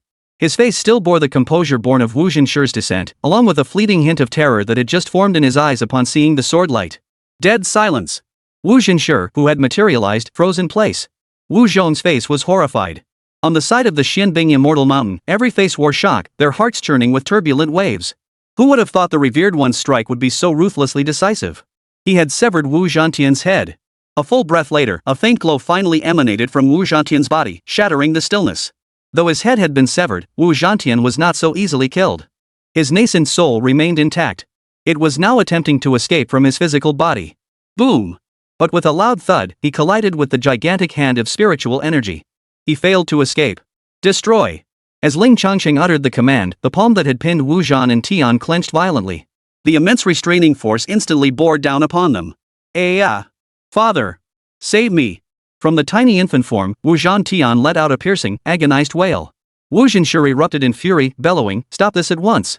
Though merely a projection, he reached out, grasping toward Wu Zhantian. Instantly, spiritual energy was violently ripped from Wu Zhantian's body, causing him to let out agonized screams. The extracted spiritual energy, guided by Wu Zhansheng's intent, transformed into a brilliant light that enveloped Wu Zhantian. Clang! Ling Changsheng twisted his wrist, unleashing another slash of sword light. It arrived in an instant. The sword light shattered and dissipated the hazy glow. With its momentum unabated, it pierced through and slammed violently into Wu Zhantian's nascent soul body. Boom! A tremendous roar erupted. Blinding light erupted where the sword met the infant soul, unleashing an intense, terrifying shockwave that shattered like the sky collapsing. This was... Wu Zhantian's nascent soul body was cleaved apart by Ling Changsheng's sword. With a wave of his hand, Ling Changsheng swept away all the surging spiritual energy. Returned to the heavens and earth. Also to prevent injury to others. Then, the battlefield situation became instantly clear. Still under Ling Changsheng's suppression, Wu Zhong's face twisted in utter horror, his eyes nearly bulging out of their sockets. The prince was dead. He dared not imagine the fury the Emperor Wu would unleash. He feared he himself would be implicated in the aftermath. No! Would he even survive this? You! Wu Zhansheng's eyes were bloodshot, a deep crimson. He glared at Ling Changsheng with blazing fury, his rage raging fiercely. Ling Changsheng couldn't be bothered to respond. Having harbored malicious intent and acted upon it, one must be prepared to bear the consequences. You rage, but what of the dead and wounded disciples of Xianbing Immortal Mountain? Did they not rage as well? Gripping the lifeless, broken half of the sword, he flicked the blade, unleashing another dazzling, brilliant slash of light. Its target, naturally, was Wu Zhong. No! Wu Zhong was horrified, his voice cracking as he struggled desperately. But he was pinned down, barely able to muster any strength. To make matters worse, Wu Zhenshi had just drained his spiritual energy to save Wu Zhantian. Not only had he failed to save anyone, but the already depleted Wu Zhong found himself even weaker. And so, boom! This strike struck directly at Wu Zhong's dantian. A thunderous explosion erupted as the infant spirit within his dantian was instantly obliterated. Wu followed in Bu's footsteps. Chapter 150, give me your address, I'll be at your doorstep in no time. Hiss. Whoosh. Wu Zhenshi watched the scene unfold, his eyes blazing with a look that seemed ready to devour someone. Yet he forced himself to suppress the urge to erupt in hysterics. He was an emperor, he had to maintain composure. Even if mountains crumbled and earth split apart, he had to stay calm. Ha ha ha. Good. Very good. Laughing through gritted teeth, Wu Zhenshi pointed a finger at Ling Changsheng. You shall neither live nor die in peace. He pointed at Longxi, you. Then he pointed at the vast Xianbing Immortal Mountain, you. The entire Xianbing Immortal Mountain shall be utterly annihilated. The words sent a chill through every soul on the Xianbing Immortal Mountain. For they knew all too well just how formidable the might of the Wu imperial dynasty truly was. In today's cultivation world, where divine transformation cultivators secluded themselves and high-tier combat power was scarce, the Wu dynasty stood as one of the few top-tier powers. If they were willing, leveling the entire Xianbing Immortal Mountain to the ground was not beyond their capabilities provided they were willing to pay the price. It was merely a matter of whether they were willing and whether they were willing to pay the price. Judging by Wu Zhenshi's current demeanor, he clearly seems quite willing to part with it. Ling Changsheng remained unfazed by Wu Zhenshi's intimidation, his expression utterly calm. He simply said casually, give me your address. No need for you to come looking for me. I'll come find you later. Wu Zhenshi was momentarily speechless at Ling Changsheng's words, his expression stiffening slightly. What an insolent bastard. Oomph. Wu Zhenshi snorted coldly, offering no reply. His voice grew icy as he slowly declared, wait. You wait. You won't escape. With that, his figure slowly dissipated. He had merely manifested his presence to accomplish anything further. He would need to rely on secret techniques and draw upon the spiritual energy within Wu Zhong's body. Now that Wu Zhong was dead, he could do nothing. TSK. Ling Changsheng let out a soft click of his tongue.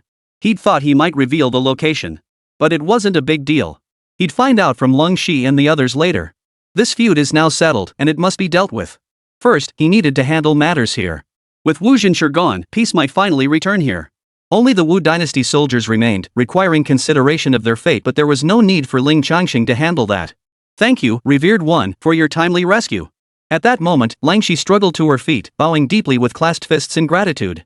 Yet, the moment the words left her lips, her body was overcome by a wave of weakness. She had been severely wounded, and though she had received initial treatment, her body remained depleted. Now that she finally relaxed, her vital energy drained away, and her body could barely hold itself up. Stumbling, she suddenly lunged toward the ground. Whoa! Ling Changsheng reacted with lightning speed, swiftly reaching out to catch her. Langxi froze, then a flush of crimson rapidly spread across her cheeks.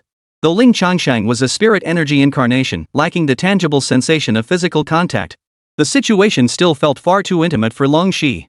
She instinctively struggled a couple of times. Enough, Ling Changsheng couldn't help but scold. You're injured like this, why are you fidgeting? Oh. Longxi murmured softly. She stopped moving.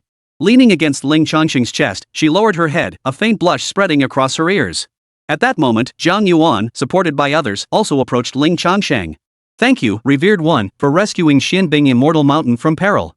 Like Longxi before him, Zhang Yuan bowed solemnly, expressing his gratitude to Ling Changsheng. He was not alone.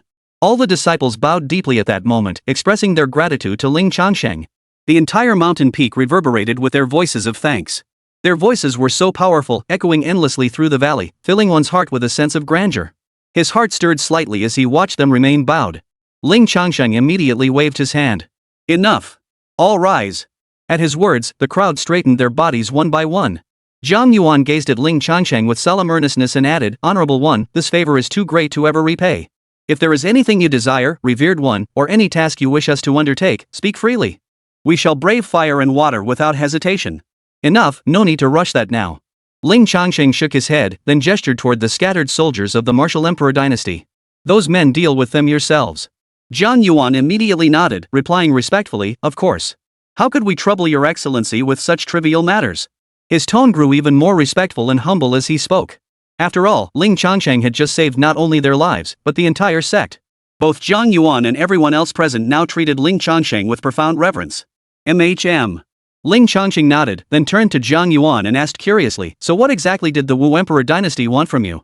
Ling Shi had only explained half of it earlier. He knew the Wu Emperor dynasty sought to seize something, but he didn't know exactly what it was. Zhang Yuan had been interrogated by Wu Zhong and should know something. Seeing Ling Changsheng inquire further, Zhang Yuan's expression darkened. Honorable One, Wu Zhong demanded the Supreme Frost Heaven chapter from me. But one thing puzzles me: Wu Zhantian has already cultivated the Supreme Frost Heaven chapter up to the Golden Core realm. There are clearly other ways to obtain the subsequent sections, yet they chose to launch a massive assault here. It seems cultivating the technique is only one of their objectives. Is that so? Ling Changsheng nodded in understanding, then fell deep in thought. If Zhang Yuan's conjecture held true, if the cultivation method was merely a superficial, primary objective, then what was their deeper, underlying objective? Was it connected to the secret realm within the Xianbing Immortal Mountain? What was their motive? Was it simply to expand the influence of the Martial Emperor dynasty?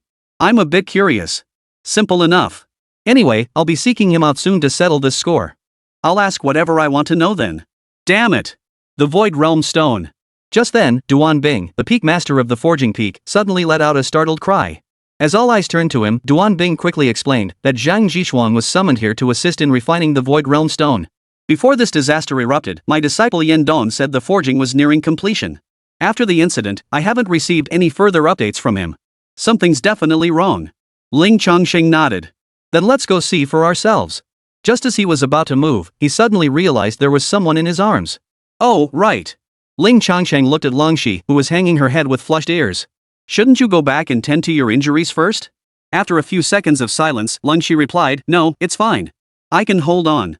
I failed to fulfill the task the revered one entrusted me with. How could I possibly rest now? Her voice wasn't as cool and detached as usual. Instead, it carried a subtle hint of caution and guilt. The second sentence sounded like she was justifying herself. After speaking, Ling Shi gently squirmed, as if trying to extricate herself from Ling Changsheng's embrace. Never mind. I'll support you. Ling Changsheng shook his head, gripping her firmly and holding her close against his chest.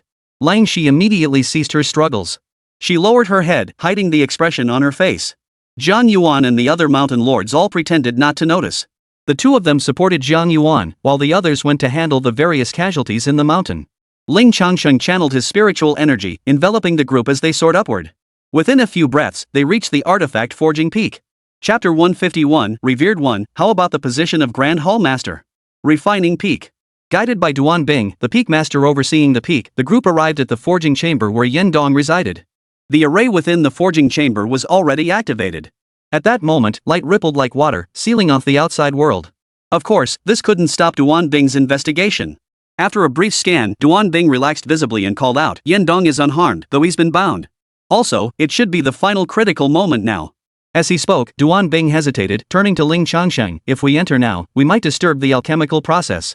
Honorable One, should we proceed now or wait until the refinement is complete? Then we'll wait until it's finished. He can't escape anyway. Having said that, Ling Changsheng naturally agreed to wait. The group remained there for the time being. With time on his hands, Zhang Yuan's expression gradually darkened. The immediate crisis had been averted. But it was only a temporary solution. The calamity yet to erupt would be far more terrifying and colossal. The elite forces of Xianbing Immortal Mountain had suffered a critical loss in leadership, and all the high-ranking members were still severely injured.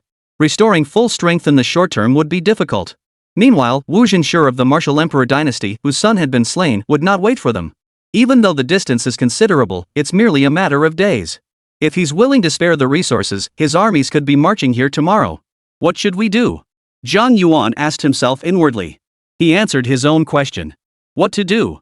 What else could he do? At this moment, besides the revered one, who else could save us? But he had already received such immense kindness. To trouble him again. This debt of gratitude, I'm afraid I could never repay it. Zhang Yuan truly found himself at a loss for words.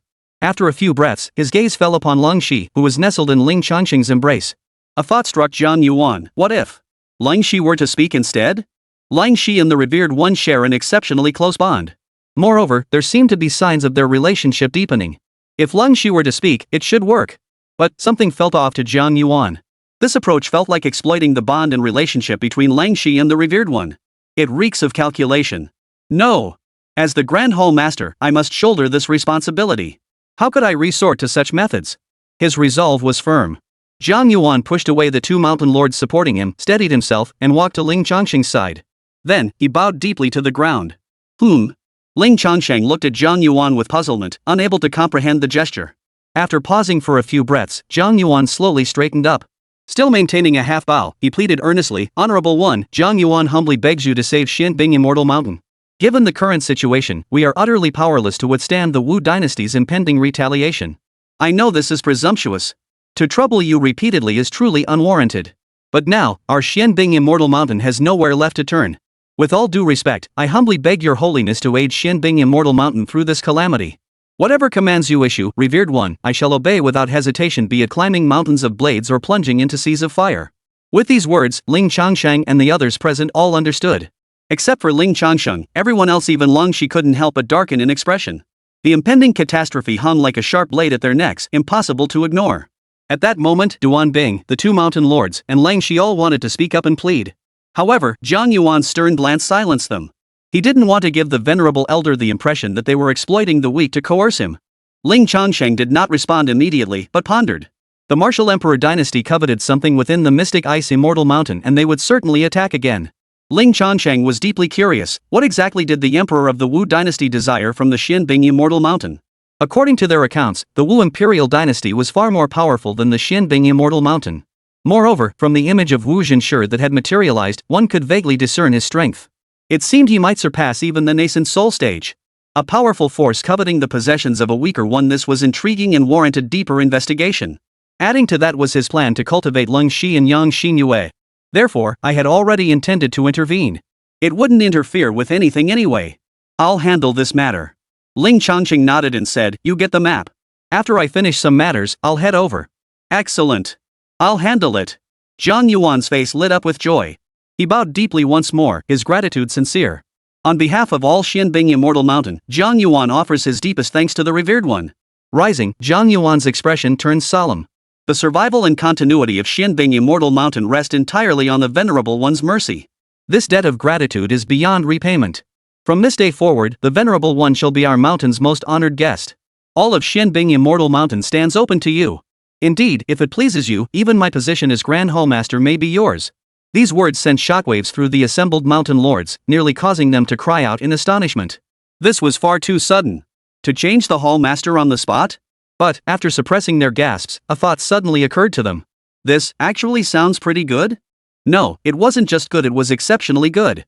With the strength of this mysterious venerable, he could surely lead Xianbing Immortal Mountain to heights previously unimaginable. Besides, he had cultivated the Supreme Frost Heaven chapter. Oomph, it wasn't like he couldn't handle it.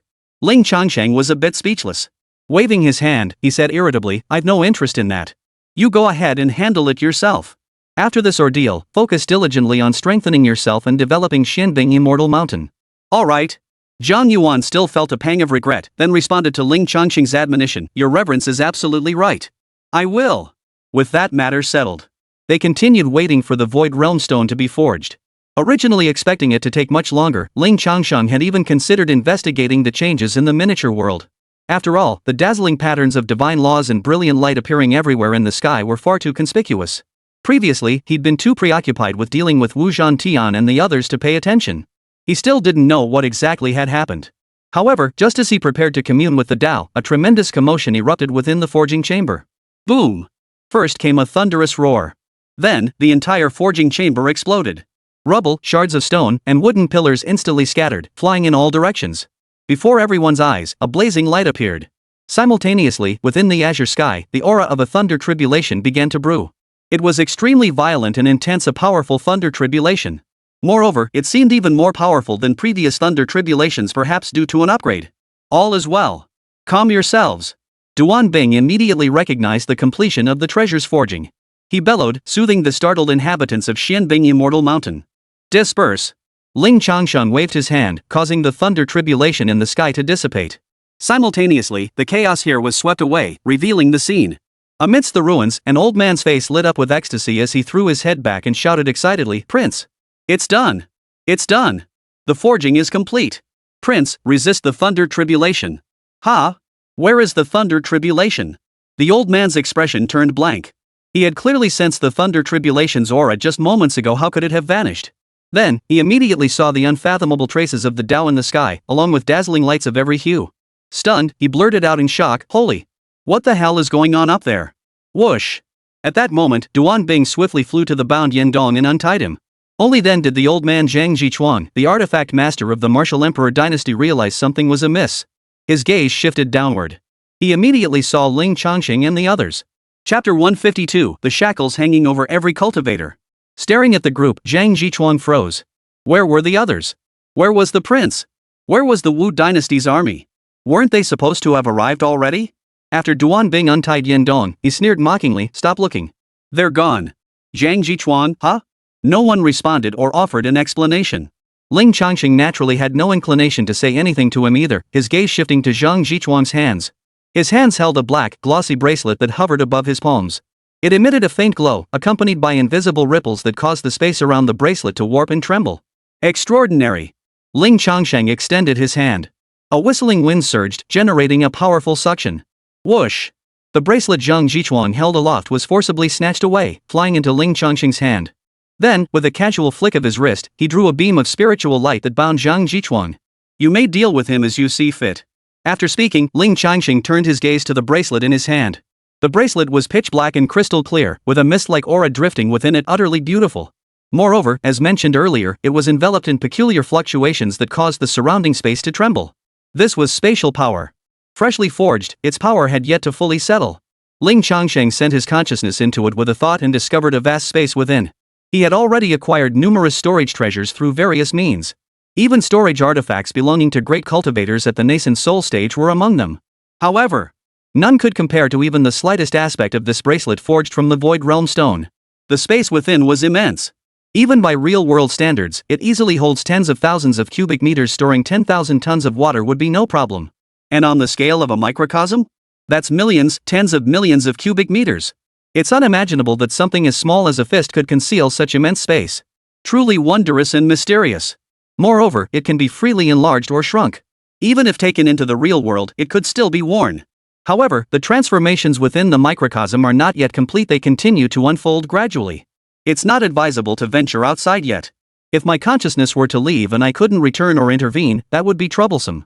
Once the microcosm has fully settled, I'll test how this bracelet performs in the real world. With this storage bracelet secured, that matter is settled. Ling Changsheng glanced at Long Shi, then at Zhang Yuan and the others. There's nothing else to do now. You should tend to your injuries. Ha! Ling Changsheng uttered a soft exclamation. He couldn't shake the feeling that something was missing.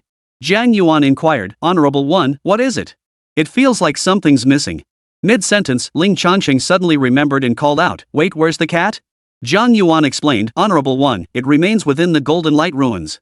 Several mountain lords sent a joint message, saying they're in trouble in the mountains and demanding I return immediately. The situation was urgent at the time. Fearing it might be an enemy we couldn't handle, I worried it might harm your beloved pet. So we temporarily left it at the Golden Light Ruins. We also left a protective treasure for its safety and requested the care of the Flying Rainbow Old Sage. I can access that treasure, but it hasn't been triggered. The cat is perfectly safe. I see. Ling Changsheng nodded. Given the sudden turn of events and for the cat's safety, keeping it at the Golden Light Ruins was indeed the safer option. Then let's go retrieve it now. A few minutes later, Ling Changsheng came upon the Golden Light Ruins. Everything appeared perfectly normal here, with no signs of disturbance. The deterrent left earlier still lingered. Moreover, after the mysterious seed sprouted, most people's attention had shifted. They were all focused on the unfathomable celestial changes. After a brief search, Ling Changsheng spotted where Mao Mao was. It lay dejectedly before the ruins of the Golden Light Palace, its expression listless. If you listen closely, you could hear its faint, lonely whimpering. Fei Hong Wanlao hovered beside it in midair, looking resigned as he soothed, Little one, didn't they say they'd come for you soon? Don't be sad. Woo, woo. The cat ignored him, still lying there dejectedly. It was a sight that tugged at the heartstrings. Whoosh! A brilliant beam of light descended from the heavens. It drew the attention of all the cultivators present. As the light faded, Ling Changsheng appeared before the cat. Whispers of discussion rippled through the crowd of cultivators. Is this the one who unearthed the Golden Light Ruins? Indeed. He looks so young. Nothing extraordinary about him. You'd be the odd one out if you could tell. No one can tell. All I know is that even Fei Hong Wanlao, a spirit transformation cultivator, holds him in high regard and treats him with great caution. Whoa! Could he be a divine transformation cultivator too? Feels like he might be even beyond that. The cultivators who arrived later asked, while those who had witnessed it answered. Given his formidable reputation and the way Fei Hong Wanlao treated Ling Changsheng, no one dared to pick a fight anymore. Meow. The cat's eyes lit up instantly, its demeanor shifting from listless to excited. It sprang up, scrambling all over Ling Changsheng's body.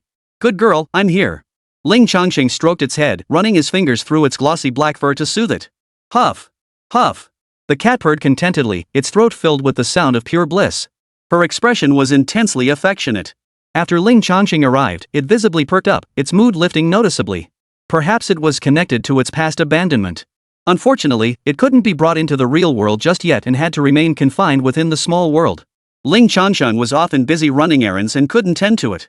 At that moment, Fei Hong Wanlao greeted him with a cheerful smile. Fellow Daoist, you've arrived. Thank you for looking after it, Ling Changsheng offered his gratitude. No problem, no problem. This little fellow is quite entertaining. Fei Hong Wanlao chuckled. Then, gazing at the celestial anomaly that persisted in the sky, Fei Hong Wanlao's expression grew solemn.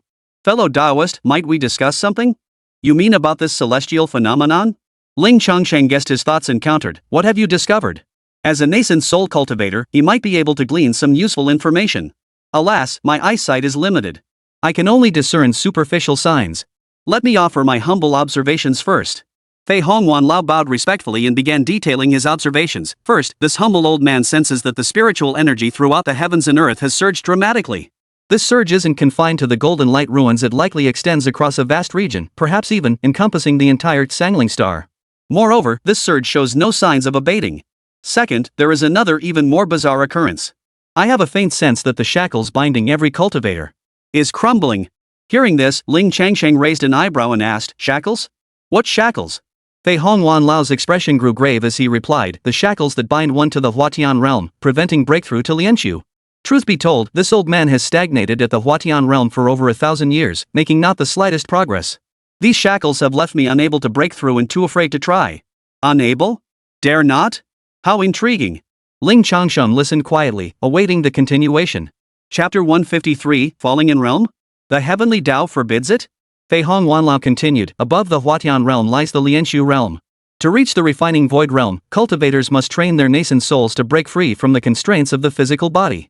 Only then can the nascent soul penetrate the void and comprehend the myriad phenomena of heaven and earth.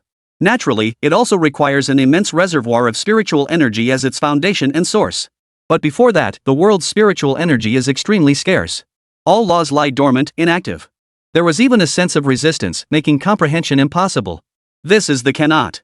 Daring not is another matter entirely and far more terrifying. In the notes left by some predecessors, it is mentioned that in the past, cultivators at the spirit transformation realm sought to defy heaven and break through to the refining void realm. But they summoned a truly terrifying calamity. A truly terrifying heavenly tribulation.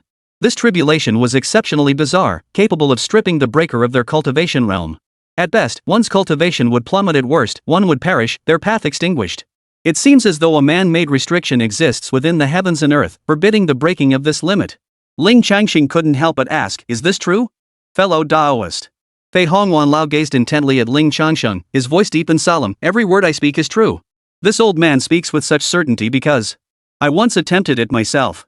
I paid an excruciating price just to survive, and since then, I've never dared to try again. After speaking, Fei Hong Wanlao's face darkened with sorrow, a hint of despondency creeping in. Ling Changsheng nodded. Another layer of the small world's profound secrets was unveiled. The reduction in cultivation. Could it be the innate correction of the microcosm's heavenly Tao? To prevent one individual from monopolizing all the world's spiritual energy, ensuring the harmonious resonance of myriad paths? Come to think of it, that was indeed highly plausible. Pushing aside distracting thoughts, Ling Changsheng spoke up, you bring this up, implying that this inexplicable restriction no longer exists? Precisely. Fei Hong Wanlao nodded, a hint of excitement in his expression. This old man vaguely senses that the unfathomable pressure hanging over my perception has begun to weaken. It seems to be collapsing and disintegrating. However, the Tao of heaven remains profoundly obscure and intricately mysterious. This old man's perception alone cannot verify or confirm it. That is all this old man knows. What are your thoughts, fellow Daoist? Having spoken, Fei Hong Wanlao turned his gaze toward Ling Changsheng, his eyes brimming with expectation. Though young, this fellow Daoist possessed formidable strength and was shrouded in mystery. His power far exceeded what one would expect from the Qi cultivation realm. Though the reasons and origins remained unknown. But if anyone in this world could uncover hidden truths, it would surely be him. Wait a moment, Ling Changsheng said. All right. Fei Hong Wanlao nodded. Ling Changsheng had long wanted to investigate the state of the microcosm, and now was the perfect moment. He entered the heavenly Tao vision state, sensing the transformations within the microcosm. Immediately, the ocean of 10,000 laws reappeared before his eyes. Compared to before the great upheaval, it was far more intense and vibrant. Then, a thought struck Ling Changsheng, and he summoned the stellar spirit heart. The stellar spirit core, radiant as the blazing sun, materialized. The light it emitted was dazzlingly brilliant. Compared to the past, it had increased at least several times over, perhaps even dozens of times. It pulsed with unparalleled vitality, ceaselessly radiating life force throughout the entire world. At this moment, Ling Changsheng asked within his heart, seeking to know everything that had transpired since the seed was planted. The way of heaven responded. A vast expanse of information manifested within his divine soul, comprehended and understood by Ling Changsheng. Everything that unfolded after the mysterious seed sprouted replayed within his divine consciousness. Absorbing spiritual energy, the seed sprouted. Instantly, the vast array of mystical laws contained within the seed were captured by the stellar spirit core. The deficiencies in this realm's mysteries were instantly filled and filled abundantly. This seed directly triggered the star spirit core's ascension and evolution. And in turn, the entire Xinyue star began its own ascension. The myriad paths connected to the stellar spirit core roared in unison, synergistically upgrading and becoming more vibrant. At this moment, the ascension process remained ongoing, unfinished, and unresolved. Fundamental changes would only truly manifest after this ascension. Yet even now, certain directions could be discerned. What the rainbow-spanning elder perceived and spoke of was all true. The boundaries of the world have been expanded. Barring unforeseen circumstances, once this process concludes, cultivators of the transcendence realm beyond the transformation of the spirit stage will emerge. Beyond this, another peculiar transformation has occurred. It concerns the very foundation of the immortal path, spiritual energy. It concerns spiritual energy. The spiritual energy within the microcosm seems to be transforming, becoming more condensed, more. Simply put, its energy level is rising. Under such circumstances, shouldn't the subsequent cultivation realm also exhibit greater power? Building a foundation later is equivalent to refining qi today? It must be said, this is indeed quite possible. Ling Changsheng exited the heavenly Dao vision state and turned to the expectant Fei Hong Wanlao. Fei Hong Wanlao inquired, "Well, have you discovered anything, fellow Daoist?" "Yes." Ling Changsheng nodded and said, "First, everything you perceive is real. The barrier has been shattered. It won't be long before you step into the refinement void realm." "Ha!" Fei Hong Wanlao laughed heartily, waving his hand. "Well, if it happens, it happens. If not, so be it. Still, thank you for your kind words, fellow cultivator." Secondly, Ling Changsheng continued. He shared the discovery that the quality of spiritual energy had undergone a fundamental transformation. Fei Hongwan furrowed his brow. After careful perception, he still shook his head. "This old man hasn't sensed it. I only noticed the spiritual energy increasing." Ling Changsheng was unsurprised. He explained, "This transformation is gradual, and its origin isn't here. It's perfectly normal that you haven't sensed it." Fei Hongwan sighed deeply, his expression filled with awe. "If this is indeed true, a glorious era shall surely dawn in the not-too-distant future. If the rumors hold true, a golden age of immortality is inevitable. Could one truly witness ascension to immortality then?" Even Fei Hong Wanlao couldn't help but let his imagination run wild. "That's all there is to it." Ling Changsheng said, "The upheaval is not yet over. Even if there is more, it has not yet manifested, and I cannot discern it." "Very well." Fei Hong Wanlao nodded. Knowing the boundaries have been shattered is sufficient. After that, there was little more to say. Before departing, he mentioned briefly that representatives from the mystic ice immortal mountain would soon arrive to take over. Fei Hong Wanlao didn't mind keeping watch for them, even remarking that the spiritual essence here was well worth studying. This was a deliberate display of goodwill. The old man was intriguing. Ling Changsheng took note of him, thinking he might prove useful later. The two exchanged farewells. Ling Changsheng and Cat departed the place together. At his speed, it took mere minutes to traverse the vast distance. Man and cat alike, they returned to the Xianbing Immortal Mountain. When it came to infrastructure projects, cultivators were remarkably swift. After all, each could lift 10,000 caddies with a single hand and traverse the skies at will. Though they had been gone for only 15 minutes, half of Xianbing Immortal Mountain had already been restored. The scattered debris had been cleared away, leaving only a few structures yet to be restored. Carrying the cat, Ling Changsheng descended upon the mountain peak where Langshi resided. Next, after settling Miao Miao, it was time to head to the Martial Emperor dynasty. Since the transformations were still ongoing, the miniature world had yet to manifest. It was uncertain whether re-entry would be possible after leaving the microcosm. Therefore, he must act swiftly to deal with the Martial Emperor dynasty. To eliminate any future threats. Chapter 154, 100,000 soldiers, annihilate the mystic ice immortal mountain. At this moment, 10,000 miles away from Xianbing Immortal Mountain, the territory of the Wu Imperial dynasty. Viewed from above, the entire territory of the Martial Emperor dynasty resembled a shield. Its territory was vast indeed. The distance between its two farthest points was immense. Converted proportionally, it exceeded 10,000 li. It was unimaginably vast. At the very heart of this vast expanse lies a remarkably prosperous city. Its name is straightforward. Wuhuang City. It is the imperial capital of the martial emperor dynasty, the very heart of the entire dynasty. Not only was it the political heart of the Wuhuang dynasty, but it also stood as the very symbol and embodiment of the dynasty's glory. As the core city of such a vast dynasty, it is naturally magnificent and bustling. Viewed from above, it roughly forms a square covering a vast expanse. It is protected by towering walls on all four sides. The streets are wide and level, easily accommodating dozens of people walking side by side. Lining both sides of the street stood an array of shops, restaurants, inns, teahouses, and more every conceivable establishment. As the imperial capital, the prosperity and bustle of Wuhuang City were extraordinary. At the very heart of this city stands an imposing imperial palace. Like a jewel, it was set within this vast city. It was the most central, most prestigious, and most solemnly majestic place in the entire city. Yet at this moment, the palace halls echoed with a peculiar clamor. Useless. Every last one of you is useless. Refining qi. Refining qi. Refining qi. If it truly were about refining qi, why would I need you lot here to discern it? What use are you to me? What purpose do you serve? Seated upon the gilded, opulent imperial throne, the current emperor of the martial dynasty, Wu Zhenshi, raged with fury, his voice echoing through the grand hall. He hurled everything before him to the floor. Exquisite porcelain, antique ornaments, memorials, and other items all crashed down. 3 soldiers clad in armor knelt within the hall. Struck by the falling objects, they dared neither express anger nor utter a word. Their hearts were filled with confusion, yet they dared not voice it. The source of their bewilderment and the reason for their scolding was a faint apparition hovering a yard before them. It bore the likeness of Ling Changsheng. Wispy threads of energy emanated from the phantom, detected by the 3 men, then questioned by Wu Zhenshi.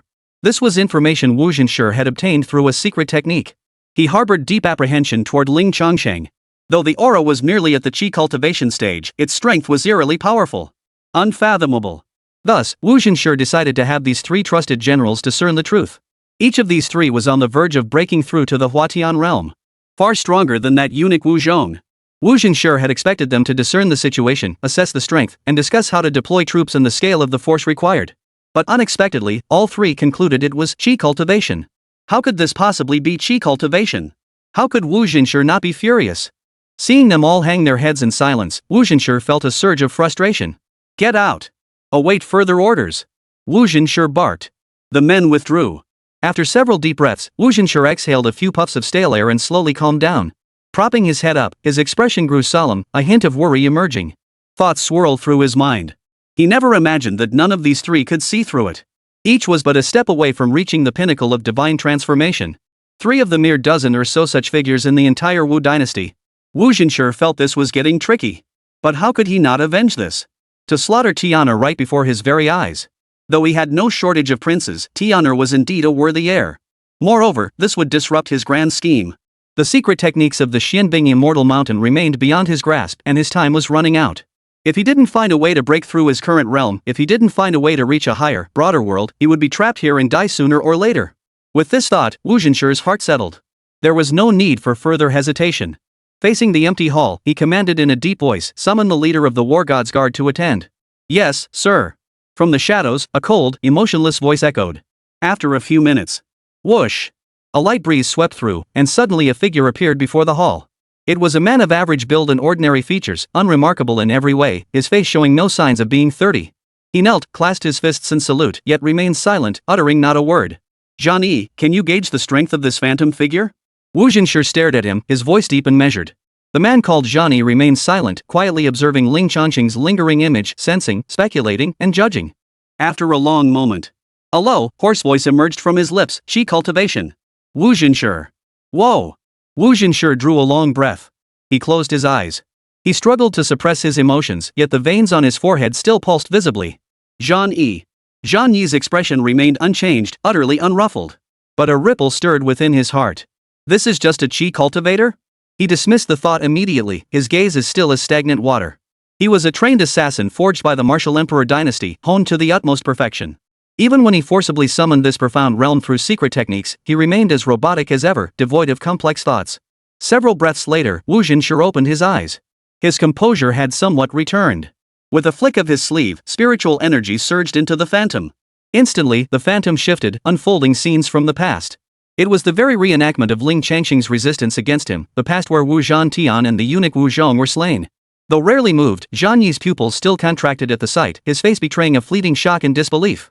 This was definitely not the Qi cultivation realm. As you see. From the imperial throne, Wu Zhanshi's voice was deep and resonant. Though this youth's aura is that of Qi cultivation, his strength is peerless. Zhan Yi, assemble the war god guards. Take Generals Chen, Hao, and Wu, along with 100,000 troops, and march to annihilate the Xinyue Immortal Mountain. Yes, Your Majesty. Zhan Yi saluted with clasped fists. Outside the imperial capital, at the northern city gate, the great army began to assemble. Iron cavalry snake-like dragons, battle banners fluttering fiercely. As far as the eye could see, they surged like a torrent of steel. Soldiers stood alert and well-equipped, ready to march and crush the Xinyue Immortal Mountain. Such commotion was impossible to ignore. Within and beyond the city walls, countless people craned their necks to watch, murmuring with curiosity. What's going on? It seems another war is upon us. These past years, the martial emperor has waged war relentlessly, scarcely resting. What could he possibly be planning now? What else could it be? He's just listening to the state preceptor's treacherous advice, scheming for the immortal path, deluding himself with the fantasy of ascension? Shoo! Quiet! Watch your tongue, don't you want to live? Stay away from him. You don't want blood splattering on you. Upon the city walls, the martial emperor himself stood. Surveying the vast army arrayed across the plain, his spirit surged with pride. This army, having fought year after year, was undefeated in every battle, unstoppable in every assault. It was one of the proud pillars of the Wu dynasty. After rallying his troops and painting a grand vision of victory, Wu Zhanshi roared with heroic fervor, "Soldiers, march forth!" Ha! The resounding cries of the troops echoed like thunder across the land. The thunderous beat of war drums echoed, stirring the blood. Those caught in the midst of it could not help but be stirred. Only the onlookers felt a faint sorrow welling up within them. Chapter 155, The Little Beggar and the Black-Robed Man. In recent years, the martial emperor dynasty had waged successive wars, expanding its territory. Armies don't materialize out of thin air, they must be conscripted. Initially, it was manageable, but later it devolved into forced conscription. Men in their 40s and 50s were dragged off to serve as cannon fodder. They paid no heed to the cries of resentment. The common people suffered unbearably. Ordinary people could scarcely fathom the true intentions of the current emperor. Why, in recent years, despite having no friction with other nations, has he suddenly pursued aggressive expansion with such urgency? They only wish to survive and carry on their lineage. And that is all they can do. But alas, these matters are not influenced by their will. Even if they harbored any thoughts, under the might of the immortal way, common folk were no different from ants. They can only obey, risking their lives for the hidden agenda of the current emperor. But back to the matter at hand.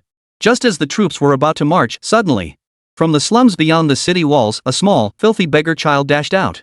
Following close behind was another figure. This figure was also not tall, rather thin and small. He wore a black robe, his eyes concealed by a black cloth. Other than that, everything about him was utterly ordinary, so ordinary that those present glanced at him once and then instinctively ignored him. Even Wu Zhanshi and Zhan Yi instinctively overlooked him. As the cloaked figure ran, a hoarse voice echoed, "Hey! Hey! You brat, where do you think you're going? Come back! Come back here!" The little beggar paid no heed, continuing to dash toward the city gate. She was extremely small, appearing to be no more than 11 or 12 years old. Moreover, her gait was extremely peculiar. Her body seemed rusty, moving in jerky, stuttering motions. Though peculiar, a faint spiritual glow flickered about her, allowing her to run surprisingly swiftly. The cloaked figure kept pace, closing in swiftly. He approached the diminutive beggar, attempting to pull her away. "No, I won't." The little beggar stammered, yet her resolve was stubborn and unyielding. From the city walls, Wu Zhanshi witnessed the scene. Yet his gaze merely swept past indifferently, paying it no mind. Others would handle the expulsion. Immediately, a nearby wall guard barked, "Where did this beggar come from? Daring to offend the sacred face? Seeking death? Get out of here at once." Simultaneously, he drew his blade with a sharp clang and glared at him. If the little beggar dared to charge forward again, he would surely meet a blade coming down. The little beggar's face was covered in mud and grime, obscuring his features. But his eyes were bright, clear, and sharp. Seeing the soldier's blade, she halted her advance but did not retreat. She lifted her head, gazing across the vast distance at Wu Zhanshi. Those clear eyes radiated intense hatred, directed squarely at Wu Zhanshi atop the city wall. Faced with that direct stare of hatred, Wu Zhanshi frowned and looked down coldly. Looking up at the lofty figure of Wu Zhanshi, the little beggar girl spoke out in accusation, "Emperor." Her words came out haltingly, as if she'd hit a snag. She couldn't help but grow impatient. She reached out, tugging at the black-robed figure beside her. The cloaked figure sighed, saying helplessly, "Your Majesty, she wants to ask where her father and brother are." Question mark. Wu Zhenshi frowned impatiently. What a ridiculous question. His patience was gone. Without a word, he shot a cold glance at the sword-bearing guard beside him. The guard immediately understood the order, saluted with clasped fists, and leaped down from the towering city wall. Boom! The ground trembled as he landed steadily, then drew his gleaming sword. With a single stride across the ground, he covered the hundreds of meters. The blade radiated a chilling glint, poised to strike both men down. Clang! But tragedy did not unfold. The guard's blade snapped clean in two and flew backward. Along with the guard himself, who was also sent flying backward. A faint spiritual glow appeared before the mysterious cloaked figure. She was a cultivator. Master! Master, ask. At that moment, the little beggar tugged at the cloaked figure's sleeve again, speaking stubbornly. Fine, fine, fine. The cloaked figure rolled his eyes. So what if you die again? You don't care about your master anyway. No, no. The little beggar puffed out her cheeks.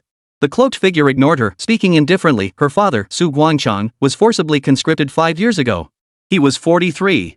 Her brother, Su Hui, was also forcibly conscripted 5 years ago. He was 24.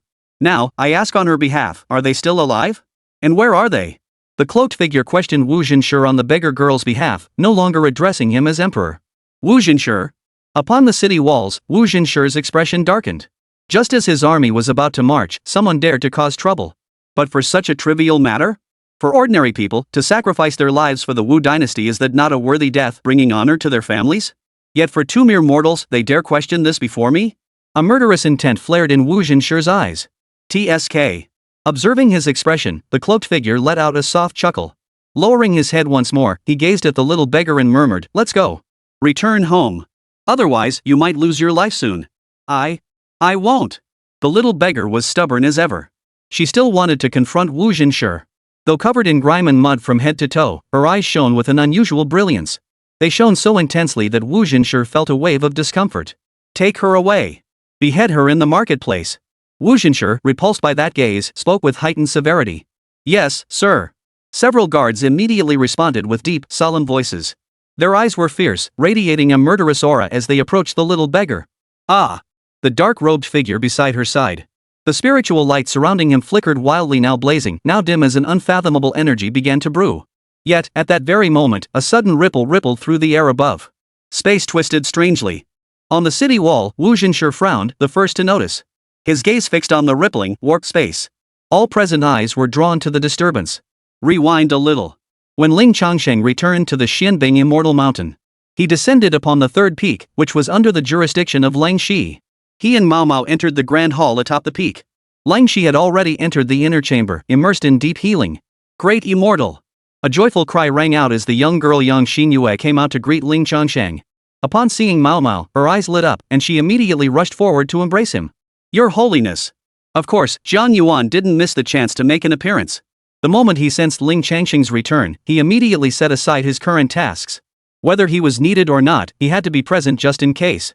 What if the revered one had questions or requests? It would be rude to be absent.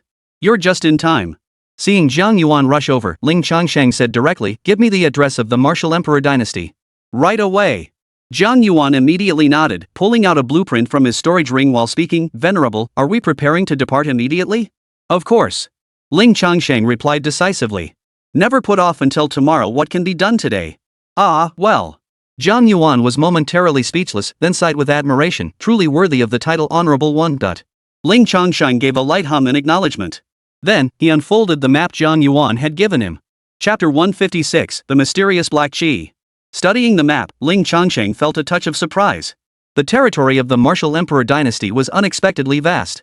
Zhang Yuan, noticing his reaction, explained, "The Martial Emperor dynasty is indeed immensely powerful. The Tianqian continent is vast, with even the shortest straight-line distances spanning tens of thousands of miles. Within it lie 6 great empires and dozens of smaller kingdoms. The Wu Imperial dynasty is one of these 6 great dynasties. Its territory is immensely vast, with a legacy spanning over 1,000 years. It currently stands at the peak of its strength, showing no signs of decline.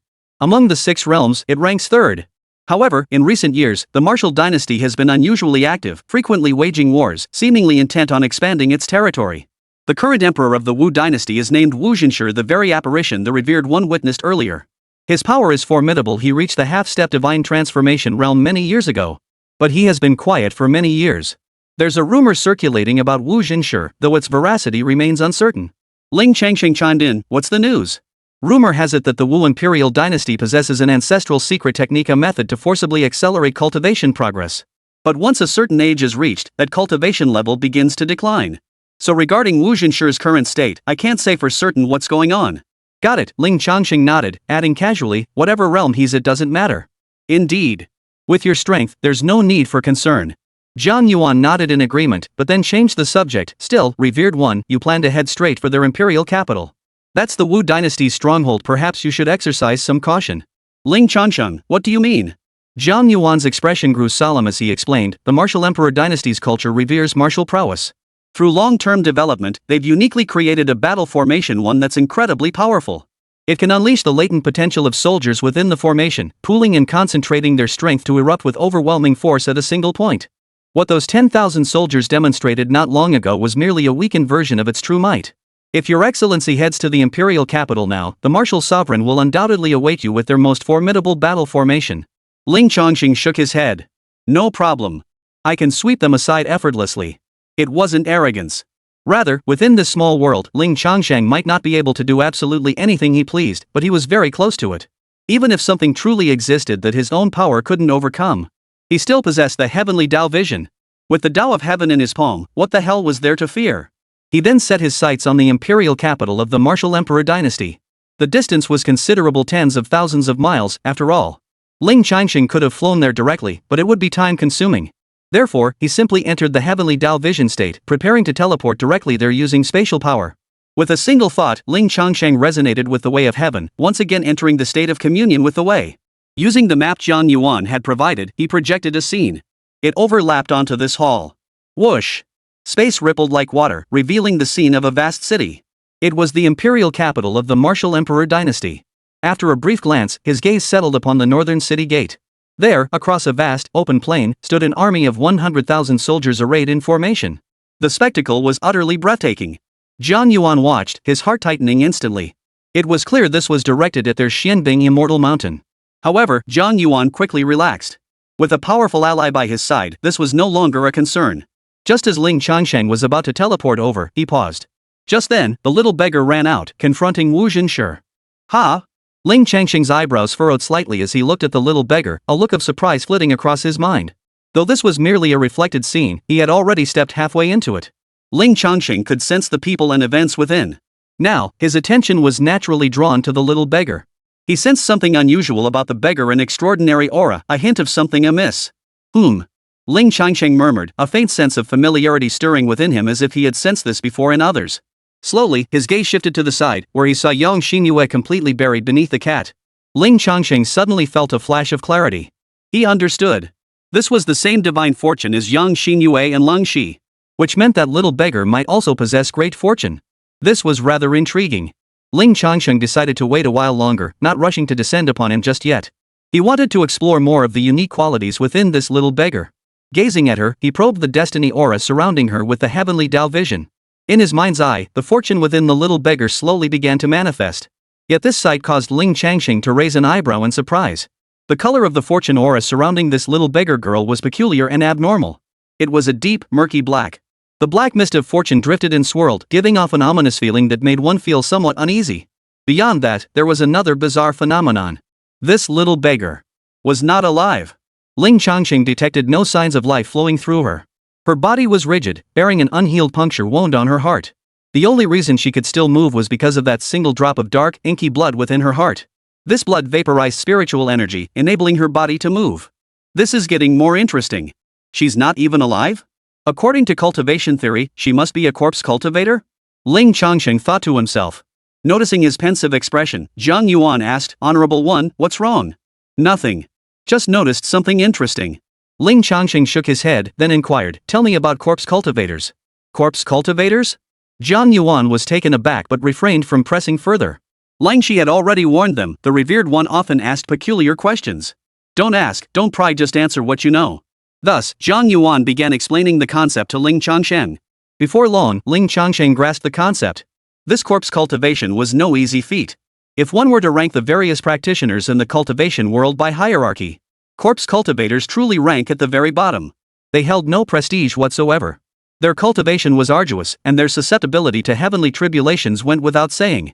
In the early stages, limbs refuse to obey commands. Even one's own body feels clumsy and sluggish. Surviving the initial phase is no picnic either. Once you reach the mid-stage, the accumulation of yin energy attracts impurities. If one carelessly becomes tainted by such impurities, the mildest consequence is spiritual derangement. In severe cases, the cultivated yin energy becomes corrupted. Then forget about rebirth and rejuvenation through fire. One is doomed to walk the path of corpse cultivation to the bitter end, burdened by countless drawbacks. Yet even if one survives the mid-stage and advances to profound realms with pure, untainted yin energy, calamity still awaits. None other than the heavenly tribulation. Those who endure it will be reborn through the flames beneath the heavenly tribulation. Failure meant utter annihilation beneath the thunder's blazing yang energy. Judging by her bone age and stature, this little beggar must have embarked on corpse cultivation in her early teens, roughly the same age as young Xinyue. Judging by the stab wound piercing her heart, this path into corpse cultivation was likely not her own choice. Just as I was pondering this, the scene suddenly erupted into chaos within mere moments. Wu Jinshi was about to attack the little beggar and the mysterious cloaked figure. Ling Changsheng could watch no longer. His footsteps moved, and his figure vanished into the scene unfolding before him. As if stepping into a painting. But in reality, it had truly descended upon the skies above the northern gate of the Wu dynasty, tens of thousands of miles away. Chapter 157, The 10,000 Armies Divine Slaying Formation. Wu Imperial Dynasty, Northern Gate. A blazing spiritual light suddenly erupted in the sky above this land. Within the dense, dazzling radiance, a figure slowly materialized. As the light gradually faded, everyone recognized a young man who had abruptly appeared here by some unknown means. The newcomer was none other than Ling Changsheng. Alone. The people of Xianbing Immortal Mountain were busy recuperating, and it was also necessary to maintain a guard in case of any unforeseen circumstances. For this mission, one person was sufficient. His sudden appearance was accompanied by an extraordinary surge of energy fluctuations. Instantly, all eyes in the vicinity turned toward him. Upon the city walls, Wu Jinshi's pupils contracted sharply at the sight of Ling Changsheng. Shocked. How could he be here? Suddenly, Wu Jinshi recalled Ling Changsheng's words. He said he would come find him. And he actually did. He dared to come directly to the imperial capital, the very heart of the Wu dynasty, where both defense and offense were at their strongest. What audacity! Thoughts flashed through his mind like lightning. Wu Jinshi's brows furrowed deeply as a surge of rage ignited within him. At the vanguard of the army, the three generals Zhang Yi, Chen, Hao, and Wu, appointed by Wu Jinshi as leaders of the war god guards, also recognized him. Their expressions shifted in shock. They never imagined that before they even set out, their target had revealed itself so directly. Wasn't it supposed to be at the mystic ice immortal mountain? How could they have arrived so swiftly from tens of thousands of miles away? And they'd descended directly above the army. How dare he? Meanwhile, on the ground, the mysterious cloaked figure and the young beggar who had been preparing to confront the guards were both startled by the spatial disturbance, their gazes turning toward the commotion. Finally, all eyes within the city turned to the commotion. With troops mobilizing outside the city walls and even the emperor himself appearing on the battlefield, such a spectacle naturally drew the attention of those within the city. Many climbed to high vantage points and now witnessed Ling Changsheng's arrival. Whispers and murmurs erupted. Amidst the crowd's focused gaze, Ling Changsheng lowered his head, observing the black-robed figure. Earlier, his attention had been entirely captivated by the little beggar. Now, upon closer inspection, Ling Changsheng realized this black-robed figure was no ordinary person either. Her current cultivation level manifested as the golden core realm. Yet it was highly unusual, unsteady and fluctuating, surging and receding. At times, it surged with power far exceeding that of the golden core stage. Then it would plummet back down to the golden core realm. This must indicate some peculiar state. Recalling her composed demeanor when confronting Wu Jinshi earlier, her true strength certainly extends far beyond the golden core realm. Moreover, a force of isolation shrouded her, as if concealing something. Though it seemed like an eternity, it was but a breath or two. Before Ling Changsheng could scrutinize the black-robed figure further, Wu Jinshi stirred. Daring to appear at the imperial encampment itself, how could enemies meet and stand idly by? You audacious villain! How dare you show your face before this emperor? Wu Jinshi roared from atop the city walls. His voice boomed like thunder, radiating fury and an intimidating presence that made those attending him tremble involuntarily. But that was all it could do, frighten them. Ling Changsheng's expression remained utterly unmoved. His gaze never left the figure cloaked in black. He merely remarked casually, "Don't interrupt." Wait a moment. I'm too busy to deal with you now. Question mark. Wu Jinshi froze, then nearly burst a blood vessel in anger. Wait a moment? No time for me? Are you treating this like a joke? Fury blazed in Wu Jinshi's eyes as he bellowed, "Form ranks. 10,000 Army Divine Assault Formation." He took direct command. Instantly, across this vast land, 100,000 soldiers responded in unison. Yes, sir. I. The thunderous roar echoed across the heavens. With no other choice, Ling Changsheng could only temporarily halt his pursuit of the cloaked figure. He turned his gaze to the troops. Under Wu Jinshi's command, the 100,000-strong army began to shift. Their movements were swift and fluid, like a dragon gliding through the landscape. Within mere breaths, the initial formation coalesced and deployed. Simultaneously, the three generals soared high into the sky, forming a triangular formation that completely encircled Ling Changsheng. The silent Johnny also led a dozen men, dispersing around the perimeter. They were all secret guards of Wu Jinshi, belonging to the god of war guard, equally skilled in combined attack techniques. Their positions subtly aligned, a shared energy pulsing through them all as they gathered strength, poised for action. The focal points of this gathering were the three figures clad in imposing battle armor, who appeared to be generals. And a group clad not in armor, but in thin gray robes. Within the city walls, murmurs of discussion filled the air. Whoa! The 10,000 armies attacking the god formation. It's actually this grand formation. What on earth has the emperor been through to wage such a massive war against a lone individual? Why isn't he moving? Has he been scared stiff? Perhaps he's confident? Is this man truly that formidable? This is the 10,000 armies divine slaying formation. Our Wu Kingdom's mightiest battle formation. He's confident? Exactly. Once this formation is deployed, it sweeps all before it. And with 100,000 troops plus 3 generals. I dare not imagine its might. Too far away. The spiritual energy and battle fluctuations are too intense. I can't discern that young man's exact cultivation level. Whoosh! As the battle formation rapidly coalesced, a dark shadow suddenly appeared, dragging a small figure along. It was the black-robed figure. She pulled the little beggar across the distant city wall in a single stride. They could have simply left, but for some reason, they chose to intervene. Now, mere yards from Ling Changsheng's side, she stood suspended in midair. The little beggar, covered in dust and grime, tugged at the cloaked figure's sleeve, gazing curiously at Ling Changsheng. The cloaked figure also observed Ling Changsheng. Noticing his gaze fixed on the expressionless figures clad in gray robes, the cloaked figure spoke. They are the war god guards, the secret protectors of this martial world. Their lowest-ranked members are at the late nascent soul stage, while their leader, Xinyue, is a cultivated transformation spirit realm cultivator. Moreover, this is the 10,000 armies divine slaying formation, Wu Kingdom's most formidable battle formation. With this formation, those 3 nascent soul generals could easily slay a transcendent spirit cultivator.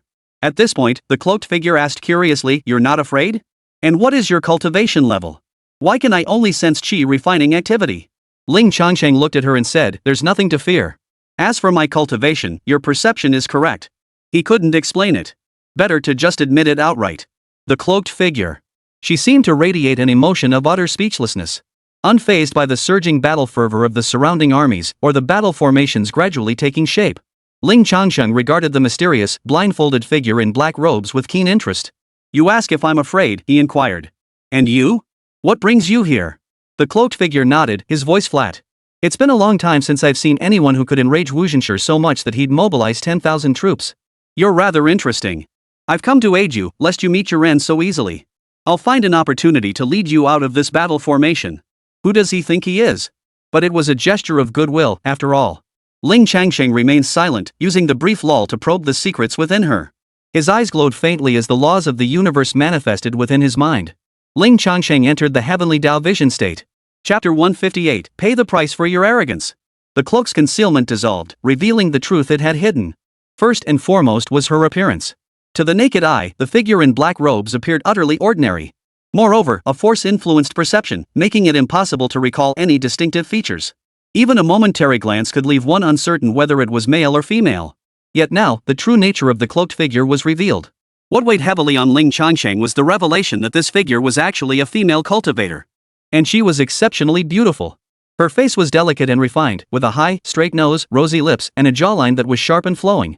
Her neck was slender and long, as graceful and elegant as a swan. Her long hair cascaded like a waterfall, each strand glistening with a crystalline sheen. With her eyes concealed by a black veil, she radiated an air of profound mystery. She possessed a peculiar aura and presence that was utterly captivating. Ling Changsheng couldn't help but wonder how dazzling the eyes beneath that black veil might be. After peering through the veil, Ling Changsheng gasped in shock, his eyebrows twitching in disbelief. Because she had no eyes. 2 empty sockets.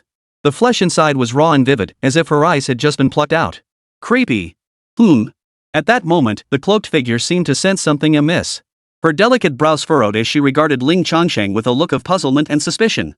However, she could only vaguely sense something peculiar, unable to articulate what it was. She couldn't discern any unusual behavior in Ling Changsheng. Though startled and suspicious, she could only let it go. Perhaps it was just a misperception? Strange. She seems to faintly sense being observed? Ling Changsheng thought to himself. This cloaked figure was likely no ordinary person. Perhaps his true power even surpasses that of the flying rainbow old man? What kind of destiny does he possess? Ling Changsheng's thoughts stirred, causing the fortune aura surrounding him to manifest. It was black fortune too. It was highly peculiar, faintly intertwining with the fortune aura of the little beggar. In that instant, Ling Changsheng experienced a sudden, inexplicable flash of insight. Within this black aura, he perceived a scene. No great army was present. The little beggar girl confronted Wu Zhenshi beneath the city gates. Enraged, Wu Zhenshi sought to execute her. In the end, it was this mysterious cloaked figure who saved the little beggar girl. He carried her away as they fled. Just as I was about to perceive the subsequent developments, I suddenly felt mentally drained, and the vision faded. Is this a glimpse of their future? After regaining his senses, Ling Changsheng felt a flicker of understanding. This must have been a glimpse into the little beggar girl's destined path. Even if he hadn't come here today, the little beggar girl would still be safe. With the black-robed figure present, she would certainly intervene to save the little beggar. Yet the dark aura of misfortune surrounding both of them couldn't help but feel ominous. Could it be they would grow into great demons? At that moment, Wu Zhenshi on the city wall could no longer bear to watch. His face twisted with fury, the hard bricks beneath his feet cracked under his stomping, while turbulent spiritual energy swirled wildly around him. He could endure no more. Furious, he barked orders for the 100,000 soldiers to form battle formations. A formidable aura and sense of impending danger brewed like a storm, bolstered by the presence of a Huatian realm expert and several half-step Huatian realm cultivators. And you? You remain utterly unmoved? Chatting and laughing with others, completely disregarding them, letting them run wild. Witnessing this cold indifference, Wu Zhenshi's rage boiled over, surging uncontrollably. Fortunately, after this period, the battle formation had been successfully completed. At this moment, countless soldiers stood poised across the vast land, mid-air, and above. The three generals and the war god guards formed the spearhead, encircling Ling Changsheng, the black-robed figure, and the little beggar. The battle formation was complete. Pay for your arrogance. Wu Zhenshi's thunderous roar echoed through the air, carrying intense murderous intent and rage. Immediately, a tremendous uproar erupted. Within the formation, every soldier raised their weapons high, roaring at Ling Changsheng and his companions. Their voices thundered like 1,000 horses galloping, their momentum as mighty as a rainbow. Their roars channeled spiritual energy, battle intent, and murderous aura into the formation, coalescing into a colossal energy storm. This energy storm surged back and forth within the formation, constantly gathering and intensifying, as if poised to tear everything apart. Then, the three generals within the formation and the war god guards roared in unison, slash. They slashed out over a dozen dazzling beams of spiritual light, coalescing and manifesting within the battle formation. Immediately after, every soldier in the formation roared in unison. Slash. Cut. Cut down. With this thunderous cry, spears, blades, and swords in hand, they struck out with fierce force. Boom. Boom. Boom. Amidst the deafening roar, an intensely blinding light erupted. In that instant, the entire battle formation seemed to transform into a blazing sun. Blazing beams of light surged forth from the soldiers' weapons, coalescing into a colossal torrent of energy. Blinding sword chi and blade chi materialized, vast and overwhelming in power. These potent spiritual energies churned, collided, and merged within the battle formation. Rapidly coalescing, they attached themselves to the spiritual energy unleashed by the three generals and the war god guards, forming over a dozen powerful energy storms. Just as Zhang Yuan had said, the battle formation witnessed earlier was merely a weakened version. This formation, composed of 10,000 soldiers, was the true embodiment of peerless might. This battle formation now possessed the strength to confront a Huatian realm powerhouse. By sheer power alone, each strike could wound a transcendent spirit cultivator. If a Huatian cultivator stood still and offered no resistance, it could indeed slay them in a single strike.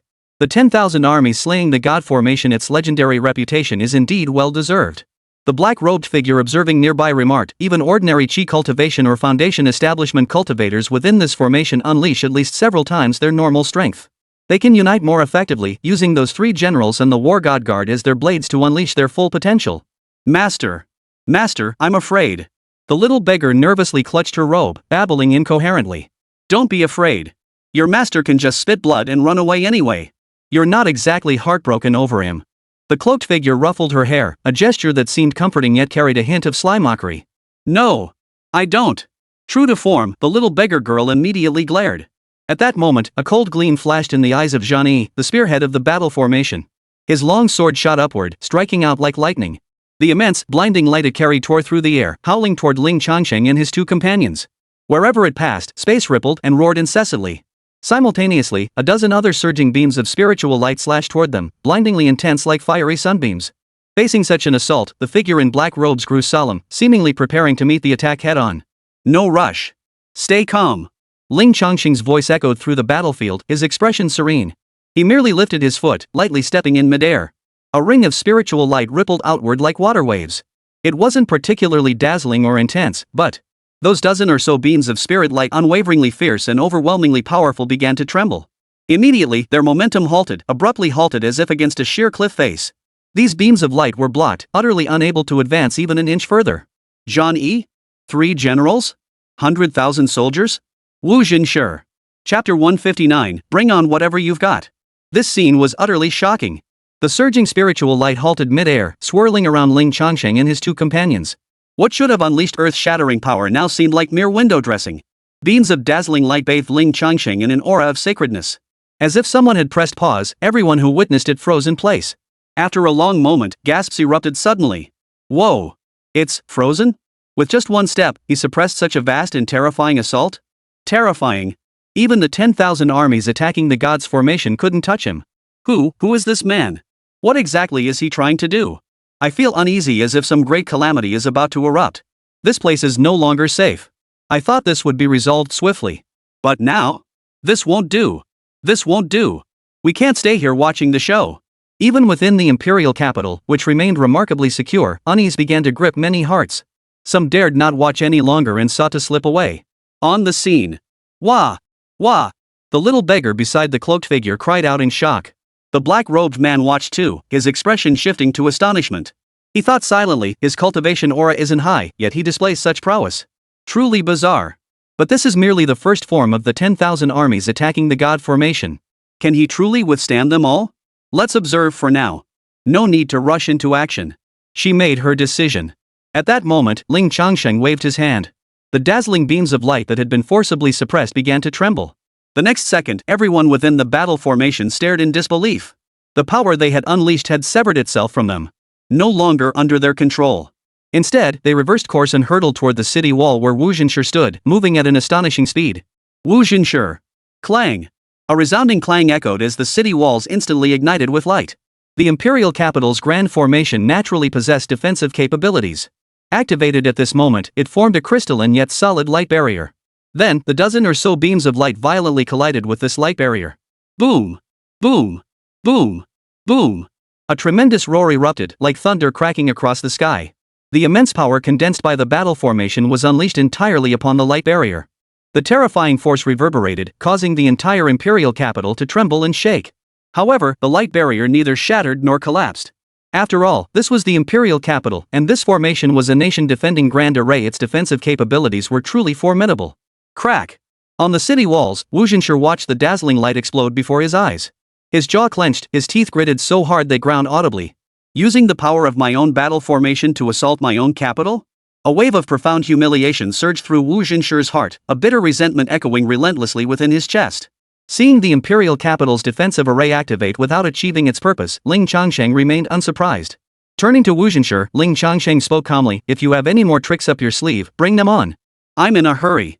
Wu Zhenshi's face flushed alternately red and white, the veins on his forehead throbbing. "Claw! Dragon! Form," he commanded again, his voice gritted through clenched teeth. Ha! Within the battle formation, 10,000 soldiers erupted in a unified battle cry as their positions shifted rapidly.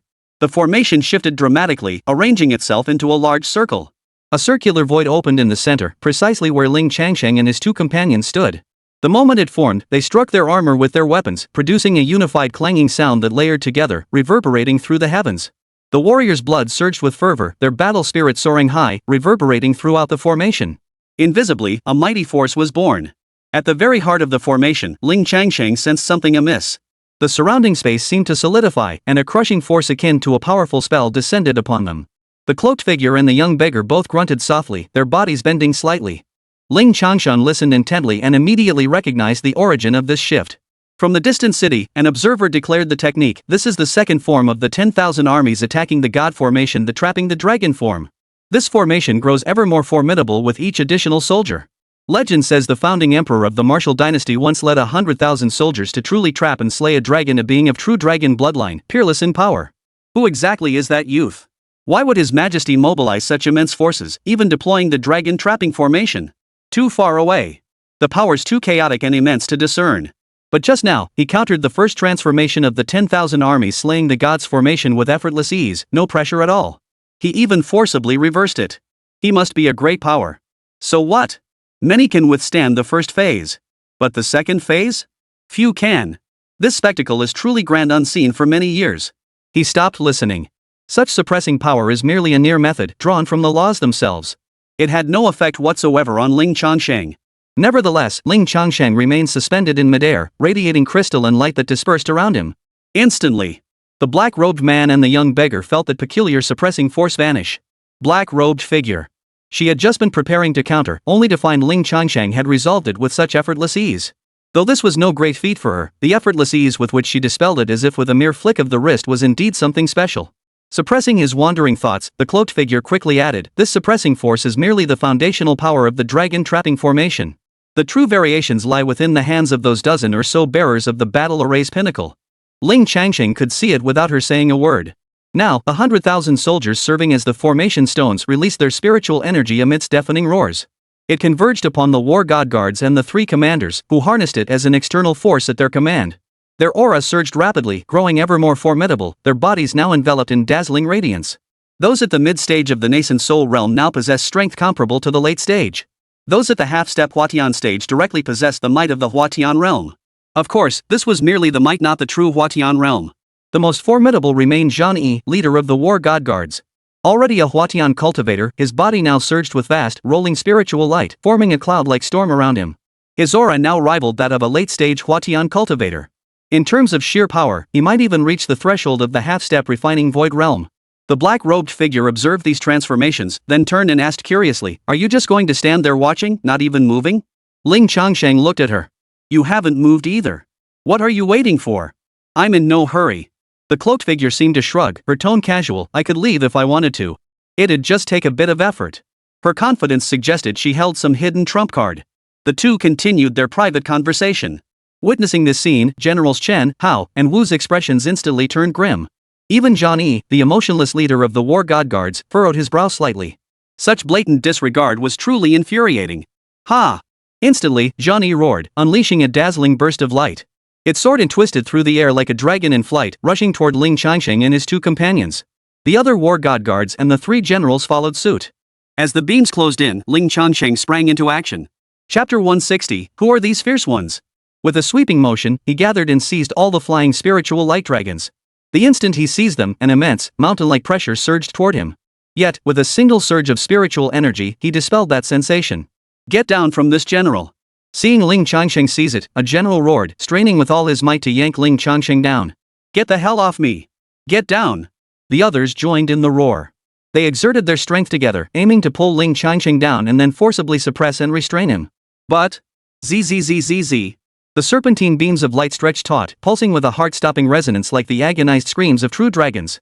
The sound was heart-stopping, making one suspect that if they snapped, they might cleave mountains in two. They didn't snap, but they also failed to achieve anything. Over a dozen men, wielding the might of 100,000 troops arrayed in a grand battle formation, couldn't budge it at all. There was no sign whatsoever of pulling Ling Changsheng down. Is that all? Ling Changsheng felt utterly bored, finding it tedious. Then, seizing the dozen or so beams of light with his spiritual energy, he yanked them violently. The three generals were horrified as they felt the terrifying immense force transmitted through the beams. They had to let go.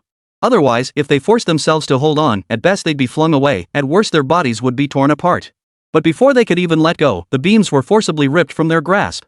Originally by their will, they were now beyond their control. Ling Changsheng snatched them all away, swirling them midair. Whoosh! Whoosh! Whoosh! Amidst the raging wind, these beams of light fused together, forming a colossal energy whip.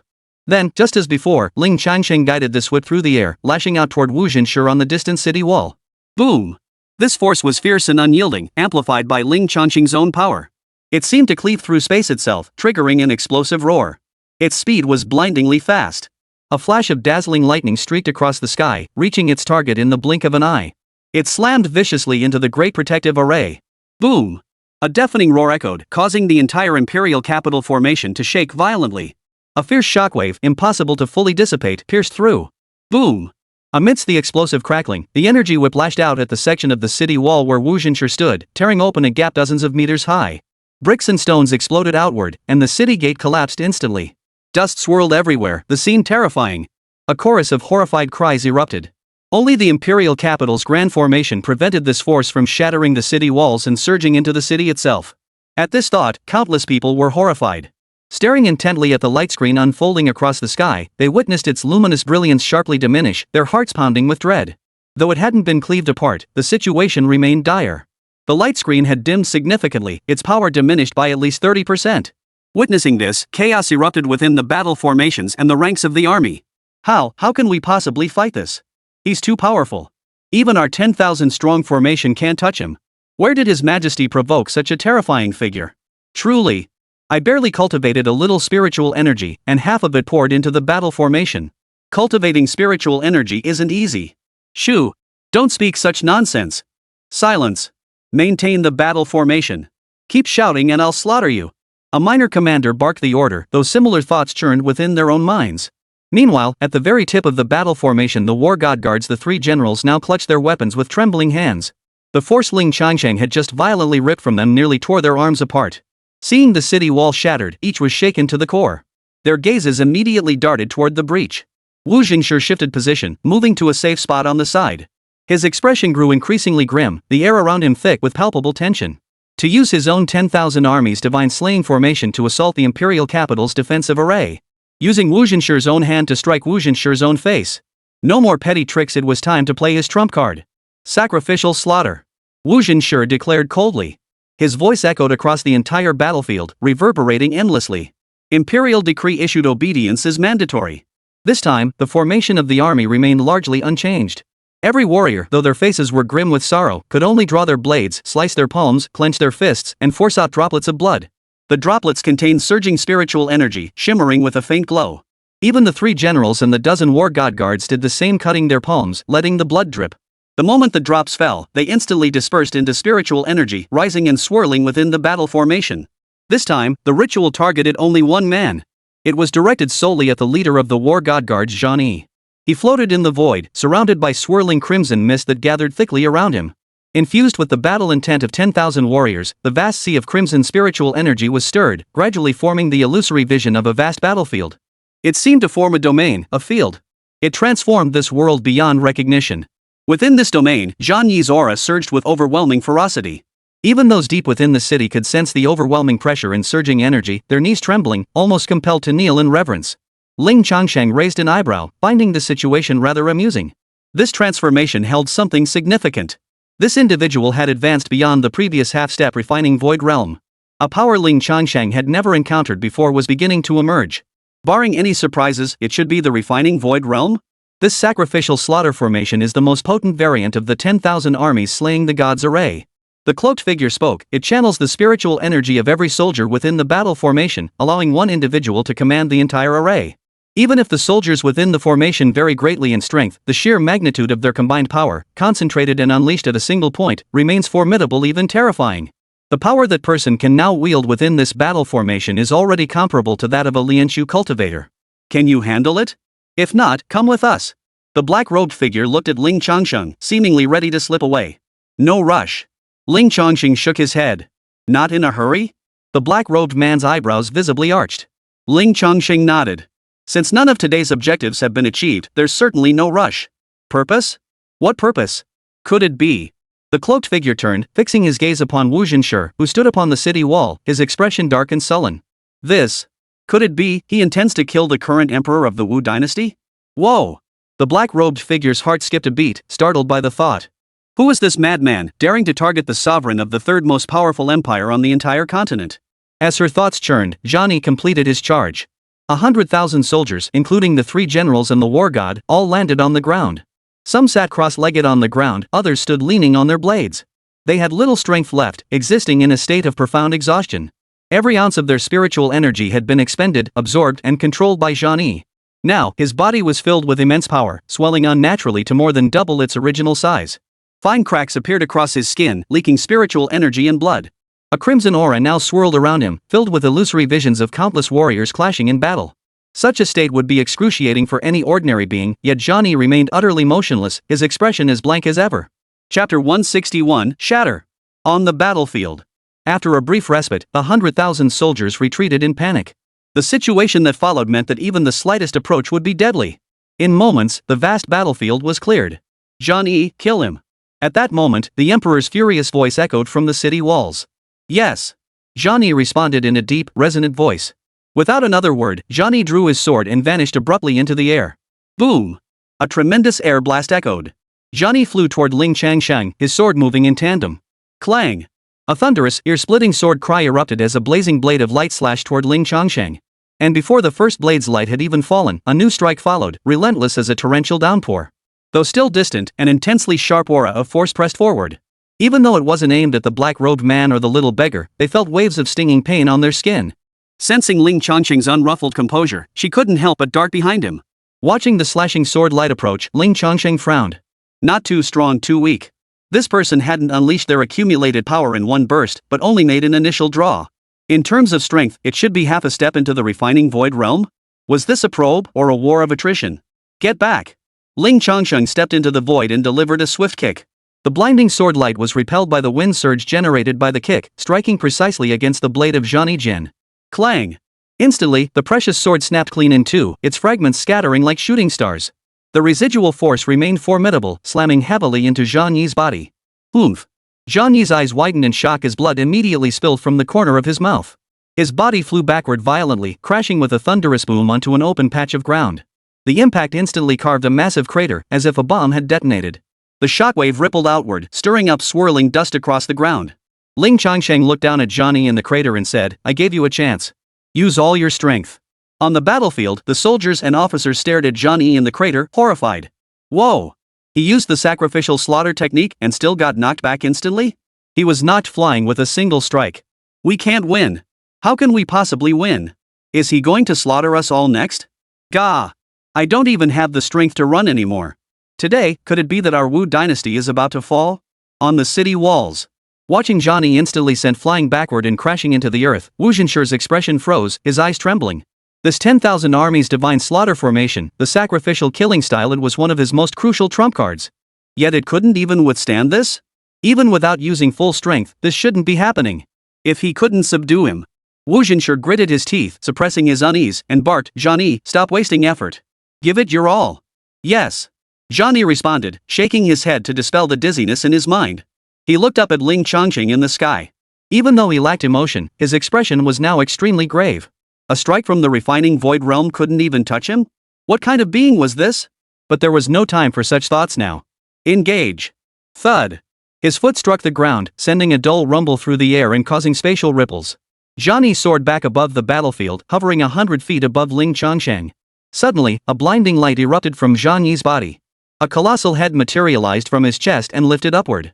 Accompanying this motion, a vast and majestic divine form, seemingly imbued with godlike power, manifested behind him.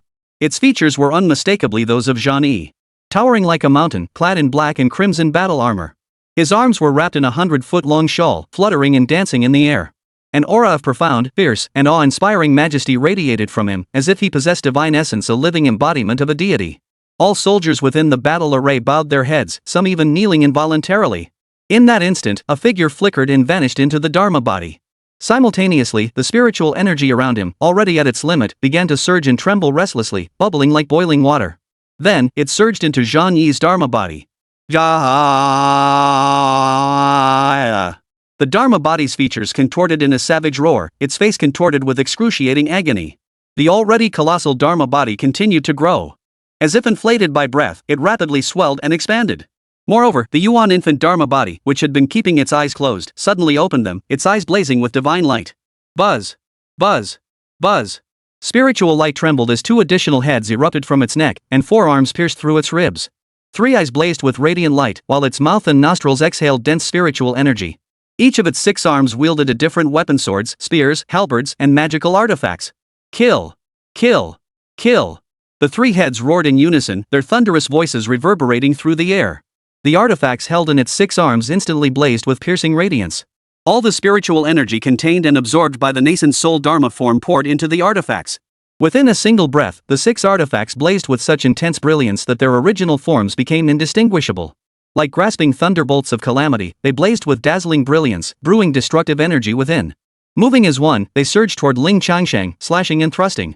Even mid-flight, they sliced through the air with a thunderous roar, their might terrifying. Space itself seemed to tear apart, faint dark fissures appearing. You truly won't leave. The black-robed figure's voice was urgent, and he coughed up a mouthful of dark-colored blood. Clearly, she intended to retreat. Even if Ling Changsheng refused to leave, she had to take the little beggar with her. If you want to leave, then leave, Ling Changsheng replied, his gaze fixed on the magnificent Dharma image, a hint of excitement flickering in his eyes. An incredibly powerful aura. A faint sense of oppression, something he'd never encountered before in this small world. Beneath the battle formation, Xinyue had begun to display the formidable might of the refining void realm. True to its reputation as a realm touching the Tao of laws, the refining void realm brought him a hint of pressure. You. The black-robed figure tried to speak further, but as Ling Changsheng stepped into the void, his figure vanished. In the blink of an eye, he arrived before the majestic Dharma form. Radiant arcs of light swirled around him, resisting the surging pressure of the force. Simultaneously, he struck out with a palm toward the colossal Dharma image. The black-robed figure instantly retreated, vanishing in a flash and surging back tens of thousands of feet to observe from afar. At that very moment, the two forces collided. The Dharma form, wielding 6 brilliant beams of light, collided with Ling Changsheng's palm. In an instant, it was as if a blazing sun had suddenly appeared. The light was too intense, too blinding, utterly obscuring vision.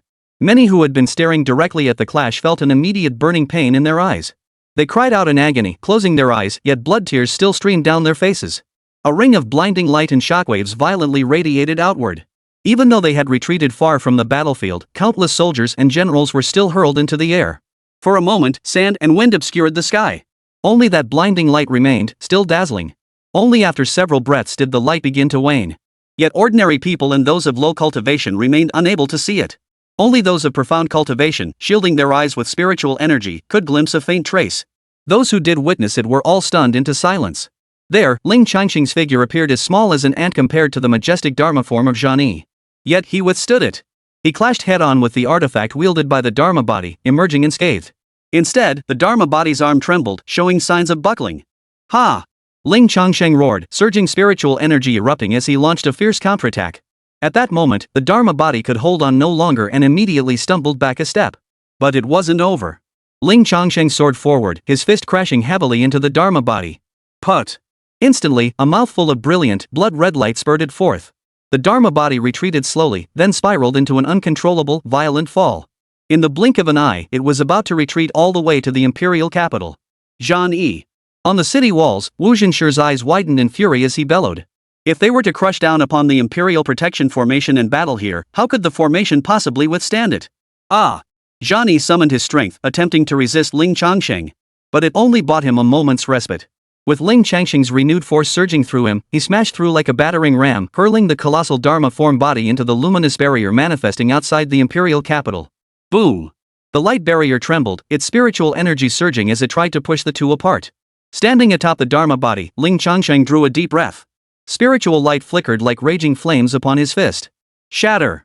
With this thunderous command, Ling Changsheng's fist slammed down upon the Dharma body.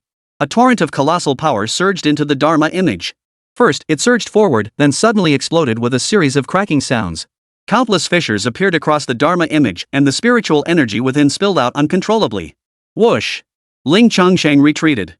Immediately afterward, the colossal, majestic yet crack-ridden Dharma image body exploded with a thunderous boom.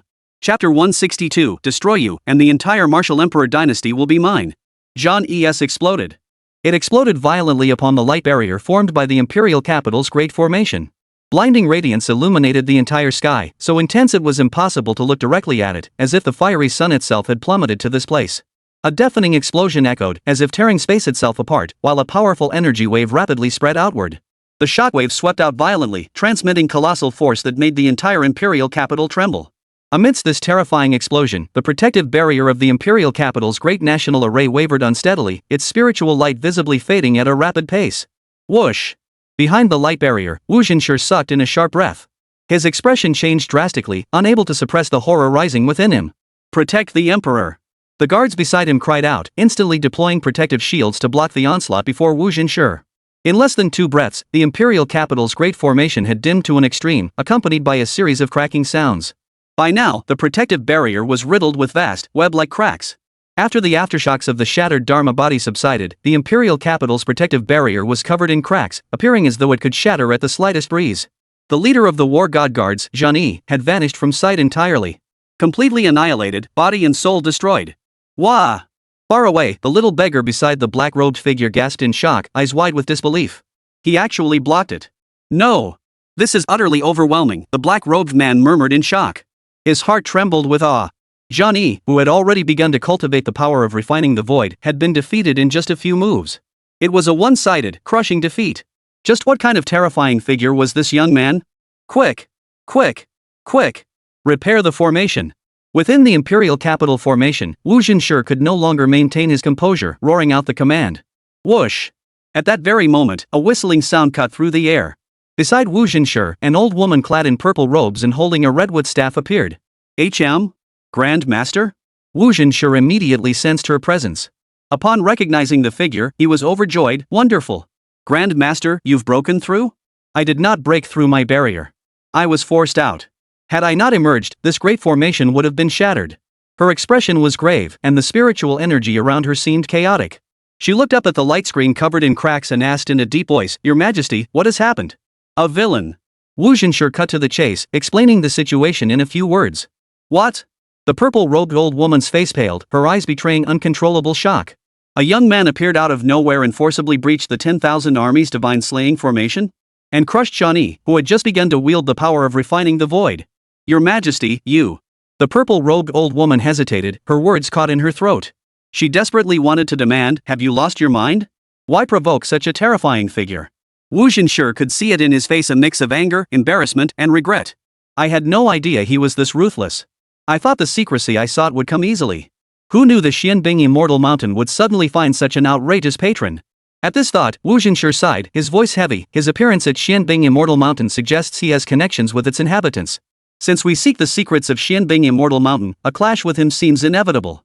The old crone's expression instantly changed, her brows furrowing deeply. So it was because of this. Indeed, it was unavoidable. The current situation is troublesome. A dilemma. They couldn't possibly pass up such an opportunity, yet the obstacle blocking their path. After a moment's silence, the old woman asked, Your Majesty, might this matter be resolved through compromise? Could it be settled by an exchange of interests? Impossible. Before Wu Zhenshi could speak, a voice rang out. The moment the words left his mouth, a flash of light erupted on the projection screen as Ling Changsheng materialized, his feet planted upon the luminous surface. Wu Zhenshi. The old woman? Both of them know, everyone's gaze instantly fixated on Ling Changsheng. Oh, a new face. Ling Changsheng's heart stirred as he noticed the appearance of the purple-robed old woman. Could this be the Wu dynasty's hidden strength sent to save the day? After carefully assessing her, he determined that while this old woman possessed formidable strength, she had not yet broken through to the refining void realm. She was likely at the peak of the spirit transformation realm. Such a realm was scarcely worth Ling Changsheng's attention. Spiritual light gathered on his fist as he prepared to strike, intent on shattering the formation completely and dragging Wu Zhenshi out of his protective shell. Young man, hold your hand. The newly arrived purple-robed old crone tapped her walking stick, feigning a smile as she spoke. Why must you be so ruthless? Where there is room for mercy, show it. Why not resolve this peacefully? The Wu dynasty offers generous compensation as an expression of our sincerest apologies. Ha! Wu Zhenshi's expression changed, his mouth opening to speak. But the old crone shot him a warning glance, somehow silencing him. Foolish. Standing atop the light screen, Ling Changsheng spread his hands. Apologizing will get me more? I'll annihilate you all, the entire Wu Emperor dynasty will be mine. Just playing with a meme. He had no time to manage a nation of pygmies. But clearly, Wu Zhenshi and the old crone took him seriously. Both their expressions turned cold and grim, the air thick with tension. The old crone fell silent, her expression turning icy, the fake smile vanishing. Wu Zhenshi's expression hardened as he barked, You dare to attack? Ha! Ling Changsheng found the whole situation amusing. Without replying, he raised his fist. Wu Zhenshi's voice cut through the air again, this time laced with threat. I warn you. This formation is bound to the very fortune of our Wu dynasty. Dare to break it, and you shall face endless retribution. Question mark. Ling Changsheng raised an eyebrow. National fortune? He paused, entering the heavenly Dao vision state. Instantly, he perceived a phantom golden dragon serpent gliding through the imperial capital. It wasn't formed from condensed spiritual energy, but something more ethereal, as if it were the embodiment of will itself. If I'm not mistaken, this is the materialized form of the Martial Emperor dynasty's national fortune. This was rather novel. So there really was such an ethereal thing as national fortune. But then again, this is a world of fantasy, perhaps it's only natural. At present, the Martial Emperor dynasty's national fortune seemed to be at its zenith. The Dragon of Destiny stood majestic and vivid, radiating an overwhelming aura of authority. Even if not a tangible entity, it still conveyed an aura of extraordinary power and untouchable sanctity. Seeing him pause, Wu Xinshi felt a slight sense of relief. He flipped his palm, revealing a golden seal in his hand, radiating an aura of nobility and weight. Holding this seal, Wu Xinshi's demeanor transformed completely. Radiant auroras flared from his body, amplifying his imposing presence. It was as if he had become the center of a realm, possessing supreme authority. It seemed that as long as he held this seal, he could command the entire realm of the Martial Emperor dynasty. At that moment, Wu Xinshi channeled spiritual energy into the seal, then dripped a single crystal-clear drop of blood into its depths. Instantly, the seal erupted in dazzling radiance. The golden dragon coiled within the array stirred to life. With a mighty twist, it soared toward him. Positioned behind Wu Xinshi, it coiled and circled, its golden dragon eyes, stirred by Wu Xinshi's aura, fixated on Ling Changsheng. Subtly, it truly gave off an oppressive aura. Chapter 163, Forbidden Arts, Sacrificial Burning. Holding the Great Seal, Wu Xinshi coldly declared, "If you dare break this formation, you shall face backlash and be judged by the collective will of the Wu dynasty." The Wu dynasty holds 100 billion souls. Under the backlash of its national fortune, even with your overwhelming power, you shall face calamity. Thud. The purple-robed crone tapped her staff, unleashing a blaze of radiant spiritual energy that surged with overwhelming might. "Young man, the Wu dynasty has endured for 1,000 years. This 10,000 armies attacking the gods formation is but one card in our hand. Cease this now, lest you bring ruin upon yourself." Whoosh! A gust of wind swept through as the black-robed figure from afar flew in, pulling the little beggar boy along. They came to a halt, hovering in midair not far from Ling Changsheng. "All bluster." She spoke, her detached tone laced with disdain, merely drawing a fraction of the nation's fortune to bolster the grand formation. "You wish to harness the nation's fortune to protect the realm?" "The nation's fortune is mysterious and elusive, invisible and uncontrollable. How could it be so easily appropriated? If you could achieve such feats, your Wu dynasty wouldn't be languishing as the third-rate empire it is." Wu Xinshi's expression darkened, yet he remained defiant. "Go ahead and try. See if the calamity of all beings descends upon you." Roar! Golden light blazed in Wu Xinshi's eyes. As he spoke, the golden dragon roared at Ling Changsheng with terrifying ferocity. Ling Changsheng smiled at the dragon roaring at him. "Backlash? I'll see just how you plan to backlash against me." He raised his fist. Under the horrified gazes of Wu Xinshi, the old crone, and the others, Ling Changsheng's fist, surging with boundless spiritual energy, slammed into the light barrier. Boom! The punch carried immense force, like a meteorite crashing down, erupting with a deafening roar. Ling Changsheng's spirit energy violently collided with the light barrier of the imperial capital's grand formation. Crack! Instantly, a cracking sound echoed as cracks appeared in the light barrier, which began to glow. The entire formation shook violently. 1 second, 2 seconds. Boom! Amidst countless horrified gazes and gasps, the light barrier of the imperial capital's formation shattered.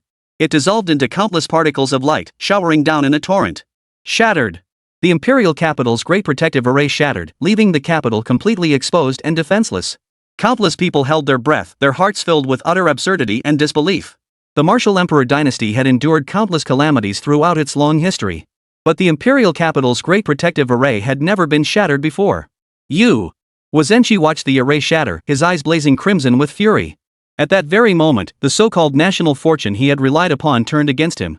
The illusory dragon of national fortune behind Wu Xinshi reared its head and roared. A blazing golden light surged from its massive jaws, crashing toward Ling Changsheng. Combining his heavenly vision state, he instantly discerned the essence of this golden light. This was not spiritual energy. It was the power of national destiny, imbued with the collective will of all beings. Far more transcendent than spiritual energy, it possessed unfathomable, colossal power. For ordinary people, it would cause instant death, crushed by the sheer weight of its overwhelming force. For cultivators, it would manifest as calamities erupting. As for when it targets me, seems like I don't feel anything? Well, that makes sense. Under the heavenly way, what storms could national fortune possibly face? Ling Changsheng casually grasped the golden light spewed by the dragon, trapping it within his palm like a glowing orb. Wu Xinshi. Old crone? The cloaked figure. Few present could perceive the subtle shifts in the nation's destiny. In truth, only 3 individuals could. Wu Xinshi, the old crone, and the black-robed figure who had just arrived. And now, all 3 shared the same expression, eyes wide open. Oh, the black-robed figure had no eyes, but one could still see the hint of shock on her face. Moreover, she spoke, You You actually managed to grasp that elusive thread of fortune? Ling Changsheng looked at her curiously. Didn't you just say they were bluffing? So what's so strange about catching this strand of fate? The cloaked figure. Times have changed. Times have changed. It's only been buried underground for a little while. How did the world turn into this hellish mess? She fell silent, suddenly finding herself unwilling to utter another word. Their voices snapped Wu Zhenshi and the old crone out of their shock. Old woman, your majesty. Deploy our ultimate trump card immediately. Such tactics were beyond imagination. They must be met with their absolute strongest counter. Ha! Without needing her prompting, Wu Zhenshi immediately let out a low shout. A blazing radiance erupted from his body, surging into the great seal in his hand. He bit his tongue, spitting a mouthful of luminous spiritual blood onto the seal. Instantly, the seal erupted with blinding golden light. The dragon serpent behind Wu Zhenshi began to transform. Golden flames seemed to ignite upon its body, their light flickering and rising. It lowered its head toward Wu Zhenshi, as if seeking to merge into his body. From the moment this process began, a peculiar aura and energy field emerged. Out of nowhere, the entire world seemed to be enveloped in a scorching heat. Ling Changsheng felt as though he were witnessing a hallucination. Every person and living thing within the imperial capital seemed to be slowly enveloped by invisible flames. The cloaked figure had been silent until now, but this disturbance instantly captured his attention. Upon sensing the unfolding transformation, he couldn't help but exclaim in shock, This is the forbidden art. The burning sacrifice technique. He intends to sacrifice the entire empire's fortune. He's harnessing the power of its countless souls to oppose you. Employing such forbidden arts will inevitably bring untold suffering, wastelands where rivers once flowed, barren mountains where forests thrived, plagues and droughts ravaging the land, calamities arising without cease. So ruthless? Ling Changsheng's expression darkened slightly. He had only intended to target Wu Zhenshi, never the innocent subjects of the Wu dynasty. But now, Wu Zhenshi seemed quite capable of hardening his heart. With a casual flick, he flung the orb of national fortune from his grasp. It was time to act. Ling Changsheng had lost all patience. Without dispelling the heavenly Tao world state, Ling Changsheng coldly stared at Wu Zhenshi. Disperse! Ling Changsheng commanded with a single word. The mighty force of the heavenly Tao obeyed the command, its formless power rippling outward like waves. In the stillness, without a sound, the great seal in Wu Zhenshi's hand dimmed. The golden flames swirling around the dragon of destiny instantly subsided. The scorching force that had enveloped all beings dissipated. The faintly visible scorching heat in this space dissipated. Calm descended. Wu Zhenshi and the old crone still did not understand what had transpired. But the interruption of the forbidden technique immediately triggered a backlash. Put! Wu Zhenshi coughed up blood in great gulps, collapsing limp to the ground. His aura plummeted, and the radiant spiritual energy that had enveloped his body instantly dimmed and darkened. Witnessing this scene, the old crone was horrified, her heart pounding faster than ever before. How could this be? A single utterance had actually caused this mysterious forbidden technique to dissipate? Cough, cough, cough. Wu Zhenshi was still coughing. The blood he coughed up spontaneously ignited, an eerie and terrifying sight. Your Majesty! The old woman jolted awake and immediately reached out to support him. Stay still. Everyone on this section of the city wall was frozen in place. Chapter 164, The Supreme Taoist Sanctuary, Cataclysm of the Apocalypse? Hiss. Ha! Rough breathing sounds. Neither Wu Zhenshi's nor the old crone's. They were now immobilized, pinned down by the laws of the universe, unable to move. It belonged to the black-robed figure. With Ling Changsheng's mere 2 words, she distinctly sensed the manifestation of the heavenly Tao's laws. As if the will of heaven itself descended, all was illusion, all was powerless to resist. Above the realm of refining the void. This was at least the realm beyond refining the void. One at that level could never command the laws of the Tao with such effortless mastery. Gazing at Ling Changsheng's figure, the black-robed figure's heart trembled violently, his chest heaving. In this age of declining Dharma, even the refining void realm was unattainable. Yet now, he witnessed a being surpassing the refining void realm. Where did he come from? Could it be from a higher realm? No, that can't be right. The ancient path was severed and sealed long ago. It couldn't be.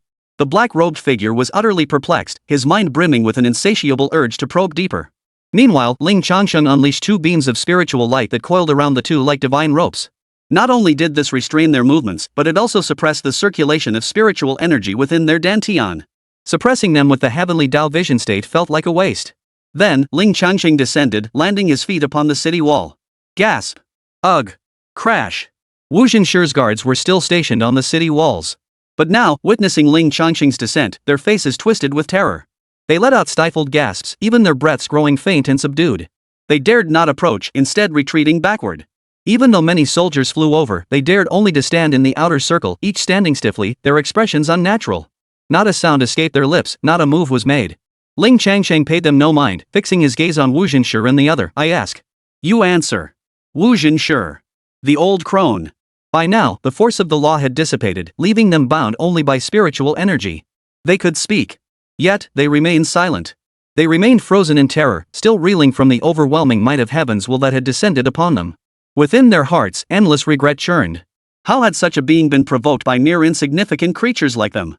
Wu Zhenshi's imperial authority and composure had been utterly shattered. Faced with a hopeless situation where all resistance felt like child's play, how could he not collapse? Resistance was utterly impossible. Wake up! Ling Changsheng's calm voice snapped them back to reality.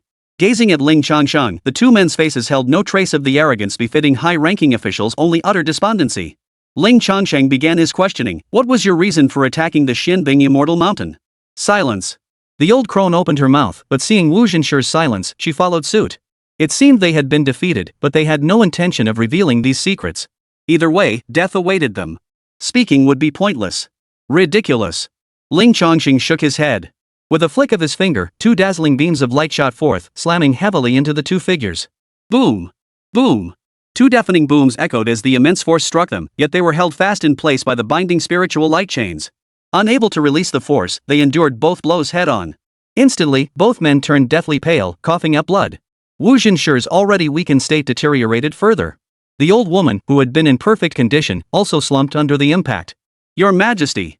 State Preceptor!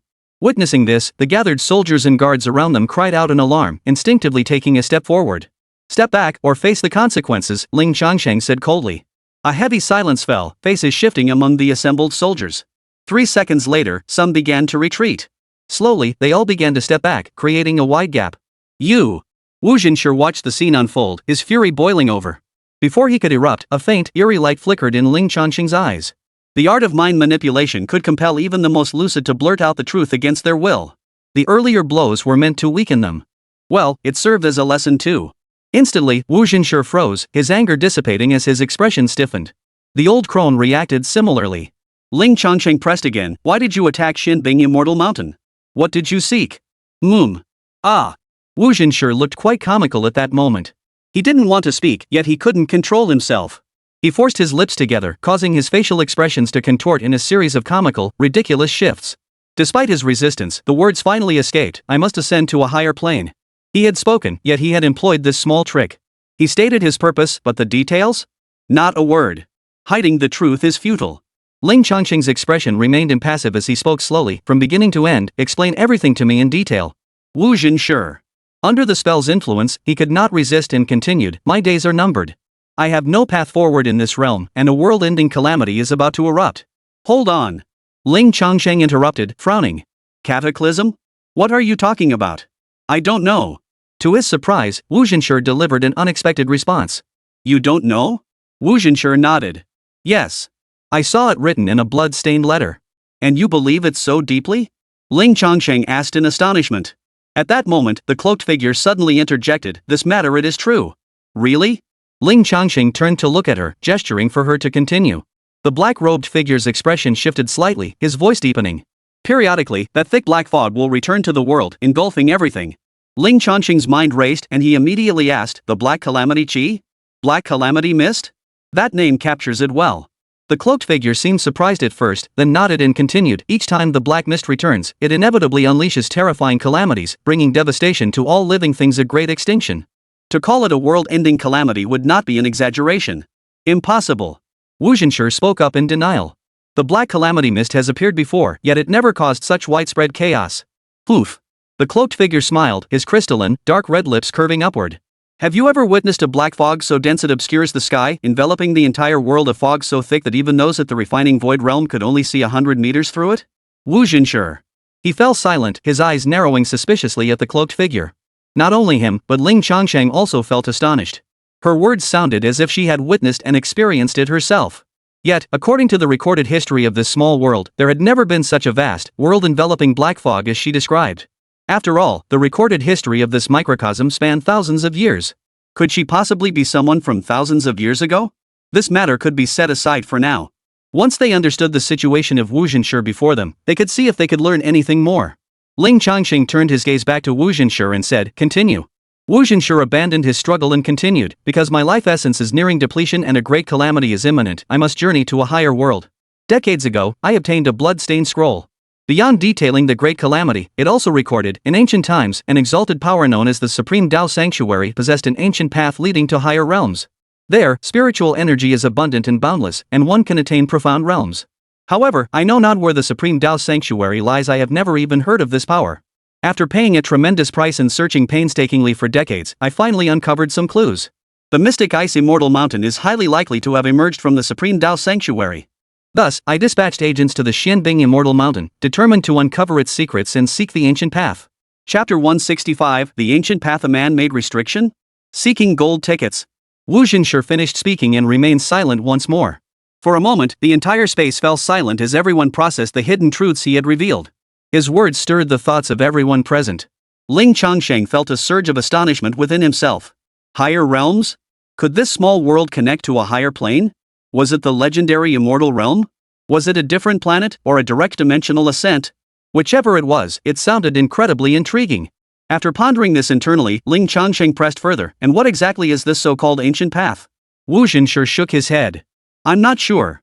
The blood-stained scroll was vague on that point. Perhaps it's an ancient path, or perhaps a passageway. And you're making such a huge fuss over it? Ling Changsheng couldn't help but frown. The calamity at Xianbing Immortal Mountain had already claimed many disciples in its aftermath alone. The lightly injured suffered severe wounds, while the gravely injured, well, needless to say. And all this was for some elusive, ancient path, one whose form and location remained unknown? This is my only path. Even if the odds are slim, I must pursue it. Nothing else matters. Wu Zhenshi's voice carried a hint of coldness, tinged with ruthlessness. TSK. Ling Changsheng shook his head. Truly, the imperial family is the most ruthless. There was nothing more to say. After asking his questions, Wu Zhenshi would inevitably face his own karmic retribution. Since Gu Lu yielded no answers, Ling Changsheng shifted his question. This higher world you speak of, what kind of world is it? Wu Zhenshi shook his head again. I don't know. The blood-written text revealed very little, but... Mid-sentence, his tone shifted as he glanced at the old crone beside him. The Imperial Preceptor has been working with me on this matter. He's always been so secretive, he must know something. The old crone. Her mouth twitched slightly, a flicker of irritation stirring within her. Even though she understood the current situation, being implicated like this still stung. What do you know? Spill it all, Ling Changsheng demanded bluntly. The old woman could not defy him either, and resignedly began. First, that place is incredibly far from us. Second, the world we inhabit now is bound by insurmountable limitations. Yet in that realm, it seems life itself undergoes a quantum leap. Limitations? Ling Changsheng repeated, his mind racing. Could this be the same limit of refining the void he discussed with Fei Hong Xinyue? Yes. The old crone nodded. Countless cultivators in this world cannot break through to the refining void realm. Ultimately, they cannot achieve eternal life and will inevitably return to dust. So that's what it was. This wasn't surprising, he had long known it. But what caught Ling Changsheng off guard was the old woman's unexpected addition. This limitation seems artificial. Or rather, it's unnatural. It shouldn't exist. It's something that appeared later. What do you mean? Ling Changsheng pressed immediately. This was a novel theory. Not even the flying rainbow old sage had ever suggested such a thing. Ling Changsheng had previously only speculated about the Tao's self-correction. A restriction imposed by human hands. That truly hadn't crossed his mind. I too am unaware of the reasons behind it. Alas, the old crone shook her head, unable to provide an answer. And rightly so.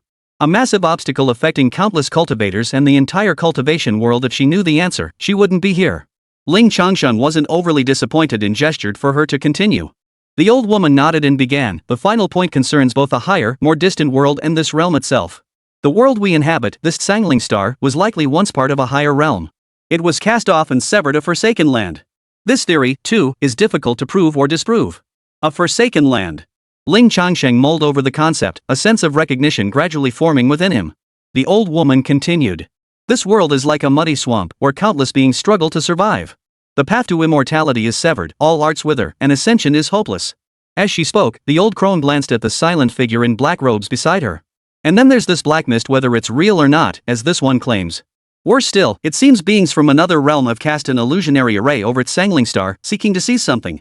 Just decades ago, in the Thousand Islands Sea, it said an ascension light erupted, drawing countless cultivators to investigate, only for them all to vanish without a trace. Hearing this, Ling Changsheng's heart sank. He couldn't speak for other places, but he had personally visited and investigated the Thousand Islands Sea. There truly was a grand formation there. Moreover, he had attempted to repair that grand formation. Just as he had restored it to about 70 or 80%, the formation suddenly began repairing itself. This caused a light gate to appear, from which a beast's claw extended. Moreover, Master Lengshi left behind a final thought, revealing the whereabouts of those cultivators. They had all been snatched away by the beastly claws.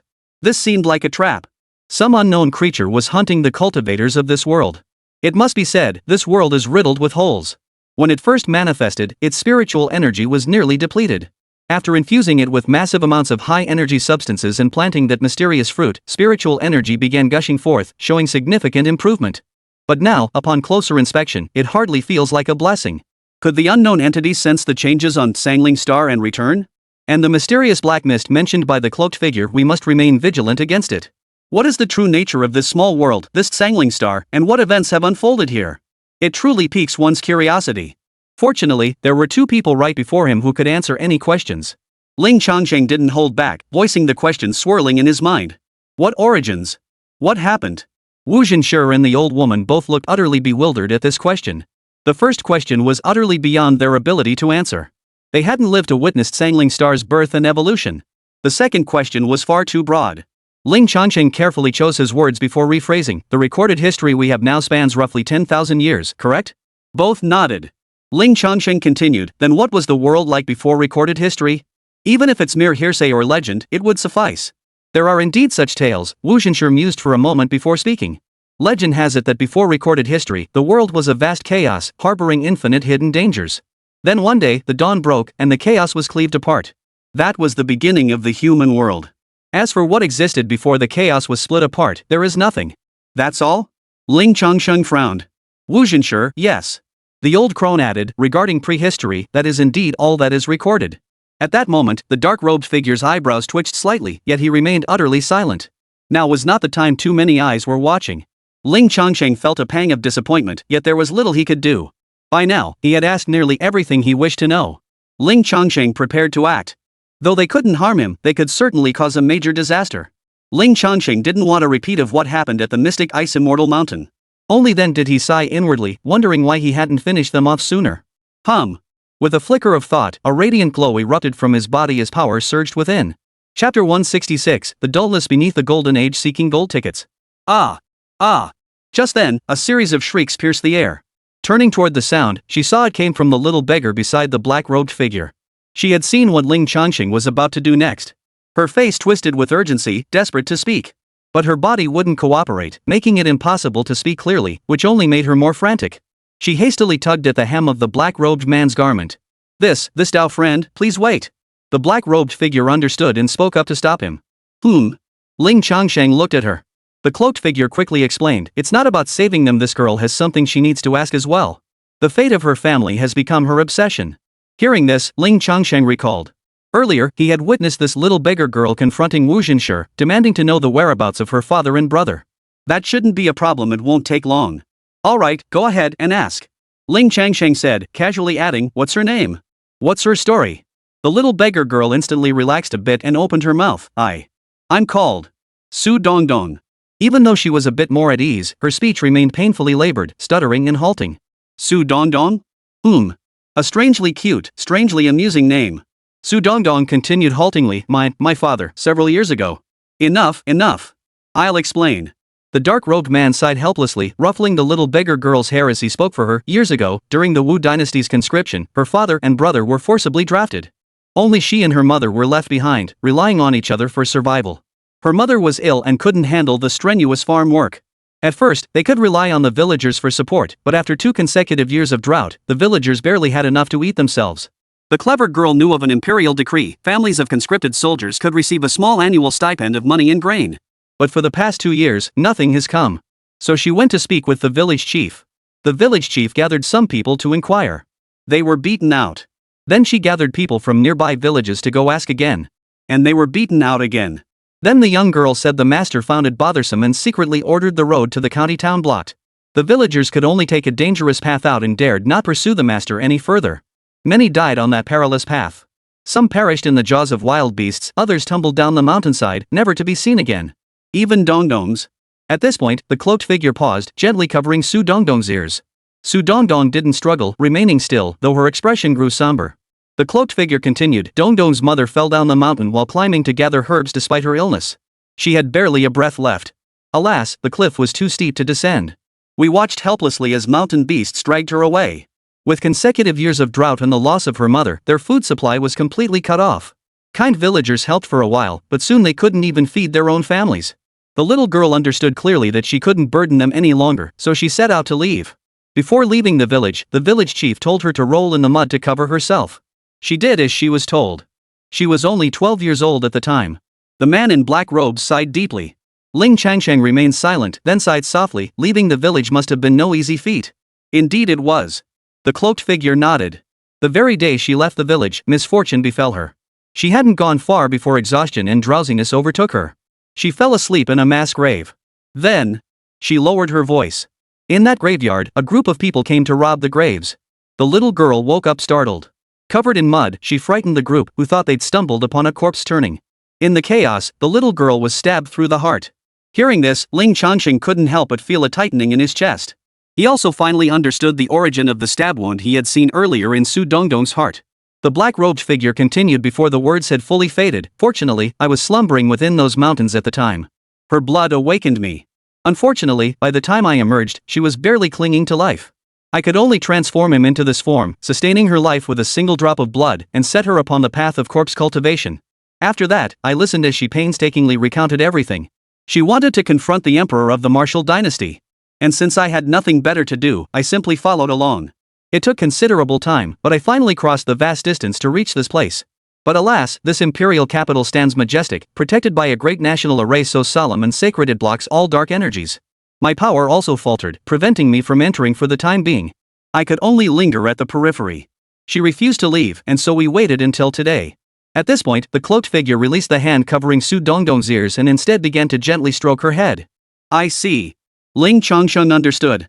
The young girl had no choice but to follow the corpse cultivator on his journey. No wonder her speech was halting, her gait and posture stiff. Ling Changsheng couldn't help but sigh. How magnificent and grand this imperial capital was, and how renowned the martial emperor dynasty stood. Yet beneath this splendor, how many unseen shadows must prop it up? After all this was said, Su Dongdong's face remained stiff, as if she felt nothing. But this was due to her physical condition. In her eyes, sorrow welled up. She blinked constantly, her eyes stinging and reddening, yet she could not cry. After recounting all this, the cloaked figure turned to confront Su Dongdong. I asked you before, but you refused to answer.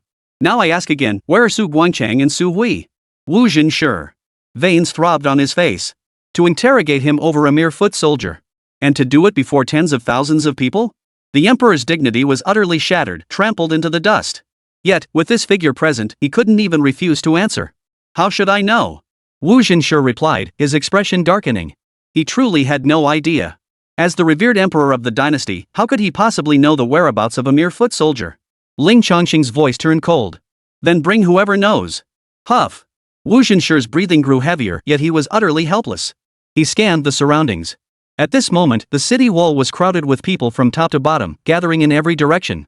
Many wore armor and were originally Wu Zhenshi's guards and commanders. Yet now, none dared to act. They stood encircling the area, helplessly watching their own emperor suffer. After scanning the crowd for a moment, Wu Zhenshi fixed his gaze on a burly general. He commands the troops, he must know. Wu Zhenshi declared coldly. The man in black robes inquired again. The rugged general's face went numb, his expression blank and laced with fear. He dreaded admitting ignorance and facing Ling Changsheng's wrath. Ling Changsheng shook his head. Pass on the names Su Guangchang and Su Hui. Bring everyone who knows them forward. Yes, sir. The general obeyed. With Ling Changsheng's order, within moments, over a dozen individuals were forcibly brought before them. Chapter 167, She for Empress who approves, who opposes. They knew the names Su Guangchang and Su Hui, now brought forward to answer. Gazing at Ling Changsheng, every one of them wore expressions of fear, trembling with dread, some even shaking at the knees. Having witnessed Ling Changsheng's formidable power firsthand and seen the emperor himself bound to the ground, their fear was genuine. Greetings, your excellencies. Greetings, your excellencies. The group mustered their courage and bowed cautiously. Ling Changsheng said nothing, leaving the scene to the man in black. The dark-robed figure nodded and said, "Tell us everything you know about Su Guangchang and Su Hui." For cultivators with spiritual cultivation, recalling events from several years prior was no great difficulty. After half a minute of discussion and cross-verification, one man stepped forward. Forcing himself to remain calm, he began, "To this noble official, Su Guangchang is in his 40s, his appearance. Su Hui, in his early 20s, appearance. He detailed Su Guangchang and Su Hui's appearances, ages, and other identifying features. Yes, yes. Su Dongdong's eyes lit up instantly. The man in black robes asked, what has become of them? The expressions of the dozen or so people who had arrived all changed, revealing fear. The outcome was likely grim.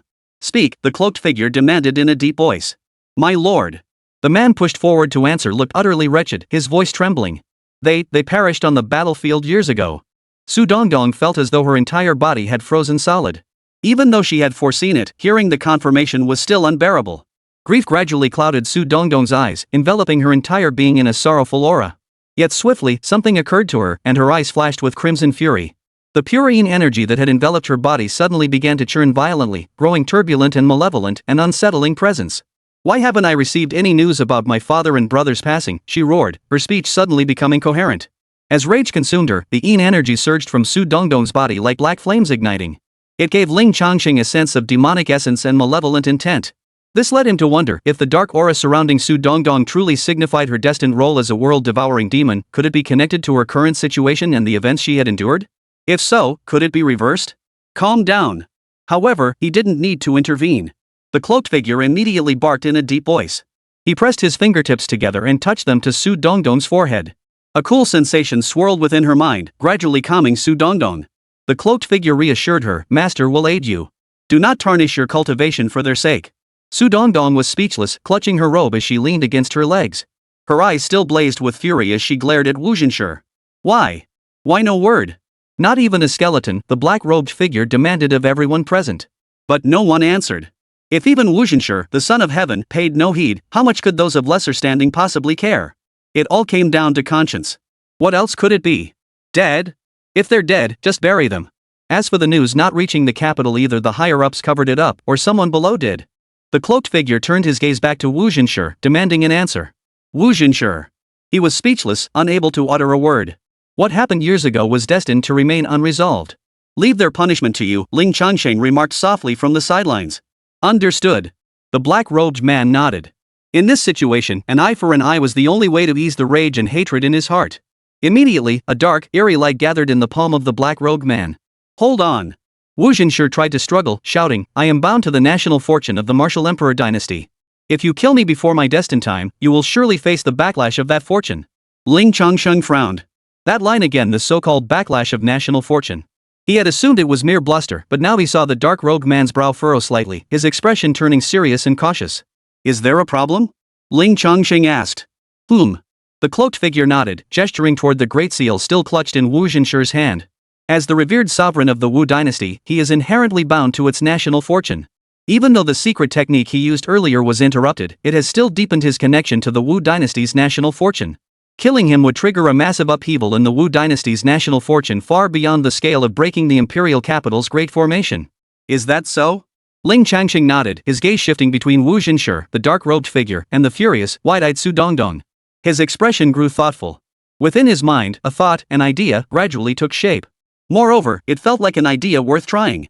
As these thoughts churned, Ling Changsheng asked the cloaked figure, where do you plan to go after handling these matters? The cloaked figure looked surprised, finding the question sudden and inexplicable. He replied with a hint of bewilderment, I'm not sure. Perhaps, take the little girl on a journey to see this world anew? So, essentially, you have no destination in mind.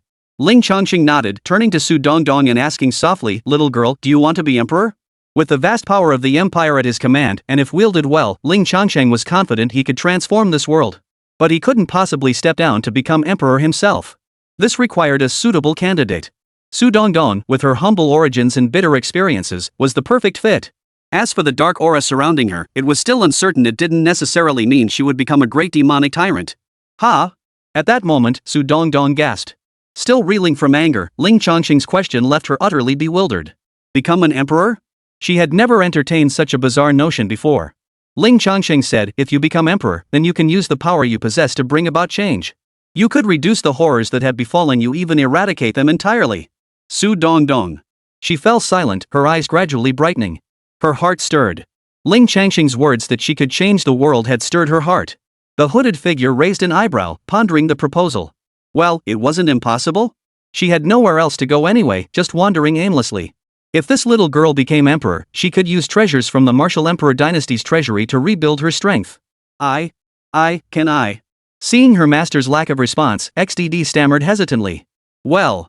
Ling Changsheng smiled at her, then turned to face the assembled crowd, their expressions a mix of shock and anticipation. Today, I shall change the dynasty of the Martial Emperor dynasty. From this day forward. He pointed at Su Dongdong and slowly continued, become the empress of this era. Who is in favor? Who is opposed? His clear voice carried powerfully through the hall. The words sparked an immediate uproar. This. What? Make that beggar. No, I didn't say anything. This. She's an outsider, how could she possibly? A woman as emperor, it's never happened. Especially since she's so young. But this is what the great sage said, it's practically a done deal. Who dares oppose? Who dares defy? Though countless murmurs and whispers filled the air, no one dared to speak out against it. Chapter 168, without the Jade Seal, there can be no true emperor. Seeking gold tickets. After a few breaths of silence, a voice suddenly erupted. I object. Wu Jinshi's eyes widened in fury as he roared. He had already resigned himself to his fate, knowing he would bear the bitter consequences. But now, faced with the forced stripping of his imperial title, he could no longer remain calm. Never mind anything else, if he were truly stripped of his imperial crown today, how would posterity remember him? The mighty emperor of the Wu dynasty, who had spent most of his life conquering and building a glorious legacy, would have his crown forcibly removed by an outsider in his final moments? The shame would last for millennia. He would have no face to meet his ancestors in the afterlife. How could Wu Jinshi possibly endure this? Is that so? Hearing his objection, Ling Changsheng remained impassive, surveying the room. Is there anyone else? Those present exchanged glances, the room still dead silent. Even though Wu Jinshi had broken the ice, the others still dared not respond. The situation was crystal clear now. Facing this terrifying figure, what good would their opposition do? If they angered him, they might well bring disaster upon themselves with their own words. Very well. Ling Changsheng nodded. He completely disregarded Wu Jinshi's opinion. Who would care about the views of a man about to meet the king of hell? Thus, he prepared to make the announcement. But just then, the cloaked figure spoke up. The Wu dynasty is now a great nation. Their imperial succession isn't that simple. Oh? Ling Changsheng was taken aback. Pointing to the imperial seal lying beside Wu Jinshi, the cloaked figure continued, small kingdoms are one thing, they can't afford elaborate rituals. But succession in a great empire? That's no simple matter. There are various rituals and procedures, sacrifices to the heavens, the late emperor's mandate, and so forth. The most crucial element among them is this imperial seal. This imperial seal is far more than a mere symbol. Within it, over the years, the immense power of the nation's fortune has accumulated. Simultaneously, it serves as a sacred artifact for authentication, discerning truth from falsehood, and anchoring. Only by imprinting one's divine soul within it can one truly be considered the emperor of the martial dynasty. And now, his mark remains within this great seal. Unless he voluntarily relinquishes it, the accumulated national fortune within will instinctively protect that mark. To forcibly extract it would be tantamount to defying the fortune of an entire dynasty. The national fortune is elusive and mysterious, it's hard to say whether it truly holds any power. Yet whispers suggest it profoundly shapes an empire's destiny, intertwined with some profound mystery. Therefore, for an empire, the nation's fortune is of utmost importance. To ascend the throne without this great seal would be to found a new nation. The implication was clear, attempting a forced usurpation was possible, but it would squander the accumulated fortune of 1,000 years. Interesting. Such intricacies exist. Ling Changsheng found it utterly fascinating. Even in the ancient dynasties of the present world, there was the concept of an imperial seal passed down through generations. Little did he expect that the dynasties within this small world would also possess such a seal, one with even greater significance. Without the imperial seal, one cannot become a true emperor. Quite right. Wu Jinshi nodded proudly. This seal bears the imprint of my divine soul, you cannot erase it. Forcibly erasing it will shatter the seal. Knowing his death was inevitable, he resolved to reclaim the pride and majesty befitting an emperor. If he must die, he would die with dignity and inflict suffering upon his enemies. Is that so? Ling Changsheng arched an eyebrow. Whoosh! With a swift grab, the imperial seal beside Wu Jinshi flew into his hand. You! Despite his confident tone, Wu Jinshi couldn't help but feel a twinge of anxiety as he watched the seal land in Ling Changsheng's grasp. Could he possibly be purged? No. Impossible, absolutely impossible. This was the fortune of an entire dynasty, not just a tiny fraction like that used in the imperial capital's great formation before. The moment Ling Changsheng grasped the great seal, he felt a force of resistance. It trembled spontaneously, as if trying to escape. Ears still seemed to catch echoes of roars, like dragon cries loud and majestic. This great seal possessed a spirit of its own, truly a marvel beyond compare. To the naked eye, nothing could be discerned, one had to enter the heavenly Tao vision state. Immediately afterward, Ling Changsheng saw two things within the seal. The first was a faint glow. Judging by the aura it emitted, it must be the divine soul imprint left behind by Wu Xinshi within the seal.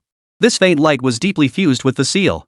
Wu Xinshi was right, forcing its removal would indeed cause the seal to shatter. The second was a golden dragon, swimming within the seal.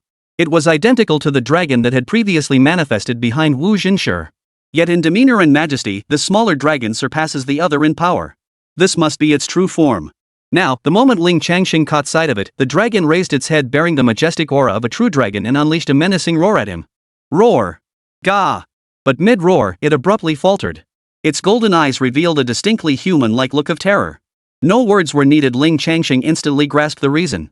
It was all because of the heavenly Tao vision.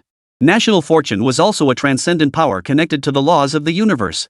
As a manifestation of national fortune, the dragon clearly sensed that Ling Changsheng had now merged with the way of heaven. You possess sentience? Ling Changsheng was astonished by its reaction. Within the Great Seal, the dragon shook its head violently. But recalling the majestic aura of the Tao of Heaven emanating from Ling Changsheng, it immediately nodded frantically, daring not to conceal anything. Quite the fool. Ling Changsheng thought to himself, then reached up and grabbed at the sky. With a sharp whistling sound, a precious jade stone landed in his palm. If the seal is erased, will the Great Seal shatter? Then it would simply relocate the nation's fortune within. After all, the national fortune is what truly matters. What are you doing? Watching and listening to Ling Changsheng's movements, Wu Xinshi frowned and questioned him, a sudden unease creeping into his heart. Could there truly be a way? No, that can't be. Ling Changsheng paid him no mind, staring at the dragon within the imperial seal as he commanded, "Come into this jade." Instantly, nearly everyone present wore blank expressions. They couldn't fathom what was happening. But soon enough, even ordinary people could faintly see a ball of light bursting forth from the Great Seal, drifting into the exquisite jade in Ling Changsheng's palm. This dragon possessed rudimentary sentience. Knowing Ling Changsheng was one with the Tao, it naturally submitted and obeyed. Of course, even if it had resisted, he could have forcibly transferred it anyway. Wu Xinshi. This development was utterly earth-shattering, causing Wu Xinshi's expression to twist in fury. Staring at the imperial seal, now dull and slowly shattering, then at the jade in Ling Changsheng's palm, imbued with the nation's fortune, Wu Xinshi shook his head frantically. No. Impossible. This cannot be. This is the Great Seal of the Wu Emperor. It is mine. The Wu dynasty is mine. I am the Wu Emperor. Ling Changsheng's actions shattered every belief Wu Xinshi had ever held. Simultaneously, the shameful title of the emperor forcibly deposed from the throne would be cemented forever. Chapter 169, Li Wanxiu seeking gold tickets. Paying no heed to Wu Xinshi's fury, Ling Changsheng turned to Su Dongdong. From this day forward, you shall be the first empress of the Wu dynasty. Of course, if you wish to rename the Wu dynasty, that is also acceptable. Take this. As your master said, imprint your mark upon it, and the matter is settled. No need to worry about resistance or sacrificial rites.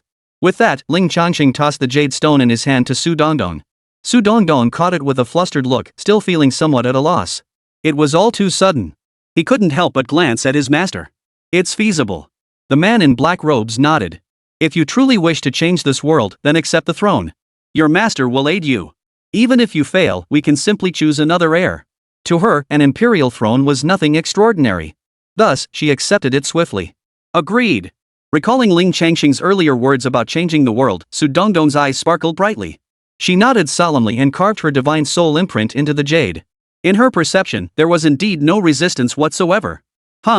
The moment success was achieved, the jade erupted in dazzling golden light, enveloping Su Dongdong. Don't worry. Noticing Su Dongdong's bewilderment, the black-robed figure explained, in great empires, when a new emperor ascends the throne, extraordinary phenomena occur. They may even be proclaimed throughout the empire's territories. This is perfectly normal. As he spoke, the grime covering Su Dongdong's body began to dissipate under the golden light's touch. Truth be told, even with the black-robed figure present, Su Dongdong had smeared substances over herself for concealment. It was both stubbornness and an inability to shake off her unease about the outside world. After all, she had barely left her village before being stabbed through the heart by villains. Now, her true appearance gradually revealed itself. Her skin was pale, faintly translucent with a delicate, fragile pallor. Her hair was jet black, smooth and silky like black silk, flowing naturally over her shoulders. Her face was round, her nose small yet well-defined. Her cherry-like lips, though slightly darkened due to her low cultivation level preventing smooth blood circulation, possessed a unique charm. Most striking, however, were her eyes, whose irises possessed an exceptionally unusual hue. Whether due to her path as a corpse cultivator or not, Su Dongdong's eyes shone with a crystalline purple, as clear and luminous as amethyst. These eyes stood out strikingly on her face, making it difficult to look away. Furthermore, her body was permanently fixed at the age of 12, resulting in a petite frame. In comparison, she only reached the height of Ling Changsheng's waist. So petite, one couldn't help but want to cradle her in one's arms, protect her, shield her from even the slightest harm. Now, with golden light swirling around her, she appeared extraordinary, radiating a faint sense of sanctity, like a celestial child. A little beauty. No wonder someone told her to cover her face with mud before leaving the village. As Ling Changsheng marveled, another disturbance occurred. The golden light on Su Dongdong's body suddenly intensified, surging toward the heavens. Against the sky, it formed an image of Su Dongdong's face, visible even from great distances. This must be what the cloaked figure had mentioned earlier, a proclamation to the entire imperial realm. Ling Changsheng quickly grasped the underlying meaning. The nation's fortune resided not only within the imperial capital, but throughout the entire territory of the martial dynasty. The shift from the old emperor to the new one in the capital caused a tremor in the nation's fortune. This tremor would now propagate outward, achieving the grand spectacle of proclaiming the change to all under heaven. Before long, every subject of the Wu dynasty would know that the current emperor had changed. Quite an interesting, rather classy way of doing things. Impossible. Impossible. I am the martial emperor. Wu Zhenshi kept shouting, never stopping. Whoosh. Keeping him alive was pointless now anyway. The cloaked figure flicked out a ghostly beam of light. Wu Zhenshi could no longer roar. Never again. The old crone was no exception, she met the same fate. Seeing both Wu Zhenshi and the imperial preceptor meet their ends, everyone present was gripped by terror. Facing Su Dongdong, who now held the new imperial seal, they were at a loss. Should they acknowledge her? Or deny? Su Dongdong couldn't help but feel a twinge of nervousness. She had accepted the throne, but would these people simply refuse to acknowledge her? Ling Changsheng swept his gaze across them and said, still standing there? Thud. At his command, some quick-witted individuals immediately knelt, chanting in unison, "We pay homage to the new emperor. Long live the new emperor! Long live the new emperor! Long live the new emperor!" At this commotion, thud, thud, thud. Soft thuds echoed repeatedly as the surrounding area became a sea of kneeling figures. Not just upon these ramparts. Below the walls, within and without, countless figures knelt in unison. Hail the new emperor! Long live the new emperor! Long live the new emperor! Long live the new emperor! A deafening chorus of acclamations rose, echoing endlessly throughout the imperial capital. Witnessing this grand spectacle, Su Dongdong felt a surge of awe. Truly, she had never witnessed such a grand spectacle. Even with the imperial mandate bestowed upon her, which naturally shifted her mindset and gradually imbued her with a hint of imperial presence, she still found it somewhat unsettling. It took her several breaths to steady herself. Seeing everyone still kneeling, she spoke up, "Rise, rise." Some rose, only to be pulled back down by their companions, who gestured with their eyes for him to look toward Ling Changsheng. The implication was clear, they were waiting for Ling Changsheng to speak. Get up, everyone. Ling Changsheng sighed inwardly. Why look at me? She is the true sovereign of this dynasty. No one dared respond. They merely shouted, "Long live the emperor," before rising to their feet. In everyone's hearts, Su Dongdong was indeed the emperor. But you, your majesty, are the one who designated the throne. Doesn't that place you above the emperor? In short, by now, Su Dongdong's ascension as the new emperor was settled. As for the finer details of the succession and the disposition of the old ministers, Ling Changsheng saw no need to interfere. Before departing, he had matters to settle and also wished to discuss certain things with Su Dongdong's mysterious master. Scene shifts. Within the grand, magnificent, and majestic imperial palace. The imperial capital's protective array naturally blocked out the yin energy, but now that Su Dongdong was emperor, this no longer posed an issue. Both she and the figure in black robes entered without hindrance. Have them withdraw first. I have matters to discuss with you, she said to the palace maids and eunuchs trembling in fear within the grand hall. Yes, yes, brother. Su Dongdong obediently complied, unsure how to address Ling Changsheng and simply calling him brother. The non-essential personnel were dismissed, leaving only the three of them in the chamber. Each took their seat. Now that we've met, may I ask your name? Ling Changsheng inquired directly. My surname is Li, and my given name is Wanqiu. Li Wanqiu didn't resist. Li Wanqiu, a fine name, very pleasant to the ear. Ling Changsheng nodded, then revealed his own name. Li Wanqiu reciprocated the courtesy, Ling Changsheng, a name that carries great weight and profound meaning. After this exchange of pleasantries, Ling Changsheng looked at Li Wanqiu. You must know something about the matter. Would you care to share? Certainly. Li Wanqiu nodded. She had a favorable impression of Ling Changsheng. At the same time, she suspected he was someone beyond the realm of refining the void. Exchanging information with him wouldn't be a bad thing. Chapter 170, Not a man of this era seeking gold tickets. Li Wanqiu inquired, what would you like to know, fellow Daoist Ling? After a moment's contemplation, Ling Changsheng spoke, you once mentioned sleeping within a mountain range, only to be awakened by this girl's blood. Then how long did you slumber? Could it be the previous historical epoch? Correct. Li Wanqiu nodded. You're correct, fellow Taoist Ling. I am not of this historical era, but an ancient survivor from the previous one. Ling Changsheng. Even with confirmation, Ling Changsheng felt a jolt of shock. By that logic, Li Wanqiu had existed for at least 10,000 years. Perhaps even longer. After all, the earliest recorded history dates back 10,000 years, but no one knows how long the lost era existed before that. Whoa! Su Dongdong beside him gasped in astonishment, staring wide-eyed at Li Wanqiu.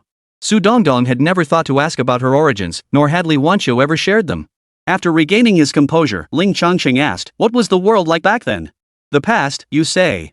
Li Wanqiu's expression softened with a hint of nostalgia as she slowly replied, if you're asking about earth-shattering changes, there weren't any. But the spiritual energy was indeed far more abundant and surging. The path of cultivation was much easier, and the realm of refining the void was visible and accessible. Beyond that, there was one major difference. Ling Changsheng, what was that? Li Wanqiu, the Ascension Star Path. The Ascension Star Path? Li Wanqiu continued without pause, in my era, there was a passageway to a higher realm. Unfortunately, upon awakening, that passage had vanished. I'm not sure if it's the same as the ancient path mentioned by Wu Jinshi. In my time, the cultivation world universally regarded that passage as the path to ascend to the immortal realm. Its origins and roots were shrouded in mystery, extremely ancient, likely a remnant from before my own era. Reaching the peak of the refining void realm was the threshold for entering it. As for whether it truly ascended to the immortal realm, Li Wanqiu hesitated, shaking her head slightly. Hard to say. Ling Changsheng pressed, what do you mean? Li Wanqiu replied, I've seen great masters enter, but never seen any great master come down. Moreover, after I reached the peak of the refining void realm, I attempted to peer into where the ancient path truly leads. All I saw was a void of utter darkness, no cultivators in sight. That void and darkness gave me a terrible feeling. And because of that single glimpse, I paid a tremendous price. Ling Changsheng immediately thought of her eyes and asked, is it your eyes? Ha? Li Wanqiu's expression abruptly changed, her voice tinged with alarm, you can see through it? So, the protective and perception-altering power she possesses is the effect of that black blindfold. Of course, Ling Changsheng nodded matter-of-factly. Then my face. Ling Changsheng, naturally, that too. Li Wanqiu. It was clear she wasn't entirely at ease. A blush spread across her cheeks, and she seemed slightly flustered. She seemed quite unaccustomed to revealing her true self, giving Ling Changsheng the impression of someone with social anxiety. The best way to deal with social anxiety was to get straight to the point. What happened at the end of your era? Once her thoughts returned to the matter at hand, Li Wanqiu no longer dwelled on the discomfort. She swept her robe, conjuring a black mist with spiritual energy that enveloped the grand hall. Then she spoke, it was just as I described earlier. The black mist spread from an unknown origin, enveloping the entire world. Beneath that darkness, all living beings seemed to have their vitality drained, withering away rapidly. Immortals were no exception. Initially, they could resist, but they couldn't endure the relentless erosion year after year. Moreover, the black mist interfered with cultivators' perception and absorption of spiritual energy, corrupting it at its source, effectively severing the path to cultivation. The last scene I witnessed was the near-total annihilation of the cultivation world. Ling Changsheng asked curiously, then, how did you survive? Li Wanqiu didn't hide anything, stating plainly, pure luck. I stumbled upon it by accident. I was battling a great demon over a pure, relatively untainted patch of land. Defeated, I was smashed 1,000 feet underground. Severely wounded, I was on the brink of death. But in my dying moments, I inexplicably absorbed a wisp of pure yin energy. This preserved a sliver of my consciousness, plunging me into a deep slumber. The second time I awoke, it was this girl's blood that roused me. Upon awakening, I discovered my cultivation had vanished entirely, leaving only this pure yin spiritual energy. Ling Changsheng asked, after waking, did you not investigate the place where you had been slumbering? I did, but found nothing unusual. Li Wanqiu nodded, then shook her head. At least 10,000 years have passed. The world has changed beyond recognition. The mountains and rivers must have undergone tremendous shifts. True enough. Ling Changsheng nodded helplessly. By this point, his curiosity about Li Wanqiu had largely been satisfied. Since they were only just getting acquainted, their conversation remained superficial, lacking crucial details. There was little to be done about it. Seeing that Ling Changsheng had no further questions, Li Wanqiu inquired, Taoist Ling, your power is unmatched. What realm have you attained? My realm is as you perceive it. As for the power I can wield, well, that's what you've seen, Ling Changsheng replied. Li Wanqiu. That's practically saying nothing. Could it really be that he's only at the qi cultivation stage?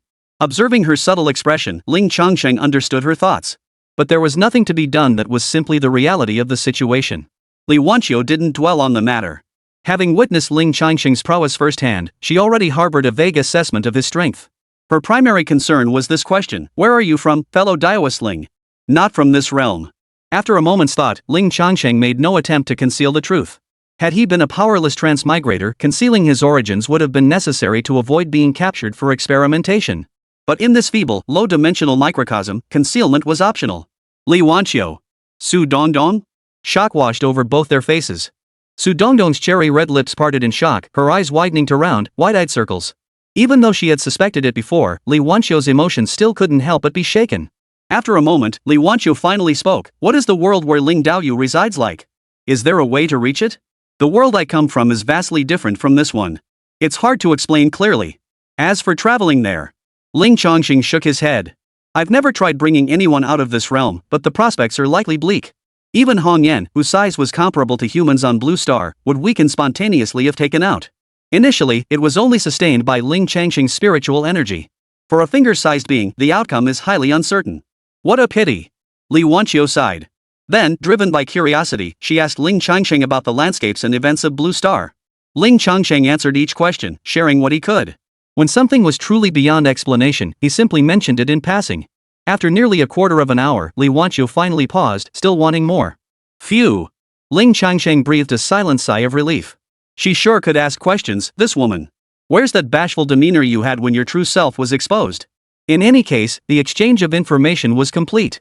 Before departing, he gave them a couple of parting words. Chapter 171, Absurdity Seeking Gold Tickets. There are still many tasks awaiting you. First, adjust to your new circumstances. Ling Changsheng said, glancing at Su Dongdong, whose slender legs dangled unsupported from the chair as she swayed back and forth. Having accepted this imperial throne, you must shoulder the responsibilities and advance toward your heart's true goal. Su Dongdong furrowed her brow and clenched her fists in determination. Ling Changsheng nodded and continued, once we've fully consolidated control over the martial emperor dynasty, I'll entrust you with certain tasks and my vision for reshaping the world at the appropriate time. He already had some preliminary ideas about how to wield the dynasty's power to reshape the entire world. But now was definitely not the time. By the way, when will she be able to speak normally? Ling Changsheng asked. If the emperor were a stutterer, it might prove troublesome. That won't be a problem. Li Wanqiu replied, Dongdong is currently sustained by a drop of my heart's blood. I can sense her thoughts. Hearing this, Ling Changsheng's mind suddenly raced with possibilities. Since Su Dongdong had been reanimated by Li Wanqiu's life essence, it could be said that Li Wanqiu's blood now flowed through Su Dongdong's body. Then, could Su Dongdong be considered Li Wanqiu's daughter? Wrong. Ling Changsheng forced his thoughts back to the matter at hand. If I were not here, could you truly keep the various factions within this imperial court in check? Li Wanqiu pondered for a moment before replying, if there were no ancient masters at the refining void realm within this empire, then it wouldn't be a problem.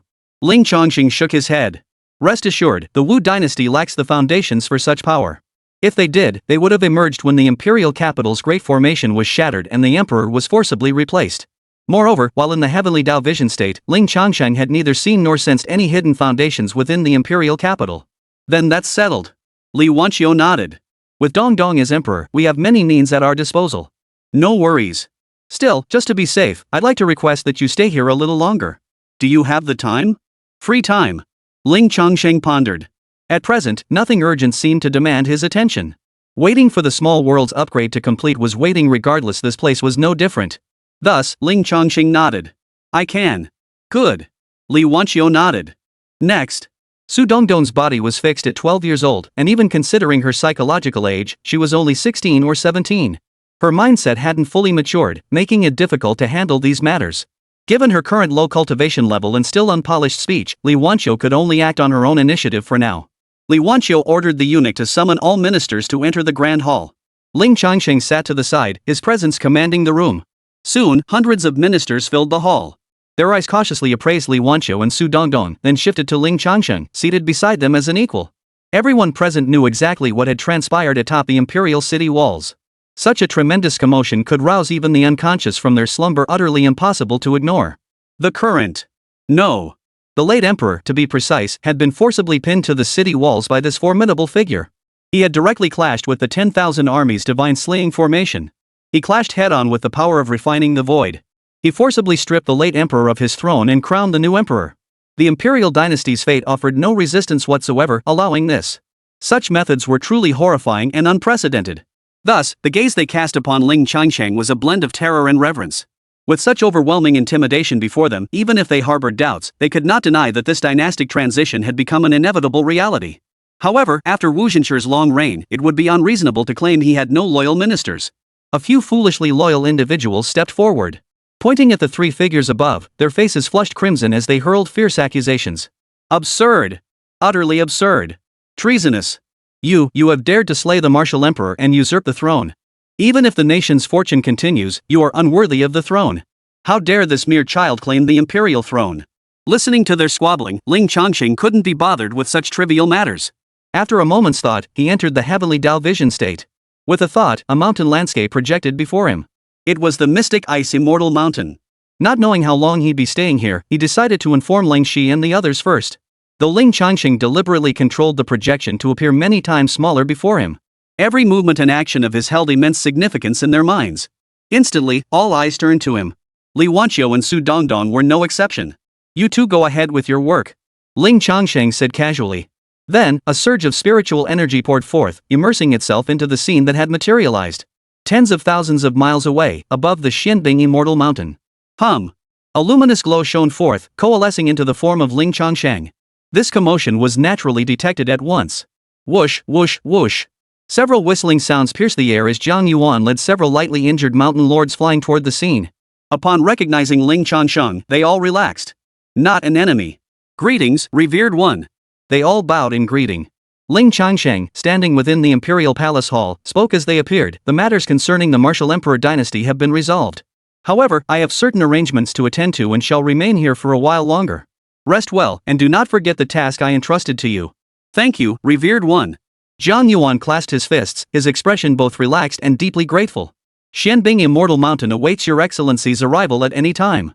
He added a solemn promise, we shall spare no effort in seeking what the revered one seeks. What Ling Changsheng referred to was the search for the remaining supreme chapter. Its importance had soared dramatically in Ling Changsheng's mind. All because of the supreme Dao field mentioned earlier by Wu Jinshi. It was almost certain that the Supreme Five Elements Sutra held a fundamental connection to the Supreme Dao field. MHM. Ling Changsheng nodded, then withdrew his spiritual energy. Simultaneously, the projected scene dissipated. A profound silence filled the grand hall. Although Ling Changsheng had previously told them to attend to their own affairs, it was clear none had done so. Now, however, they all understood what Ling Changsheng had just done. He had actually contacted the Xianbing Immortal Mountain, tens of thousands of miles away, right here? It wasn't entirely impossible. For instance, through an ultra-long-range telepathic array or certain secret treasures, it could be accomplished. But to project a scene into the spirit energy and manifest it tens of thousands of miles away. That's utterly absurd. Such a technique, doesn't it completely disregard tens of thousands of miles of space? The shock reverberated through everyone's hearts, words failing to capture the magnitude. Even Li Wanqiu from the previous era was stunned. If anything, he understood the sheer power of this technique even more clearly. What realm is he in, to traverse tens of thousands of miles so effortlessly and simply to deliver a message? Li Wanqiu's delicate brows furrowed slightly. Sending a message across tens of thousands of miles was done with effortless ease, showing not the slightest strain. The deeper she understood this mysterious figure, the more terrifying he became. What schemes did he harbor by coming to this world? Chapter 172, The Mysterious Purple Talisman Seeking Gold Tickets. Continue, Ling Changsheng urged when she remained silent, lost in thought. All right. Li Wanqiu snapped back to reality and nodded. There was plenty of time ahead. Their relationship was amicable now. As long as they continued to treat each other well and maintain good relations, the truth would eventually come to light. With this thought, her gaze and attention returned to the matter at hand. At that moment, the loyal ministers of the martial town remained in a daze, momentarily unsure how to proceed, frozen in place. Ling Changsheng, having no pressing matters, simply observed casually. He watched to see how Li Wanqiu would handle the situation. I give you two choices. Li Wanqiu addressed them directly. 1. Remove your official caps. The expressions on their faces froze instantly. They hadn't expected to be asked to resign their posts upon arrival. The Wu dynasty was so powerful, serving as an official in the capital was truly a splendid opportunity. Whether civil or military officials, not only were their salaries generous, but they also enjoyed various perks. Moreover, it was a matter of great honor for their families. If stripped of their positions, this good life would surely come to an end. I have rendered meritorious service to the Wu dynasty. I have shed blood for the Wu dynasty. Exactly. How dare you strip us of our positions? I refuse to accept this. Silence. A powerful aura swept through the room, silencing them. Then Li Wanqiu declared, in that case, you may choose the second option. After a brief pause, she added, confiscation of property. Her expression was cold, her voice flat. Yet the words sent a chill through every official present, cold sweat breaking out on their spines. The entire hall fell deathly silent. Those loyalists of Wuxinshi stared wide-eyed, their faces frozen in horror. They had assumed women were easy to bully, but never imagined these two would be so ruthless. Ling Changsheng watched, inwardly impressed. Extraordinary times call for extraordinary measures. If the wrangling continued, no matter how endless it might seem, it would only delay his plans. Thus, with Li Wanxiu's forceful push and of course, because Ling Changsheng sat nearby, no one dared to act out of line. The matter was swiftly resolved. Those who had dared to speak out were all stripped of their positions, their official caps forcibly removed. As the palace guards led them away, they wailed and wailed, crying that the Wu dynasty was doomed. This elicited looks of contempt from the assembled officials. Collapse? Not a chance. With such a mighty being inclined to intervene and nurture us, the Wu dynasty isn't just going to survive, it will become the foremost divine dynasty of the Tianxian continent in no time. Does anyone else object? Li Wanxiu asked calmly after the ringleader was led away. Dead silence.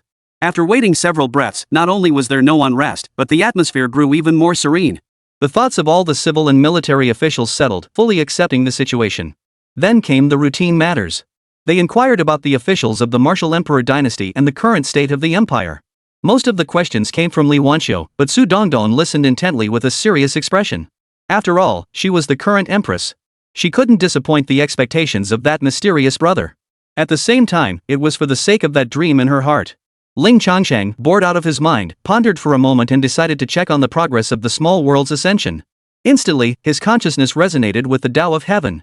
The ocean of laws revealed itself, and the spiritual cores of the stars emerged. Only a short while had passed, yet the changes were already immense. Now, the ocean of laws churned violently, every law surging with extraordinary vitality, radiating dazzling brilliance. The stellar spirit core, however, had undergone a profound transformation. If the previous stellar spirit core had been a dim, dull sun, then now, it blazed with unparalleled intensity, like a newly born sun. Its radiance is now so dazzling that it causes the myriad connected laws and paths to resonate with its brilliance. Moreover, the star spirit core's movements now carry a peculiar quality. The light it emitted pulsed in waves, rhythmic and regular. Calm, then erupting. Then calm again, then erupting. Like a heartbeat, or as if it were striking against something. Something feels off. Ling Changsheng furrowed his brow slightly.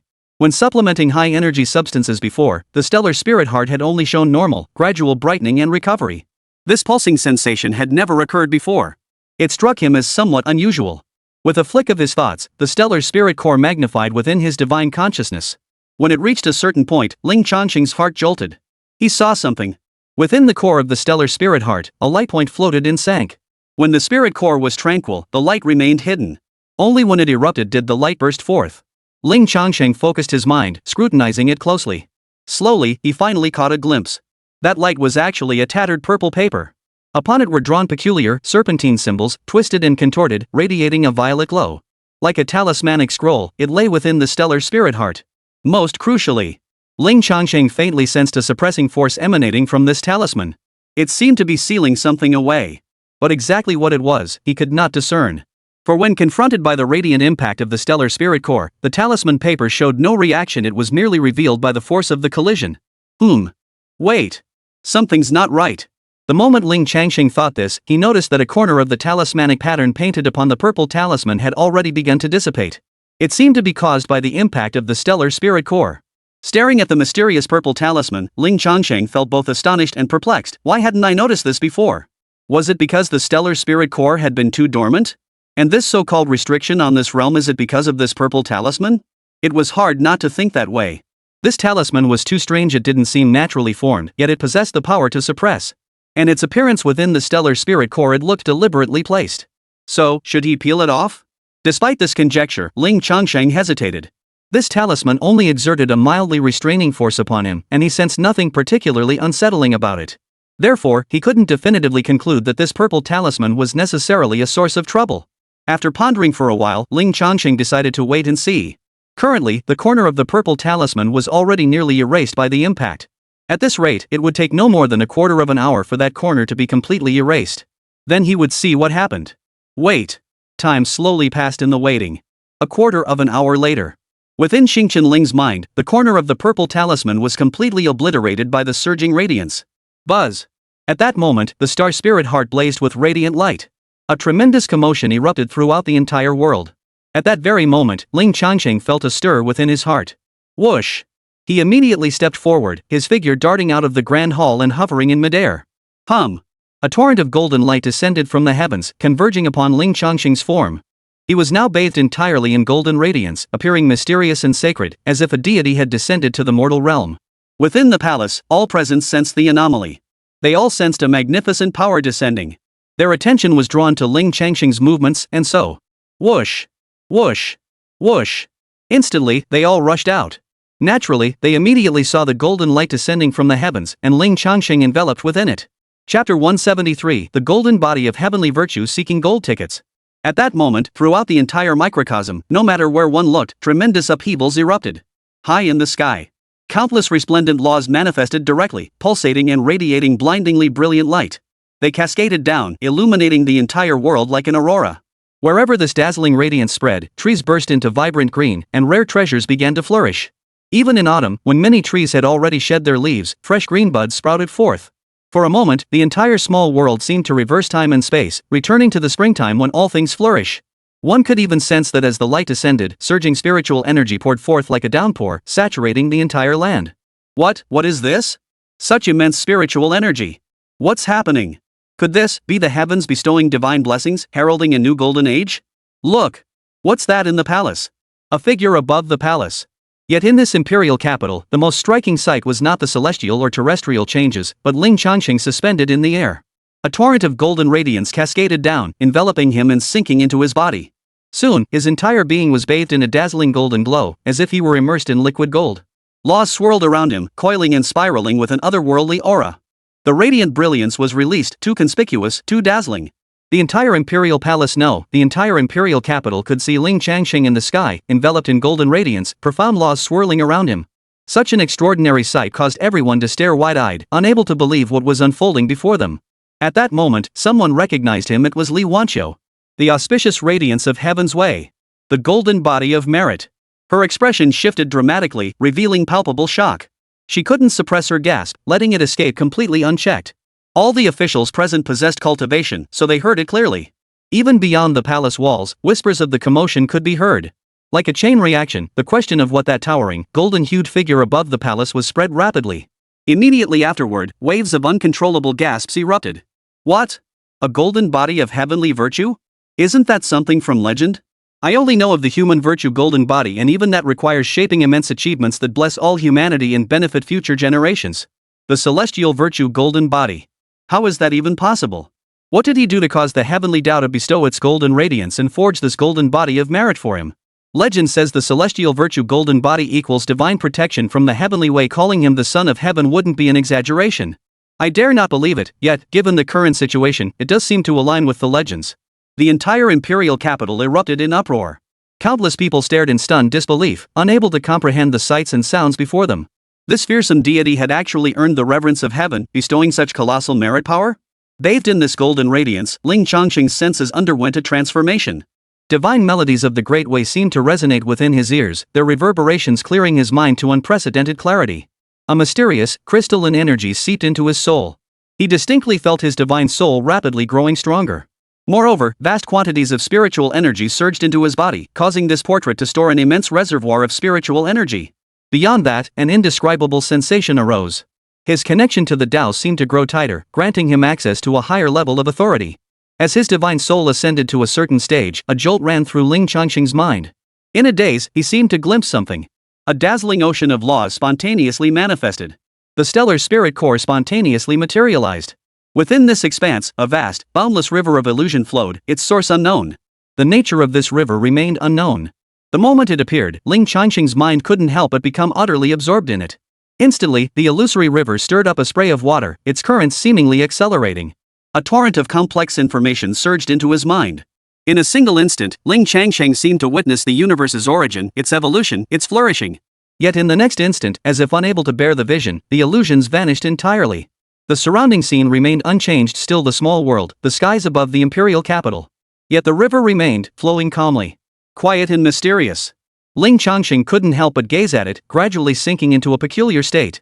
He slowly sat cross-legged, his eyes slightly lowered. Within his vision, the microcosm's myriad flows continued, yet it seemed as if someone had pressed the fast-forward button. For every single breath Ling Changsheng took, the others took 10. Leaves rustled and fell, their speed greatly accelerated, blown to the ground in the blink of an eye. Ling Changsheng himself remained completely unaffected. Moreover, within his heart, he gradually discerned and understood the nature of this phenomenon. This seemed to be a new ability born from a deeper connection with the way of heaven. This nascent power caused the flow of time within the microcosm to diverge from that of Blue Star. It manifested in a way Ling Changsheng couldn't comprehend, yet was visibly apparent. Time within the microcosm had accelerated tenfold. This was an immense transformation. Yet at this moment, Ling Changsheng felt inexplicably at peace, maintaining a state of selflessness where external disturbances could not disturb his mind.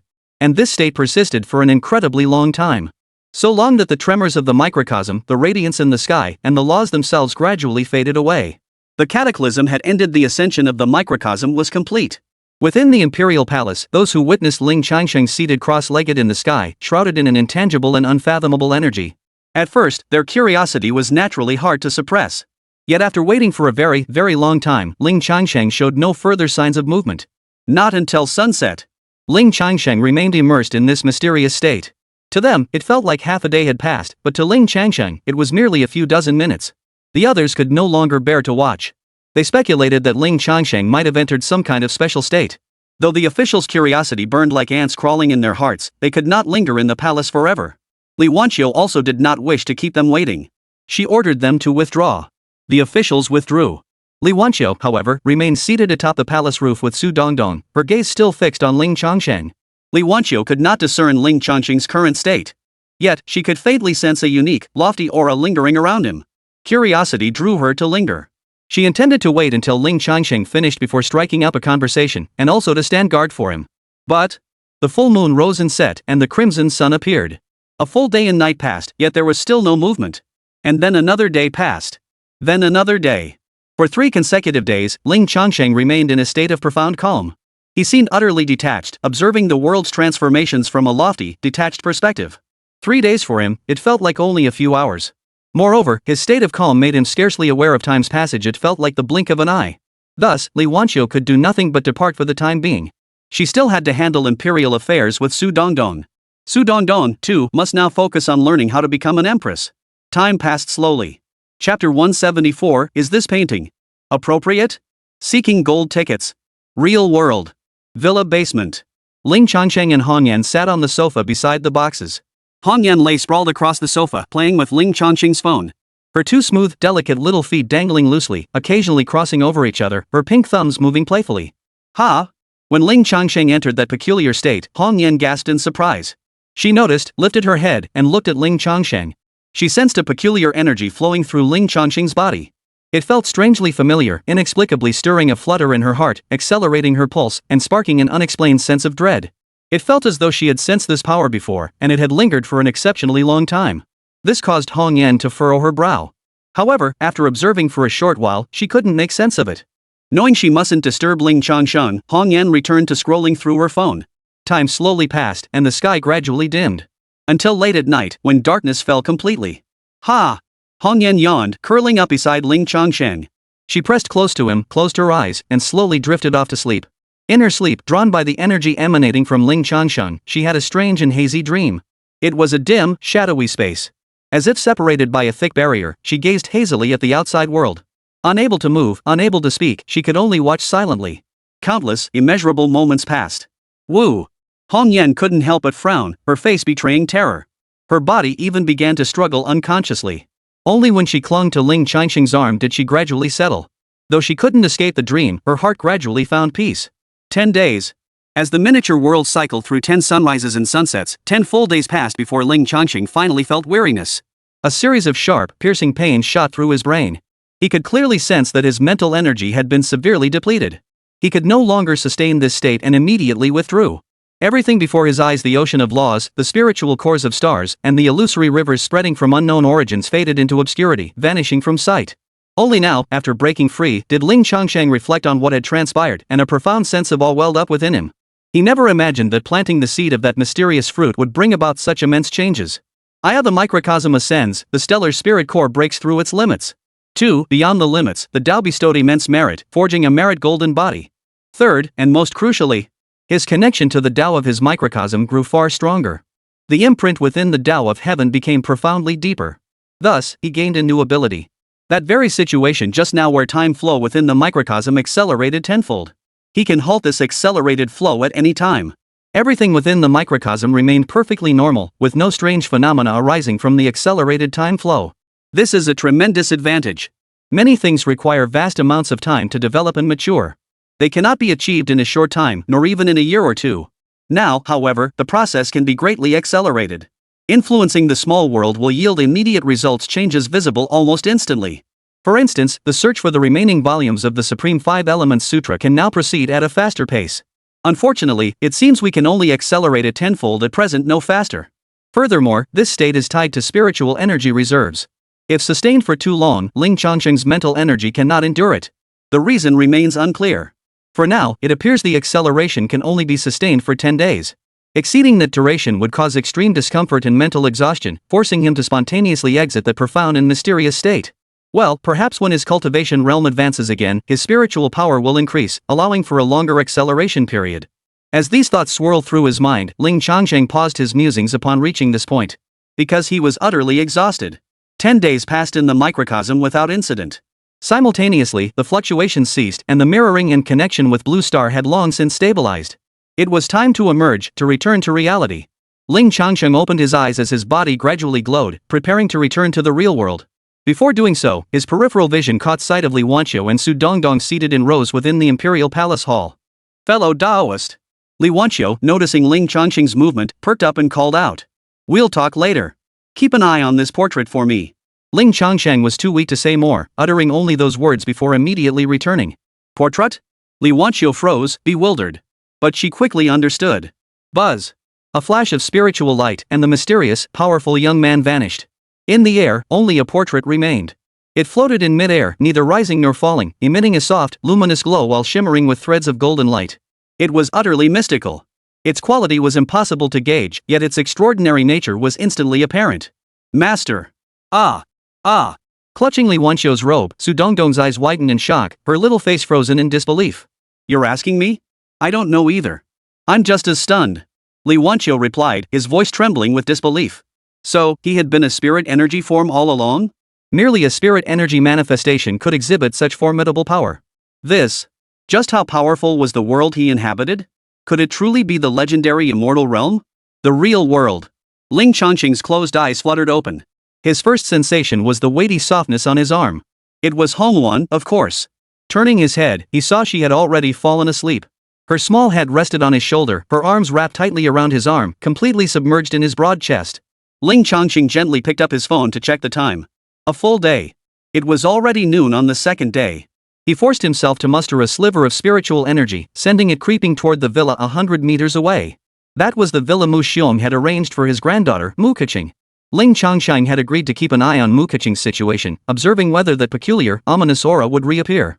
A day had passed, it was time to check. As his spiritual energy permeated the space, the villa's interior instantly materialized in his mind, forming a mental projection. 5 people resided within the villa. On the first floor resided old master Mu Xiong and 3 maids.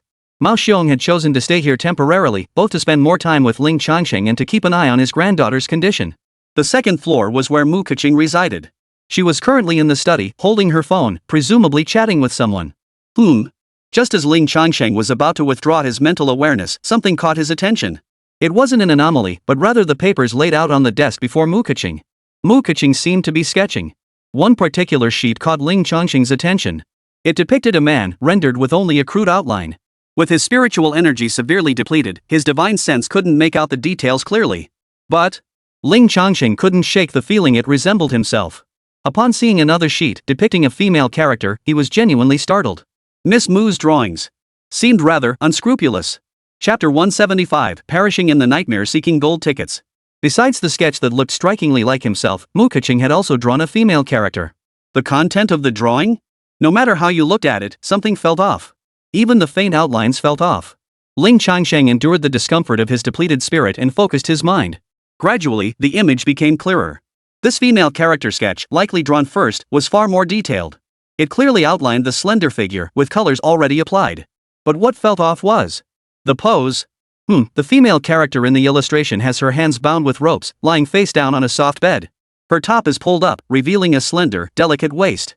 Her torso hangs limp from the waist down. Denim shorts cling tightly to her rounded curves, while her shoes are half slipped off, dangling loosely. Her exceptionally long legs are colored with highlights, creating a sense of fair, supple flesh. Behind the female protagonist, a figure is only roughly sketched out. Ling Changsheng. Ah, this painting, no matter how you look at it, it's not exactly proper, is it? Ling Changsheng felt a strange unease. Mu Keqing was tall and slender, with long, straight legs that were exceptionally fair and delicate. The female protagonist's figure and attire bore a striking resemblance to Mu Keqing. Could this be a painting of herself? When he first met Mu Keqing, she gave Ling Changsheng the impression of a wealthy heiress. Despite initially mistaking him for a con artist, she didn't immediately react with impatience. This showed that Mu Keqing possessed considerable refinement. Truly, I never imagined she possessed such skill. The painting was quite good, the human curves, the texture, and the poses. Ahem. Ling Changsheng snapped back to reality. Too exhausted. Time to rest. No energy left for these messy thoughts. He couldn't be bothered to go back to his room. He wrapped his arms around Hongyan and lay down on the sofa. Hongyan remained silent, not stirring. Next door villa. Upstairs, in the study. Mu Keqing, who had been chatting with her best friend, suddenly looked up, her voice tinged with surprise. Just now, she had felt a strange sensation. As if someone was watching her. But when she looked up, the room was empty except for her. Weird. Muttering to herself, Mu Keqing dismissed it as a mere illusion. Ding. Just then, her phone buzzed with a message notification. It was a message from her best friend, Xingqing. I'm coming over to hang out tomorrow. Mu Keqing's expression changed slightly as she replied, You're coming all this way just to see me? Bestie, I've never been to Guangzhou before. Deal. Sure, Mu Keqing shrugged indifferently, simply replying with a okay. After sending a series of emojis, the other party stopped replying. Mu Keqing set her phone down. Her gaze fell upon the pile of drawing paper before her. Her cheeks flushed, and her heartbeat quickened involuntarily. She rubbed her slightly tight chest and picked up her brush. She continued. Ling Changsheng had guessed correctly. Mu Keqing was painting herself as the protagonist. While painting, she often glanced at her own legs, then traced upward. Then she glanced at her toes, playfully wiggling them twice before dipping her brush again. Soon after, she fetched a pair of lace-trimmed white socks, slipped them on, and snapped several photos for reference. She even brought in some milk to observe its contrast in sheen and texture with the stockings, along with its flow. Several hours passed, and evening slowly crept in. Ling Changsheng's eyelids fluttered, slowly opening. Though his energy was severely depleted, recovery came swiftly for the Ling Changsheng of today. In the past, when faced with extreme exhaustion, even after sleeping for over 10 hours, he would still wake up with a splitting headache, requiring 2 or 3 days to fully recover. But now, by evening, Ling Changsheng awoke naturally. Upon awakening, his mind felt clear and refreshed, free from any lingering discomfort. Glancing down, he saw Hongyan still fast asleep. Ling Changsheng found this odd. Logically, she shouldn't be sleeping this long. Although Hongyao had no memory of how to cultivate, her body could spontaneously circulate spiritual energy. Even without sleep or rest, she could easily go on for 10 days or half a month. Filled with questions, Ling Changsheng carefully examined Hongyao's condition. He hadn't been able to examine her closely earlier due to sheer exhaustion, but now that he looked closely, he immediately sensed something was wrong. Hongyan's brow would occasionally furrow, and when it did, her face would flicker with unease, restlessness, confusion, and sorrow. Having nightmares? Ling Changsheng wondered inwardly. He tried to calm Hongyan, patting her back gently, but it had no effect. After waiting a while, she remained in this state. Hongyan. Ling Changsheng called out her name, determined to rouse her. Yet he discovered that Hongyan seemed trapped within a dream, utterly unresponsive. Even raising his voice and shaking her body elicited no response. At most, she uttered a few muffled sounds, unable to fully awaken. This was highly unusual. Observing her state, a thought suddenly flashed through Ling Changsheng's mind. Nightmare. Hongyan had fallen into a nightmare state. This realization stemmed from a spell he had once learned.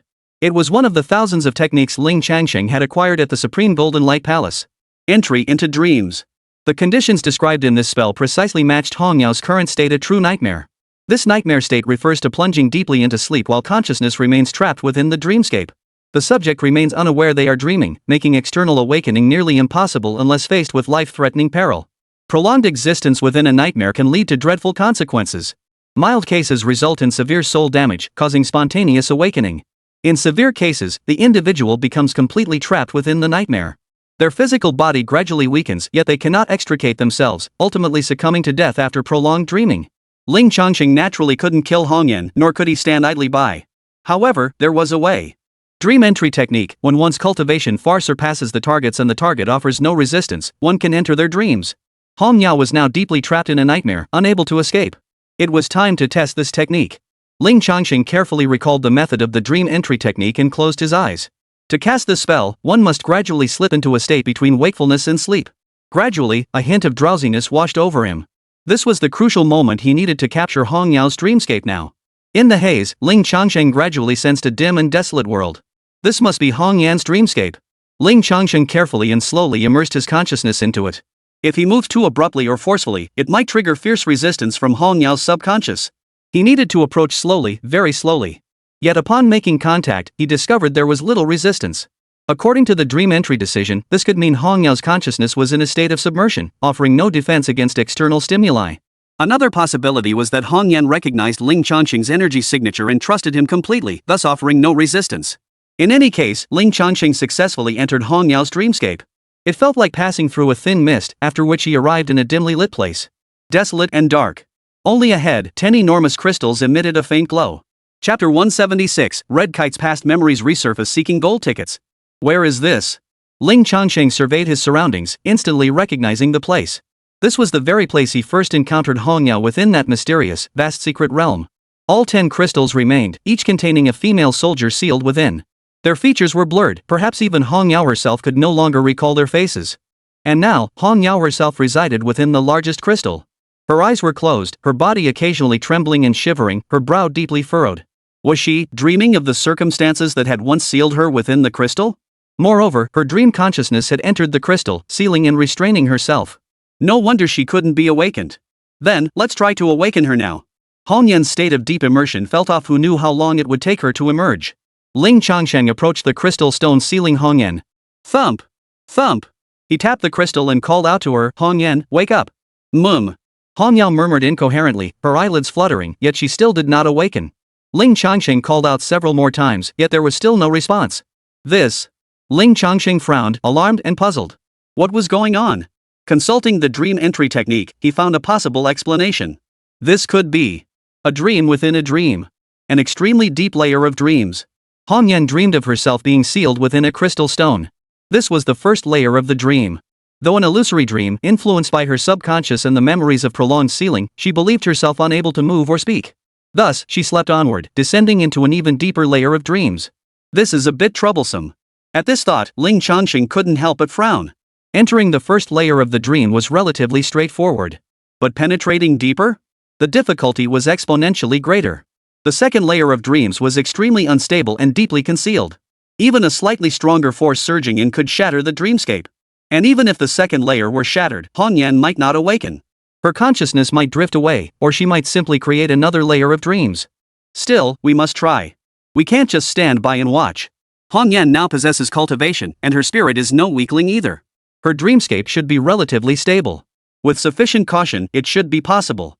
Ling Changsheng calmed his mind, slowing his soul's fluctuations to an almost imperceptible pace while withdrawing a significant portion of his essence.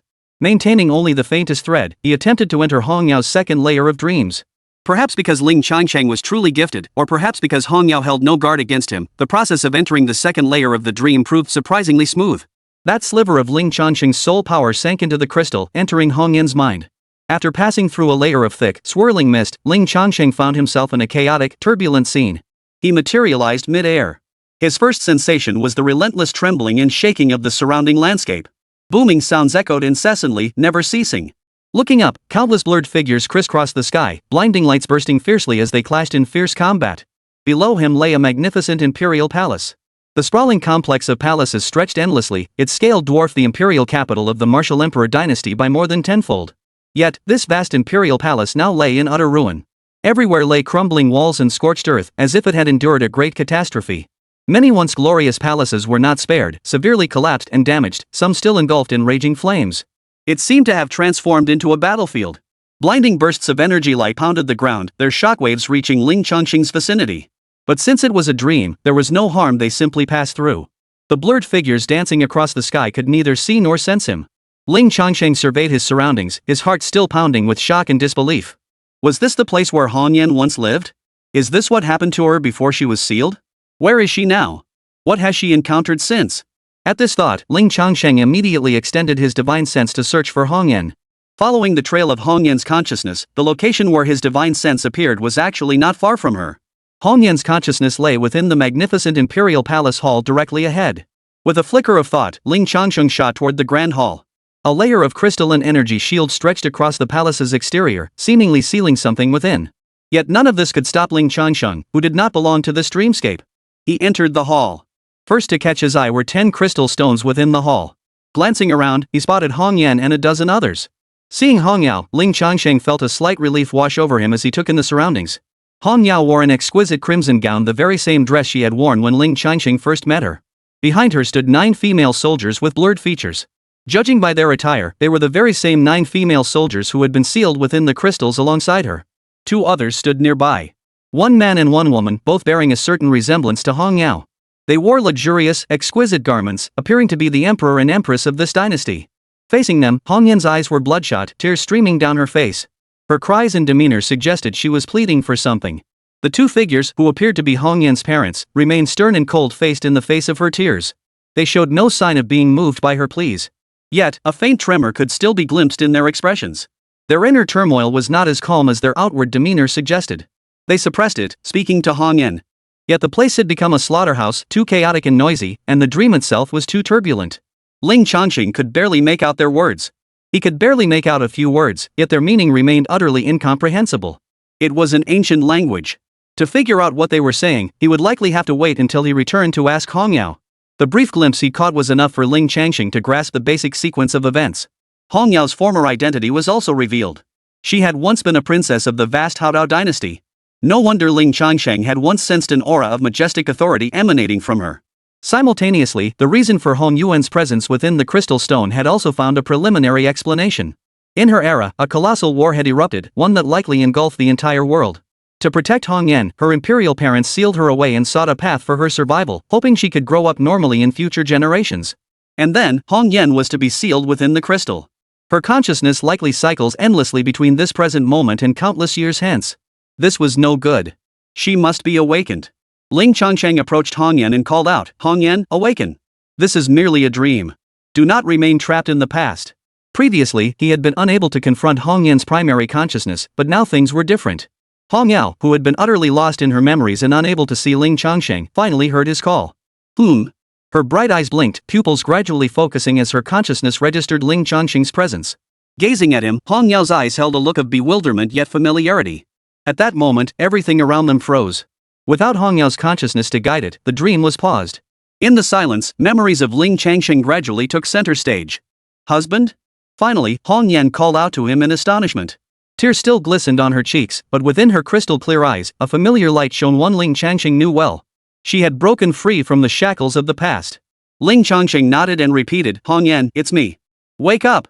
"Oh." Hong Yan nodded blankly. Then, somewhat foolishly, she closed her eyes and opened them again, as if this action alone could bring her back to consciousness. Yet Ling Changsheng distinctly sensed a feeling of collapse and destruction. The dreamscape was rapidly disintegrating. He immediately withdrew his soul and returned to reality. Swish! Ling Changsheng opened his eyes. In his arms, Hong Yan also awoke, lifting her head to look at Ling Changsheng. Chapter 177, Shattering Dimensions, Unimaginable Power. "Husband, I feel so miserable." Hong Yao's face was sorrowful. Meeting Ling Changsheng's gaze, her eyes blinked, and crystal-clear tears streamed down. Seeing her like this, Ling Changsheng knew Hong Yao still remembered the dream. Not knowing what to say, he could only pat her gently, offering comfort. "It's okay. I'm here. You won't feel bad." Her head nestled against Ling Changsheng's chest. Hong Yao's voice was faint and heavy with sorrow. "I had a dream. I dreamt of a dim, silent place. I stayed there for a very, very long time. Then, I dreamt of 2 very familiar people. There was a great battle too. A horde of dark, evil creatures came to attack them. A magnificent palace collapsed, and so many people died. So many. Those 2 kind people said that to save Yan Yan, they had to seal her away. I don't know why, but I was so scared. I didn't want to be sealed away. I wanted to face it with them. But they scolded me, shouted at me. They forced me into a large crystal and hid me in a pitch-black place. Then, after enduring what felt like an eternity of darkness, I dreamt back to that chaotic, shattered battlefield. After several such dreams, my husband, you came." At this point, Hong Yao paused, burying her face against Ling Changsheng's chest and softly sobbing. Ling Changsheng thought to himself, just as I suspected. Hong Yan's account matched his suspicions. Seeing her distress, he gently patted her back and whispered, "It's okay now. It's all in the distant past. I'm here now. Husband, did you just enter my dream? Hongniao lifted her head, her eyes glistening with tears as she asked Ling Changsheng. MHM. Ling Changsheng stroked her head. Hongniao, then, did you see those two people who seemed so familiar? I did. Husband, do you think those two might have been my father and mother? Hongnian gazed at Ling Changsheng, her eyes filled with both hope and fear. Ling Changsheng desperately wanted to say no, unwilling to cause her such pain. But Hongniao already knew the truth deep down. I'm afraid they probably are. After a moment's hesitation, Ling Changsheng finally spoke. Then they. Hongniao trailed off, her lips quivering as tears began to fall once more. Clearly, she too understood that everything was gone forever. Ling Changsheng gathered his thoughts and spoke. It all happened long ago, Hongyuan. Try to let it go and move forward with determination. That's what your father and mother would have wanted. As he spoke, he tightened his embrace around Hongyan, letting her feel the warmth of his closeness, as if their very hearts were touching.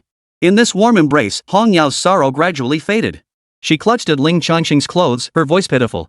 Husband, you can't abandon Yanyan. You can't lock Yanyan away in the darkness all alone. I won't. Ling Changsheng shook his head firmly. Absolutely not. Hongyao nodded earnestly. After that, she said nothing more. Quietly nestled against Ling Changsheng's chest, she listened to the steady rhythm of his heartbeat, basking in the warmth radiating from his body and the occasional gentle caress of his warm hand along her spine. Gradually, her emotions settled. For a long while, neither spoke. Quietly cherishing the moment, soothing Hongyan's emotions. After some more time, Ling Changsheng heard a soft snore. Hongyan had fallen asleep again. This exhaustion stemmed from her consciousness cycling through nightmares, which taxed her spirit, compounded by the sorrow surging from her awakening memories. This time, she slept soundly. Her brow relaxed, her breathing steady, her state peaceful and serene. Holding her, Ling Changsheng began to piece together the events. That brief glimpse into Hongyan's dream, though hazy and fleeting, had yielded crucial information. The indistinct figures within that dreamscape possessed normal human proportions. They weren't miniature figures like those in the microcosm, but rather roughly the same size as humans on Blue Star. This was highly peculiar. Then why did Hongyan appear within the microcosm? Two hypotheses immediately surfaced in Ling Changsheng's mind. 1. Hongyan was forcibly placed into the miniature world by her parents. 2. The miniature world was originally a normal, large-scale world. Both possibilities were plausible. But logically speaking, the first possibility seemed more likely. Though cramming a massive entity into that tiny world would be difficult. It should be achievable through fantastical means, right? The second hypothesis, however, is far more shocking and outlandish. It implies that a planet originally countless times larger than Blue Star was forcibly compressed into a miniature world by some colossal power. Moreover, the human race and countless other beings within it were also forcibly compressed, becoming the miniature populations we observe today. Regarding this conjecture, Ling Changsheng found it difficult to fathom or comprehend the power required to achieve such a feat. What kind of terrifying power would that require? Moreover, based on current explorations of the microcosm, it's highly probable that multiple worlds as tiny as Sangling Star exist.